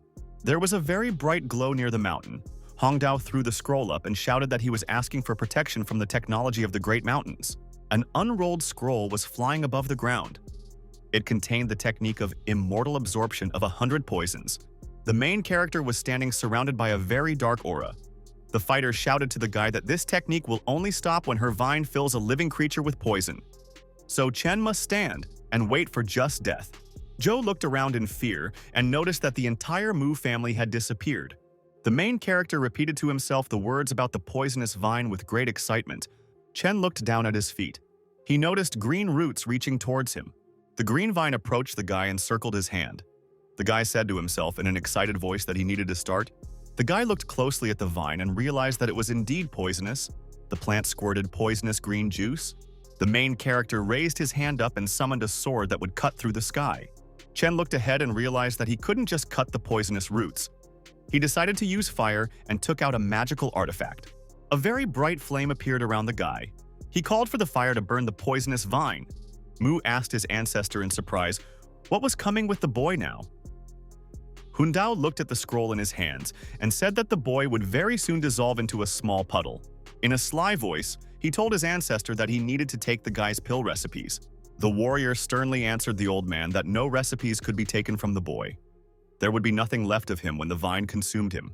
Mu was scared when he saw the burning scroll in his ancestor's hands. Hongdao was surprised when he saw the fire in his hands. He looked ahead in fear and noticed that his ancestor was completely engulfed in flames. The old man looked around in surprise. He said to himself with excitement that the fog had cleared. Chen approached the frightened old man and said in a stern voice that the immortal absorption technique had been destroyed. The protagonist sternly demanded that the Patriarch take him to the Mu family's warehouse of medicinal plants. Mu answered the guy in a frightened voice that he agreed with him. He asked Chen to follow him. The Patriarch brought the main character and the boy to the entrance of a small castle. He pointed with his hand and said that their medicinal herbs and medicines were here. The main character looked ahead happily and said that it was time to get down to business. Zhou looked ahead with excitement and thought that some of these magical plants could cure his father. The boy walked through the room and looked at the shelves next to him. He said that there were many different herbs here. Chen told his companion that there was also a second floor next to him. The old man shouted to the boy that on the second floor there was only a pavilion with books. There were no medicines there. Chen explained to the Patriarch that he was just going to take a look. Chen climbed up the stairs. Mu frightenedly decided to himself that the guy could rob their valley. The main character looked around the room carefully. The books around him seemed like trash to him. Chen looked to the side in surprise and saw that there was a trace of spiritual energy on one of the books. The main character picked up the book. It seemed to him to be the very space where the true Taoist Danding was practiced many hundreds of years ago. Chen told the old man that today was a great day. Now the Alchemist Valley would regain the cultivation base of the other sects that they had held for hundreds of years. The old man looked at the boy with fear. He said that the heritage of their valley was hundreds of years old. They could not own someone else's land. The Patriarch said with excitement that his cultivation place was no longer useful to the warrior, so it belonged to the Mu family. Chen was holding a book in his hands. He said that according to the will, the first person who finds these records will become the owner of the Valley of Alchemists. The main character said that he found the records and demanded that the Patriarch get out of here in 3 days. The Patriarch sternly asked the boy, "Does he really want to occupy the valley?" He transformed that the entire world of martial arts will go against Chen. The main character answered the old man with displeasure so that he would forget his words. Chen looked very sternly at the Patriarch and demanded that he leave immediately. The main character attacked the old man with a fiery flame and demanded that he disappear. A frightened boy stood behind him. After the fire attack, he flew back and hit the wall. He screamed loudly. Joe looked ahead in fear and said that he heard a child crying in front of him. It could have been a ghost. Suddenly, a small ghost rose from the clouds of smoke above the mountain and flew upward. Chen stretched his hand up and tried to stop the little ghost from escaping. The guy looked at the flying ghost and said that it would not be able to hide from him. Chen stretched out his hand and attacked the flying ghost with a bright lightning bolt. The main character stretched out his hand forward and a very bright lightning bolt flew out of it. The lightning in flight reached the small ghost and it scattered into small spirits. Chen stretched out his hand forward and with the help of a bright glow, pulled a small spirit towards him. Joe on the ground asked the main character in surprise, "What was that white shadow?" The protagonist descended to the ground after flying. He told the boy that there was a water spirit with Yuan energy in front of him. It was between heaven and earth. This spirit was left by the immortal masters who cultivated in the past. Chen and the boy came out of the gate. Warriors approached them from the side and asked what happened to the head of the family. The main character told the surprised masters that their old ancestor and patriarch of the family was already dead. Chen sat on the throne and told the masters to leave the Valley of Alchemists immediately. The fighters began to shout at the guy to get lost himself. The main character launched fire at a group of warriors and sternly demanded that they get lost. The master turned around and asked the elder Mu Zhen in a frightened voice, "What is he going to do now?" Zhen turned around and looked at the frightened fighters. He realized that the younger generation of the Mu family only had the valley left. They had nothing else to rely on. The master bowed and said that they obeyed the protagonist. He asked the boy to leave the Mu family members in the valley. Chen looked at the warrior and said that he needed a governor in the valley. He promised to give Zhen the recipes of high-grade pills. Zhen was surprised when he heard such a proposal from the main character. Chen explained to the master that he and the fighters must completely obey him and even go to their deaths without hesitation. The guy was sitting on the throne. He asked the fighters if they were ready for this. The warriors fell to their knees before the guy and promised to obey him completely. The main character came to the hotel with the boy. They were standing near the bed with the sick man. Chen Yu slipped his friend a return pill. It had to be given to the man and it would start working in an hour. Ju handed the man a pill and asked his father to take it. The main character asked the boy what he thought after everything he had seen. Joe explained to his partner that before meeting him, he was not interested in anything except saving his father. The main character asked the boy with great interest what he thought now. The boy told the protagonist with great excitement that this world had become interesting to him again. He wanted to become a master like Chen. Chen asked the boy if he was ready to leave his father. He explained that Joe could be alone for the rest of his life. Joe calmly replied to the protagonist that he had nothing to worry about regarding his father's illness. He was also used to being alone. The main character explained to the boy that if he took this path, he would never be able to turn back. Chen explained to his little friend that he could gain incredible strength and a long life. Ju shouted joyfully to the main character that he wanted all of this. The protagonist demanded that the child bow down and acknowledge him as his master. He threatened that if Joe did not listen to him, he would destroy his soul. The boy looked around in fear and saw some demonic souls around him. Joe asked his partner again if he wanted to join him. After a short pause, Joe told the protagonist that he was ready to join him. After that, the evil souls next to the guy fell to the ground and spread out. The main character strictly demanded that the boy bow down before him and show respect. Joe fell to his knees in front of the guy and said that he now obeyed his master. The main character told the boy in a joyful voice that he was a good student. Chen told the child that he could stay and live in the valley. The boy could also go to the villa on Yangu Lake. His elder sister would meet him there. Joe promised the protagonist that he would stay in the valley until his father got better. Chen stroked the boy's head with his hand. Chen put his finger on the boy's head and activated the foundation building technique. He demanded that the child not teach this technique to anyone else. The main character stood in the office near the table where Haitian sat. He extended his hand with a bag to the man and said that inside were pills of building the foundations. Each of the fighters should be given a pill, and they will no longer show cruelty. Haitian took the bag in his hand. He asked the protagonist, "Is it enough to give one pill per person?" The main character slyly told the man that one pill would be enough for each fighter. Also, the soldier's strength would increase dramatically. Chen waved at the man at the entrance. He said that the fighters would become martial arts masters. Haitian looked happily at the bag and said that there would be 36 masters in their unit. The man jumped up happily and said that finally the main character was useful to them. The main character left the office, and at that moment his phone rang. Chen turned on the phone and heard that Xu Zihao called him. His partner said in a frightened voice that something was wrong with the girl. "Xiao Qian!" The main character arrived in Fengshan County and approached the bed where the girl was lying. He asked Xu what happened. Xiu lay unconscious on the bed with his eyes closed. She coughed. Xu looked happily at the protagonist and told him that he had finally arrived. The guy pointed at the girl and said that she came yesterday covered in blood. There were no injuries on her body. Chen asked his partner, "Was there really no external injuries on the girl's body?" The protagonist realized that she had truly achieved the realm of martial arts mastery. The main character lifted his girlfriend's body. All the meridians on Xiao's body were mixed up. No pills would help her anymore. The main character sat in a meditative pose. There was a bright aura around him. He put his hands on the girl's back. Yu shouted in surprise that he saw the legendary internal energy healing technique in front of him. Half an hour later, the main character said that the girl's energy was finally cleared. Zhu asked his girlfriend in surprise, "How does she feel?" She smiled and said that she felt much better. She decided that she had gotten on her friend's nerves. Chen sternly asked his partner what had happened. The guy was curious about the level of martial arts practice Wu Xiao was at. She sat on the bed. She told the protagonist that she had reached a high level of cultivation with the help of the demonic seed in her body from the Patriarch of the Yin spiritual sect. The girl looked at the main character with displeasure and wanted to tell him about what happened. She said that she went to the famous mountains and rivers to look for cultivators like her. After a long search, Xiao found a mystical place. It was located deep inside the Great Liang Mountains. Suddenly, powerful fighters pounced on the girl from all sides of the mountains and attacked her. Xiao looked at the unfamiliar warriors. She couldn't fight against them, and she couldn't escape. The girl had no choice left, so she entered the strange place. Xiao went deep into the cave. The three masters who were stronger than her could not go further. Xiao walked near the walls of the cave. She waited for the fighters to leave so she could escape. Xiao waited in the cave for a whole day. She came out and noticed that the strangers were nowhere to be found. The girl went outside and noticed that 3 fighters were waiting for her there in ambush.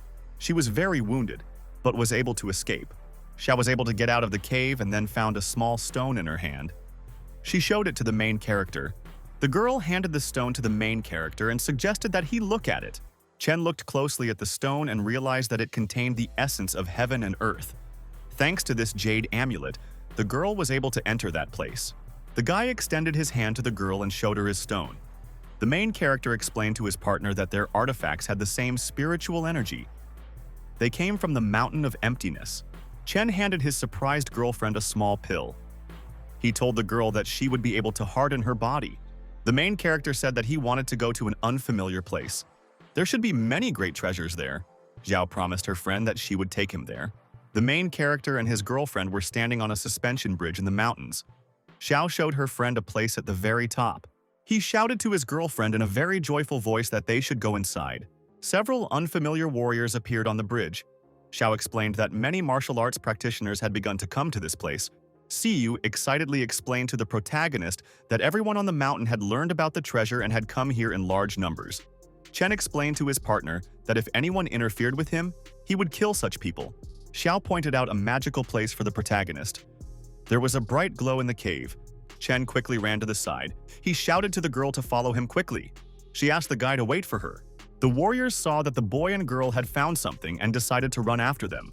3 unfamiliar fighters stood on the mountain. One warrior said that the girl with the jade amulet brought a friend with her. Nothing would help her this time. The warrior rushed forward towards the girl with displeasure and shouted that she had returned. She shouted in a frightened voice to the main character that the very Trinity was standing next to them. The stranger rushed towards the girl with his hand outstretched. He demanded that she give him the amulet. The main character looked at the fighters and realized that with one blow, he would understand how strong they were. He threw one of the fighters far back with a very powerful blow of his hand. The master had no serious injuries. He was an unusual warrior. The fighter jumped back far after the attack. He thought that the guy already had great power at his young age. The man turned around and asked his colleague how he could be thrown aside by some guy. The master said with excitement that in front of them was a boy from some ancient sect. The warrior looked at the main character with displeasure and asked what sect he was from. The main character looked at the fighter and slyly asked what sect he was from. The old man looked at the boy suspiciously and said that he belonged to one of the 12 sections. Chen looked at the fighter and said that he belonged to a sect that was no different from his one of the 12 greatest. The two fighters got angry and rushed forward at the guy. They shouted at the main character that he was going to hell now. Chen told his frightened girlfriend to hide to the side. Xiao ran to the side. She shouted at the protagonist to be careful. The main character was fighting against the masters on a small hill. The warriors on the ground saw that a fight was taking place next to them. Chen swung his arm wide and prepared to throw fire at his opponents. The fighters from above flew up to the guy from all sides and prepared to attack him. The main character threw the masters far away from himself with a powerful fire strike. The old man called the main character a boy with displeasure. The fighters jumped back far. The man told his colleague in a dissatisfied voice that the guy was very strong. The fighter explained to his friends that they had been practicing martial arts for a very long time and had not gone out into the outside world. After that, the pseudo-art masters achieved great strength in the world. The man asked the old man, "Are they really going to abandon the idea of the girl's amulet?" The old man angrily told the fighter that they were now going to play their secret card. The warriors began to run around each other in circles. They used the sword technique of the three experts. The masters continued to run in circles after each other, faster and faster. Gradually, the fighters began to run in circles more and more intensely. A bright typhoon appeared around them. She looked at the masters with fear and asked what kind of technique this was. The main character looked away in surprise and said that he found it very interesting. A huge demonic black sword suddenly appeared in the sky. It descended down on the main character. A huge black magic sword rose up and flew over the mountains. C shouted in a frightened voice to the protagonist to be careful. A huge black sword was descending on the guy from above. Someone shouted in an angry voice that Cherney was going to die now. The main character's hand glowed with fire. He activated the first stage of the Divine Fist. Chen stretched his hand to the side and launched a bright lightning. He activated the Mountain Crusher. A very bright, fiery explosion was heard over the site. Everything around was engulfed in flames. After a very strong explosion, the craftsmen were scattered far and wide. The main character jumped sharply and far to the side and took 2 steps back. The beaten fighter jumped to his feet and shouted in a dissatisfied voice that the guy was very strong. The old man shouted to his colleagues that they needed to get out of here and report everything to the leader. The main character angrily asked the fighters, "Did he really let them go?" The old man was surprised that the guy wanted to stop them. Chen raised his hand up and a bright glow appeared above it. He shouted to the masters to say goodbye to their lives.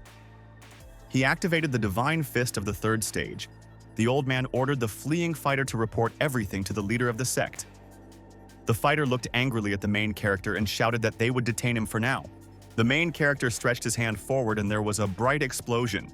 He shouted to the fighters that they do not realize their own strength. The fighters were seriously injured after a very powerful explosion. They started coughing blood. The old man ran towards the masters and shouted for them to hold on. He promised to avenge them.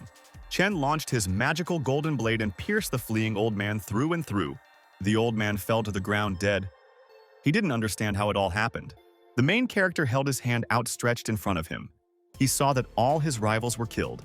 Xiao came up behind the guy and asked if he was okay. Chen answered the girl that he was okay. He asked her if she had told him about this place. The main character told the girl in a thoughtful voice that he did not feel any fluctuations in spiritual energy. There were no barriers either. Sayo excitedly replied to her friend that it was definitely it, and she hadn't made any mistakes. Chen looked thoughtfully ahead. He said to himself that the mountain of emptiness was a small floating world. A few days later, in the evening, several warriors gathered near the entrance to the cave. The girl and her friend stood on top of a rock and looked at the entrance to the cave. Xiao told her friend with fear that more and more people were gathering below. Chen answered his partner that he would not touch those who did not touch him. The main character slipped a stone on the girl's hand. If there is a life-threatening situation, she must put true ki into the jade talisman to save herself. The girl looked with admiration at the guy's hand with the stone and thanked him. The main character sat next to his girlfriend in a deep, meditative pose. The girl suddenly heard a very loud scream from below near the cave. Xiao jumped up and looked down. She shouted that someone was being chased. The stranger below was calling for help. The girl looked closely at the running fighters. Below, a group of warriors was running after someone. Xiao suggested that the guy go to the valley and take a look. The fighter ran away and held a small amulet in his hands. He shouted as he ran that he would give this jade talisman to those who would help him. A group of strangers stood nearby on a hill and watched everything that was happening. The guy said that the jade talisman was very valuable, but there was no need to risk your life for it. The owner of this stone becomes a target for others. The fighters decided to see how it would end. The stranger looked around in fear. He could not believe that no one wanted to help him. The fighter threw the magic amulet aside on the move so that no one would get it. Chen grabbed the flying amulet with his hand and said to himself in a joyful voice that he had won the lottery. The stranger said in a sly voice to the protagonist that he should try to keep the amulet for himself. A group of warriors ran up from the side. One of them pointed his finger at the main character and demanded that he give them the talisman. The stranger stood to the side and looked with interest at the flying protagonist of Over the Abyss. He did not expect to see him here. Chen hid the magic amulet inside his shirt and said that the artifact now belonged to him. The unknown fighter ordered his subordinates to kill the guy and take his talisman. He asked the soldiers in a very displeased voice why they were behaving so brazenly. The main character swung his arm and attacked his opponents with fire. He shouted for them to get lost. The warriors flew away from Chenya after the fiery attack and fell far to the side. The stranger was surprised to think that the protagonist had not even used his full power. He realized that Chen had become very frightening. The fighter asked the master what level of cultivation Chen had. The master answered his partner in a dissatisfied voice that the main character was hiding his level from outsiders. The subordinate told the master in surprise that even he was unable to see the guy's level. The fighter replied to his partner that Chen was using the unusual technique to the maximum. The protagonist could be at the level of the Great Master of the Body Defense Realm. At the same time, a very bright glow appeared in the western valley. A mountain of emptiness arose. It illuminated everything around with a bright azure glow. The warriors stood far away in the valley. They were surprised to see a mountain of emptiness appear and prepared to run away. Chen told his girlfriend to stay close and not leave him. A group of strangers approached the foot of the mountain. The fighter was unhappy that there was a lot of fog around. The man looked at the clouds of fog around him. He said that there was something inside it that was preventing them from entering. The warriors were frightened and worried. They could not go any further. Someone said that all this was connected with the jade talisman. The fighter looked sternly ahead and shouted that they needed to get the talisman. Another warrior shouted in an angry voice that they needed to take the talisman from someone in the crowd behind them. The girl looked at the unfamiliar fighters in front of her. She asked the guy what they were going to do. The stranger looked at the protagonist angrily and said that the boy must have what they needed. The man shouted joyfully that in front of them was the boy who had taken possession of the jade talisman. Chen swung his arms wide. He said in an angry voice that anyone who stood in his way deserved to die. The main character launched a green beam against the strangers. He cut the warriors into pieces. She shouted to her friend that he now had the talisman. Otherwise, she wouldn't have gone alone into such a fog. Chen explained to his friend that if he wanted to get the talisman, no one would be able to stop him. Suddenly, the girl saw something amazing in front of her. She didn't understand what was in front of her. A group of people stood and looked in admiration at the tall, magical temple in front of them. Chen felt a powerful spiritual energy circulating around him. He realized that the Immortal Cultivator's cave was in front of him. Xiao told the guy in a frightened voice that the castle looked very creepy. She didn't want to go further. Chen told his girlfriend with great excitement that she was next to him, and everything would be fine. The fighters approached the entrance to the building. The warrior said excitedly that if no one breaks the seal, then no one will be able to enter. Another guy shouted excitedly that there is very strong magic in front of them. Chen approached the gate and asked the soldiers in surprise, "Can no one really open it?" The main character extended his hand forward and in a stern voice demanded that the door be opened. Chen stood near the gate with his hand outstretched. The stranger on the side did not believe that the guy could overcome this magic. The main character pointed his finger at the entrance door to the palace, and a green glow appeared around it. The strangers were surprised that the guy actually did it. They were amazed. After the doors to the temple opened, all the people in a group boldly ran forward. The warriors ran at full speed into the palace. They felt incredible spiritual energy in it. Xiao told the protagonist in a sleepy and weakening voice that the air around her was pleasant. She wanted to take a nap. Chen shouted to his girlfriend that they needed to run faster forward. He himself didn't know exactly when this place would disappear again. The warrior sat in a meditative pose. He raised his hand and shouted that cultivating in this place will bring twice the result. A person can increase his strength in a short time. The protagonist looked around and felt that there was a lot of spiritual energy in this place. Powerful creatures were born here. Suddenly, some huge monster appeared inside the building. There was a loud explosion. Chen and his girlfriend were very scared. A huge demonic predator with burning eyes screamed menacingly and prepared to rush forward. A huge rodent appeared in front of the people. Someone shouted that the rat in front of them was overgrown. The rodent wasted no time rushing forward at the people. The warriors were frightened and did not understand what kind of monster was in front of them. Xiao looked ahead in fear. She said that at first it was an ordinary rat, but the energy here affected it. Chen explained to his friend that the rodent had evolved into a demonic creature. He looked ahead in great fear and saw that the demonic predator was running straight towards him. The main character was standing, and there was a very bright and strong fire near his hand.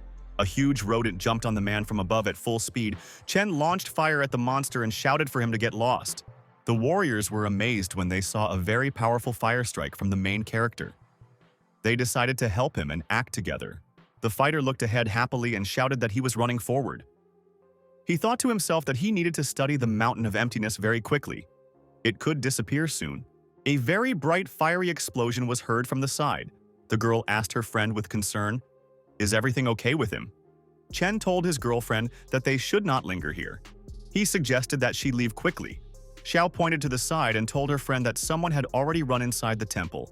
The people ran forward and suddenly stopped. They saw that demonic warriors appeared in front of them. People noticed that the demonic fighters had the aura of the body defense realm masters. The man rushed forward and shouted to his friends to follow him and fight. The guy shouted that they needed to destroy the guards. Chen told his girlfriend that he would go too. There was little time. They had to hurry. The guy told his girlfriend to stay here and protect herself. A little later, people finished off the demonic guards and climbed the stairs inside the palace. The warrior shouted that there were many treasures inside the stone tower. Xiao asked her friend with excitement, "Are they not going inside the building?" Chen explained to his partner that they did not need to hurry. An incredibly strong pulsation of spiritual energy was coming from the temple. The main character looked in front of him with great attention and said that he saw the evil aura of death. The soldiers ran away from the temple in fear. They shouted that they saw a ghost in front of them. The main character slyly told the frightened girl that they now needed to go inside. Xiu reminded the protagonist with great excitement that he had just told them not to rush. Chen went inside the temple and looked around. He said that offerings were made in this place. She squatted down and picked up a small thing from the floor. She said with excitement that it would take a long time for an object with spirit energy to decompose like this. The main character turned around and said excitedly to his girlfriend that they needed to go to the second floor. Xiao looked around the temple carefully. She didn't understand why this floor was empty. Chen told the girl that this was where the sacrificed souls lived. The main character looked carefully ahead and turned to his invisible partner. He demanded in a stern voice that he come out and not hide. She stood behind and looked at her friend with fear. Chen told the invisible man in a dissatisfied voice that he would make him appear. A huge demonic ghost suddenly jumped out from the side. He angrily asked the man how he dared. Xiao was very scared. She realized that she really saw a ghost in front of her. The phantom looked sternly at the guy and asked, "Is he really a survivor of that great battle?" The main character sternly asked the ghost how many years had passed since then. The phantom answered the guy in a thoughtful voice that a lot of time had passed and he no longer remembered. He asked the ghost if he remembered the winner. The phantom looked angrily at the man and said that there was no winner. He asked the ghost if he knew where he was. The ghost looked around and realized that he was inside a spiritual tower. He didn't understand what he was doing there. The ghost shouted in a dissatisfied voice that he was a Baton and did not understand who could have killed him. The monster's body began to glow with fire. He swung his hand and demanded that the guy give him back his life. Chen shouted to his girlfriend to run upstairs quickly. He promised to detain the demon. The protagonist stretched out his hand and attacked the monster with 3 true lights. The main character and the girl went up to the third floor of the building. They saw an old table there, Xiao said, in an excited voice that there were a lot of spirits around. Chen looked ahead with excitement and repeated the spell. He said that they were inside the Yin family's spirit tower. He realized that there might really be ghosts in front of him. The guy and the girl came out of the building. People around them asked them what treasures they found. Chen said that they found only the spirits of the dead inside. The main character and the girl stood aside from the building. The warriors looked after them. The guy excitedly shouted to his friends to look at the guy with the girl. The warrior on the side excitedly said that there was more than one entrance to the Mountain of Emptiness. The fighters looked at the temple with excitement. Someone said that in front of them was the cave of the Taoist Kong Song. This Taoist was the last immortal. 1,000 years ago, he should have already broken through to the divine realm. Xiao asked her friend in surprise. Why don't people go inside the building and just crowd around? Chen explained to his girlfriend that the building was protected by spells. She asked her friend in surprise what kind of magic fans could cast spells left and right. An unfamiliar girl approached from the front. She asked the main character if he could destroy the magical protection. The main character looked at the girl with displeasure and asked who she was. The stranger said that her name was Yaqing and that she belonged to the Flying Feather Sect. The girl asked the main character, "Who is he?" He told his partner in a very dissatisfied voice that he didn't want to communicate with her. Qing seemed like a typical schemer to the guy. The warrior on the side told the girl with surprise that she had been judged very coldly by the stranger. Qing angrily demanded that the guy stop talking nonsense. The girl asked the main character in a sly voice if he belonged to the family of ancient masters. Chen answered his partner that it did not concern her. Qing was unhappy with the way the guy treated her. She asked him for forgiveness. People around shouted at the main character that he shouldn't act like a hero. Otherwise, he would die from a lightning strike. The protagonist looked at the wall of the building in front of him. He thought that people were not able to see even the array of the spell. Chen stretched out his hand forward and with the help of a bright stream of fire, attacked the door of the building. The main character looked ahead with displeasure.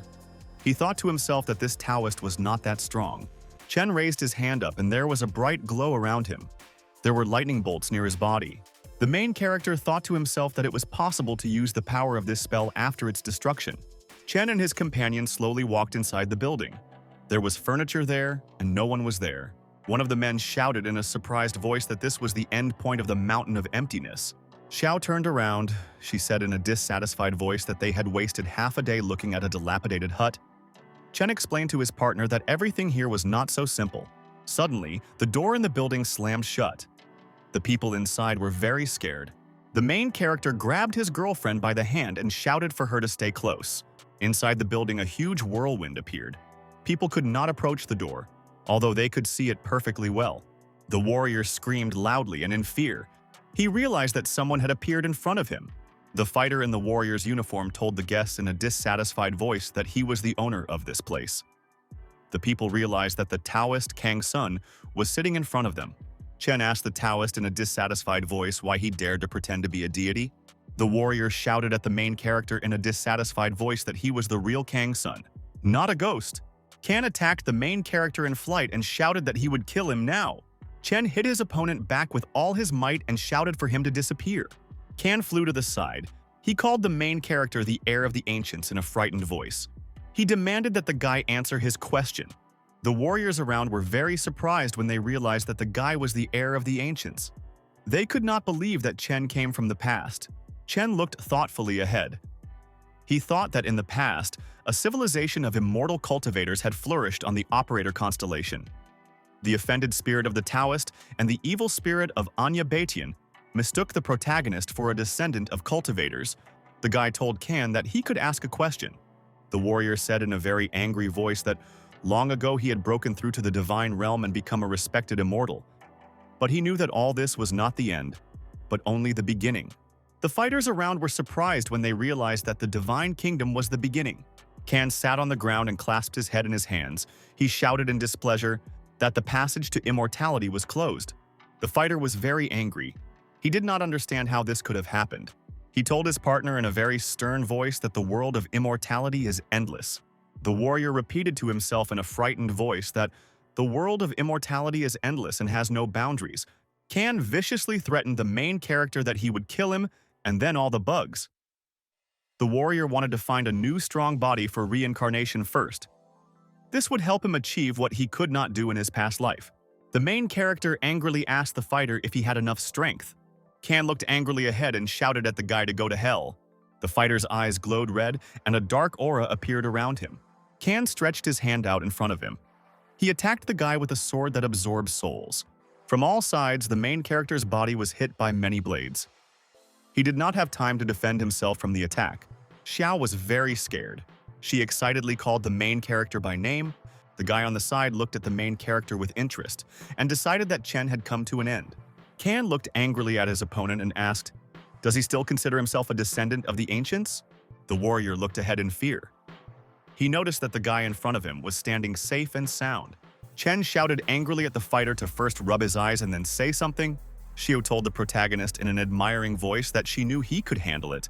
The fighter on the side looked at the main character in surprise. He was wondering how many more aces Chen had hidden up his sleeve. Can, frightened, waved his hands in front of himself and shouted that all this was impossible. He very angrily told the warrior that he could not even imagine the power he possessed. The protagonist extended his hand forward and fire came out of it. He activated the first stage of the Divine Fist. Chen attacked his opponent with a powerful skill called Mountain Crusher. The main character attacked his opponent with a bright beam of light. Khan screamed very loudly. Chen thought to himself and decided that the Taoist in front of him was very capable.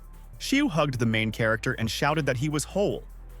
Chen answered his girlfriend that he was fine and there was nothing valuable here. They had to leave. Suddenly, a huge explosion occurred near the mountain. Everything around was brightly glowing with fire. Xiao looked ahead in fear and said that the mountain of emptiness had been destroyed. It was very lucky that she and the guy had managed to escape, otherwise they would have been locked in. Chen thought to himself that the disappearance of the Taoist Kang Sun should not have led to the destruction of the mountain of emptiness. The guy did not understand why all this happened like this. The main character looked sternly ahead and told himself that he needed to deal with another matter. Chen flew his plane to Guandu Airport. He remembered that he was supposed to take half of the Kai family's wealth. The guy arrived at the Kai family's mansion by car. It was a favorite place for tourists. Chen got out of the car. The driver told the guy in a surprised voice that he would not be allowed inside the house. The main character went inside the house. He greeted the girl Kai and said that they met again. Kai looked at the guy with great surprise. She was surprised that he came to her. Chen stood inside the room. Men were sitting around him. The owner on the sofa told the guy that he already knew about him and Venya. The man in glasses told the boy in a dissatisfied voice that he thanked him for saving his father. But the blackmail of the Kai family will not work this way. There was a girl standing next to him. The head of the Kai family was named Yingwen. He told the protagonist that he would not get half of their valuables from them. The protagonist told Invenu in a dissatisfied voice that he would take the pills back. Kai explained to the boy in a frightened voice that grandfather had already taken the elixir. He said in a very angry voice to the girl that he would take the old man's life. The fighters around got angry when they heard the words of the main character. They shouted that the guy was tired of living. Inven looked at the main character very angrily and said that he was challenging him. He offered the guy a test with a jade dragon. Inven threw a piece of paper to the main character. He said that if the guy defeats the dragon, the family will fulfill his condition. Chen stood and watched as the burning piece of paper flew towards him. He told the man that one more clause needed to be added to the contract. The owner asked the main character what point he wanted to add. Chen pointed his finger at the man in front of him and said that in the event of victory, he would receive all the property of the Kai family, along with the life of the old head of the family. The man shouted in an angry voice at the main character that he wanted to destroy their family. He told the man in a very dissatisfied voice that he did not want to give him half of the assets and decided to go for a provocation. 3 days later, at 9 o'clock in the evening, people gathered near the Jade Dragon Mountain. There were many expensive cars parked in the clearing. People were discussing the upcoming fight between martial artist Guandu and the main character from Jianye. Someone said that the fighter Jade Dragon had not fought in more than 10 years. The protagonist stood opposite his opponent on top of the Jade Dragon Mountain. The fighter angrily told his opponent that he had arrived on time. The true Jade Dragon told the protagonist that he was very young. Chen looked at his opponent with displeasure and said that his cultivation technique was very incredible. The protagonist extended his hand to his rival and said that he would see what his family was capable of. The fighter stretched his hand in front of him. He attacked the protagonist with the Dragon Lock. He didn't manage to defend himself in time, and his entire body ended up tied with a golden chain. The protagonist looked slyly at the fighter and said that he was stronger than Master Jang. Chen activated the dragon's death tornado. A dark vortex appeared above him. The main character strained himself very hard and was able to break the chains on his body. Chen bent down and slammed his hand forward with all his might. A fire appeared near his palm. The dragon noticed with fright that the guy was able to dispel the technique with one blow. The protagonist looked angrily at his opponent and said that now it was his turn to attack. Chen stretched out his hand and activated the first stage Divine Fist. He used Mountain Crusher. The dragon looked angrily at his opponent and realized that the guy was very strong. The fighter activated the first stage Book of Heaven and Earth. He prepared to use the Star Barrier. The dragon swung and launched a bright lightning bolt at his opponent. Chen put his hand in front of himself and tried to defend himself. The fighter felt that he couldn't break through the guy with his attack. He strained with all his might. The main character calmly replied to his opponent that he had blocked his blow. Chen swung his arm and prepared to attack his opponent. He used the second stage Divine Fist against him. The dragon opened the sacred Book of Heaven and Earth. He prepared to activate the second stage. The fighter used the devastating Star Hammer against the main character. The main character suddenly stretched his hand forward. He decided to use his fiery fist to repel the dragon's attack. There was a very loud and bright explosion. Everything around was illuminated by fire. The people around were very surprised. The guy shouted with admiration that Master Chen could fight equally against a dragon. Inven looked ahead in fear. He knew that if the dragon lost, his family would end. The beaten fighter could hardly stand on his feet. He had already used 2 techniques from the magic book, but he could not win. He was losing ground a little. The dragon decided that he had to use the third technique even at the cost of his body. The fighter bit his finger with his teeth and activated the Book of Heaven and Earth of the third stage. The dragon extended his hand forward and a red glow appeared in front of him. He activated the Fall of the Heavenly Star. The protagonist raised his head and looked up carefully. He saw the stars sparkling in the sky above him. The dragon was holding a book of spells in his hands. He shouted at the guy to try to stop this blow. The main character stood and looked ahead in fear. A dark red aura appeared around him. Kai asked the man with interest, "Is this really the end for the main character?" The protagonist extended his burning hand forward and activated the third stage Divine Fist. Chen raised his hand high up.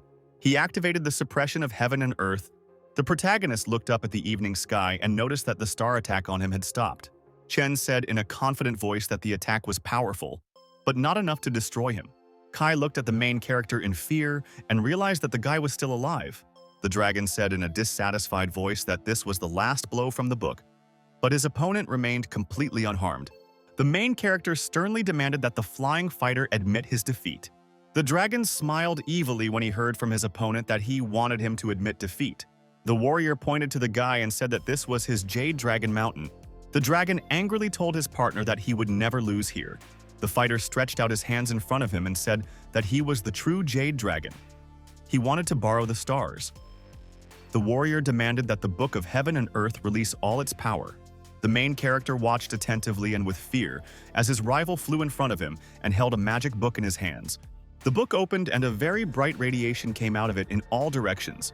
People stood on the ground and watched in surprise as bright lightning descended from the sky. They did not understand what was happening there. The warriors jumped back in fear. They saw that a powerful force was descending from the heavens. Chen looked ahead in fear. He realized that he had seen the very essence of heaven and earth.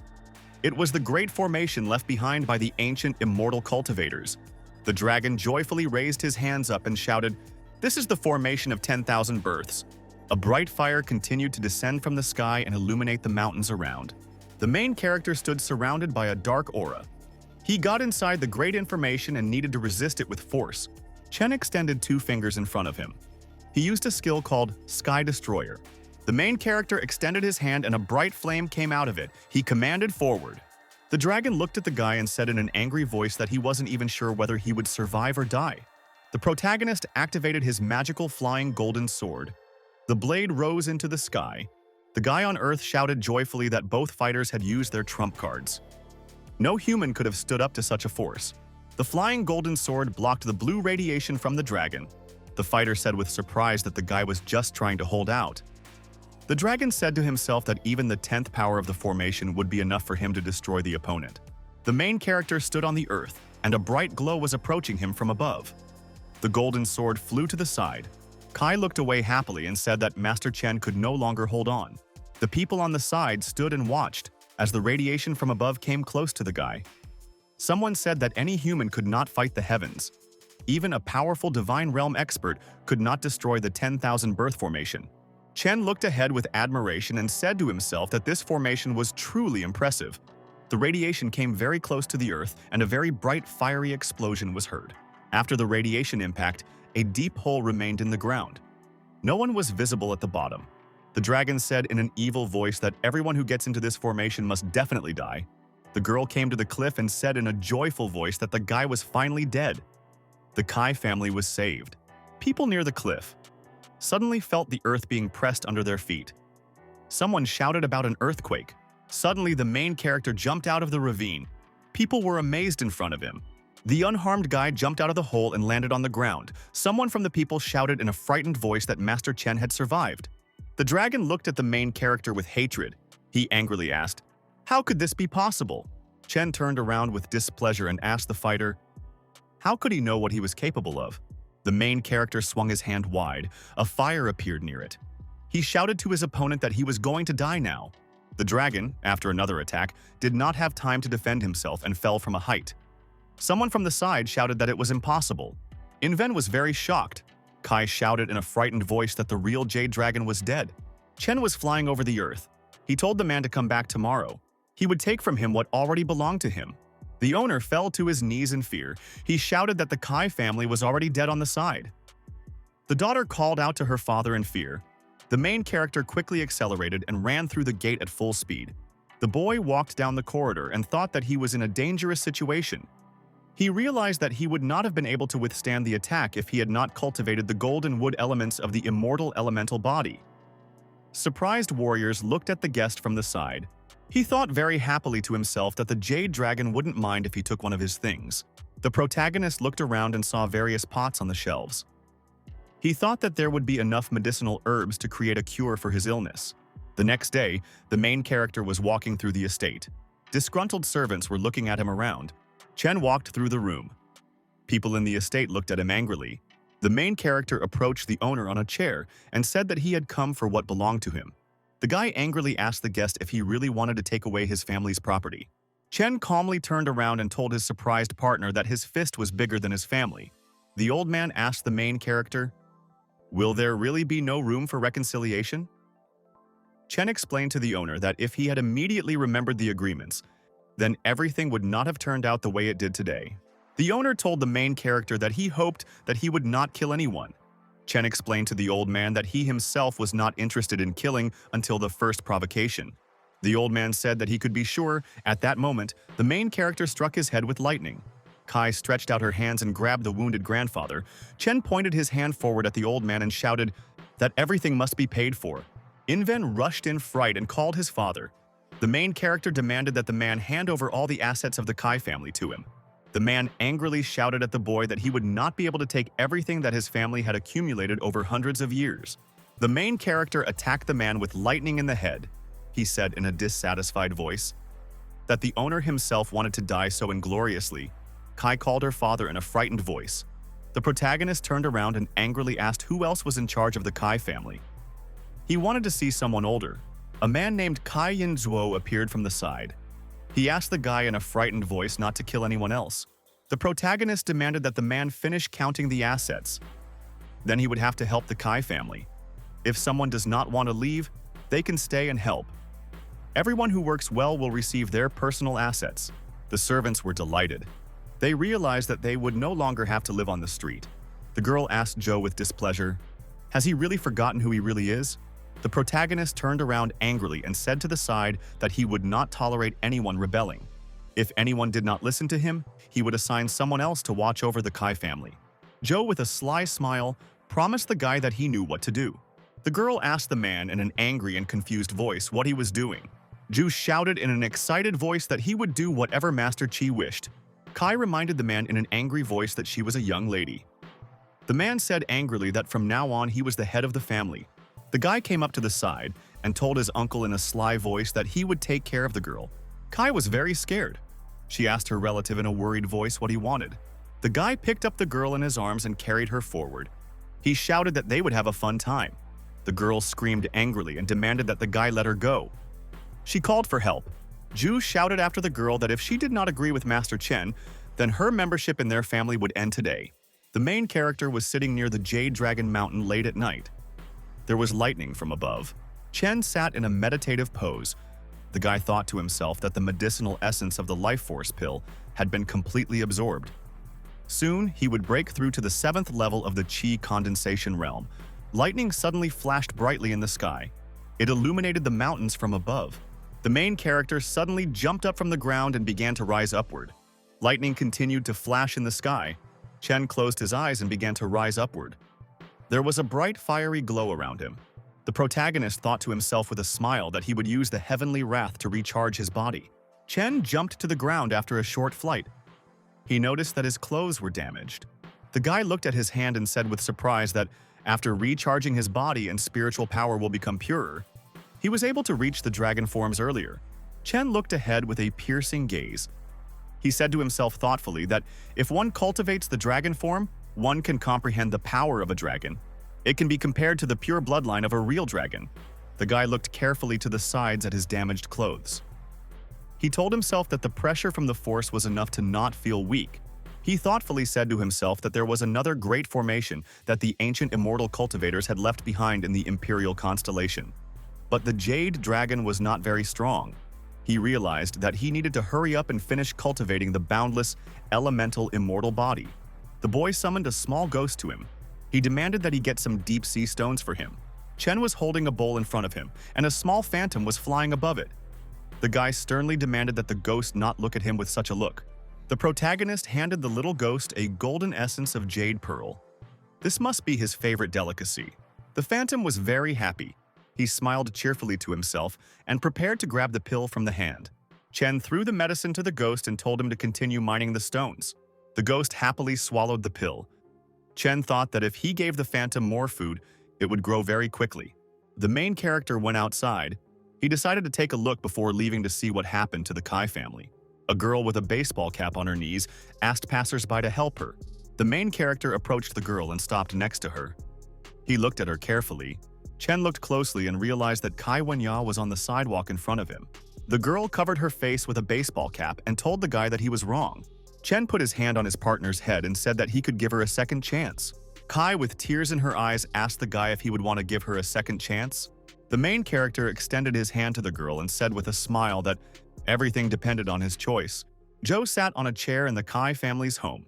He took a drag on his cigar and said to himself that in order to become the head of the family, he would gladly entrust the girl with paying off the debts. The man said to himself in a dreamy voice that the main character was not here for long. The family would now belong to him. He decided to continue selling it. Chen entered the room with a girl. He sternly asked the man what he wanted to sell. Joe was very surprised when he saw the main character in front of him. He asked the guy, didn't he really want to go home? The main character sternly told the man that he could deprive him of all powers. Joe smiled at the protagonist and spread his arms to the side. He didn't know what to say. The girl told the strict man that he had contacted an overseas buyer to sell the property of the Kai and Guangdu families. Joe also wanted to betray the protagonist. The man got scared. He waved his hand at his partners and explained that it was all some kind of misunderstanding. The girl angrily pointed her finger at the man and demanded that he shut up.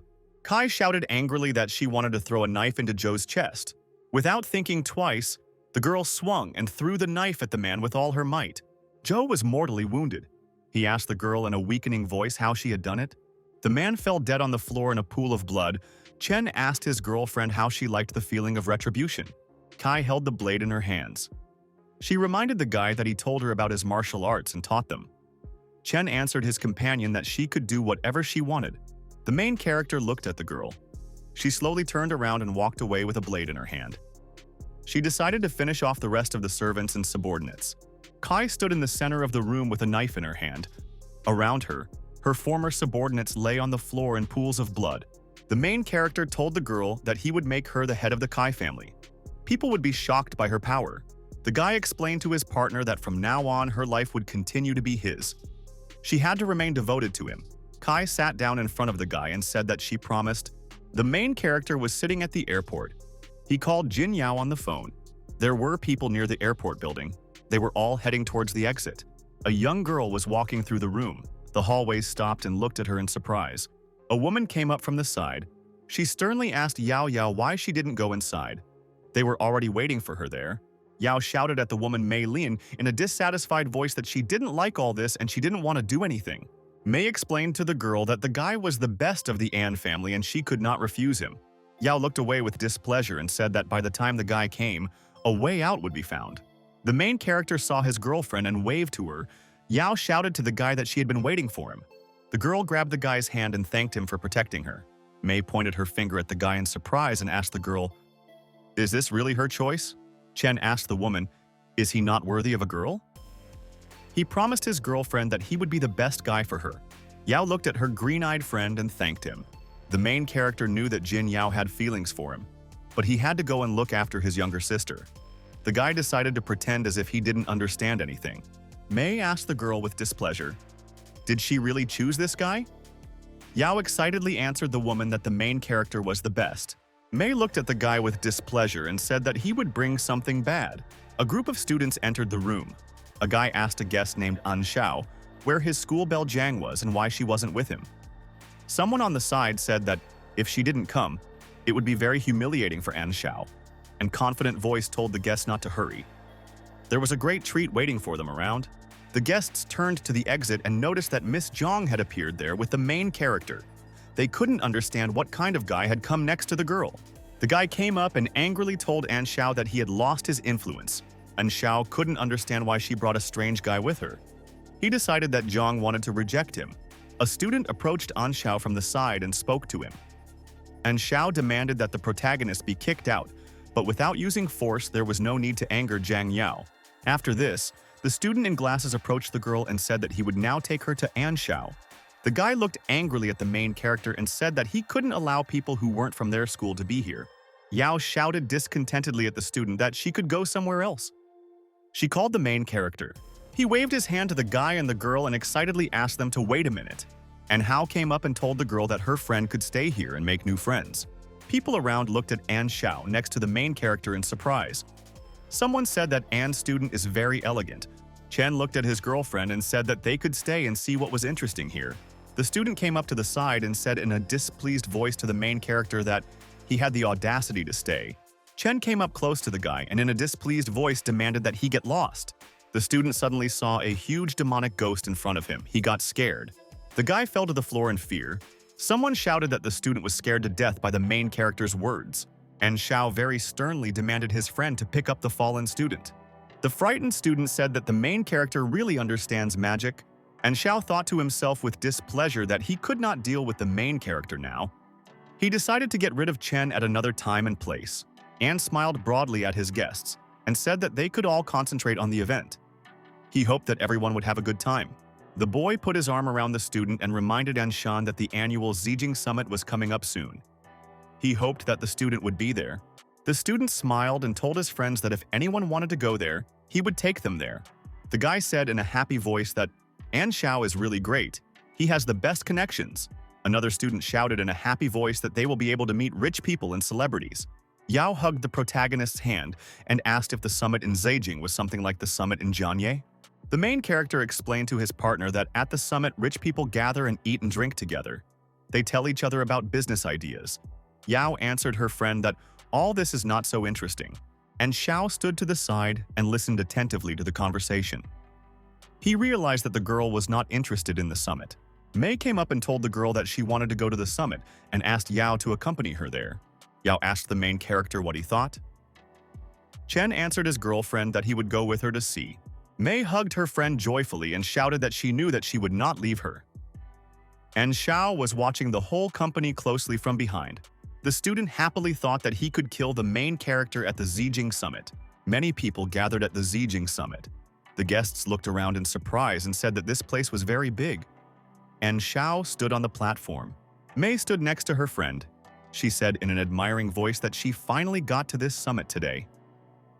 Her father dreamed of getting here. Yao smiled and told the woman that she was very excited. At that moment, someone came up to the main character and shouted at him to stop. The leader of the summit came up, pointed his finger at the main character, and said that he should go with him to the police station. The man pointed his finger at the guy and repeated that he was talking to him. Yao was very scared. She didn't understand what was happening. Mei looked ahead and said that all this was definitely a misunderstanding. And Xiao stood to the side and watched very happily as the main character approached the project manager. Mei looked to the side carefully and realized that all of this was specially arranged by An Xiao. In a very displeased voice, he demanded that the man take him immediately to his master. The man pointed to the side. He ordered the guards in a stern voice to take the guy away quickly. There was a very bright explosion next to Chen. It threw the guards far away from him. The main character looked angrily at the fighters and told them in a stern voice that they were seeking death for themselves. The guards fell to their knees before the main character and begged for his forgiveness. They wanted mercy. The guests at the meeting were very surprised. They looked at the beaten fighters and did not understand what was happening there. Someone said that Chen was using magic, and Xiao walked up and told the guards to all stand up. He called them worthless. There was a powerful fighter standing next to the guy. The student asked the main character with displeasure why he was causing trouble in this place. Yao shouted in an angry voice at the student that he had arranged all this himself. He had simply taken measures. The student approached a fighter named Lin and demanded that he ensure the safety of the summit. The man told the guy that he would do everything. Lin, in an angry voice, demanded that the main character kneel before him and beg. The main character swung his arm and hit the fighter with all his might. He flew to the side. The main character stood and held his hand in front of him. There was a glow around him. Someone shouted that the guy was very strong, and Hao threatened the guy with a dissatisfied voice that they would deal with him very soon. A woman came up from the side. She asked the guests with displeasure who was creating problems at the summit. The woman's name was Zuo Yue. Her family was responsible for the security of the summit. And Xiao pointed his finger at the main character and shouted that this guy was to blame. Yao shouted at the student in a dissatisfied voice that he was falsely accusing the protagonist. Mei said in a stern voice that An Xiao brought people to drag the protagonist into trouble. So looked at the main character with displeasure. She studied him carefully. The woman looked at the main character's photo on her phone. She recognized him immediately.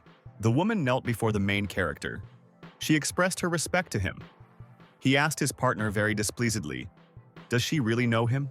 The woman excitedly told the boy that he had uncovered Gongsun Zuo Xuan's plot. As a result, all the families in Zijing were saved. The Zuo family benefited the most.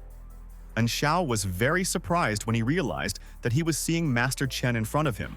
The woman angrily told the student that his uncle could break his legs for wanting to frame the main character. And Xiao shouted at his partner in a dissatisfied voice that she was a dog and demanded that she not drag him along with her. A man appeared from the side. He approached the guy and said that he was very arrogant. The man's name was An Shichen. He was the student's father and asked the boy sternly, "Does he really think he's a dog too?"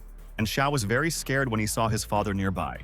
He shouted at him that he had been telling him the truth all along. The man with the cigar called the boy a stupid boy. The man told his son in a very stern voice that he did not understand what the word death meant. The father continued to stand and smoke a cigar. He looked at the boy with great displeasure. The man bowed to the main character and expressed his respect. His fighters bowed next to him. A shocked student stood to the side. The father looked angrily at his son and demanded that he bow to Master Chen and call out the mistakes. The guests stood to the side and watched everything that was happening attentively. Someone said that the situation was really interesting. Mi said to herself with excitement that An Xiao should bow to the protagonist and admit his actions. Yao looked away carefully and said that the student deserves it. And Xiao shouted in an angry voice that he would never bow down to the main character. The father angrily told his son that Master Chen might kill him. The man asked the main character in a frightened voice not to kill his only son. Chen told the man that for his sake he would not kill his son, but instead, he would do what the girl Zuo suggested. The main character looked at the frightened student and shouted that he would break both his legs as a warning. And Hao shouted in a very angry and loud voice that his legs hurt a lot. Chen looked sternly at the student and threatened that if this happened again, he would kill him. And Xiao lay on the ground, clutching his legs with his hands. The father looked at his son in fear and demanded that he be taken to the hospital. The main character turned to his girlfriend and told her to follow him. Yao answered the guy that she agreed. The man put his hand to his chest and said goodbye to Master Chen. The boy said goodbye to him in return. The main character arrived at the airport with his girlfriend and prepared to fly away. The girl asked the guy with excitement, "Does he really have to leave already?" Chen promised his partner that they would meet again at the tea house. Yao asked the guy with tears in her eyes to be careful. She promised to wait for him. The main character happily turned around and shouted to his girlfriend that he would do everything. Yao watched the main character leave. She silently thanked him to herself.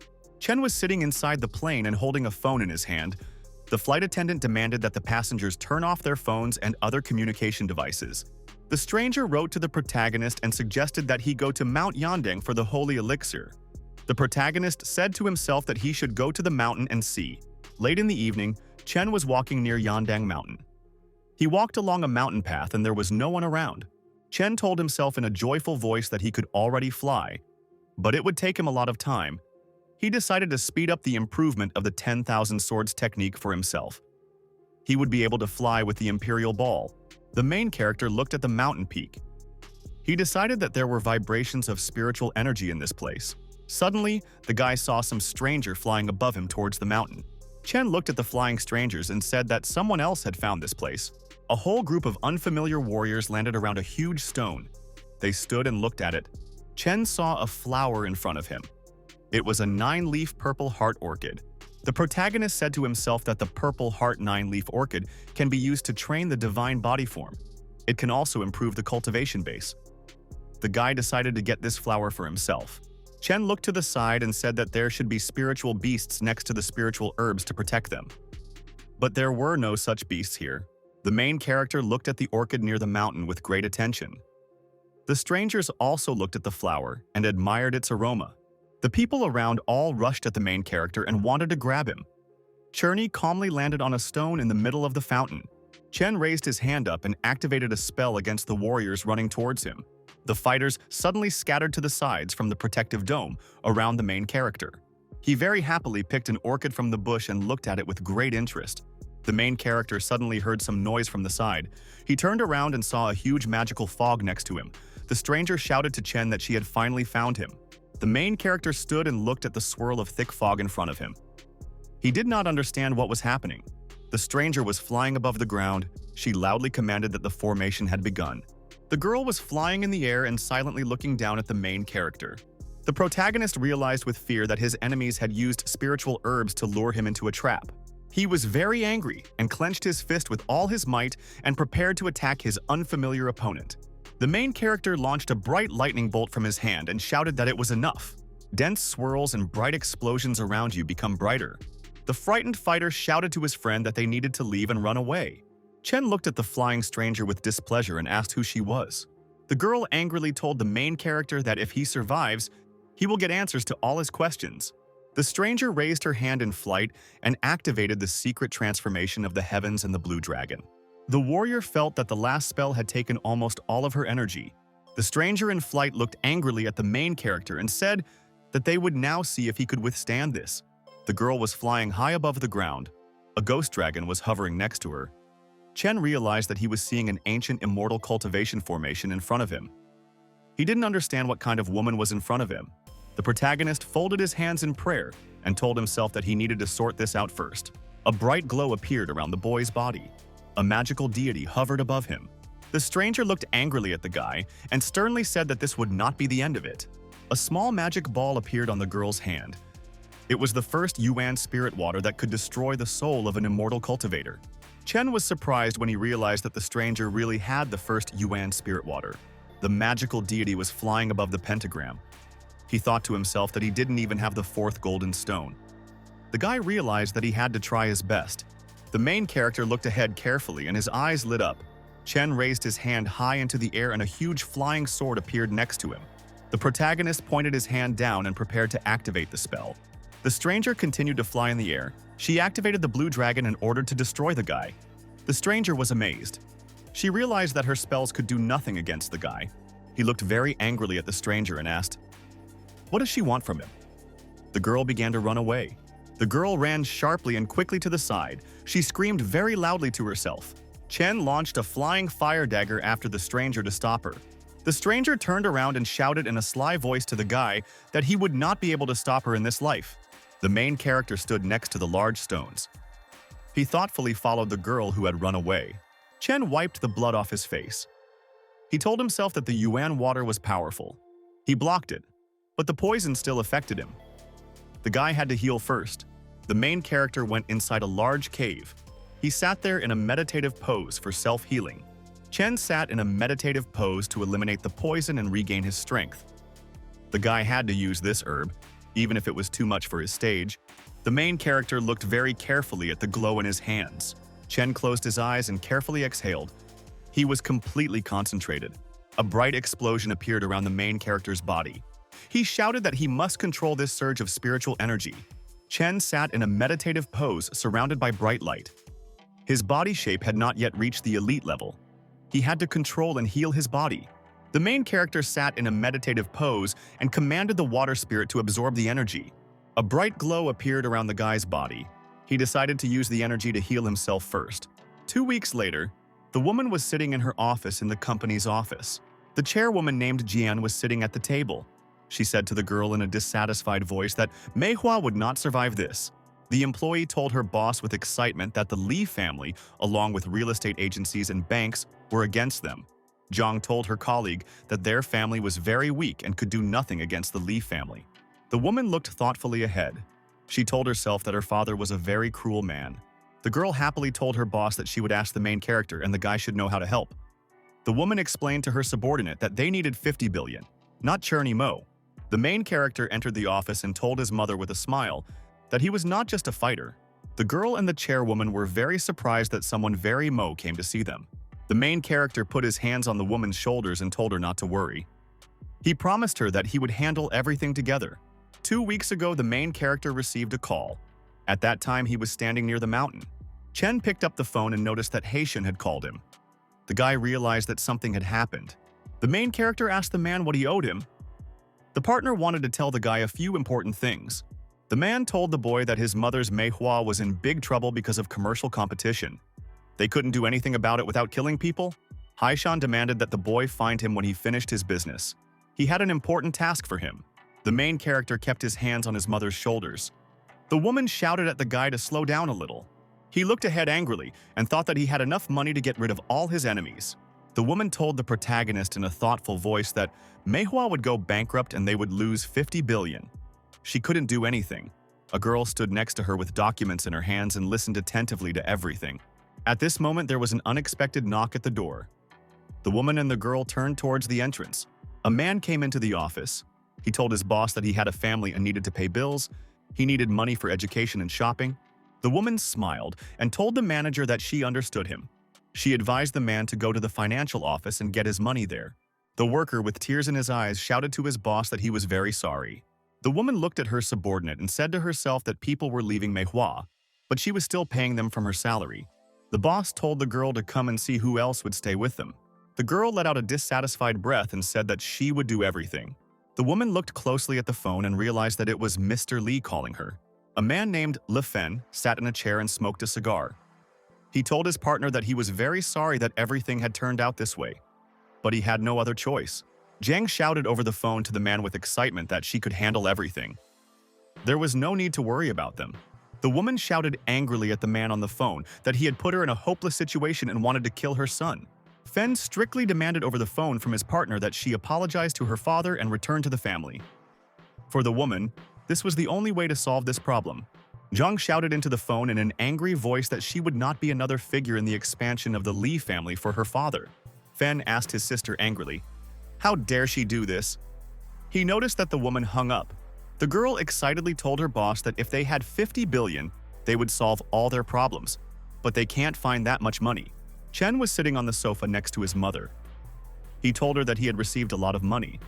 It should be enough to cover the company's expenses. The woman and her boss were very surprised when they heard such words from the guy. The main character handed the girl a phone. He said that these were people calling who wanted to invest money in their company. The employee picked up the phone. She spoke with her partner carefully and with interest. The girl was surprised. Her partner told her that he was ready to give Manhwa 50 billion without any conditions. The boss extended her hand to her subordinate and said that she herself wanted to talk on the phone. The chairwoman joyfully told her partner that they would immediately come to him for a personal meeting. An hour later, the woman, the girl, and the main character arrived at Darui's bank. Chen and her companions were sitting at the table. The bank director was sitting at the head of the table. Jang said to the woman in a surprised voice that she did not expect that there would be anyone here who wanted to help her. The owner of the office looked at the guests and said that she was always happy to help them. After this, the woman turned around and looked at the main character with great attention. She was silent. In the office, the chairwoman demanded that the main character explain to her what was going on here. Jang remembered that the bank director spoke in a strange voice when she said she was willing to help, and she looked at the protagonist.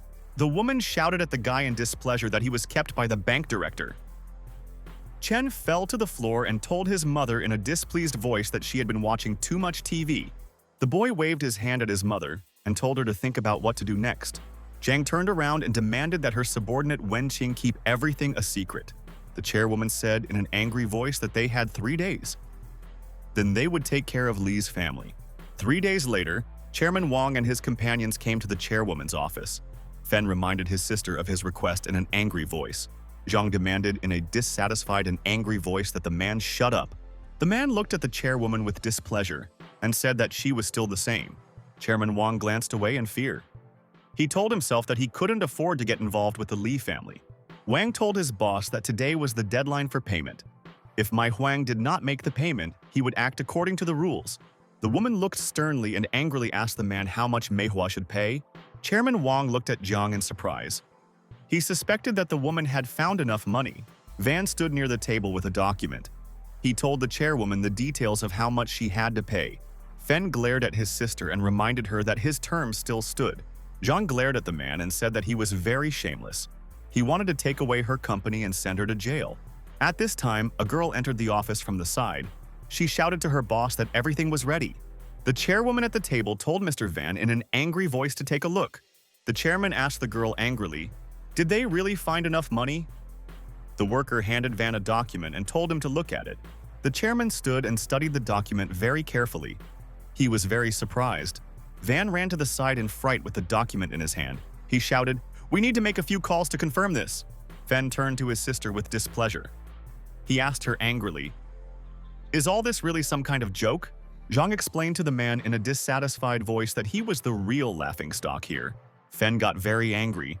He looked at the woman at the table with hatred. Chairman Van entered the office. He joyfully shouted to the man that the money had been transferred through the bank. Fen turned around and told his sister that it was a good job. He angrily promised her that next time she wouldn't be so lucky. The protagonist came up from behind and told the man to come back and remind the head of their family about the 3-year agreement. Fen looked angrily at the guy and threatened that in 3 years, their family would put them all on their knees and make them beg for mercy. Chen angrily answered his partner that they would still see who would be on their knees. Fen angrily headed towards the exit. He shouted that for him this was all a waste of time. The tired woman fell headfirst onto the table. She said that it was finally all over for her. The main character looked at his mother and sister near the table. He said in a joyful voice that they were now safe. The main character directed his hand to the woman's head and a magical glow came out of it. He told her to rest a little. The girl on the side looked at the main character with great surprise. She didn't understand what he was doing. Zhang lay on the table and said in a tired voice that she was tired and wanted to sleep. The main character looked at the woman and said that his mother really worked hard. The girl looked at the guy happily. She thought that now the Meihua company really has a successor. Late in the evening, the main character arrived at the airbase by plane. He followed the commander and asked what mission he had to complete. Heishan sternly told the guy that he would fight for the sake of national interests and he might get what he wants. The commander stood between the small houses. He spread his arms to the side and shouted that this was the battlefield for peace. The commander told the protagonist that the battlefield for peace is a special place. It is where danger and opportunity coexist. It opens once every 10 years. The qualifying countries will select the 7 best warriors to participate in the tournament. The losers will perform the stay of the winner. This will help resolve international disputes and maintain peace. Heishan stood next to the protagonist on the deserted street. He told the guy that this time, Great Li had bet on Jufang Island. Heishan told the protagonist that diplomacy is also important in the peaceful battlefield. If Chen takes first place, then a generous reward awaits him. The guy answered the man that he is a gathering of gamblers. The doors of the house opened and an officer came out. He reported to the commander that 6 members of the combat team had arrived. Heishan told a subordinate named Ji Wu to take the lieutenant with him and introduce him to the other participants. The man replied that he would do everything. Wu looked sideways at the main character and told him to move on. Inside the room, people were sitting on chairs. Sia in glasses greeted Lieutenant Chen with surprise. An officer named Jang looked at the main character with displeasure and called him a child. She had told Jang in a stern voice that the guy was the leader of their task force called Divine Eagle. Chen would be his boss. The man said in a dissatisfied voice that he would not show respect to a weak and delicate guy. An officer named Lei Zhang looked at his partner and said that they would soon all go out onto the battlefield for peace together. They needed to stop arguing. A fighter named Li Xiao sat on a chair. He said in a thoughtful voice that the guy could become a burden to them. The girl in the military cap said to the guy with a smile that she liked him. A girl named Fin Mian said in a thoughtful voice to the fighters that the guy looked much better than they did. Jang shouted at the girl in an angry voice that they must fight for national interests. Only the strongest can be the leader. Jang turned around and asked the commander in a dissatisfied voice, "Why isn't Yang Dingtian here?" Ji looked at the officer with displeasure and sternly asked him what the duty of a soldier was. The soldiers took up a fighting stance and shouted to the officer that they must obey all orders. He looked at the girl in front of him with great attention and interest. Fen came close to the guy and told him not to worry. She promised to protect him. He very displeasedly demanded that his partner stop casting a love spell on him. The girl realized with fright that the guy had figured out that she had cast a spell on him. She decided that Chen had some kind of power. Xia sternly told his subordinates that if they underestimated Commander Chen, they would fail. 22G told the soldiers in a thoughtful voice that from now on, they were a team and had to stick together. He promised to explain to the soldiers some rules of peaceful war. The commander said that the peaceful battlefield would only be open for 3 days. The soldiers would have to hunt animals and collect their cores. The one with the most cores would win. Ji said in a stern voice to the fighters to be careful. Inside, they could kill anyone without any restrictions. The commander raised his hand, and there was a small watch hanging on it. He told the soldiers that there was also this counter. It would count for the soldiers all the beast cores they would receive. All participants must protect their device. Early in the morning, all the participants gathered at the battlefield for peace outside the city. The fighters stood in the valley. They were surprised to see unfamiliar warriors standing on high pillars. Haitian turned around and said in a loud voice that in front of him was the opening site of the battlefield for peace. Xia turned around and asked the commander in surprise, "Was this place really built by people?" The man told the fighter that no one could answer that question. The soldiers shouted in surprise that Sugo's men had come to them. Huge, dark fighters appeared from the side. One of the soldiers shouted that in front of them stood Ingo. Bishops of the Church of Light in red robes were present nearby. A group of warriors in ancient clothes walked and carried a huge box with them. Someone shouted that they were carrying a coffin. The main character looked closely at the unfamiliar fighters. There were no energy fluctuations on their bodies. The guy felt an energy force inside the coffin with his side. He couldn't determine it. A huge muscular fighter appeared. Someone shouted that Zhangdo's people were here too. Chen glanced at the giant and thought that his strength would be quite powerful if he became enraged. A group of warriors stood around a huge pentagram. Someone shouted that the battlefield for peace was about to open. The warriors on the pillars raised their hands up. A huge lightning bolt descended from the sky onto the participants of the battle. The main character and his companions were standing on the edge of the forest. He asked the soldiers, "Are they really there already?" Zhu looked at the fighters sternly and said, "To win, they must develop a detailed plan. They will be able to obtain as many beast cores as possible and protect them. As a result, all members of their squad will survive." The commander told the fighters that they have good relations with the Zhangdo Guo nation on an international level. They can unite with this nation against other rivals. The fighters took turns raising their hands and told the commander that they also agreed. Fen looked sternly at the commander and said that this would be the best idea. Li Xiao said in a dissatisfied voice that the other nation might refuse to help them, or they would only help under certain conditions. Zhu explained to the fighter that they must be on the same wavelength with Zhangdo Guo. The commander asked the main character what he thought. Chen answered the soldiers that he completely agreed with them. Zhen looked at the vice captain with a smile and called him. He wanted to say something. The main character and his companions were standing on the battlefield. There was broken military equipment all around the battlefield. Fen saw some movement in front of her. She shouted to her friends to be careful. A huge and predatory monster from the earth suddenly appeared in front of the frightened people. He growled menacingly. She pulled out a huge blade and took out a shield. He shouted to the fighters to get ready for battle. Chen saw that the soldiers next to him had high-class magical weapons. The guy realized that he did not have such a weapon. Joe looked at the main character and asked, "Is he really going to fight empty-handed?" The main character calmly answered his partner that he had no weapon. Shia, with a large sword on his shoulders, suggested that the main character use this large blade. The protagonist answered the fighter that he did not need such a big blade. He realized that Hessian did not give weapons to soldiers. Ju, with a large shield, shouted to the soldiers not to let down their guard. The monstrous creatures here were very strong. They needed to work together to succeed. The commander demanded that the fighter Lei give him his halberd to test the strength of the monsters. A group of fighters with weapons prepared and attacked the monster. The commander shouted to his subordinates to attack head-on. Xiao had to attack and finish off the mutant with one blow. Ju shouted at the girl to be in charge of support. Feng looked at her sword and said that she understood everything. The main character was left standing alone. All his colleagues suddenly rushed forward to attack. Cher was left alone. He watched carefully as his colleagues attacked the monster. Len, with a huge spear, rushed forward with a cry at the Earth mutant. The fighter thrust his weapon into the monster's body from behind with all his might.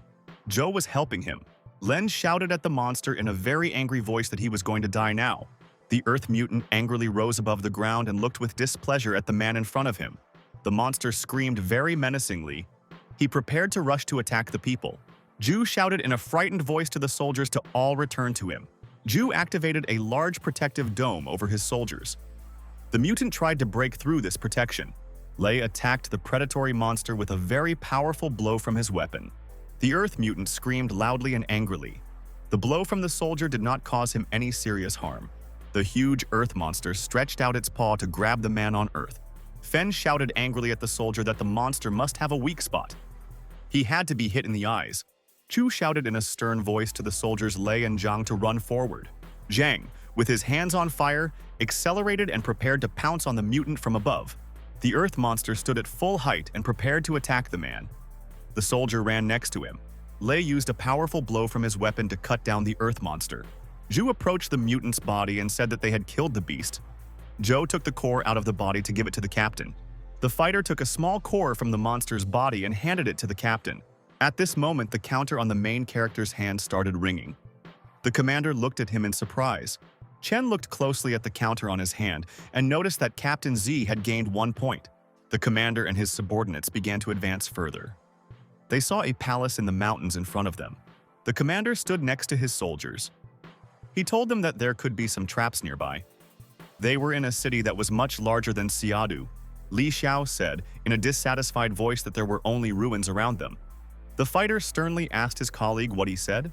Zhu told the soldier in a dissatisfied voice that there used to be a magnificent city around them. Li Xiao angrily shouted back that now there were just ruins around them. The two soldiers continued to argue angrily with each other about the city. Xia looked down in front of him. He said in an admiring voice that the golden patterns on the floor create a calm and serene atmosphere. Xia looked carefully ahead and told the soldiers that the temple ruins were now in front of them. The man pointed his finger to the side with excitement. He told the fighters that a bright light was coming from there. People looked inside the building in surprise and noticed that an oil lamp was burning there. Chen looked ahead with displeasure and said that a weak trace of spiritual energy was emanating from the lamp, which is why it did not go out. Xia looked at the stone in front of him. He said with excitement that there were some words written on it. The man saw an inscription on a stone in front of him that there was a temple of the great lightning there. Zhu said excitedly that in front of him was the legendary temple and the eternal butter lamp. Xia said that legend has it that powerful demons are held captive under the great lightning temple. Suddenly, a bright flash appeared in front of the people. Xia shouted to the soldiers to be careful. Fen said with excitement that a terrifying aura was coming from underground. It penetrated to the soul. The guy turned to the side and asked the girl in fear what was going on. He couldn't move. Lei shouted in a loud voice that he couldn't move. His legs seemed to be nailed to the ground. Zhou looked down in front of him and shouted loudly that he couldn't move his legs. The protagonist realized that he couldn't move. Something was hidden under the place where he was. The guy remembered to himself that his teacher, the immortal Emperor Donghua, had not come to Earth by chance, although it was poor in spiritual energy.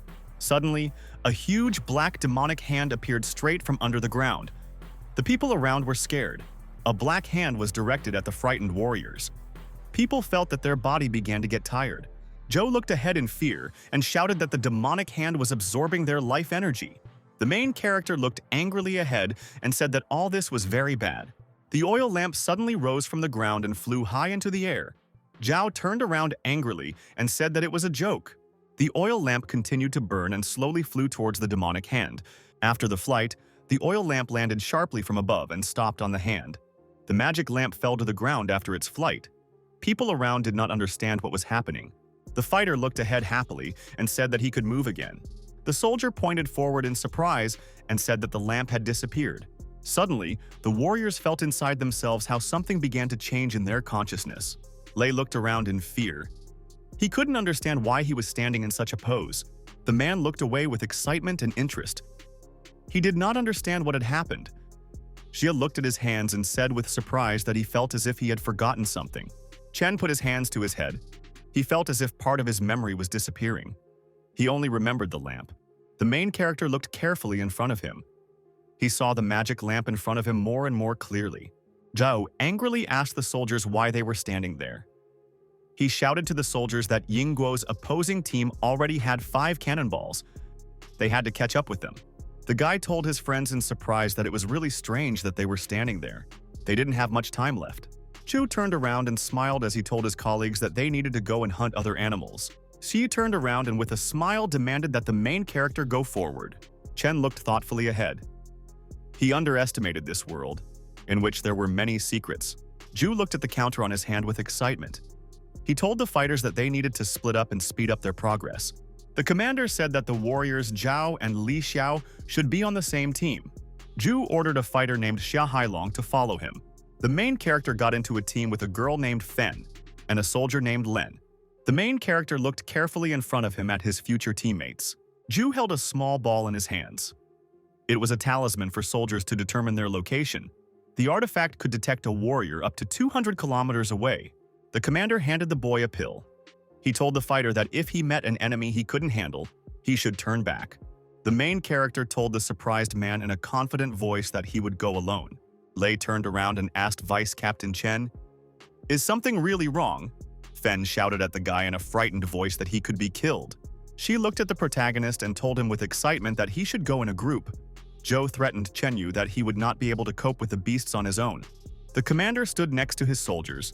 He decided to address the main character. Zhu sternly told the guy that he wanted him to observe everything here for a bit first. The protagonist told the commander not to worry. He promised that he would not let himself be killed just like that. The commander looked at the ruins of the city around him. He told the fighters that they would split into 4 groups and go in 4 directions. The main character approached the lying body of a huge animal with horns. He wanted to hide the core of the beast inside the ring so that the counter would not notice it. Chen looked at his hand. He said that this place was out of reach of the talisman. Now he could explore it. Suddenly, an unfamiliar warrior in armor appeared from the side. He attacked the main character with shots. 2 unfamiliar fighters appeared from the side. Someone shouted that in front of them was a cyborg and a man who controls the element of wind. An unfamiliar girl in a helmet and armor attacked the main character with explosions. Sherney jumped to the side very quickly and deftly. He managed to dodge the attacker's shots. An unfamiliar fighter in flight aimed his weapon to shoot Chen from above. The main character cleverly dodged and prepared to fight off the strangers. Chen jumped high above the ground and prepared to hit the attackers with his fist with all his might. The strangers flew to the side after a very powerful blow from the main character.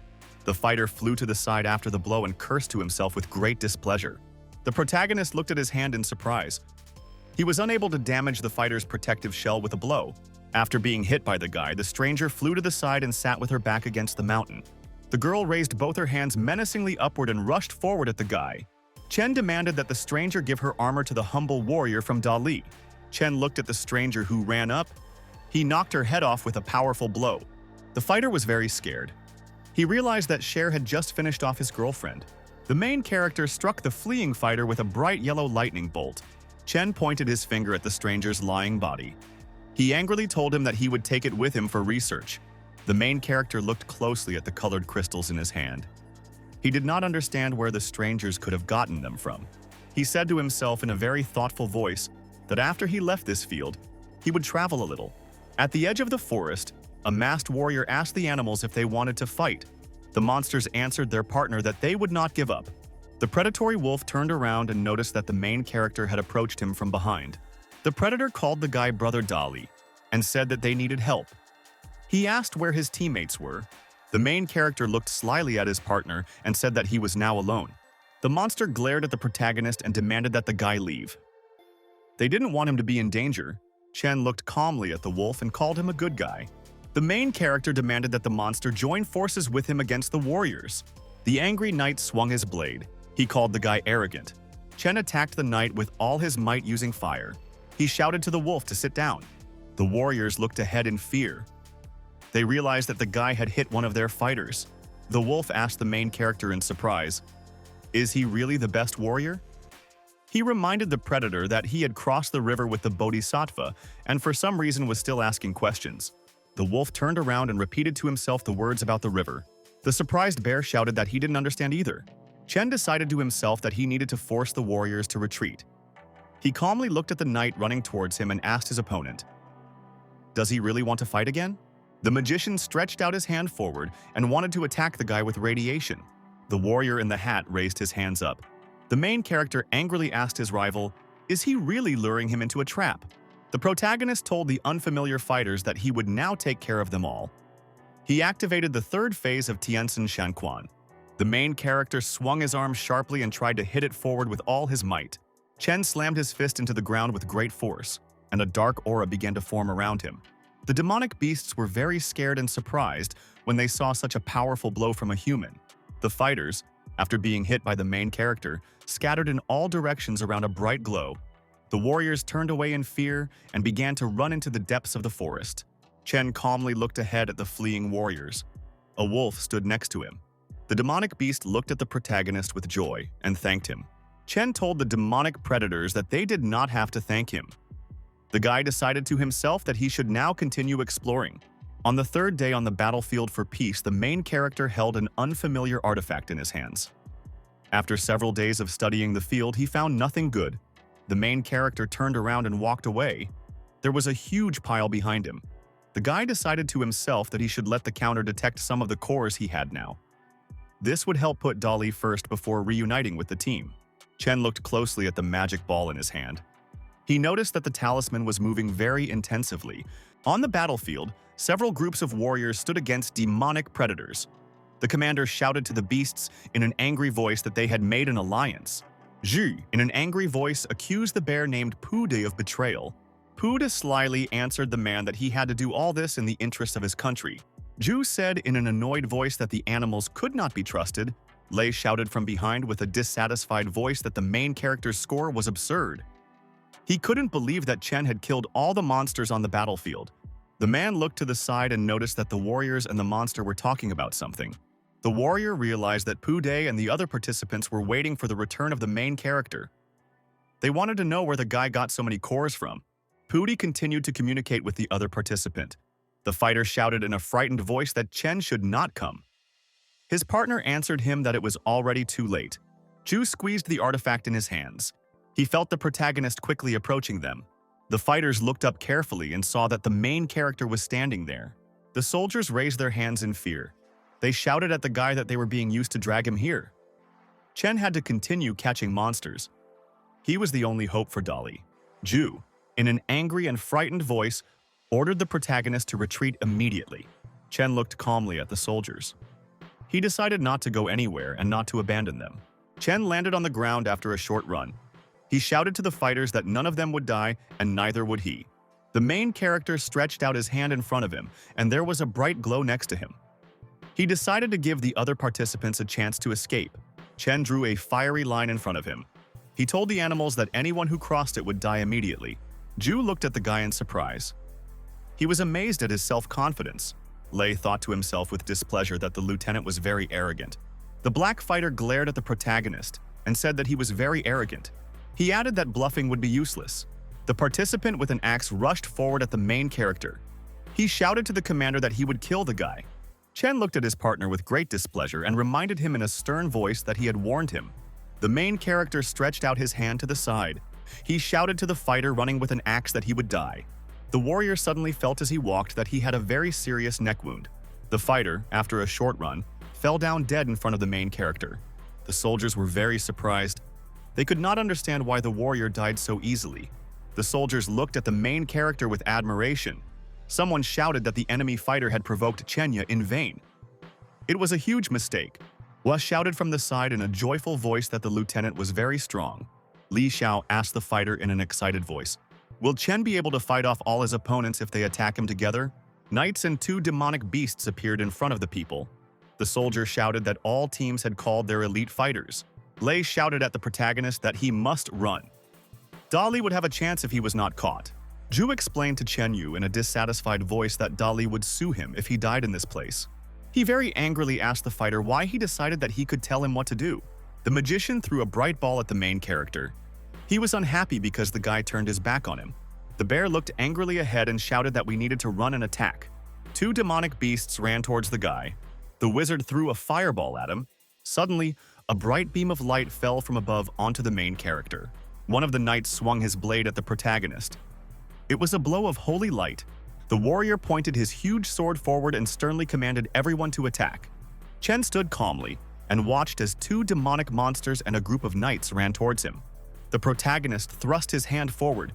He shouted at his opponents that they would never learn their lesson. He activated the heavenly immortal fist. Chen swung his arm wide and launched a bright blue beam at his opponents. After the main character's attack, the opponents flew away as a whole group far to the side. Chen looked ahead. He clenched his hand into a fist. He shook the world with one blow. The frightened wolf looked at the bear lying in front of him. He did not understand how this could be possible. The angry warrior snatched his blade. He shouted to the main character that he would show him what his sword was capable of. The warrior activated the magic called Excalibur. His sword glowed with a dark light. The black magician launched a magical scarab beetle against the main character. The bear angrily shouted to the boy that they would fight him to the death. The black warrior directed the spear of Azrael at the boy. Chen looked at his opponents and said in a calm voice that none of them deserved this weapon. The main character pointed his finger in front of him and sternly commanded forward. A bright beam from the guy's hand flew straight at the opponents. The radiation destroyed their weapons. The main character angrily asked the wizard in the red robe if he wanted to show what he was capable of. The bear angrily shouted at the wizard that he was hiding his power. The black magician was frightened and looked ahead with displeasure. The warrior with the blade told the bear that they were wasting their time fighting here. He told the predator that they should go and try to find more cores. The dark-robed wizard said in a displeased voice that they too should go now. The demonic predator turned around angrily and called the black mage a traitor. The group of warriors turned around and headed away. Chen said in a satisfied voice that his rivals had finally retreated. The main character thought to himself with displeasure that he had spent a lot of energy. An agitated man looked at him from the side. Frightened, he ran up to the guy and grabbed him by the arm. He thought to himself that he would have been in big trouble if the priest in the red robe had played his trump card. Zhu ran up to the guy and asked in a frightened voice, "Is he really hurt?" Chen said that he was fine. He suggested that his companions find a place to rest. The soldiers stood with the girl in the clearing. Chen sat in a meditative pose on the ground. There was a blue glow around his body. The protagonist looked piercingly ahead. He was able to restore only a third of his strength. But for him, this was already enough. Shia ran up and asked the main character how he was feeling. He reported that each country had again increased the number of extracted cores. The protagonist happily told his companions not to worry about the cannonballs. He told the soldiers that they would meet at the exit. Xia looked at his companion and thanked him. Zhu told the guy that he agreed to his proposal. The main character was flying through the sky. He told himself that the 4 countries were now acting on their own. They had another chance. Chen, after the flight landed on the ground before the wars, one fighter commanded that we need to prepare for battle. The warrior with the sword angrily asked the main character what he was doing here again. Chen was holding a large ball in his hands. He told the fighter that he wanted to make a deal with him. The fighter was surprised when he heard about the deal from the guy. He asked his opponent if he needed cannonballs.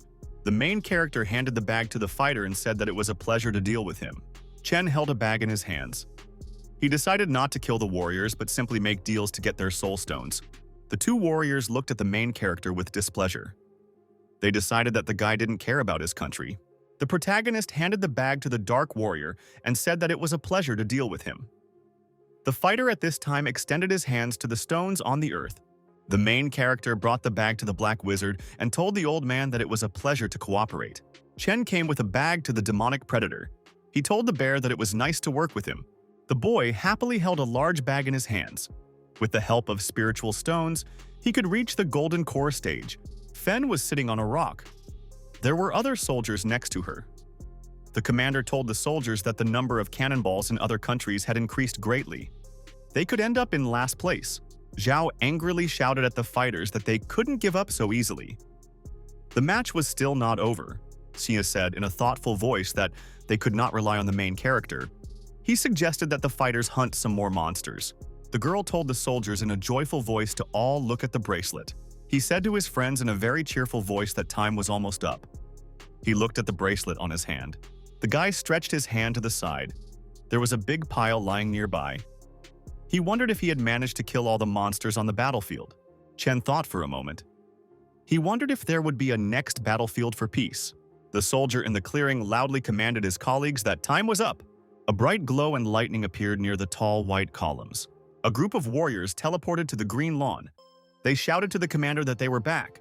Heshan looked at the soldiers and happily thought to himself that none of them were missing. Dao extended his hand forward and happily informed Mr. Jian that they were all intact.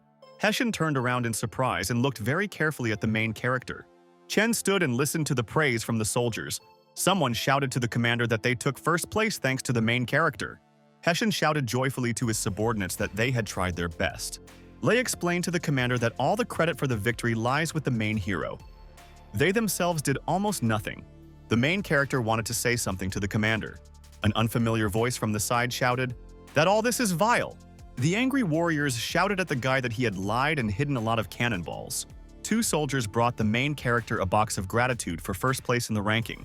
He opened the box wide and looked carefully inside. He did not understand what he saw there. Inside the box was a ball. The soldier explained to the boy that this object was made from a stone pillar. It gives the owner the opportunity to perform 3 times on the battlefield for peace. The fighter told the protagonist that he could use the artifact to go deeper and explore this place. Chen asked his partner again, "Is it really possible to open the battlefield for peace alone?" Chen remembered to himself that over the past 2 days he had not been able to find any clues. Out loud, he said that for now everything was over.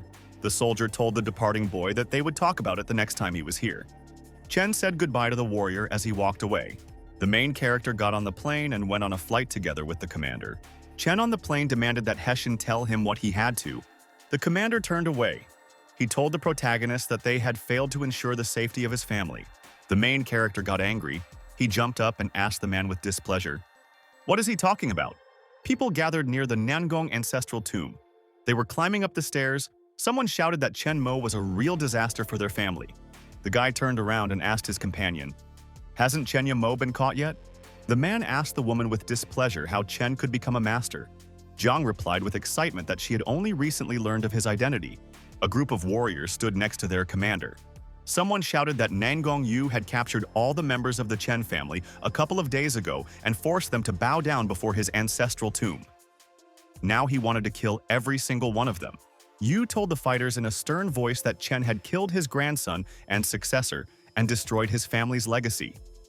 He demanded that the family members atone for the protagonist's sins. Yu commanded the old man in a stern voice to kneel before him. A fighter on the side said that the commander's aura was very powerful. There are rumors that he is already at the stage of immortality. Grandfather Chen stood in front of Yu and looked at him silently. He didn't say anything to him. Yu pointed his finger at the old man and shouted that he would definitely answer for the death of his grandson. The old man was still kneeling. Suddenly, a loud noise was heard from the side. The fighters were surprised when they saw a helicopter in the sky. The main character jumped out of it and landed on the platform. One of the warriors shouted in a frightened voice that Master Chen was standing in front of them. The woman was very happy and surprised when she realized that the main character had arrived. She warned the guy that the man in front of him was very powerful. The man looked at the guy in surprise and said in a frightened voice that he had jumped out of the helicopter. The fighters around were discussing Chen with displeasure. Someone shouted that the guy didn't have a single chance against Yu. The main character looked around angrily at the people and said that he was sorry for putting them through all this. Chen looked at the warrior with displeasure and asked in a stern voice how he dared to humiliate his family. He very angrily threatened the fighter that he would tear his soul into pieces. Yao explained to the boy in an angry voice that he had killed his descendants. That's why he wanted to kill the members of his seven. The warrior trained in seclusion for 30 years and made a breakthrough. He became the first immortal master in this century. Yuk raised his hand up and a giant palm appeared in the air above him. The fighters around were very surprised. They shouted that their commander was very strong. Chen stood and looked attentively at the huge palm in front of him. Someone shouted that the main character was going to die now. Chen raised 2 fingers in front of him and a glow appeared in front of them. He asked the warrior with displeasure, "Is this really all?" The main character raised his hand up and shouted that this is enough. He attacked the demonic hand with fire. People around were very surprised. They didn't understand how this happened. Chen told his opponent that he had just reached the border of the immortal stage. At best, you would only be half immortal. The warrior got angry and rushed from above to attack the main character. Chen stood calmly and looked at him. The main character suddenly ran up behind the warrior. Yu turned his head to the side in surprise. Chen suddenly jumped up and swung his leg to hit the fighter with all his might. The main character swung his wide arm and tried to hit his opponent. People stood on the side and watched the battle attentively. Someone said that Yu was very powerful. Another person admired that young Chen fought equally against his opponent. The main character swung his arm wide and prepared to finish off the warrior with all his might. Chen, with the help of a very powerful blow from his hand, knocked the warrior away from himself and he flew back. Yu served with his hands and told the guy not to be overconfident. The warrior was flying high above the ground. There was a bright, fiery glow around him. Chen stood on the ground and looked up. The man raised his hands above his head. There was a bright glow around him. He shouted at the guy that he would die. Yu attacked the main character with a bright beam of light. The guy stood calmly on the ground. Chen calmly looked at the flying warrior and prepared to fight him off. The protagonist clenched his hand. He activated the Heavenly Immortal Fist and the first stance. Chen looked ahead with excitement. At this time, the warrior shouted loudly and activated the Mountain Destroyer. Chen swung his arm forward in mid-flight and launched a huge stream of fire at his opponent. The warrior, after a very powerful attack from the main character, flew far back and fell to the ground. Chen swung his arm wide and prepared to hit Yu. He activated the second stance and the River Divider. The main character hit his opponent with a powerful fire blow with all his might. Yu, after a very powerful blow, flew far to the side and crashed into the wall. Chen rushed forward with an outstretched fist. He shouted at his opponent to catch more. The main character hit the lying fighter in the chest with all his might and with a powerful blow. The main character just stood there and looked at the huge hole in the ground after his blow. Chen Molcha looked ahead and said nothing. He decided that he had finished off his opponent. The people around the guy were very happy. They were shouting that it was all over and they were safe. The earth suddenly shook very strongly and a dark aura began to come out of it. The people above were scared. People stood on the ground and did not understand what was happening. A very dark aura was coming from the cracks. An evil warrior emerged from the ground. He shouted in a stern voice that he felt power. This was the true stage of immortals. Yu came back without his coat.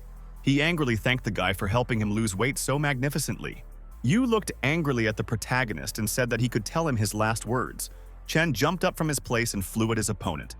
He shouted that the fighter could save the last words for himself. Yu flew from behind to his opponent. He shouted to the guy that he would give him a painless death to express his gratitude. After this, the warrior swung his hand and hit the guy in the back with all his might. The fighter jumped high up and decided to hit the main character with his fist again.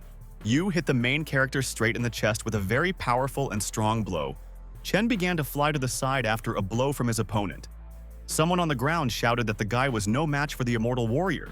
Yu flew forward at full speed with his leg extended to attack his opponent. There was a very bright explosion and everything around glowed white. Someone shouted that the master was very weak. Yu raised both his hands up and a glow appeared next to them. He shouted at the guy that he was going to hell now. Yu extended his hand forward. He attacked the protagonist with blue radiation and shouted that the guy would burn to ashes. Chen looked at himself angrily. He told himself that he had to use the Immortal Master's power technique. Chen stretched out his palm to his head. He shouted to the fighter that he would test the sword on him. The protagonist swung and activated the golden blade in front of him. He activated the great path of swordsmanship. The main character launched a large flying golden blade towards himself with all his might. The fighter got scared and flew far to the side. He put his hands in front of him for protection. Yu was very scared and surprised. He shouted in a loud voice that this was impossible. A huge incinerating fire engulfed the warrior, and he began to burn to the ground. The old man stood next to the young guys. Someone shouted in surprise that Chen had won.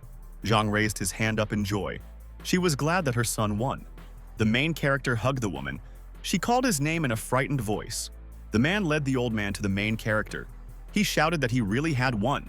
The main character promised the old man in a worried voice that this would never happen again. The grandfather looked at the boy with concern and said that he shouldn't feel guilty. The man looked at the guy with displeasure and demanded that he tell him everything when they returned. The main character smiled and told his father that he would explain everything to him later. The old man sat in a chair in Li's residence in Sia City, listening to messages on his phone. Someone said that Chen had achieved immortality at less than 20 years old. His partner told his grandfather that he should hire an ancient martial arts master to take care of the boy.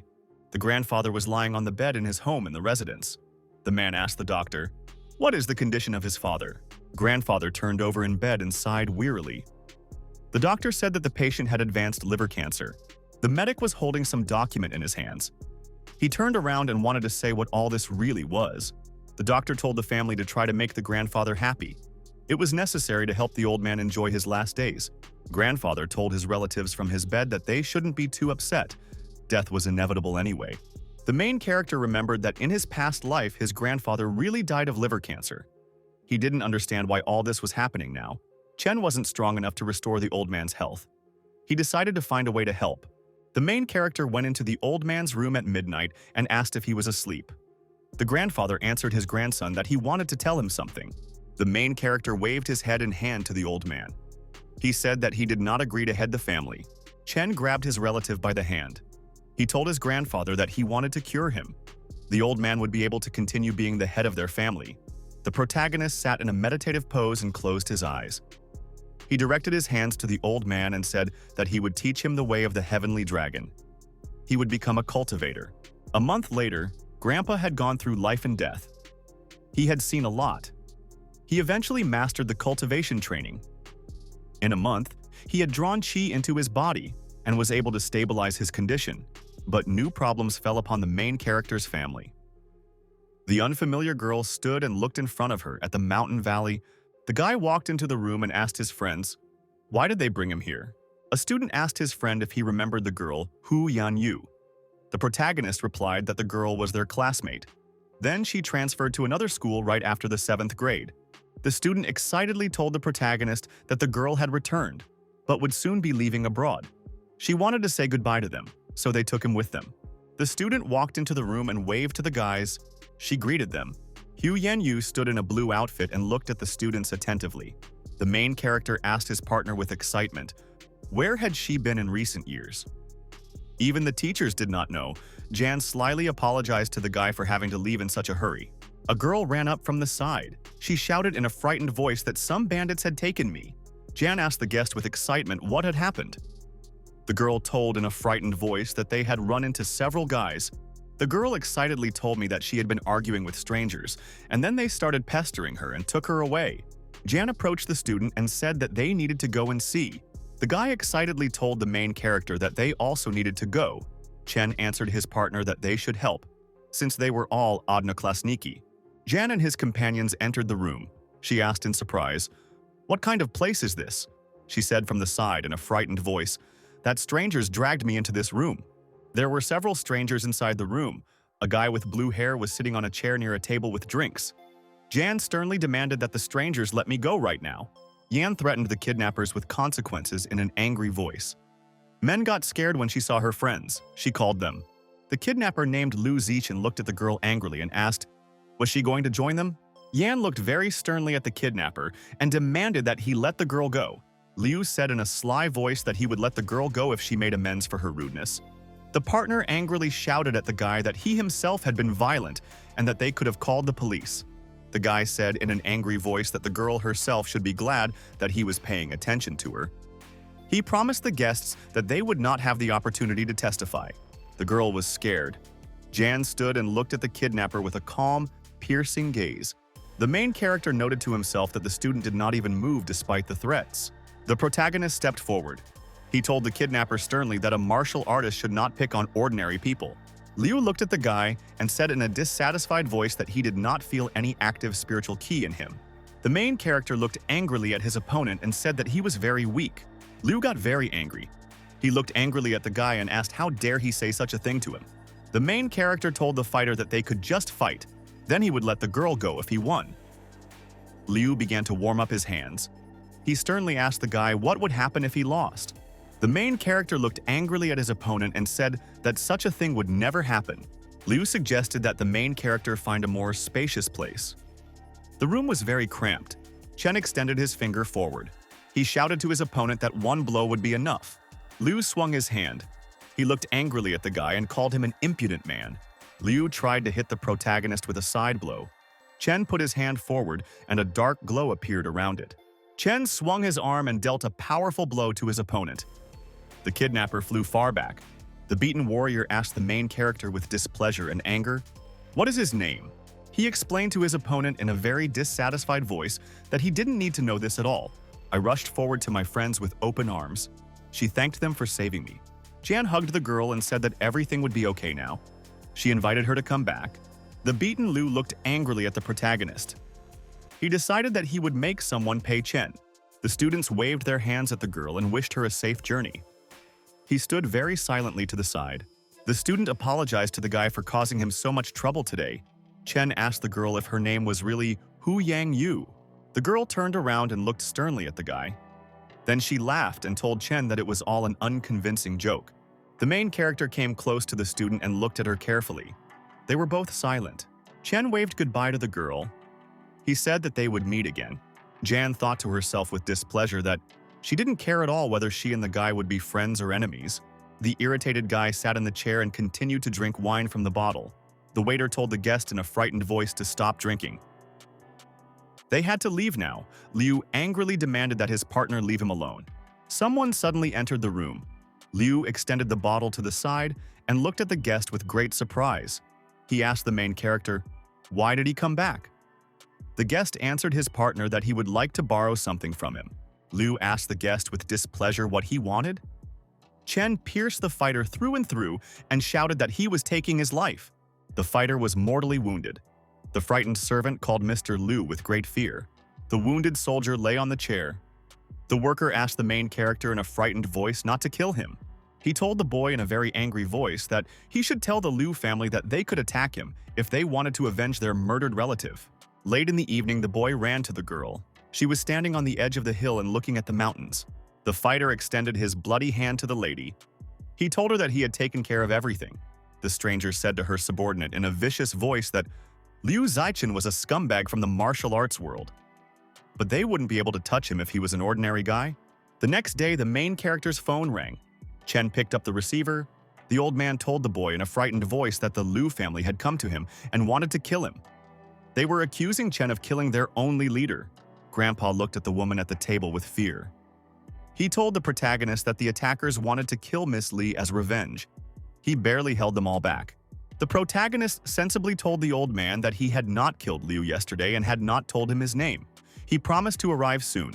The main character thought about it and realized that someone wanted to frame him for the murder. The head of the Liu family, named Shi, swung his leg and knocked down the door to the office. The guest looked angrily at the woman and asked what her last words would be. Jang told the man in a frightened voice that the protagonist did not kill his son. The old man rushed to the table to protect the woman. Shi angrily shouted that he would kill every person who was connected to the main character. The grandfather shouted at the guest in a displeased voice that he would not allow him to lay a finger on a woman. She hit the old man with all his might and shouted at him to get lost. The old man flew to the side after being hit by a man and hit the wall.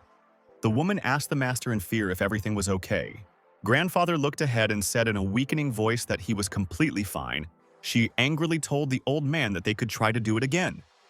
After that, Grandpa would go to hell. Suddenly, the main character appeared in the window. He flew from the street into the glass with all his might. The main character broke through the glass in flight and jumped inside the room. The grandfather and the woman were very scared.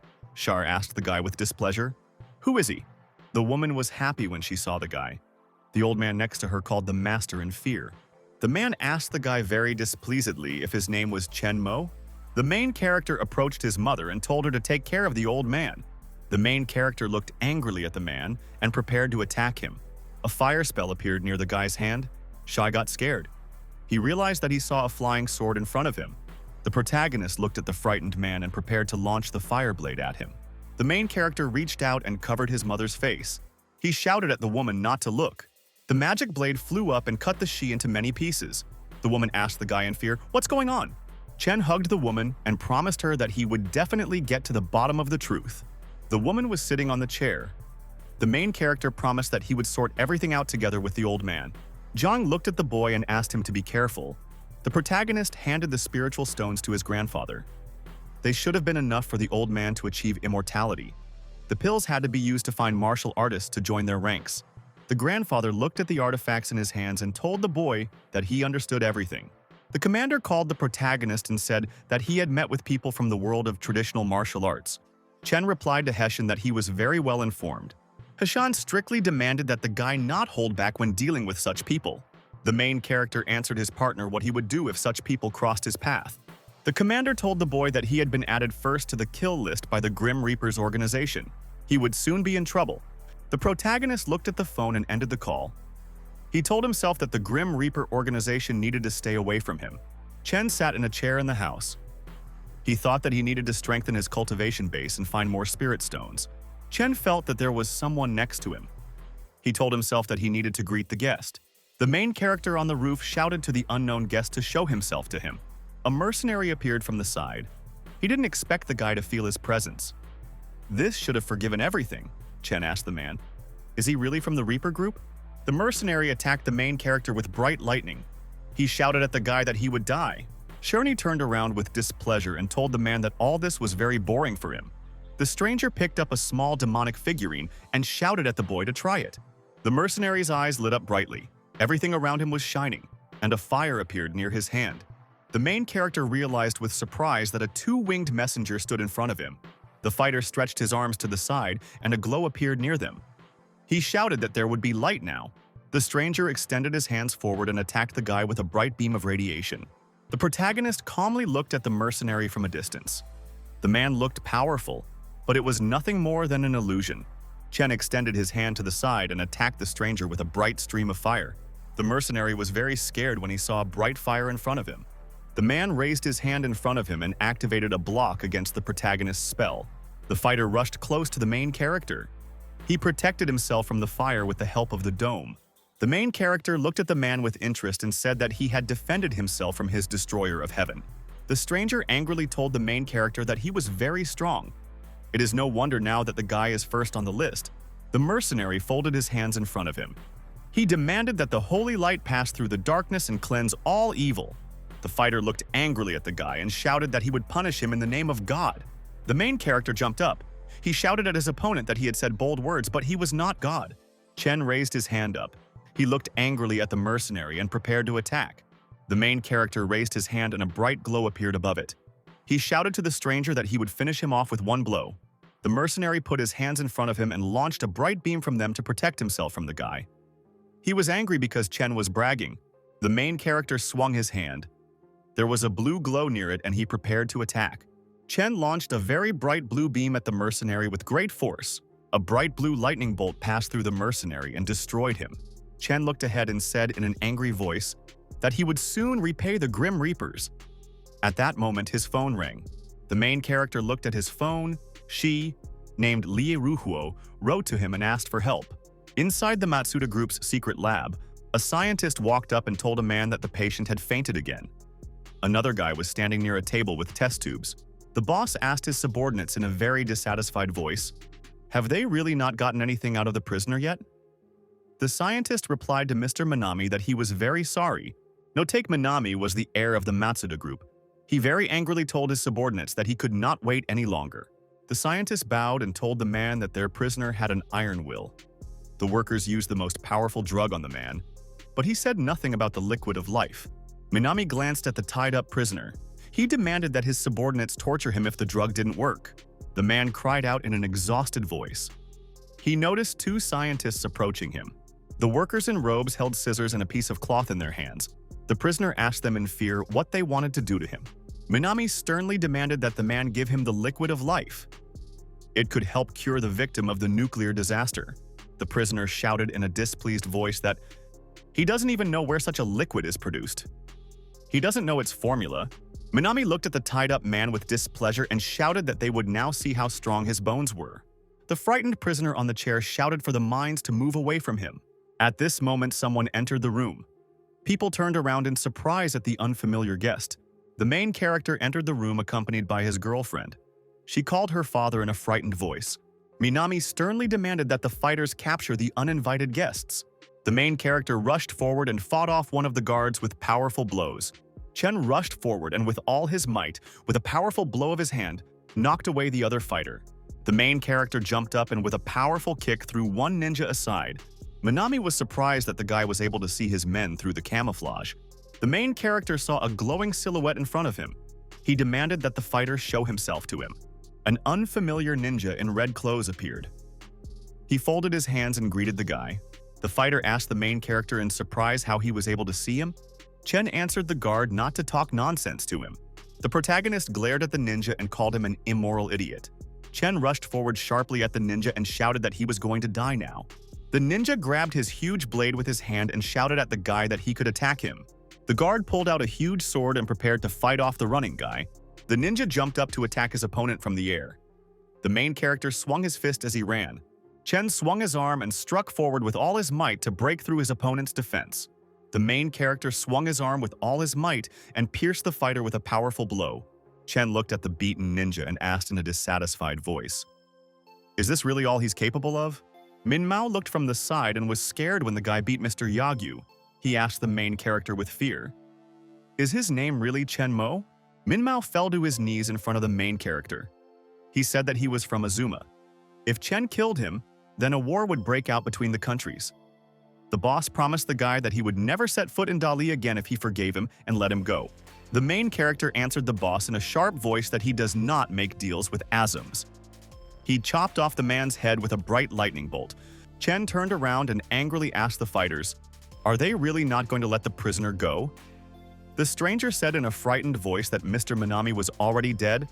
Lee supported her father by the hand. The man thanked the protagonist for saving his life. The main character stopped. He decided to turn to the man with the girl. Chen turned around and explained to the rescued prisoner that there was no need to thank him. He was doing all this only for Li Ruhuo. Li looked at the guy with concern and threatened that the members of the Minami family would not let him get away with it. The main character explained to the girl that the attackers wanted to steal the liquid of life. He would have killed the man anyway. Chen explained to his partner that if the enemies came to him, he would kill every single one of them. A month later, the main character was flying to the city on a plane. At that time, the phone rang. The partner told the guy on the phone in a frightened voice that the Minami family had kidnapped his daughter. He asked for help. Chen looked thoughtfully ahead and told his partner that he would take care of it. The guy crushed the phone with his hand in anger. He shouted that he would make the enemy country disappear from the face of the earth. Chen first decided to restore his cultivation to the stage of the nascent soul. A small plane was flying in the blue sky. The Minami family was the most famous family in Azuma. They even had influence over the royal family. Each newly elected head of the family married a princess. The warrior came to the head of the Minami family in the building of his residence. Both men sat opposite each other. Ito Yangu was the 16th leader of the Yangu clan. He sat on the floor in a meditative pose. Akugai Minami was the current head of the family. He asked the guest with displeasure if Yangu would really let the guy get away with murdering his student. Yangu explained to the master in a reasonable voice that his student had not listened to him and had brought death upon himself. Minami asked the warrior angrily, "Is he afraid of the main character?"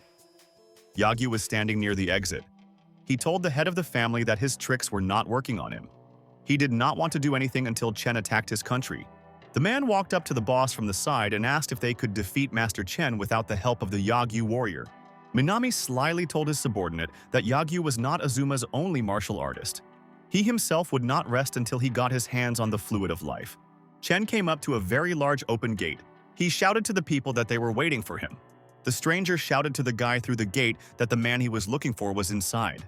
Chen stood near the gate. He shouted in an angry voice at the stranger that he would regret that he had crossed his path. The main character walked through the gate slowly into the estate. Someone asked if 100 ninjas could defeat this guy. A bunch of fighters ran at the guy from all sides. The partner answered the man that he already knew the answer and shouldn't ask. The main character waved his arms in all directions and fought off the attackers. Someone said that Master Chen is just a fiction. Chen looked ahead. Someone said that Master Chen couldn't be a fiction. The main character beat up all the attackers very quickly and they all fell in a heap. The stranger said that if Chen was a fiction, then the partner's son and the disciple of Mr. Yangu would still be alive. Chen saw several ninjas with large swords standing in front of him on the estate grounds. The protagonist said in a thoughtful voice that these two fighters were halfway to the stage of immortality. Minome sat on the floor and held a small cup in his hands. He asked the warrior if the masters would be able to defeat the main character. The warrior with the blade looked at his partner and explained that it was very difficult for him to answer this question. The fighter told the gentleman that they first needed to see what would happen. Two warriors with large blades rushed forward towards the main character. Chen looked at the fighters carefully. He said in a cheerful voice, "They incorporate the laws of nature into their swordsmanship." A burning sword appeared near the main character's hand. He shouted to the fighters that all this was useless. Chen, with very fast and powerful blows of his burning sword, cut down the warriors who were attacking him. The fighter came and told his master that the ninja had lost, and that it was a great shame. Minami jumped to his feet. He told the fighter in a dissatisfied voice that he had sponsored him for many years and now it was time to pay him back in kind. The warrior looked closely at his master and said that he would certainly do it.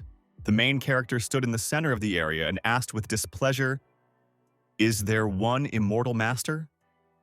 The bodies of fighters were scattered around him. A master with a blade appeared from the side. The main character told him with excitement that only one of them would remain alive. The ninja jumped up and raised his sword above his head. He activated an upward strike. The warrior knelt down and launched a bright fire from his sword. The protagonist's hand glowed with a dark light. He activated the heavenly immortal fist.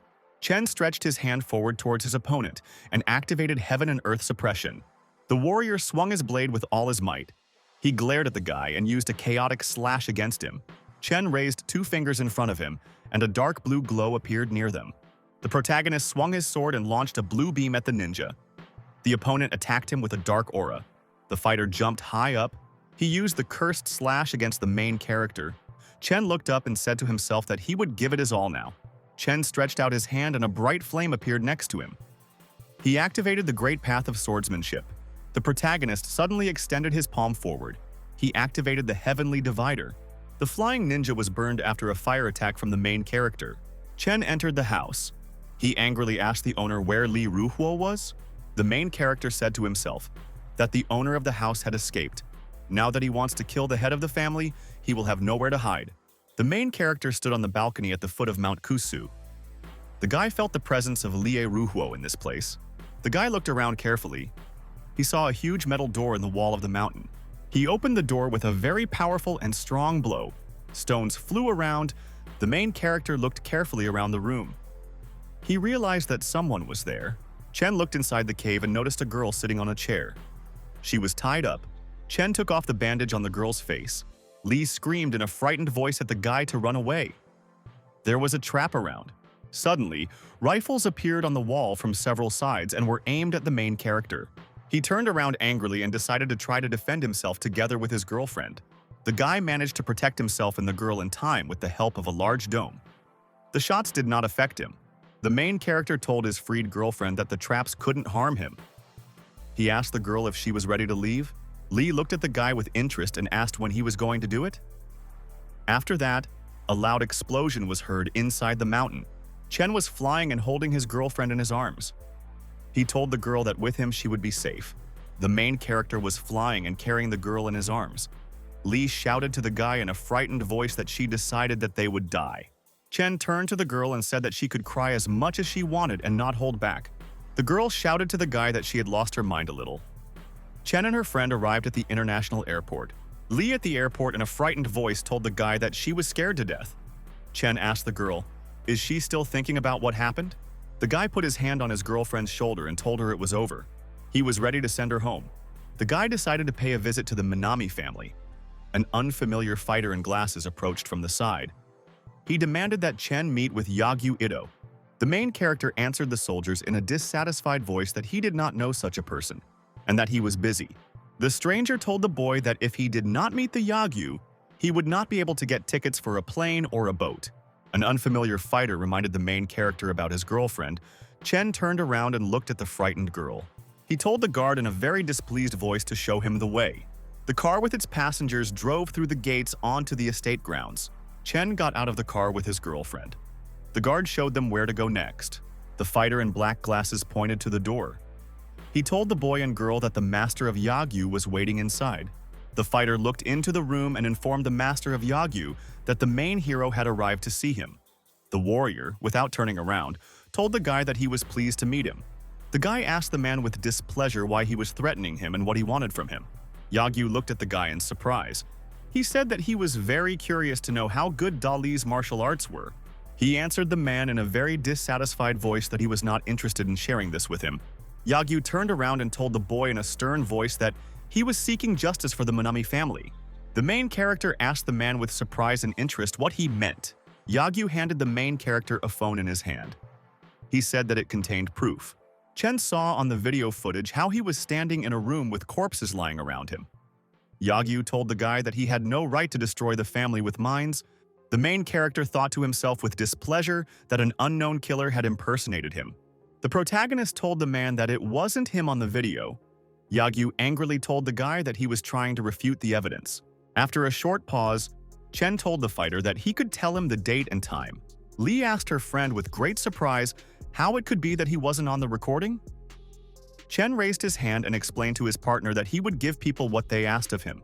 Yangu angrily suggested to the main character to have a duel on Mount Fuji in 3 days. The guy answered the man that he agreed. People on the net were waiting with great interest for the meeting between Chen and Yangu. Many guests wanted to come to the mountain to watch the fight. 3 days later, a large group of warriors stood at the foot of the mountain. They were waiting for battle. The spectators looked at the warrior with admiration. Someone shouted that the Yangu master was already here. The guests looked at the main character with distrust.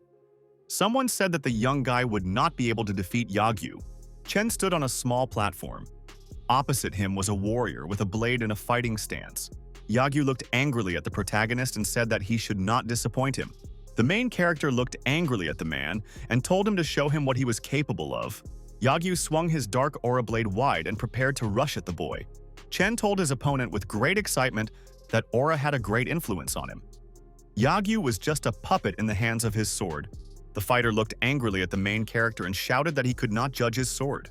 Suddenly, a dark demonic beast appeared from the warrior's blade and flew forward towards the guy. He shouted in a very frightened voice that the blade had turned into a sword of evil. He swung his hand to fight back. Yangu jumped up and shouted at the protagonist to shut up. He swung his blade wide. Chen jumped back far and exhaled deeply to himself. He spread his arms to the side. Yangu stood at a small distance from the guy and held a blade in his hands.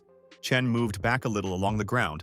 Yangu prepared to stick his sword into the right one. He shouted at the guy that he was going to die now. The fighter put his sword down and leaned it on the ground. He shouted at the guy that he was going to go to the bottom. He shouted very loudly that all this was not bad for him. The protagonist told the fighter that he didn't expect him to have such power. Yangu leaned over the ground in a fighting stance, a bright red aura glowing around him. The man grabbed the blade. He told the boy that he should consider it an honor to die by his sword. Yangu swung his sword and dealt a fatal blow to the main character. The guy flew back. Spectators on the ground saw a very bright explosion from above the mountain. There was a strong fire there. Yangu stood alone on a small platform. The main character was nowhere to be found. Someone shouted that Master Chen had already died. Master Yangu was shocked when he saw firsthand how much power Master Chen had and the fact that he was much stronger than him. However, Mo didn't look like he always did. His body had taken on a different shape and now he resembled a real giant ghost. But the old man did not expect that the young man would continue his transformation and would only become larger, creating a real threat to him. Then, Master Yangu realized that it was worth taking up arms, since the situation could be unpredictable and the man would suffer greatly. So, grabbing a sharp weapon, he began to swing it in all directions to try to hit Mo. But all these actions were in vain compared to the strength that the young man possessed. The man saw that all his techniques were useless, since defeating a ghost was something new for him. So he simply froze in place out of fear. Unexpectedly, Chen began to surpass himself and demonstrated that he could also fly, thus inspiring even more fear. So in a split second, he found himself in the sky right above his opponent, looking like a real ghost through which everything could be seen. And having finished his work, Mo added that strength is only a small part of the laws of heaven and earth, so it is nothing compared to the laws of the two worlds themselves. And at that moment, Master Yangu fell to the ground bleeding and in a very difficult condition, but still emphasized that Chen was nothing to him. Meanwhile, the spectators were waiting for the victory of their nation's representative, but were very upset when they learned that Master Yangu was defeated, and the Li family was also in Za City, so they were incredibly proud of Chen Mo and watched the battle on television. However, what they were most worried about was what they would do when the young man eventually found them. Therefore, the old man asked Li Wen to ask someone to contact the big families so that they would also take the Iron Blood Oath. But when the young man went to carry out the order, Li himself began to worry about how he could not leave Chen Mo alive, since he was creating a real threat to his family. As soon as Chen finished all his business, he immediately got into a taxi and asked the driver to head to the airport as soon as possible. He did not see who was driving, but suddenly the route was changed and the car turned sharply in a different direction. Mo's friend was surprised because it didn't look like the way to the airport. But the guy told her not to worry because someone didn't want them to go back yet. After which he looked at the driver and recognized a familiar face, realizing that this young man knew everything and had not said anything before. However, according to Chen, he did not feel any qi in him, and there is active energy of heaven and earth. But this does not indicate that he is a martial artist, just nothing more than an onmeiji. And the driver directly asked if Mo really thought that he could show disrespect to the entire world of Azumi cultivation just because he killed the selfless Ito Yangu, who left this world so quickly. Suddenly, after these words, the car began to brake sharply, and the passengers were worried that something might happen to them. The girl who was especially disorganized was the one who turned to Chen Mo and told him to look at where they were now. It was a big gap. Within seconds, a violent crash occurred as the car crashed into a nearby rock and immediately caught fire due to a fuel leak and flash. Chen managed to react in time and left the burning car in a few seconds, taking the girl with him, who also survived but was scared. Then they approached the burnout car together and realized that they would no longer be able to get to the airport quickly using this transport. But while the friends were standing on the cliff, Chen heard someone say that he suspected that Mo would not be harmed by the car accident. At that moment, an image of yin and yang formed on the ground. After a few seconds, the girl began to feel a severe headache. And as it turned out, this was the result of the yin and yang word technique. So now Chen had to protect himself from the unknown force that was trying to harm him and ruin this day. But suddenly the boy heard that same voice again, which he didn't expect Chen to know about the technique he used. As it turned out, this was all the work of Tsurusatsu, an onmeiji master. He wasn't surprised that Mo could interrupt his technique, but he was sure that once the boy fell into his trap, he wouldn't be able to leave alive. Tsurusatsu concentrated all his power to defeat an old enemy he had been hunting for several years, but his skills were not enough. However, he couldn't predict that Chen would still be quite strong even now, and would use a rift technique against his strong trap. Therefore, as a result, yin and yang began to crack into small pieces, as Mo was able to surpass the enemy's strength and still free not only himself. After this, the guy turned to Tsurusatsu and advised him to save them time and just make his strongest move quickly. Then the man was delighted, but warned the young man that he had asked for this himself, so he should blame only himself later and not shift the responsibility onto others. After which he began to act. First, he began to blow on his hands so that they would be more charged with his energy and have enough strength to perform the necessary technique. Suddenly, Tsuru raised his hands up and called out to Orochi, the god of war, asking him to heed his call and appear from the sky. After these words, in a matter of seconds, thick, dark clouds began to form in the sky, as if thick blood was about to pour out of them instead of the usual rain. And later from the same clouds appeared the long head of a black snake, which had sharp clicks and a dexterous tongue, with which it always hissed at everyone it saw. After which his two other heads appeared, and the god of war asked the man why he had called him and whether he understood what consequences this might cost him. Tsuru bowed before the great Orochi, and with tears in his eyes begged him to grant him greater power so that he could destroy his enemy. However, the snake replied that the onmeiji master was too weak to handle all of his power, and could only enlighten him a little with this knowledge. The god of war then rushed at the man and seemed to absorb his body, giving him a strong shell that he himself had become. It was at that moment that Tsuru felt a surge of strength. Possessing truly unearthly strength, the man rushed at Chen with great anger and said that he would immediately send him to hell with his own hands.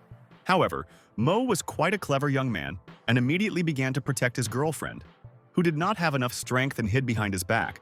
The guy stressed that she should move away and not get involved in the fight, as it could end badly for both of them.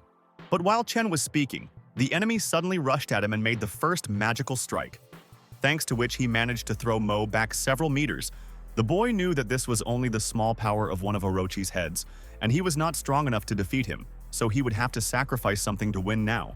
But Tsuru continued to rush at him, saying that the guy hadn't been acting too arrogant and confident a few minutes ago, so now he had to show what he was capable of.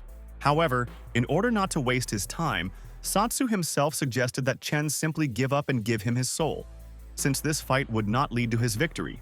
And when the villain was so close to victory, the guy realized that the moment he had been waiting for so long had come.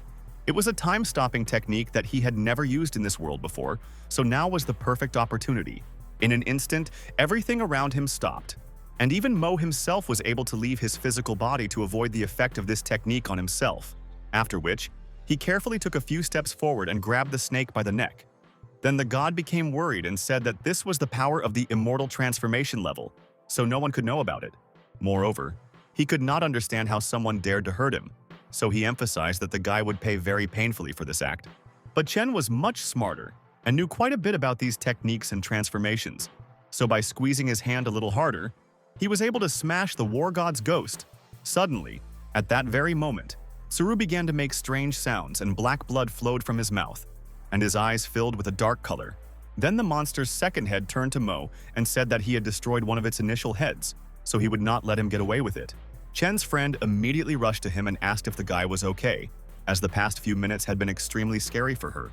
As for Tsuru, he gave up his soul by summoning a demon. His soul left his body after he destroyed the power the demon gave him.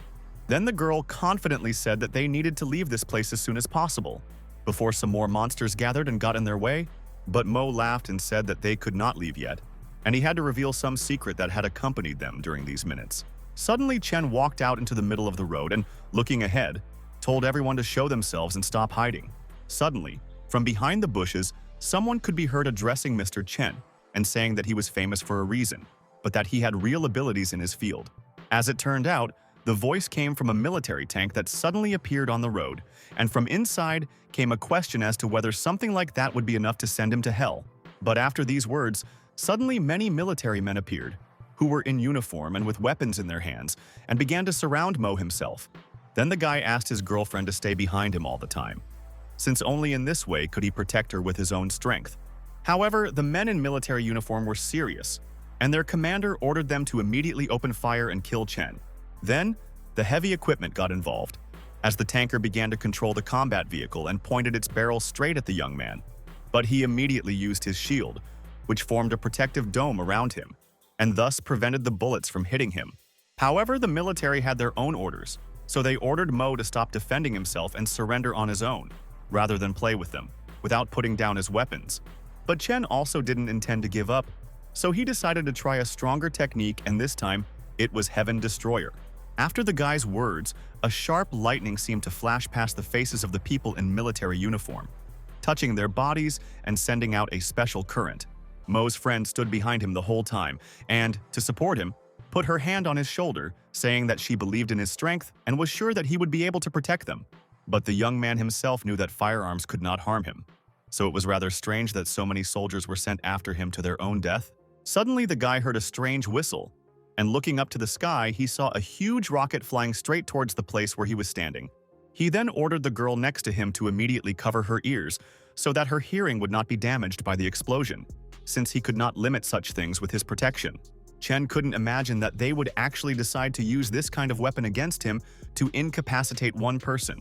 A few seconds later, there was a huge explosion, and the entire area around the landing site was covered in a bright, fiery fog. However, this did not apply to the small ball, namely the protective dome under which Chen was located, and remained without a single wound, despite the weapon. The girl could not believe that they were still alive, and that despite the missile being aimed at them, they remained completely uninjured. But Chen calmed his friend down and said that now she could breathe a sigh of relief, since everything scary was now behind her and there was no need to be afraid of anything around him. However, despite the smile, Mo was able to objectively assess the situation and his strength, realizing that he had barely been able to hold back that huge missile. Seeing the guy's calm, the friend was very surprised and asked again if Mo was really a living person who was no longer possessed by any otherworldly forces. This question alarmed the young man, and he worriedly asked the girl what she meant, since he did not want her to be able to find out the whole truth about him. But as it turned out, she was worried about how a human could resist a missile, and Mo explained that there was no need to worry. He was still a human, just much stronger than others. And half a month later, Chen finally lived his life peacefully for a while and didn't worry that there was some danger lurking at every step. Suddenly, the phone rang, and the guy was informed that an ice palace would soon appear. And the legend says that it is the abode of a heavenly creature. Most masters of traditional martial arts plan to study it. Then, Chen thought that many events had been summed up recently. The death of Liu Zicheng, the destruction of the Manami family. Therefore, he asked not to blame him, since someone had framed him before. Meanwhile, many people who wanted to go to the Heavenly Hill were already fighting among themselves for the place of the one who would go to explore the heavenly creation. The men present there immediately rushed at Luo Li, saying that she was not going anywhere, demanding from her everything she had. All her friends are long dead, so it's better for the girl to just give in and let him have fun with her, rather than resist. But Luo emphasized that such traditional arts masters were nothing but scoundrels. Therefore, she would kill them all without even batting an eye. However, Chen suddenly appeared, put his hand out to calm everyone down and said that there was no need for killing. Therefore, he was in charge here and the men should disappear immediately. So without throwing words to the wind, Chen immediately used one of his techniques against these people without even touching them with his hands. Then the boys rushed to their eldest, who suffered the most from such a blow and lay unconscious on the ground as if not breathing. Chen's gaze changed, and now with stern eyes, he ordered everyone to leave this place immediately and not even dream of exploring. Therefore, the masters of traditional martial arts immediately took to their heels and ran away, so that they would not end up in the place of their senior leader. At that moment, Luo knelt down in front of the guy and immediately began to thank him for saving her life. However, Mo noted that she was too weak to survive in the ice palace, so she should leave. But the girl asked to wait a minute. After all, when Chen was going to the ice palace, she begged him to take her with him. She promised to help in any way she could, and was happy in advance that the guy would be able to give from his skills. Then suddenly the young man laughed and, looking down from the mountain at the girl, asked how she was going to help him and what knowledge she already had. The lady then took out a special stone and said that the elder had received this jade item when he last appeared in the ice palace, so this thing could help. In addition, the elder was too weak to compete with the traditional martial artist and was killed, and she was the only one left. Chen looked at the stone and said that the girl could give it to him if she trusted him. And if she didn't, she could leave, because he wasn't going to stop her for his own purposes. Luo was still kneeling and holding that jade selection in front of her, confidently saying that she trusted Chen. But at that moment, the guy began to take a closer look at the gift he had received in order to understand how exactly he could use it in the future. When the young man picked up the jade piece, he realized that it depicted Luo Li, which greatly increased its value. Therefore, having agreed to travel together, the couple went further and looked at the surrounding landscapes, which could not leave them indifferent. On the way to the palace, the girl said that the temperature had dropped to its lowest point in the last few days, so that same ice palace would definitely appear soon. Chen guessed at that moment that only the 9 Phantom Cold technique of the secret Dao sect could create something like this. But this is only an intermediate method. There is no way Luo Li could present it as another option. Therefore, many questions arise. But just a few hundred meters away, that very ice palace became visible, or rather the glow it emitted. Then Chen grabbed his companion and said that they should run to that place as quickly as possible and start investigating as soon as possible. But besides them, there were many others who wanted to quickly jump into the portal, saying that treasures were waiting for them, so they needed to get there quickly. And Chen and his new friend managed to get to another world where the palace is located the fastest. So everyone else started asking if they really got to where they were supposed to. It was obvious to Chen that this was a fragment of space that had been destroyed in ancient times. Although the spiritual qi there was not as large as that of the Void Mountain, it was still better than that of Yangu Lake. Everyone around began to shiver from the cold, so they hoped that a good treasure awaited them as a reward for such suffering. Suddenly, one of the young men raised his hand and asked everyone to be silent, saying that he had a good proposal. In his opinion, this place is quite dangerous, so they should form teams that will take care of each other and help each other if necessary. But one of the other members of the traditional arts masters noted that with such success, this young man could keep his mouth shut. Suddenly, a man no one had seen before spoke up.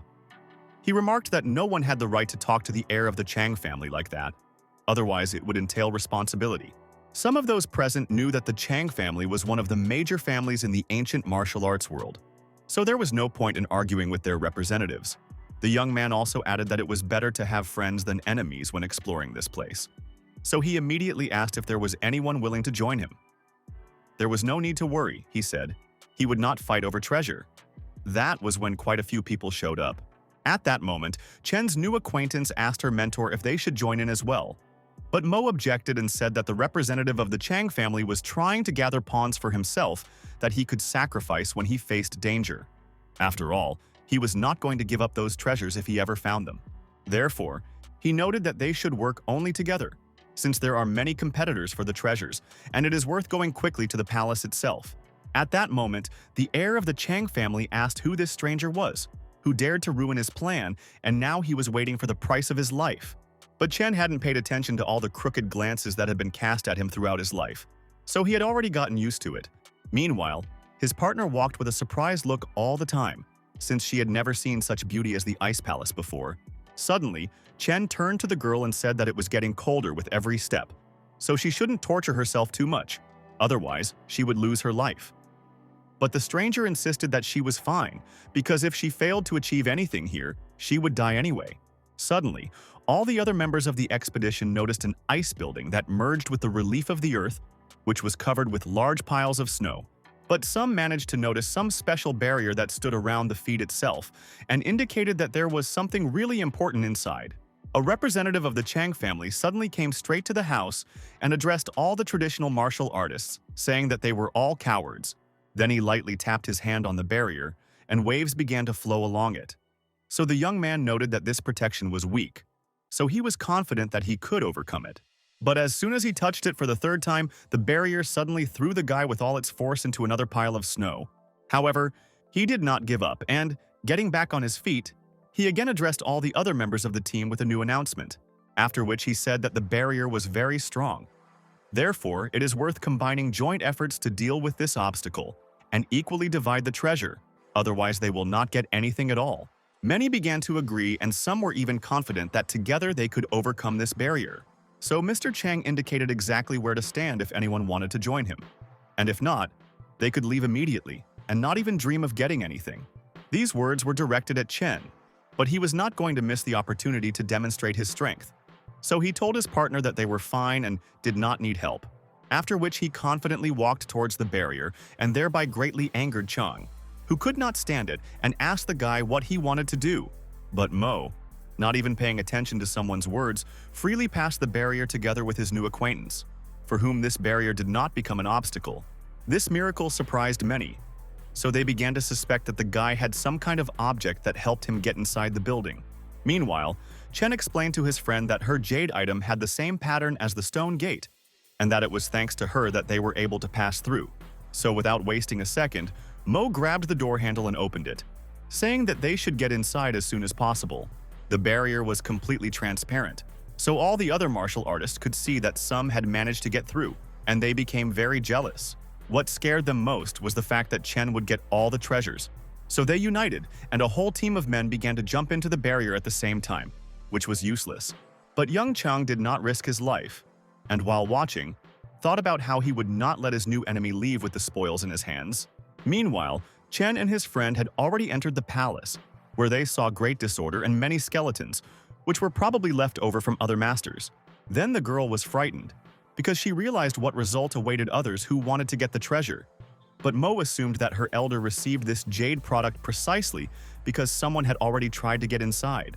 So now their goal was to take a closer look at the place to see if it was worth spending their time here. But after visiting the first and second floors, the young masters realized that there was nothing there. Therefore, they needed to continue climbing and look carefully at each floor. But suddenly Chen saw another barrier. This time it was different from the one outside, so maybe this place hadn't been explored yet. Suddenly the girl began to panic, because there were no treasures behind the first barrier they passed, and now they would not be able to pass through this one. But Chen knew that although there had been some changes in the formation of the barrier, there were still traces of it that connected it to the Dao sect. Therefore, the owner of this establishment must be a relative of Luo Li. At that moment, the girl next to him began to assume that the stranger could remove this barrier, and this confused her even more. And as it turned out, she was right. Chen was able to easily remove the barrier with his hand and some knowledge that he had previously only studied in theory. But beyond the barrier, he saw fruits with golden stripes, lotus of 9 heavens, jizo flower, awakening grass. These were exactly the resources they needed. The girl noted that they looked unusual, but it would be fatal for her to use these things, so she was sincerely glad that they could be useful to Chen. But suddenly, Chen took out 2 cultivation methods, which he decided to give to the girl as a reward that he promised at the beginning of their adventure. Then the friend became smiling and happy because she thought that such deep cultivation methods no longer existed. But in Mo's opinion, these were the worst methods. However, in this world, they are considered excellent for cultivators. But suddenly, the lady said that these methods were too valuable, so she was afraid that she would not be able to keep them intact. And upset, she handed the cards with the exact description of the cultivation back to the owner, saying that he should take this gift. But Chen had no intention of taking back what he had given, especially when these methods were too weak and had no meaning in keeping. So the young man said that no one would take these cards back as long as he was around. These words gave hope to his new friend, whose name Mo still didn't know. But that wasn't the most important problem for him right now. So, after quickly finishing their inspection, the couple walked out of the ice palace, where other traditional cultivation masters were waiting for them outside, filled with envy on the inside. Suddenly, people started talking about the fact that the stranger had managed to get out, so they started asking him about the treasures that were inside the building. One of the men confidently told Chen that he was obliged to share with everyone the treasures he had managed to find, but these conditions sounded too strange for the guy, so his smile turned into a stern look and he asked again if he really had to share. Suddenly, his fellow traveler spoke to him and wanted to help, but Mo ordered her to stay under the protective dome and not come out until he figured things out. Therefore, the young man confidently walked forward and, turning to all the men, asked what kind of a bunch of rabble was trying to command him. After which he added that those who wish to rob him and take the treasures he received can do so now, and even collectively. These words raised doubts among the masters, who thought that they were strong enough to work together to take away all the special items that Chen was able to find inside the palace. But Mo spoke to one of the masters and said that he had no brains, since such an inexperienced master could not deserve to fight with him. Then the man became very angry and, gathering strength in his fist, began to run straight at Chen, saying that it sounded too self-confident on his part. But as soon as he got a few meters closer to Mo, he saw a huge dragon that formed right above the guy and hung in the sky. After what he saw, the master became very scared and realized that he should retreat now, so as not to arrange for himself a truly last fight. And Chen at that moment said that no one should waste his time. They could come right now and see for themselves the insignificance of their own strength. But suddenly Chang said that it was just some cheap trick, so there was no point in putting on a show and trying to intimidate them. Opinions also began to be heard among the crowd that Mo was not that strong and that Mr. Chang was right, so it was worth grabbing the guy and showing him his strength.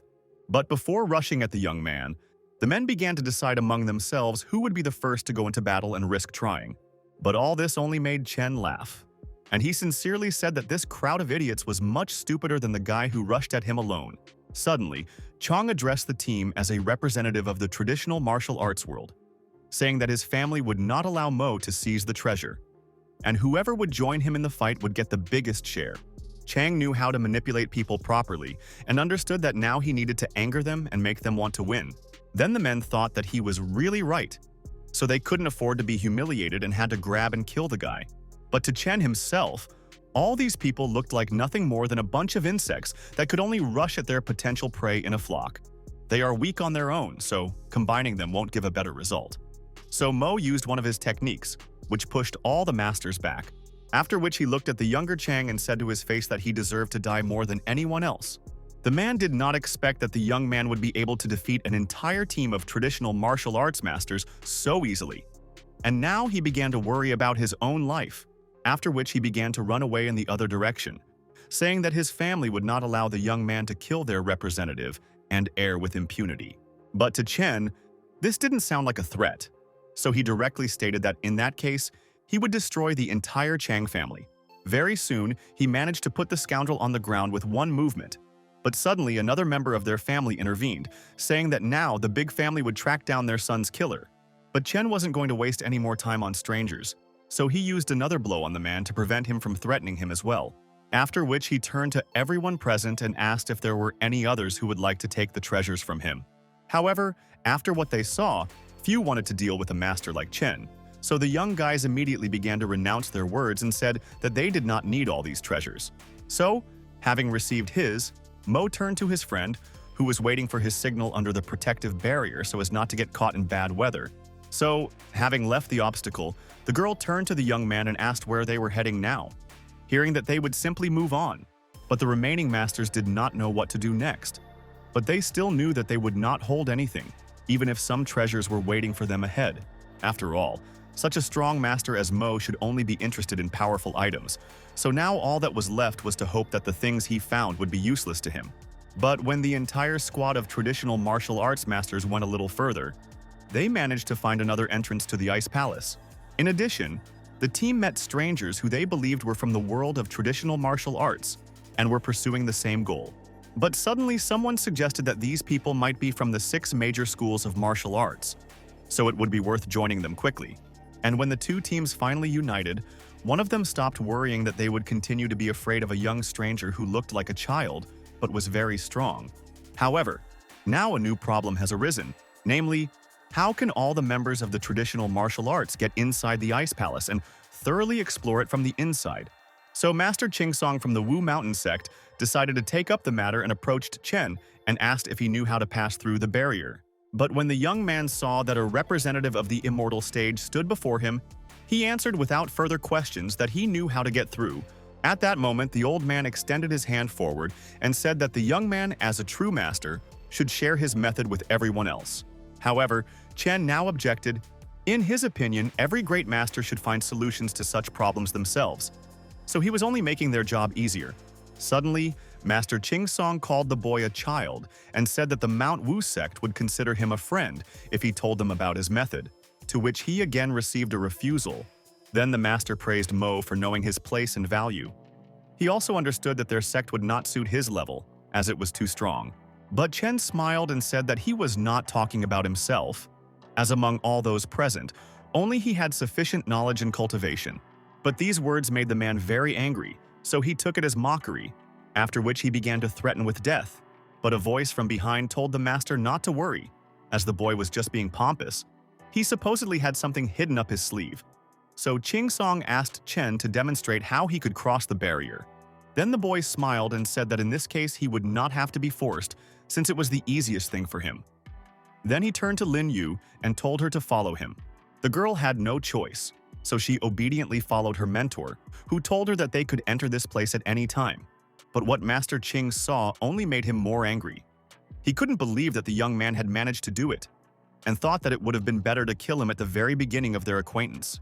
Chen then turned to the old man and told him not to pretend to be so polite, because such behavior disgusted him. But suddenly, inside the palace, Lin saw a statue, as the same person was depicted on the jade stone and stone gate. At that moment, Mo realized that his partner was right and recognized the very same Luo Li who was actually depicted on that special product. Now the boy firmly decided that he wanted to inspect the territory of this palace and ordered Yu to follow him and not touch things in this place. But after walking around the house a bit, the girl saw suspicious doors, since all the rooms were empty and had no obstacles, except for this one. Therefore, she assumed that there might be something inside. Then Mo touched the door with his hand, and felt something like the boundless barrier of the secret Dao sect. So he guessed that Luo Li lived here, after which he managed to open them with one touch to the hospital and saw that in the middle of the empty room there was only a large wooden box. Therefore, Chen did not want to waste time and immediately opened it, seeing a launch bottle and a letter inside. Then he suspected that this endless barrier was built to protect these incomprehensible things. But everything was much more interesting when the guy took out a secret letter and, unfolding it, realized that it was a note from Luo Li. The letter was addressed to all Dao disciples, where Luo begged them to look after the snow shrine after they had mastered the golden core. They could be helped by the stage-destroying elixir contained in the bottle. At that moment, Chen realized that only Dao disciples could pass through the endless barrier. Ali had set it up to prevent other cultivators from entering. But from what he had read, Chen also knew that only a golden core cultivator could find the snow shrine. The guy also assumed that the letter was written quickly, which meant that something could have happened to Luo at that moment. And now Mo decided to burn it, because there were too many questions. But that stage-destroying elixir was exactly what Chen needed now. Moreover, it was precisely this thing that he had to find. Then he turned to Lin and said that they should go. But the girl was surprised that no treasure was found. Chen understood that Yu expected to see something more, but he explained that there was nothing special about this place, as it was the home of an ordinary cultivator. Soon the couple left the house together, and all the other traditional masters waited for a long time and immediately began asking the guy about what he had managed to find. But when Master Qingsong learned that Mo was from the mortal world, he ordered him to immediately divide the treasures between everyone. Otherwise, a big quarrel awaited him. But Chen simply smiled and asked if anyone present would believe him, if they knew that there was nothing special inside except old furniture. Suddenly, Nan He from the Nine Glare Sect intervened and laughed loudly, saying that there was bound to be some kind of treasure behind such a powerful barrier. So now Mo was trying to make fools of them. Lu Jianwu from the Kongkang Sect was the next to speak, saying that he no longer saw the point in talking and should just teach the boy by taking the treasures. But suddenly the men were reassured by a stranger whose face was hidden. She said that this was wrong and they could not attack just because there were more of them. It turned out that the woman's name was Ling Shuang. Lu Jianwu explained to her that Chen was powerful. The traditional martial arts world would never find peace if they let him go now. So they had to do something and kill him right now for the sake of their sect. These words became an argument for the venerable lady, so she gave the order to all those present to rush into battle and not let Mo leave this place alive. However, this decision only angered Chen, as he perceived it as a gesture of disrespect. So Taco decided to take action and not let such scumbags take away his glory. Men rushed at him from all sides and wished for his death, saying that they themselves would bring him closer to her and would not let him leave the world of cultivators. But as soon as Lu Jianwu tried to swing his sharp sword at Mo, he ended up almost injuring his partner. Then Nan He became very angry and said that enough childish games, everyone should hit Chen with their best blows so as not to let him escape alive. But Mo was a very skillful jumper, so no one present could catch up with him, and they began to assume that the guy was trying to escape. But the most powerful representatives of the different sects decided to combine their swords, thinking that in this way they would still be able to defeat the young man. At that moment, the boy began to worry when he saw that the men were trying to carry out their most powerful attack of all time. But despite the legendary nature of this trick, Chen had the skill of destroying the heavens and the sword art of the Great Path. In addition, the guy had control over the power of the heavenly grave, which he tried to create by concentrating the power mentally. Suddenly, a thick fog began to form around the people, as if it enveloped them and began to press so that it was no longer possible to control their spiritual energy. But soon it became clear to them that there was a strong gap in time, which seemed to suck the life force out of them and did not allow them to be in this world. Some of the masters noticed that the sky had become darker, and there was only one person standing in front of them. The 4 elders from the 6 major sects had been defeated. Confident in his abilities, Chen turned to those behind him and asked if there was anyone else who still wanted to rob him. Many were shocked by his work, but it aroused admiration and real respect. But Lin immediately rushed to Mo, saying that this was most likely a sign that the Ice Palace would soon close. But it happened earlier than she expected. But Chen guessed that it might be because he had broken through the barrier, so now there was a small chance that he would appear again, so he should leave this place quickly. The couple finally managed to return home soon, so Mo said that Lin didn't have to follow him any further. She could just lie low and try to master the 2 cultivation methods he gave her. He was confident that Yu would be able to avenge her sect. Then the girl understood everything and thanked the mentor for his help. Now she owed him a lot and promised to repay him as soon as she became stronger. Chen was glad that he had finally finished with the Ice Palace, and now it was time for him to return to Yangu Lake to cultivate. And when he said goodbye to Lin, he didn't even notice that recently someone had been watching him and closely following him everywhere. A few days later, the 6 major sects of the traditional martial arts world and the 8 great families each sent an immortal stage master and 10 elites to form a team. Now they vowed to kill Chen Mo. Lin Wanian bought the first one and said that it was a great place because it was filled with qi energy. So they should make Chen build more places like this after they captured him.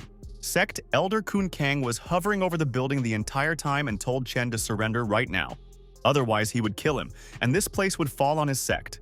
But since he heard nothing in response, he ordered his team to begin destroying the barrier of this impudent clan in order to take possession of new lands. The men hated Chen because he was too arrogant and powerful when he killed their people. But now he hid in his own house like a true coward. Meanwhile, there were other residents in the house who began to sound the alarm, since the thieves were not going to give up, and the master was still in seclusion. But the old man decided that he had to hold them back and do everything possible to fight them off. So he made a decision to send his family to a safe place. Meanwhile, men in uniform and with weapons began to come from outside, informing their master that the sects had begun to attack the barrier protecting Yangu Lake. It was the dragon team that had received orders to stay put. They were to protect Chen Mo at all costs once the barrier was broken. Meanwhile, in the Li residence, Dong Yang was watching everything that was happening, and in his opinion, Mo was acting like a coward. He said that he would be dead as soon as the barrier was destroyed. He knew that there were real powerful masters fighting against the boy, so he hoped that soon the biggest threat to their family would be killed. Meanwhile, the hidden spy was trying to find the place where the 5 elements meet, since that is where the barrier changes will occur. But walking around the lake area, he soon managed to find the right place to disarm the barrier and put Chen's life at risk. The guy should have taken a hammer with him, which could destroy barriers without using much chi energy. Therefore, the stranger, using all his physical strength, struck the point in the ground with a hammer, which he managed to calculate and understand that it was responsible for the strength of the barrier. Immediately after the impact, nothing happened and the transparent dome continued to stand over Chen's house. But after a few seconds, the protection seemed to turn into glass and began to crack into small pieces, no longer fulfilling its main purpose of protection. Then the sect representatives began to rush to attack. They wanted to kill Mo as soon as possible and return all the treasures that he took from the Ice Palace. The captain of the dragon team continued to watch from the sky and immediately gave the order for the men to begin defending the house from those villains. Lin Wannian was only happy about what he saw and wanted to know how long Chen could hide in his house, which now had no dome. But suddenly the old man decided to use a chi sword strike, which was extremely dangerous to ordinary cultivators. But suddenly, Qing Chen rebelled against him, walking through the fire and asking the man why he decided to attack their family. Lin Wannian told the girl that she was still young and already at the stage of immortals. Even Chen's pawns were strong, so he asked her to become his disciple. He promised to teach her everything he knew, and even offered to become his son's concubine. But to Qing Chen, these words were empty, so she asked the old man if he was in his right mind to suggest such a thing. Wannian was not used to being answered so rudely, but in this case he decided to repeat his proposal and told the girl not to lose her chance. But suddenly Qing jumped up with her sword in her hands and ordered the old man to be quiet, otherwise she would soon kill him. But the girl felt that the elder was stronger than her, and she would not have been his equal if Chen Mo had not given her the singing phoenix sword and taught her the art of the heavenly phoenix himself. So now she had to attack him with her strongest blow before Wannian had any intention of killing her. Then the fierce struggle between two rather strong martial arts masters continued, but one would always be stronger, and the other would lose. But soon, Wannian decided to use his greatest trick, which could defeat any enemy, namely the sword in the name of the river. Moreover, Qing Chen did not have enough strength to defend herself, as the sword from Chen could only be used as an attack. Therefore, very soon the girl was badly hurt and hit her whole body on the roof, feeling pain starting to fill her from within. Qing Chen understood that she had just reached the immortal stage, so given her level of strength, there was no way she could defeat this opponent. Suddenly, Wannian turned to the girl and said that his conditions were still in effect, since Master Chen would not be able to live long anyway now that his house was occupied. But Qing Chen had no intention of giving up and now had to stand to the last to win the honor and dignity of her master. So, having gathered her strength, she stood up again and told Wannian to go to hell and not even think about offering her any kind of joint work. At that moment, the man could not stand such disrespect towards himself. So he took the river sword in his hands and again rushed at Qing, saying that he would teach her to respect him. Therefore, after a few seconds, the girl found herself on the floor again and began to twist violently in pain, and understand that she could not go any further. Soon Songzi appeared nearby, saw the injured girl and rushed to her aid to prevent a terrible outcome of this fight. He approached Qing and picked her up, asking if she was okay and could breathe freely. However, he immediately saw the wounds on her fragile body. Qing tried to explain that she was still alive, but her organs inside were severely damaged, so she would definitely not be able to compete anymore. The old man said that their barrier was a shock of the new, but he felt that there was some force that was secretly watching them. So now Chen and San must wake up the master and leave this place immediately. After which he stood in front of the girl to cover her and said that he did not deserve to be her elder, even if he could not protect her. Now Qing was forced to leave the battlefield and go carry out the order that her superior had given her. At that moment, Wanyan began to laugh and asked the girl if she was really trying to run away and get away with it after the words she had said to him. Therefore, he ordered all his subordinate disciples to immediately seize the old man and the young girl who were trying to escape. But when Songzi saw more than a dozen masters of the immortal stage, he realized that now his time had come, and there was no escape from death. Meanwhile, Qingchen tried to shout to Master that they needed to leave immediately.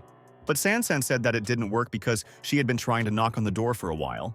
Chen then asked her friend to continue knocking while she went outside to help Sanzi, even though she could no longer compete. But Qing knew that she would still die if she stayed here, so she would rather compete with her elder until her last breath. Therefore, she immediately rushed into the yard and saw a man who was trying to avoid the skillful blows of representatives of various sects. The girl reported that the master was still inside and she could not reach him. Therefore, she decided to compete and delay the enemies as long as possible. Now Sanzi knew that he could not save young Qing, so he agreed and accepted her opinion, having no other option. Suddenly, a huge dragon appeared on the territory, shocking everyone with its appearance, and some suggested that it could be Chen Mo's pet. The masters were terrified that they might now have to compete with such a powerful animal, so they needed to work together. At that moment, tears appeared in Qing's eyes, as she was incredibly happy to see the red spiritual dragon, which would allow them to gain more time. But Wanyan ordered all the immortal masters to rush at the animal, since they should not be afraid of it and could easily kill it. But after seeing this situation, Chen began to worry that the red spiritual dragon cultivation base would be destroyed immediately after this day. At that moment, all the representatives of the different sects put in a lot of effort to defeat the dragon, which soon began to explode like fireworks. A lot of power was aimed at the spirit animal, so it couldn't withstand such energy and simply began to partially disappear into thin air. Wanyan was then pleased with what he had accomplished, and was pleased with what a good team he had to work with.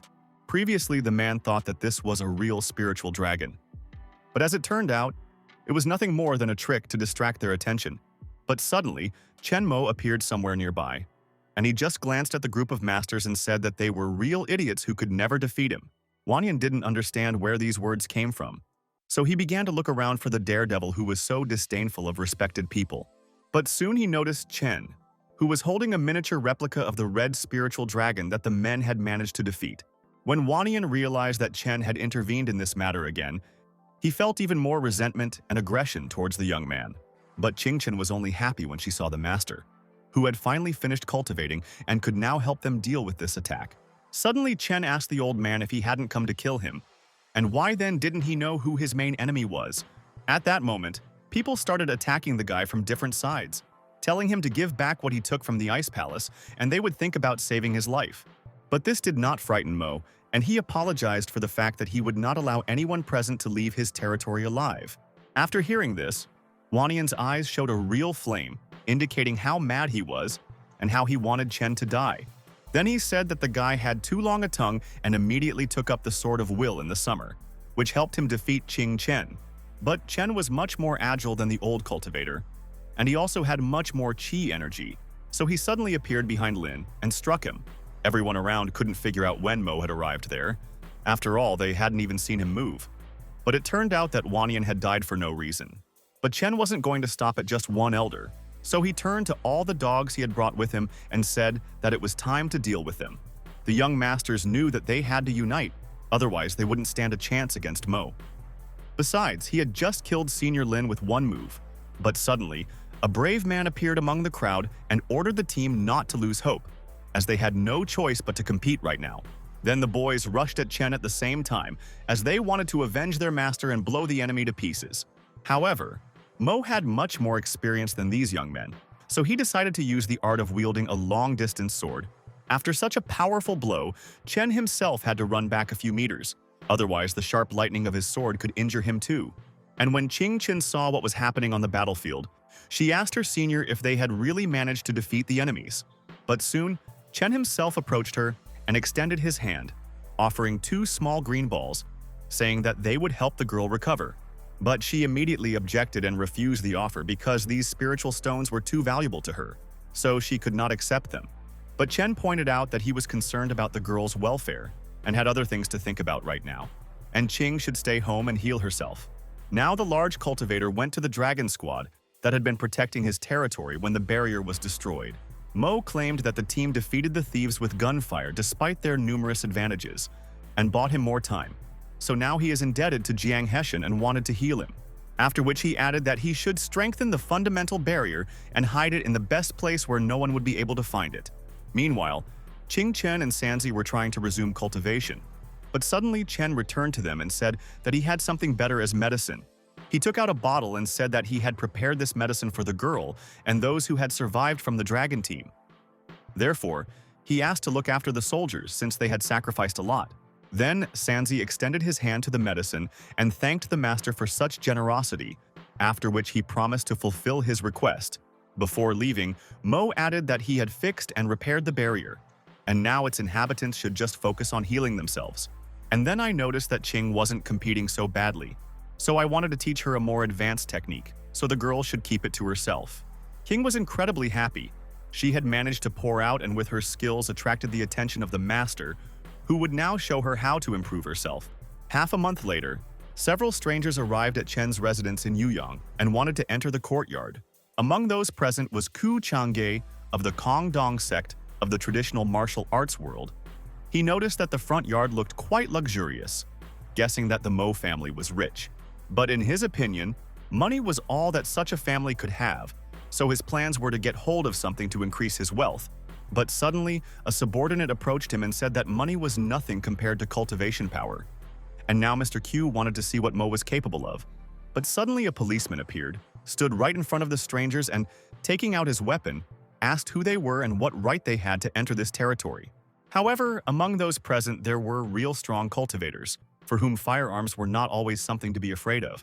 So this time, Mr. Q took the opportunity to test the new qi that was growing stronger within Chen's residence and punched the guard with one hand. The man was self-confident and could not understand how someone dared to go against him and stop him from achieving his goal. But suddenly, a few seconds later, Chen Mo came over, saying that he came to visit his grandfather and that there was someone trying to get into trouble here. At that moment, Mr. Q told the guy to call out Chen because he wanted to beat him up, not realizing who was standing in front of him right now. But when Mo said he wasn't going to waste his time, Q asked why such a famous master looked so young. So if he was scared, Chang'e was willing to spare him. But in reality, the traditional martial artist was going to film it on his phone to show it to the girl who would immediately fall in love with him after such an act. But Chen was too busy and said that no one among those present was worthy of fighting with him. So it would be better for the uninvited guest to just leave. But what Q heard only made him more angry and ready to rush into a fight, because Mo allowed himself to underestimate his skills. However, Chen knew how to effectively deal with such fools who were trying to unfairly take his property from him, and even teach them a lesson. Suddenly, Q began to feel as if his body was disobedient and someone was holding him. So he began to tell Mo to let him go. But the guy said that he could do this only on the condition that the man would tell him the whole truth. And he was ready to answer all questions honestly. First, the young cultivator needed to find out where this stranger who was trying to rob his house was from. But Q joked and said that he had nothing new to say because he was from the world of traditional martial arts. But Mo wanted more information and asked which sect this scoundrel was from, and how it turned out that his father was the head of the Kongdong sect. After learning the family's status, Chen immediately realized that the boy standing in front of him was a stupid and depraved boy, and it was worth finding out what brought him here. Q said that his eldest, Mr. Han, brought his granddaughter back. She is a beautiful girl with a strong cultivation base, and a phoenix appeared every time she picked up her sword, so the guy proposed to her and was rejected. The girl did not agree to this marriage until the young man could defeat her. After hearing this, Chen became worried, as he realized who they might be talking about. So he asked again what the girl's name was. Yimao was right, as it was Han's granddaughter named Yan Qingchen. According to Ku, her name was as magnificent as her appearance. Therefore, as soon as Mo learned that it was about Qingchen, he immediately called San San to ask her to immediately tell him where her friend was. But suddenly she began to hesitate and couldn't tell the master directly what happened to Qingchen. So he began to demand the truth. Now San San had to tell the story of what happened a week ago at the Yan residence in Sha City when Qingchen came home.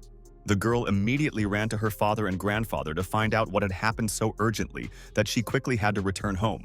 Yan Manzuan had been waiting for his daughter for a long time and was glad to see her in his native walls. And Yan Anzong turned to his granddaughter and called her to sit down with him. The girl understood that something was wrong here. Her elders would never smile, even if there was some kind of holiday. And now, for some reason, they looked too happy. The father then told his daughter that nothing special had happened. They simply wanted to introduce her to another member of the family that Qing had not previously known about. Grandfather supported his son's words and said that Chen Mo was actually an immortal stage martial artist for the Han family. But Chen had no idea what kind of family the Han family was, and who among her circle might belong to a rich family, since these were the very same comments she had heard from her father. Suddenly, Dad stood up and said that although this was the first time they met, Qing did not feel a special connection. He said that this was the great cultivator Han Nantan, her maternal grandfather. Yan Anzhong said that Qing's mother was from the world of traditional martial arts. And when she was little, she didn't like that her family had control over her, so she decided to run away, so she was never found. And when cousin Chen saw the girl at Yangui Lake, the familiar face reminded him of her mother. As a result, the old man was able to find her. However, the girl could not even imagine that one of the masters of traditional martial arts could survive that very day. And the old man said that her cousin was best at faking his own death and running away. And there was nothing wrong with that, since it was an attempt to save his own life. Therefore, and guessed that his granddaughter probably had a hard life as well and suggested that she return to the sect, and he would train her and make sure that she lived well from now on. But the girl had completely different plans and she didn't know how to tell her relatives this correctly, so as not to offend them. But Grandpa continued to praise the stranger and said that he was an elder of the Kong Dong sect. His skills and status were better than Chen Mo's, so they would feel more at ease with the only woman in the family under their care. Then Qing apologized and thanked her for the opportunity. But she would still prefer to leave things as they were, so there was no need to worry about her. She claimed that her master was strong enough that she still had a lot to learn from him, and she wasn't going to abandon Chen anytime soon. The girl knew that no one in this world of traditional cultivators could compare to Chen Mo. Moreover, he was her future fiancé. But suddenly, Old Man An couldn't stand these words and called his granddaughter stupid. They say that Chen is the enemy of the entire traditional martial arts world, so she is only putting herself in danger. But Qing stood her ground and again noted that she would not go anywhere. However, Grandpa had no intention of listening to her or changing his mind, so he emphasized that Chen was in no position to contradict his words. He began to grab the girl by the hands and said that she must immediately go with him and had no right to resist, since it would be pointless. Then the father thought that he had corrupted his daughter too much and now had to blush for her disrespect.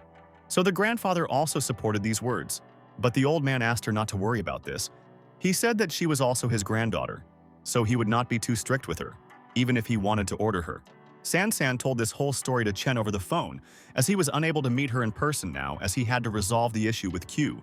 Mo then realized that Han Nantian had taken Qing Chen away precisely because he had seen her potential and could not pass up such an opportunity to have such a disciple. Chen heard the whole conversation and asked if the girl was now a member of Cheng's sect. After that, he forbade her to touch the girl, as he had his own plans for her. But Mo only laughed and said that the guy couldn't even defend himself now, let alone take revenge. However, according to Q, there were many masters in his sect, and even if he couldn't defeat him, those people would do their job. And now he called Mo to join his sect. Otherwise, the boy would not like what awaited him in the future. But Chen had his own plans, so he agreed to the proposal. Suddenly, Chang's expression changed because he just wanted to scare the guy, but it turns out he was serious. So now he started backing off and said that it was a joke for the first time. But suddenly, Chen put his hand on his back and said that either the young man would die right there or he would show him the way to his sect. Very soon, the men came together to a wide valley, where there were many beautiful mountains and endless landscapes. Chen realized that this was the right place because the traditional martial arts sects were outside the barriers. In addition, these barriers are more powerful and sophisticated, something that ordinary martial artists cannot establish. Therefore, the question arose whether they could have inherited this from some ancient cultivators. But suddenly, Chang took out a piece of jade and said that it was the only way to pass through the barrier, which seemed familiar to Chen. After which, the guy installed special doors that appeared among the endless landscapes and told his fellow traveler that he could pass through. Then Ku himself walked by and said that they should go until they saw the entrance to the Kongdong sect monastery. But once they reached the entrance, he would be on his own, since he could not help them get in. This seemed strange to Chen, but he could no longer force the man to be by his side all the time and realized that he would have to use his own strength. But suddenly Q told them that they must first perform a ritual before entering the monastery. So they must stand up and pray to their majestic stone sword. But when the boy bowed to their majestic symbol, Chen simply stood behind. So he remarked that he had to do the same if he wanted to enter the sect. However, Mo did not want to change his principles and emphasized that he could only pray to heaven and earth, from which he received his strength and cultivation. But suddenly Q began to laugh and said that he used to be the same way, and changed his mind after his father beat him and locked him in a room for 3 days, after which he stood up and said that he had to go now. Otherwise, that same father would kill him if he saw that his son had brought a stranger and helped him. But before leaving, he nevertheless emphasized that Mo should pray to the stone sword if he still wanted to enter their monastery. And as it turned out, the 2 masters who were about to reach the stage of immortality were always entering. But in Chen's opinion, all this was unnecessary and meaningless. Suddenly, one of the masters asked the guy who he was and how he dared to invade the territory of their monastery. But Chen had no desire to waste extra time talking to opponents who were weak to him, so he said that he came for the sake of his student. However, this was not an argument for the masters. They did not see the young man as a real cultivator who could already have disciples. Therefore, they decided to use force to teach the stranger a lesson and prevent him from entering the monastery's private territory, not even suspecting what this could mean for them. Chen was able to hold back the attackers with just one fist, almost effortlessly. At that moment, he could have taken their lives. But after giving the men a chance, he simply threw them in different directions and ordered them to stay away from him. Otherwise, it could end badly. But suddenly, an elder of the Kongdong sect, namely Han Nantian, appeared in front of the guy, laughing and saying that the guy's movements surprised him. The old man already knew in advance that Master Chen was standing in front of him, and now he became curious about why the young man had come to his territory. But Chen didn't want to play hide-and-seek and directly said that he knew Yan Qingcheng's grandfather, so he needed to pick up his granddaughter, who was his disciple, and had suddenly disappeared. But the old man denied the fact that the girl could be the boy's student. Therefore, he said that Mo had no right to take her, and it was better to leave now. However, the guy confidently claimed that no one would ever be able to force his student to do anything against her will. Therefore, if she herself said that she wanted to stay, then he would leave. Nantian then objected and emphasized that Qingchen was his granddaughter, and she would have to listen to her grandfather's advice even if she didn't want to stay. These words were enough for Chen to be convinced that the girl was being held by force, so he asked not to blame him for what happened next. But it sounded more like a challenge to the elder who had not fought with anyone for a long time, and now he decided to use his 7 hard fists. But if one took into account the heavenly immortal fist that Chen had always used to defend himself and attack, then the old man's blows were nothing. Mo quickly accumulated the necessary strength in his hand, as he had to cultivate for a long time in order to be able to react in time in such situations, after which he struck Nantian again, this time performing the trick of a merciless fist and immediately defeating the opponent. At that moment, the Kong sect members were surprised that their elder couldn't withstand the fist, which meant that no one among them could stop Chen. Therefore, their leader was the only hope. Chen then turned to the old man and emphasized that he must bring Yan Qingcheng immediately, otherwise he would find her on his own. But this would only make things worse for the sect. Suddenly, a stranger appeared before his eyes, calling him master and asking him to stay. As it turned out, it was the master and leader Q, the father of the already familiar Chang'e. Then all the young masters began to ask him to paralyze the enemy and avenge the elder, but the leader did not seem aggressive. He greeted the young master formally and said that it was a pleasure to meet him. The leader then confronted him with the fact that Yan Qingchen was now an elder of their sect, with access to the sect's confidential information. Therefore, the boy must understand that they really couldn't let her go. But in reality, the girl had been locked away since the day her grandfather brought her here, and the old man was surprised at what information his granddaughter might know. So he realized that Master Q did not want her to leave. But Mo's patience was not ironclad, so he said that he would still try to achieve it after so much talk. But suddenly the elder said that they shouldn't talk in front of other masters, so it would be better to go to another place now. Then Chen still had to push off from the ground and fly up sharply to go to the secret place that Q was talking about. The man looked smiling the whole time and told Mo that he would not regret having agreed to this deal after all. But suddenly, the guy said that he had no time or desire to waste his energy on these stupid flights because he was still determined to waste his student. At that moment, he also prepared his fist so that he could attack directly while flying.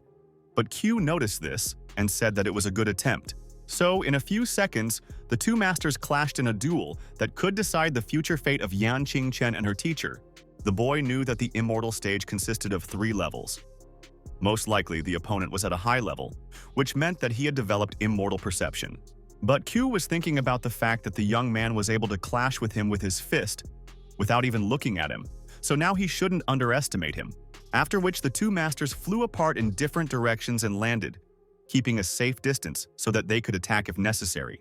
But Chen was serious, and demonstrating his capabilities, offered the leader to make their moles faster. But Q said that fortunately for him, he had come prepared for a strong competition. Otherwise, the young master would have already defeated him, after which he took a special fast, and having leveled his breathing, began accelerated cultivation, which increased his strength by several dozen times. Chen understood that the stage of immortal perception was actually nothing else. The elder had taken control of the spiritual qi that Mo had previously controlled. At that moment, the young man decided to attack first, otherwise he might not make it in time. So he quickly rushed at the enemy. He used the same heavenly fist that was separately tuned by the master himself, but depended directly on his energy. But Q also didn't want to rush the weak and used 7 destructive fists, forming a special energy ball that he directed at Mo. At that moment, a large explosion occurred on the ground, accompanied by a burning fire that did not subside for a long time. After which Master Q confidently said that the slut really deserves the reputation he already has over his years. But Chen extended his hand and said that the man was talking nonsense. After all, his patience also had a limit, which was about to reach its limit. At that moment, the leader had to admit the fact that there was indeed a strong master in front of him, but he still couldn't let go of Yan Qingchen. Then Chen had to go to the heavy artillery and asked if the man really wanted him to destroy his sect, to which he only heard laughter. Mo knew what Q was planning, but he confidently stated that he couldn't defeat him, but he could delay him using their sect's defensive formation. But the young man knew that he could simply destroy this structure and suggested to the man to see if there was anything else he could do to protect the sect. However, Ku was still confident and called the guy ignorant, saying that he had activated their defensive formation earlier, and now, the accumulation of spiritual power appeared in front of them. Perhaps Mo would have a chance to escape if he started running away right now. Otherwise, according to the leader, it would be the end for him. But no one expected that Chen would be much stronger than expected, and he took out his main weapon. It was the art of the Great Path Sword and the Heaven Destroyer, which when combined produced incredible results and too much powerful energy. Now, Ku saw with his own eyes a huge energetic hand that blocked the entire sky and could easily kill anyone that Chen himself pointed at. But after a few seconds, it simply closed, turning into a fist, and contained enormous power. At that moment, the leader recalled the words of the elder, who confidently said that Chen lost because he was not strong enough to destroy their formation. Now the man couldn't understand why their defensive formation was losing its energy so quickly, and couldn't become an obstacle for the enemy of an entire sect. Suddenly, a loud whistle was heard as Chen managed to simply pass through the obstacle because even the formation could not stop him. And Mo himself looked at the leader with a stern look and asked if he was really happy now, after which he emphasized that they should return his student to him. Now the men returned back to the elder, who barely managed to get up from the floor after the boy's strong blow. Q turned to Nantian and suggested that they still have to bring Yan Qingchen. But despite this, they lost in a fair fight. Soon, the defense brought the girl to the master, whom she was infinitely glad to see, and almost started crying after this meeting. She rushed to embrace the guy, but he emphasized that only the girl herself could decide whether to go with him or stay in the sect.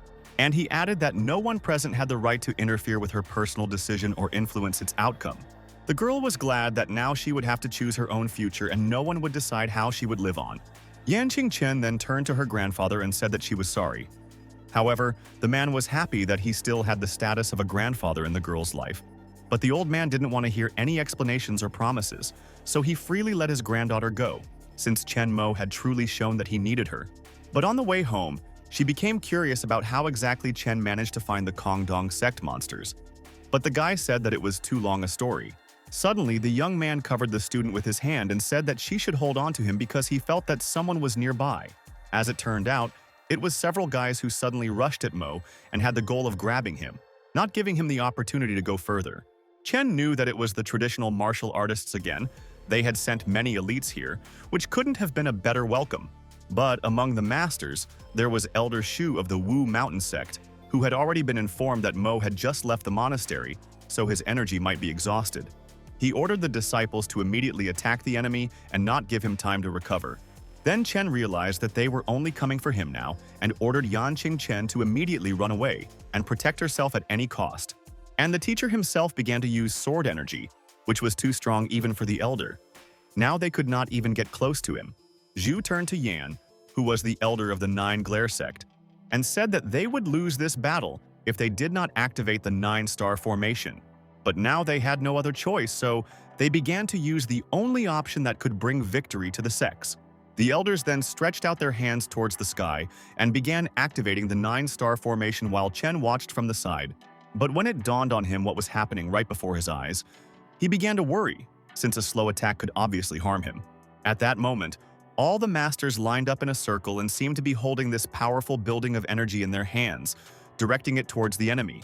But Mo was trying to resist at that moment and realized that after all these battles he had too little energy left.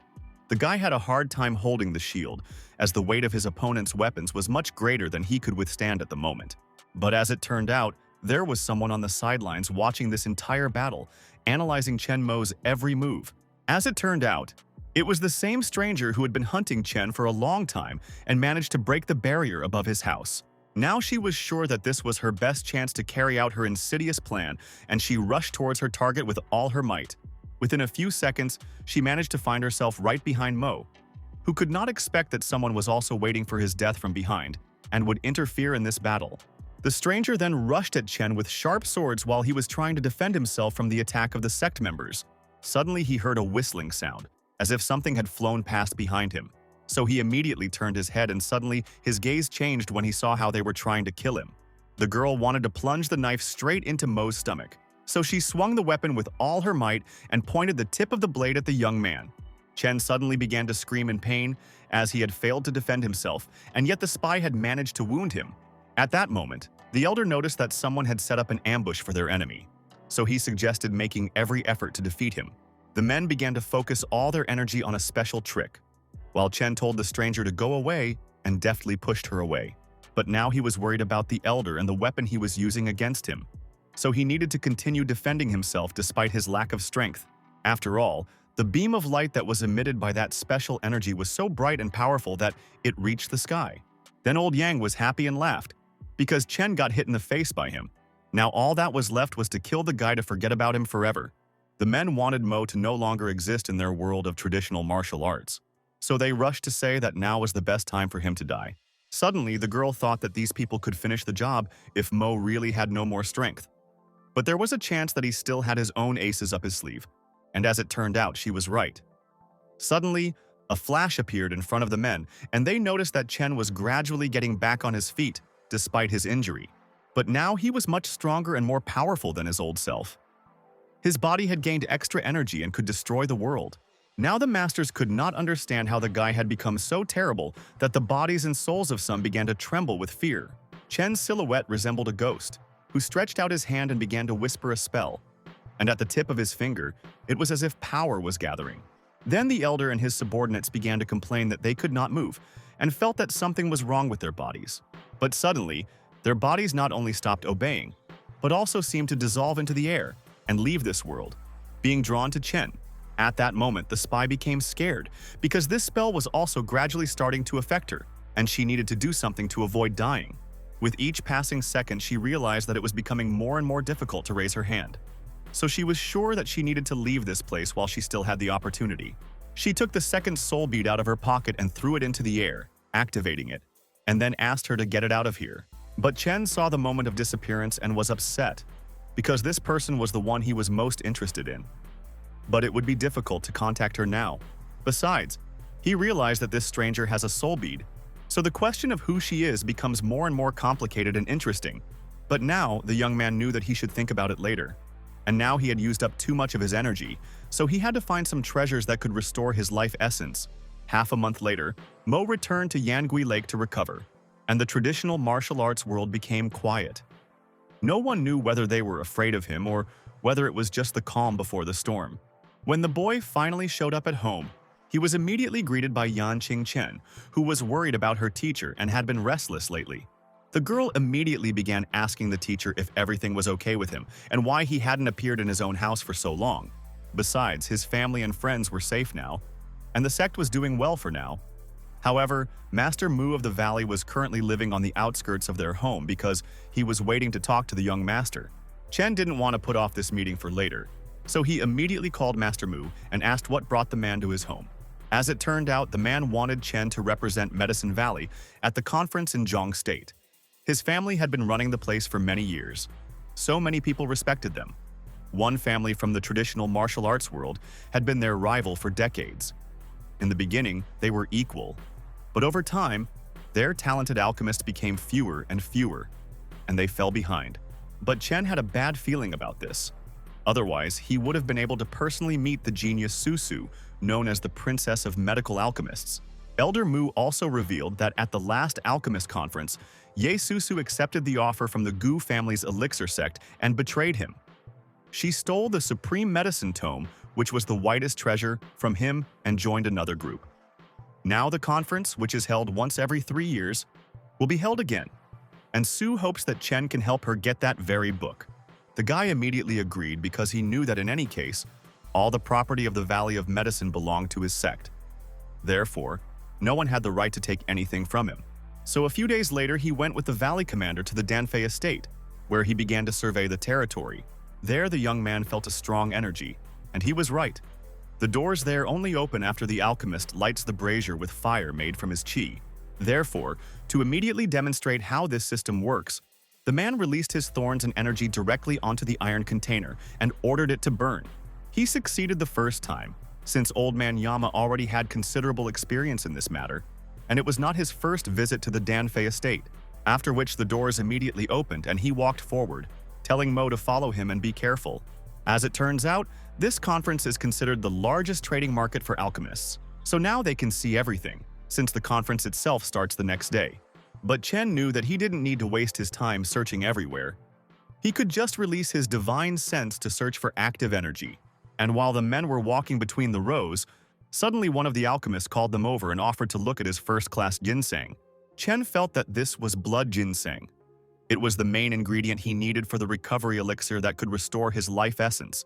But before taking such a product, the guy asked the merchant how old this ginseng was and how aged it was.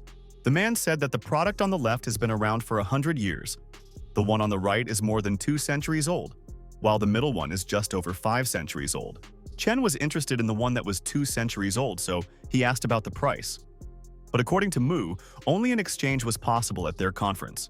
The guy didn't have anything special with him, so he took out his pill, calling it first class, and offered it in exchange for ginseng.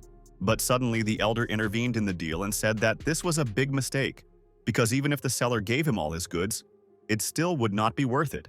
But the guy smiled and said that everything was fine, and he didn't need the pill anyway, so it would be better to exchange it for something useful. The merchant was all for such a deal, so he told Chen that he could take all of his goods in exchange for such a pill. However, he did not need too old, or, on the contrary, too young ginseng, so he decided to take only the one that had been aged for 200 years. But just as Chen was about to take the ginseng he needed, a stranger suddenly intervened and asked him to wait. He approached the merchant and said that he would take all this ginseng for himself and offer appropriate payment for such a quality product. The man then became worried and told Mr. Gu that he was late because the 200-year-old ginseng had been sold. The master looked at the young man next to him and asked if the plant had been sold to him. So he asked what price the boy had given and said he would double it. Chen did not like this idea, as he realized that this man also knew the value of blood ginseng. Meanwhile, the salesman took out a pill and apologized to Mr. Gu, saying that it was the item for exchange, but he was willing to sell the ginseng if the man could give him the same pill, preferably 2. But Master Gu was shocked when he saw such a high-quality first-class pill. He couldn't believe that the guy next to him could make it, so he turned to Chen and asked him who he was. Although there was anger and envy in his eyes, Mo sensed this aggression and said directly that the stranger did not care about him, so it was better for him to get out of his way and not interfere with the deal. At that moment, Gulan realized that the young man had come to this conference for the first time and introduced himself as the next leader of the Elixir sect, so that was why he could take this ginseng for himself. However, Chen was not going to give up his goods and told Gu to leave, as he was annoying him and not allowing him to enjoy the conference in peace. Suddenly, a stranger appeared on the estate grounds, who immediately rushed to her young master and asked what had happened to him here. Then Gu replied that nothing special had happened, just an impudent guy trying to take what he wanted. And the girl confirmed that no one had the right to touch the things that the young master had his eye on. At that moment, Mr. Mu approached the stranger, and it turned out that he recognized Ye Susu, the same craftswoman who had previously betrayed his valley. The girl smiled at Uncle Mu and said that she had not noticed him. At that moment, Agu realized that these guests had come to them from the Valley of Medicine, so he immediately declared that they were a bunch of losers who stood in the way of a genius, and Chenyu said that it was better for him to run away from his place and get out of his sight before he got angry.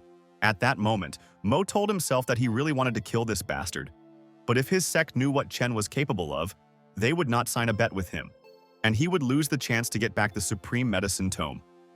In addition, he could at that moment, Mo told himself that he really wanted to kill this bastard, but while the guy was trying to solve this difficult dilemma, suddenly another girl came up, whom he saw for the first time at this conference. She turned to Master Gu and asked if the guy had already made the exchange, and he was still trying to take this thing from him. But Chen didn't understand why this stranger interfered when he was seeing her for the first time. Then the girl realized that this was a straightforward person. So now she decided to introduce herself and said that her name was Zhang Yuejiao.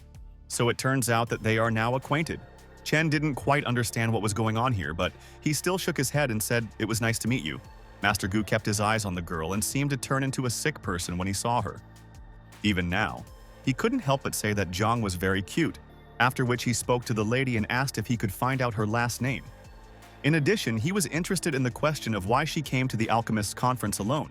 Zhang immediately realized that the man was trying to dig into her past, but Susu suddenly intervened and asked the young master not to pay attention. Otherwise, he would be accused of not treating the lady like a gentleman. This made the man laugh, so he spoke to Madame Zhang and said that for her sake he would give the ginseng to the guy who paid for it, after which he took Ye Susu's hand and walked away in the other direction, saying goodbye to Chen that he should be more careful now. But Jang approached the guy and said that he shouldn't thank her. The girl just doesn't like to see the Elixir sect trying to hurt others. Chen Troshi then moved away from Jang to a safe distance and said that he did not plan to thank her, as he could resolve this conflict on his own. But it didn't matter to the girl. She just smiled and advised him to stay away from Gulan, as he would definitely try to get him again. And when Jang left, Elder Mu noticed that she was really strong. Then Chen told her that she was an armored bodymaster at such a young age, and also an unusual person. After that, Mo managed to obtain several more valuable herbs. Now he was only 2 ingredients short of making a restorative elixir that would help him partially restore his life essence. The next day began with the grand opening of the conference, where the Essence Sect and the medical alchemists were congratulated. The event was hosted by the leader of the Elixir Sect.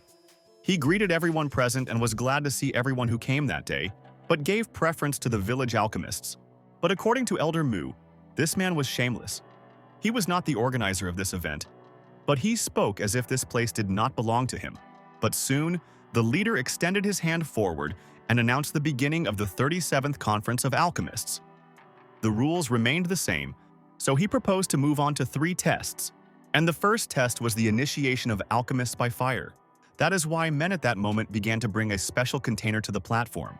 Mu explained to Mo that there were 3 tests to pass before challenging the Elixir Sect. This cauldron was made of a special material. The first test was to fill it with fire created with qi.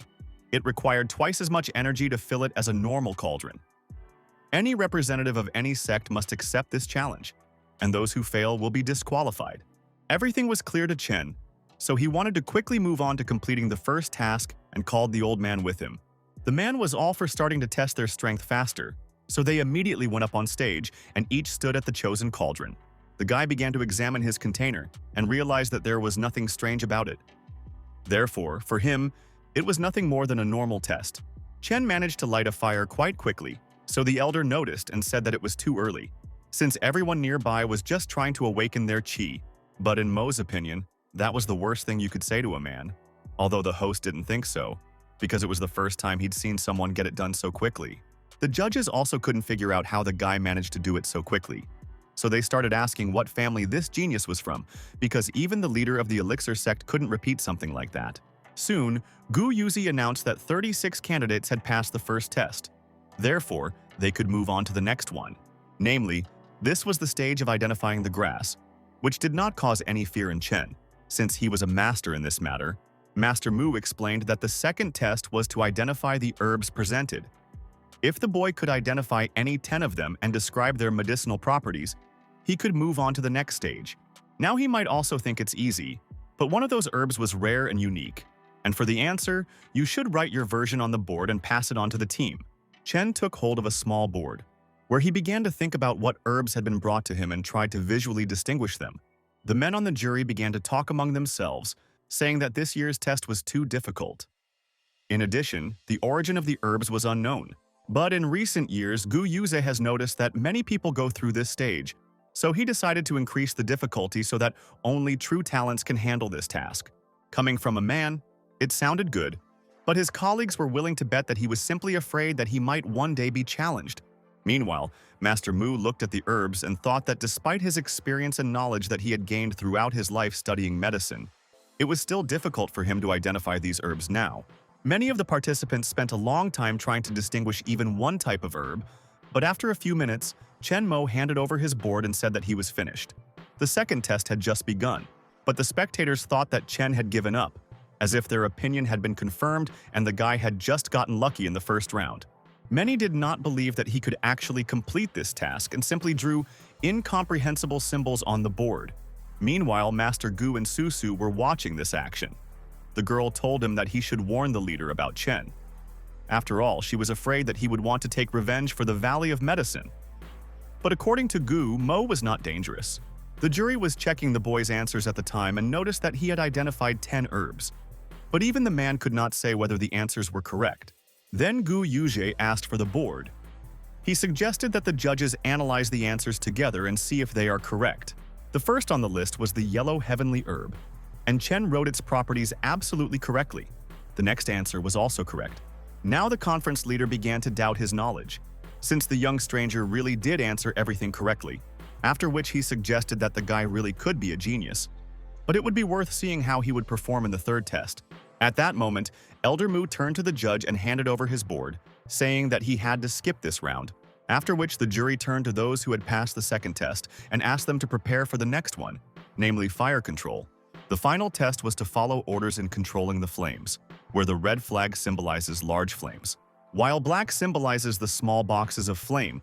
Participants who take more than 3 seconds to bring the flame to the desired position will be disqualified.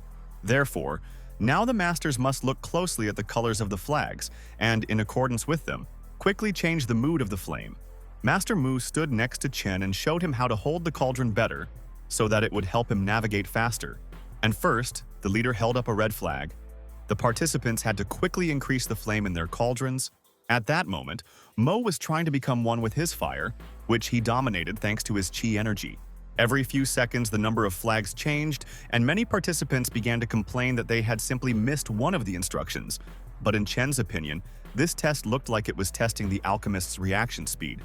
But in reality, it was testing their base. Those whose energy was depleted would react more slowly and fail the test. But very soon, Mu said that the third stage was over. In his opinion, the guy could challenge the judges and the host if he won. But he could also take their place as the next judge, for which he would also receive a reward. Chen then replied that the Book of Supreme Medicine was the only thing he needed, and whether Gu Yuehe would accept his challenge and bet on such a reward was unknown. But according to the elder, the man simply has no choice. Otherwise, the reputation of his sect will be significantly diminished. These words encouraged Chen, and he happily decided that he would still be able to get what he wanted through victory. Suddenly, the judge turned to Mo and asked if he really was going to challenge them, and he specified who exactly he wanted to finish it off. Chen paused and thought for a moment before declaring that he wanted to test his strength on Gu Yuzhe. Everyone knows that Gu Yuzhe is the strongest alchemist in the world. He has enough power. That's why he told Chen that he is the leader of the Elixir sect. So he should be sure that he is the one he wants to challenge. But Mo confirmed his choice and emphasized that he wanted the reward to be a volume of higher medicine as a sentence. And Gu agreed, but asked what he would receive in return. Then the guy took out his first-class pill and said that he could give not only it, but also a formula according to which such a medicine could be made.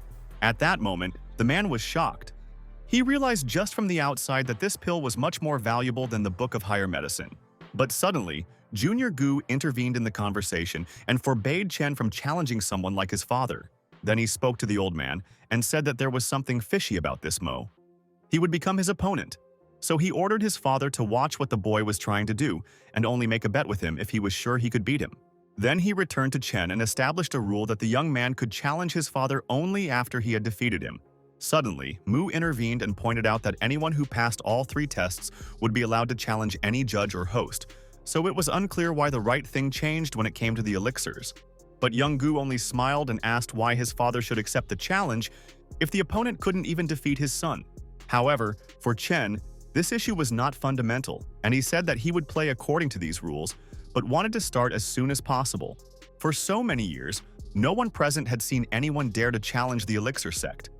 Therefore, they were not sure that Chen could handle it. After all, refining a pill and going through 3 stages are very familiar things, and Gulan is too talented and the next leader of the sect. Suddenly, as the match was about to begin, Yesusu approached old Uncle Mu and asked, since when did he have such a capable disciple? But Mu made a face and said that the girl would not get any information from him. Besides, Yi would regret everything she had done before. The judge soon explained the rules of the duel, according to which the participants were given half an hour to prepare a pill that could stop bleeding from the standard ingredients they provided, as well as using a personal cauldron. The winner would be the one who could prepare the most effective pill. Gulan was confident in his own abilities, as he had done this many times and could easily make the best pill. Besides, he had an auxiliary thing that could help him, and someone from the audience paid attention to this object. As it turned out, it was about the Purple Dragon's fire cauldron, which was an artifact and had special properties. Lan then turned to Chen and asked where his cauldron had gone, mocking him for not having one at all. However, Mo confidently looked his opponent in the eye and said that a real alchemist does not need a cauldron, especially one with such properties. Then, he suddenly threw some ingredients into the air and said that he only needed the sun, moon, and stars for a real masterpiece. And in just a few seconds, from that mixture of various herbs and plants, right in the sky, that very pill, the quality of which Chen was confident, was formed. The masters in the audience couldn't believe what they had just seen. The guy had made a pill using air, so they assumed it was magic. Now, even Leader Gu confidently said that this youth defied everything he had previously known about medical alchemy, as such a thing was simply impossible. However, he was angry in his mind and knew that he had never heard of such a method before. So he assumed that what Chen had in his hands was simply a fake. But Master Mu in the hall emphasized that Mo was the only person who could do this in the entire history of medicine, which would have to be rewritten. Even Susu knew that there was no such magical skill in the Valley of Medicine, but she guessed that it might have been hidden from her when she was learning. Meanwhile, Gulan couldn't believe his own defeat, all because the guy was distracted while pouring his own qi into the ancient cauldron. But despite the delight of the audience, old Gu turned to Chen and stated that he doubted the originality of his pill and demanded verification. But Mo had nothing to hide, since this was not the first time he had made a pill using this method. So he immediately handed it over to the judge. At that moment, his son approached him, and both men were convinced that they were now holding a first-class pill with ideal ingredients. However, Lan still refused to believe it. He didn't understand how a person could concoct such a first-class pill so quickly, so he wanted to test its effectiveness. At that moment, the guy took out a blade and made a small wound on his hand so that blood would flow from there and began to apply pills to this place. As it turned out, the Lana pill even began to rake his wound with its aroma. This is not just a first-class pill, but even legendary. No one has seen anything like it before. But trying to find something to complain about, Lan only became convinced that he was now dealing with a truly strong master. After which, the judge officially decided that the winner of this fight was Chen Mo from the Valley of Medicine, and he could receive his reward. But as it turned out, before moving on to the book, Chen had to defeat old Gu. But the man assured him that even when the guy defeated his son, he should not hope to defeat the entire sect. So now he will find out what a real alchemist is. Rumors began to circulate among the spectators that if Chen could create the legendary pill in a few seconds, then perhaps he could defeat the leader after all. Moreover, it was enough to make Gu Yuehei accept the challenge. And given the fact that the Medicine Valley won the last round, the Elixir sect is now deciding which pill to brew next, Mr. Gu wanted to make the next task as difficult as possible. So he declared that they now had to prepare a magic pill. At that moment, the masters were surprised that their leader actually knew how to prepare mystical pills that could help one enter the immortal stage. After all, only immortal stage alchemists could prepare such a substance, which indicated Mr. Gu's true level. Ye Susu continued to stand next to her old teacher and asked if he was afraid now. But Mu asked her not to rush and just watch silently. Although in reality the old man was hoping that Master Chen could actually do it. He was simply begging the young man not to let him down. Before starting, Gu Yuehe told Mo that he wouldn't be able to concoct the mystical pill unless he himself was at the immortal stage. But at this moment, the man hoped that when he managed to scare the enemy and he surrendered, then even his 1% of the immortal stage would still help him. After which he went to the table where the family antique stood, namely the purple dragon cauldron, where he was going to prepare the pill. But Chen Mo looked into his opponent's eyes, smiled, and said that all these dirty tricks would not work on him and were absolutely useless. But as soon as the competition was announced, Chen began tossing all the ingredients in the order he needed, after which they all lingered in the air, and the young man created a special energy around them, saying that the mystical pill was the easiest task for him. And he did not lie, because in a relatively short period of time he managed to create the perfect pill, which those present could not even dream of. For many, it was a real miracle. Those present tried to find out what kind of technique it was, but their eyes did not catch the moment when Chen began to create. But no one denied the fact that the guy was a real master. On the contrary, people were happy that they were able to come to the conference today and see this magic with their own eyes. Suddenly, the guests knelt down and began to praise the divine master, talking at that moment about the young Chen Mo. Master Mu was sincerely happy for the guy because he still managed to live up to expectations and defeat the masters of the other sect. At that moment, Ye Susu began to worry that the Valley of Medicine had hidden this technique from her, because of which she had lost something. The girl resentfully told Chen that he had treated her meanly when he hid his true strength. He had done nothing when she had helped him, so now he should be more careful the next time they met. But Chen was more concerned about whether the jury was going to announce the winner of today's competition. One of the judges approached Mr. Gu and said that it was time to use the pill. However, the old man knew that only an alchemist at the path of the immortal stage could do such a miracle. But Chen did it with a wave of his hand, after which he asked to give him the pill he had received, and then he would be able to honestly decide who would be able to try its properties on themselves. When the pill was brought, the leader thought that if it turned out to be real, then whoever tried it would be very lucky with the result. Then the old man turned to Elder Qi and said that he was almost at the immortal stage, so he would be able to check whether this pill was real or not. The man was ready to do this not only because the leader ordered it, but also out of his own curiosity, as he hoped for the desired success. But as soon as the pill entered Mr. Qi's body, strange things immediately began to happen to his body, and he seemed to emit a blue glow. It was this that testified that the transformation process had begun, and that the elder would be at the stage of immortality in a few seconds. After receiving the result, he went to the leader Gu and began to thank him for his kindness, since thanks to him, he was able to jump over the stages. But Chen was surprised because he was the one who created this pill. However, Qi claimed that he would never have obtained it if Mr. Gu had not asked him to test it. But Chen wanted to know the results as soon as possible and asked the jury. Now they were convinced that the product of his creation was original and worked. Suddenly, someone from the audience told old Qi that he should return the pill back since everyone knew that it was the original. As it turned out, these were Chen's words. So the old man called him a fool and said that once he swallowed the pill, it could not be taken back.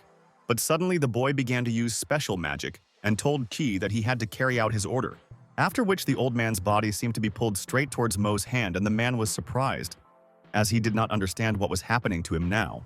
Chen looked at him with a terrifying gaze and repeated to Qi once again that he should immediately spit out the pill and return it to its author. At that moment, the old man began to shout throughout the arena and beg Mr. Gu to help him, as he felt his body getting weaker with each passing second. At that time, Gu Yuehe couldn't believe that Chen was actually capable of doing this, so he decided that they should immediately get rid of the enemy so as not to get into trouble later. Therefore, the leader rushed straight at Chen and ordered him to immediately release his sect elder. Otherwise, he would spare his life. But these words were not a threat to Mo. But now he had to use more strength and magic to show his power to everyone. A few seconds later, the legendary flying sword that Chen usually used during his attacks appeared in the sky. Even for the sect leader, this beam of golden light was terrifying. He could not help but gradually begin to kneel down, although he tried to control his own body, which now did not obey him. The man was confident that he was the best alchemist in the world, and he was not afraid of the tricks that Mo could use against him, and ordered him to leave the sect immediately. But Chen couldn't stand being treated like this, so he still used his sword and dealt a strong blow to Gu Yuji. A few seconds later, Yangu realized that his father had just been killed before his eyes, so he proposed to quickly take revenge for this death. Meanwhile, Chen moved on to Elder Qi, who had previously underestimated the young man and now felt that his strength was leaving his body. And while Mo was taking energy from the old man, he turned to Gilin and asked him again what he had told him, since he had not heard anything because of the loud screams. These words also angered the heir to the leader's status, and he was ready to pounce on Chen, but he wanted to attract more public attention. So he told people that Chen had just killed his father, and now this killer would be the next one to leave this world, and he needed help for that. But the people saw how strong Mo was, so they decided not to interfere. Moreover, the guy suddenly turned his beam of light to Gu's son. Yasusu understood that Chen was ruthless and assumed that he might kill her because she stole the 3 supreme medicines that were so important to the valley. Having finished dealing with the scumbags who had insulted Chen, he turned to the judges again and asked if they could finally declare him the winner. Then the men became confused and said that they did not know where the volume of higher medicine was, since no one had information about it. But suddenly, Susu came out from the crowd, raised her hand and said that she knew where the tome was hidden. Therefore, she was ready to lead the winner to that place. Next to her, Elder Mu smiled quietly and said that it would be very kind of the person who stole this exhibit. Then the girl knelt down and apologized. She also complained that the Elixir sect had never treated her as one of their own. This made her realize how well the doll had treated her in the Medicine Valley, after which she shed a tear and said that she did not expect forgiveness. But she begged Mu to allow her to return to the valley and continue her studies. Then the old man smiled and said that the girl's genius was too good to return to the valley. But Chen intervened and told Susu to take her uncle and take him to the place where the words were on the book, and then they could talk about their personal matters. But before letting Mu Zhengfeng go, Chen ordered the masters to guard the man because if anything went wrong, they would be held responsible. And when the young man turned around, many people began to remember him. Because Chen tops the list of immortals, people from the world of traditional arts were afraid after he killed many of them. But the boy didn't care about these words and soon returned to Yangui Lake. So he wanted to quickly prepare the elixirs from the herbs he had received earlier to heal his internal trauma. But as soon as the young man began to prepare the necessary elements, his phone suddenly rang and distracted him from his work. And when Chen picked up the phone, the unknown contact began to beg him to come to school quickly, since Gu Linfeng had been beaten up and someone had taken Murongyan away.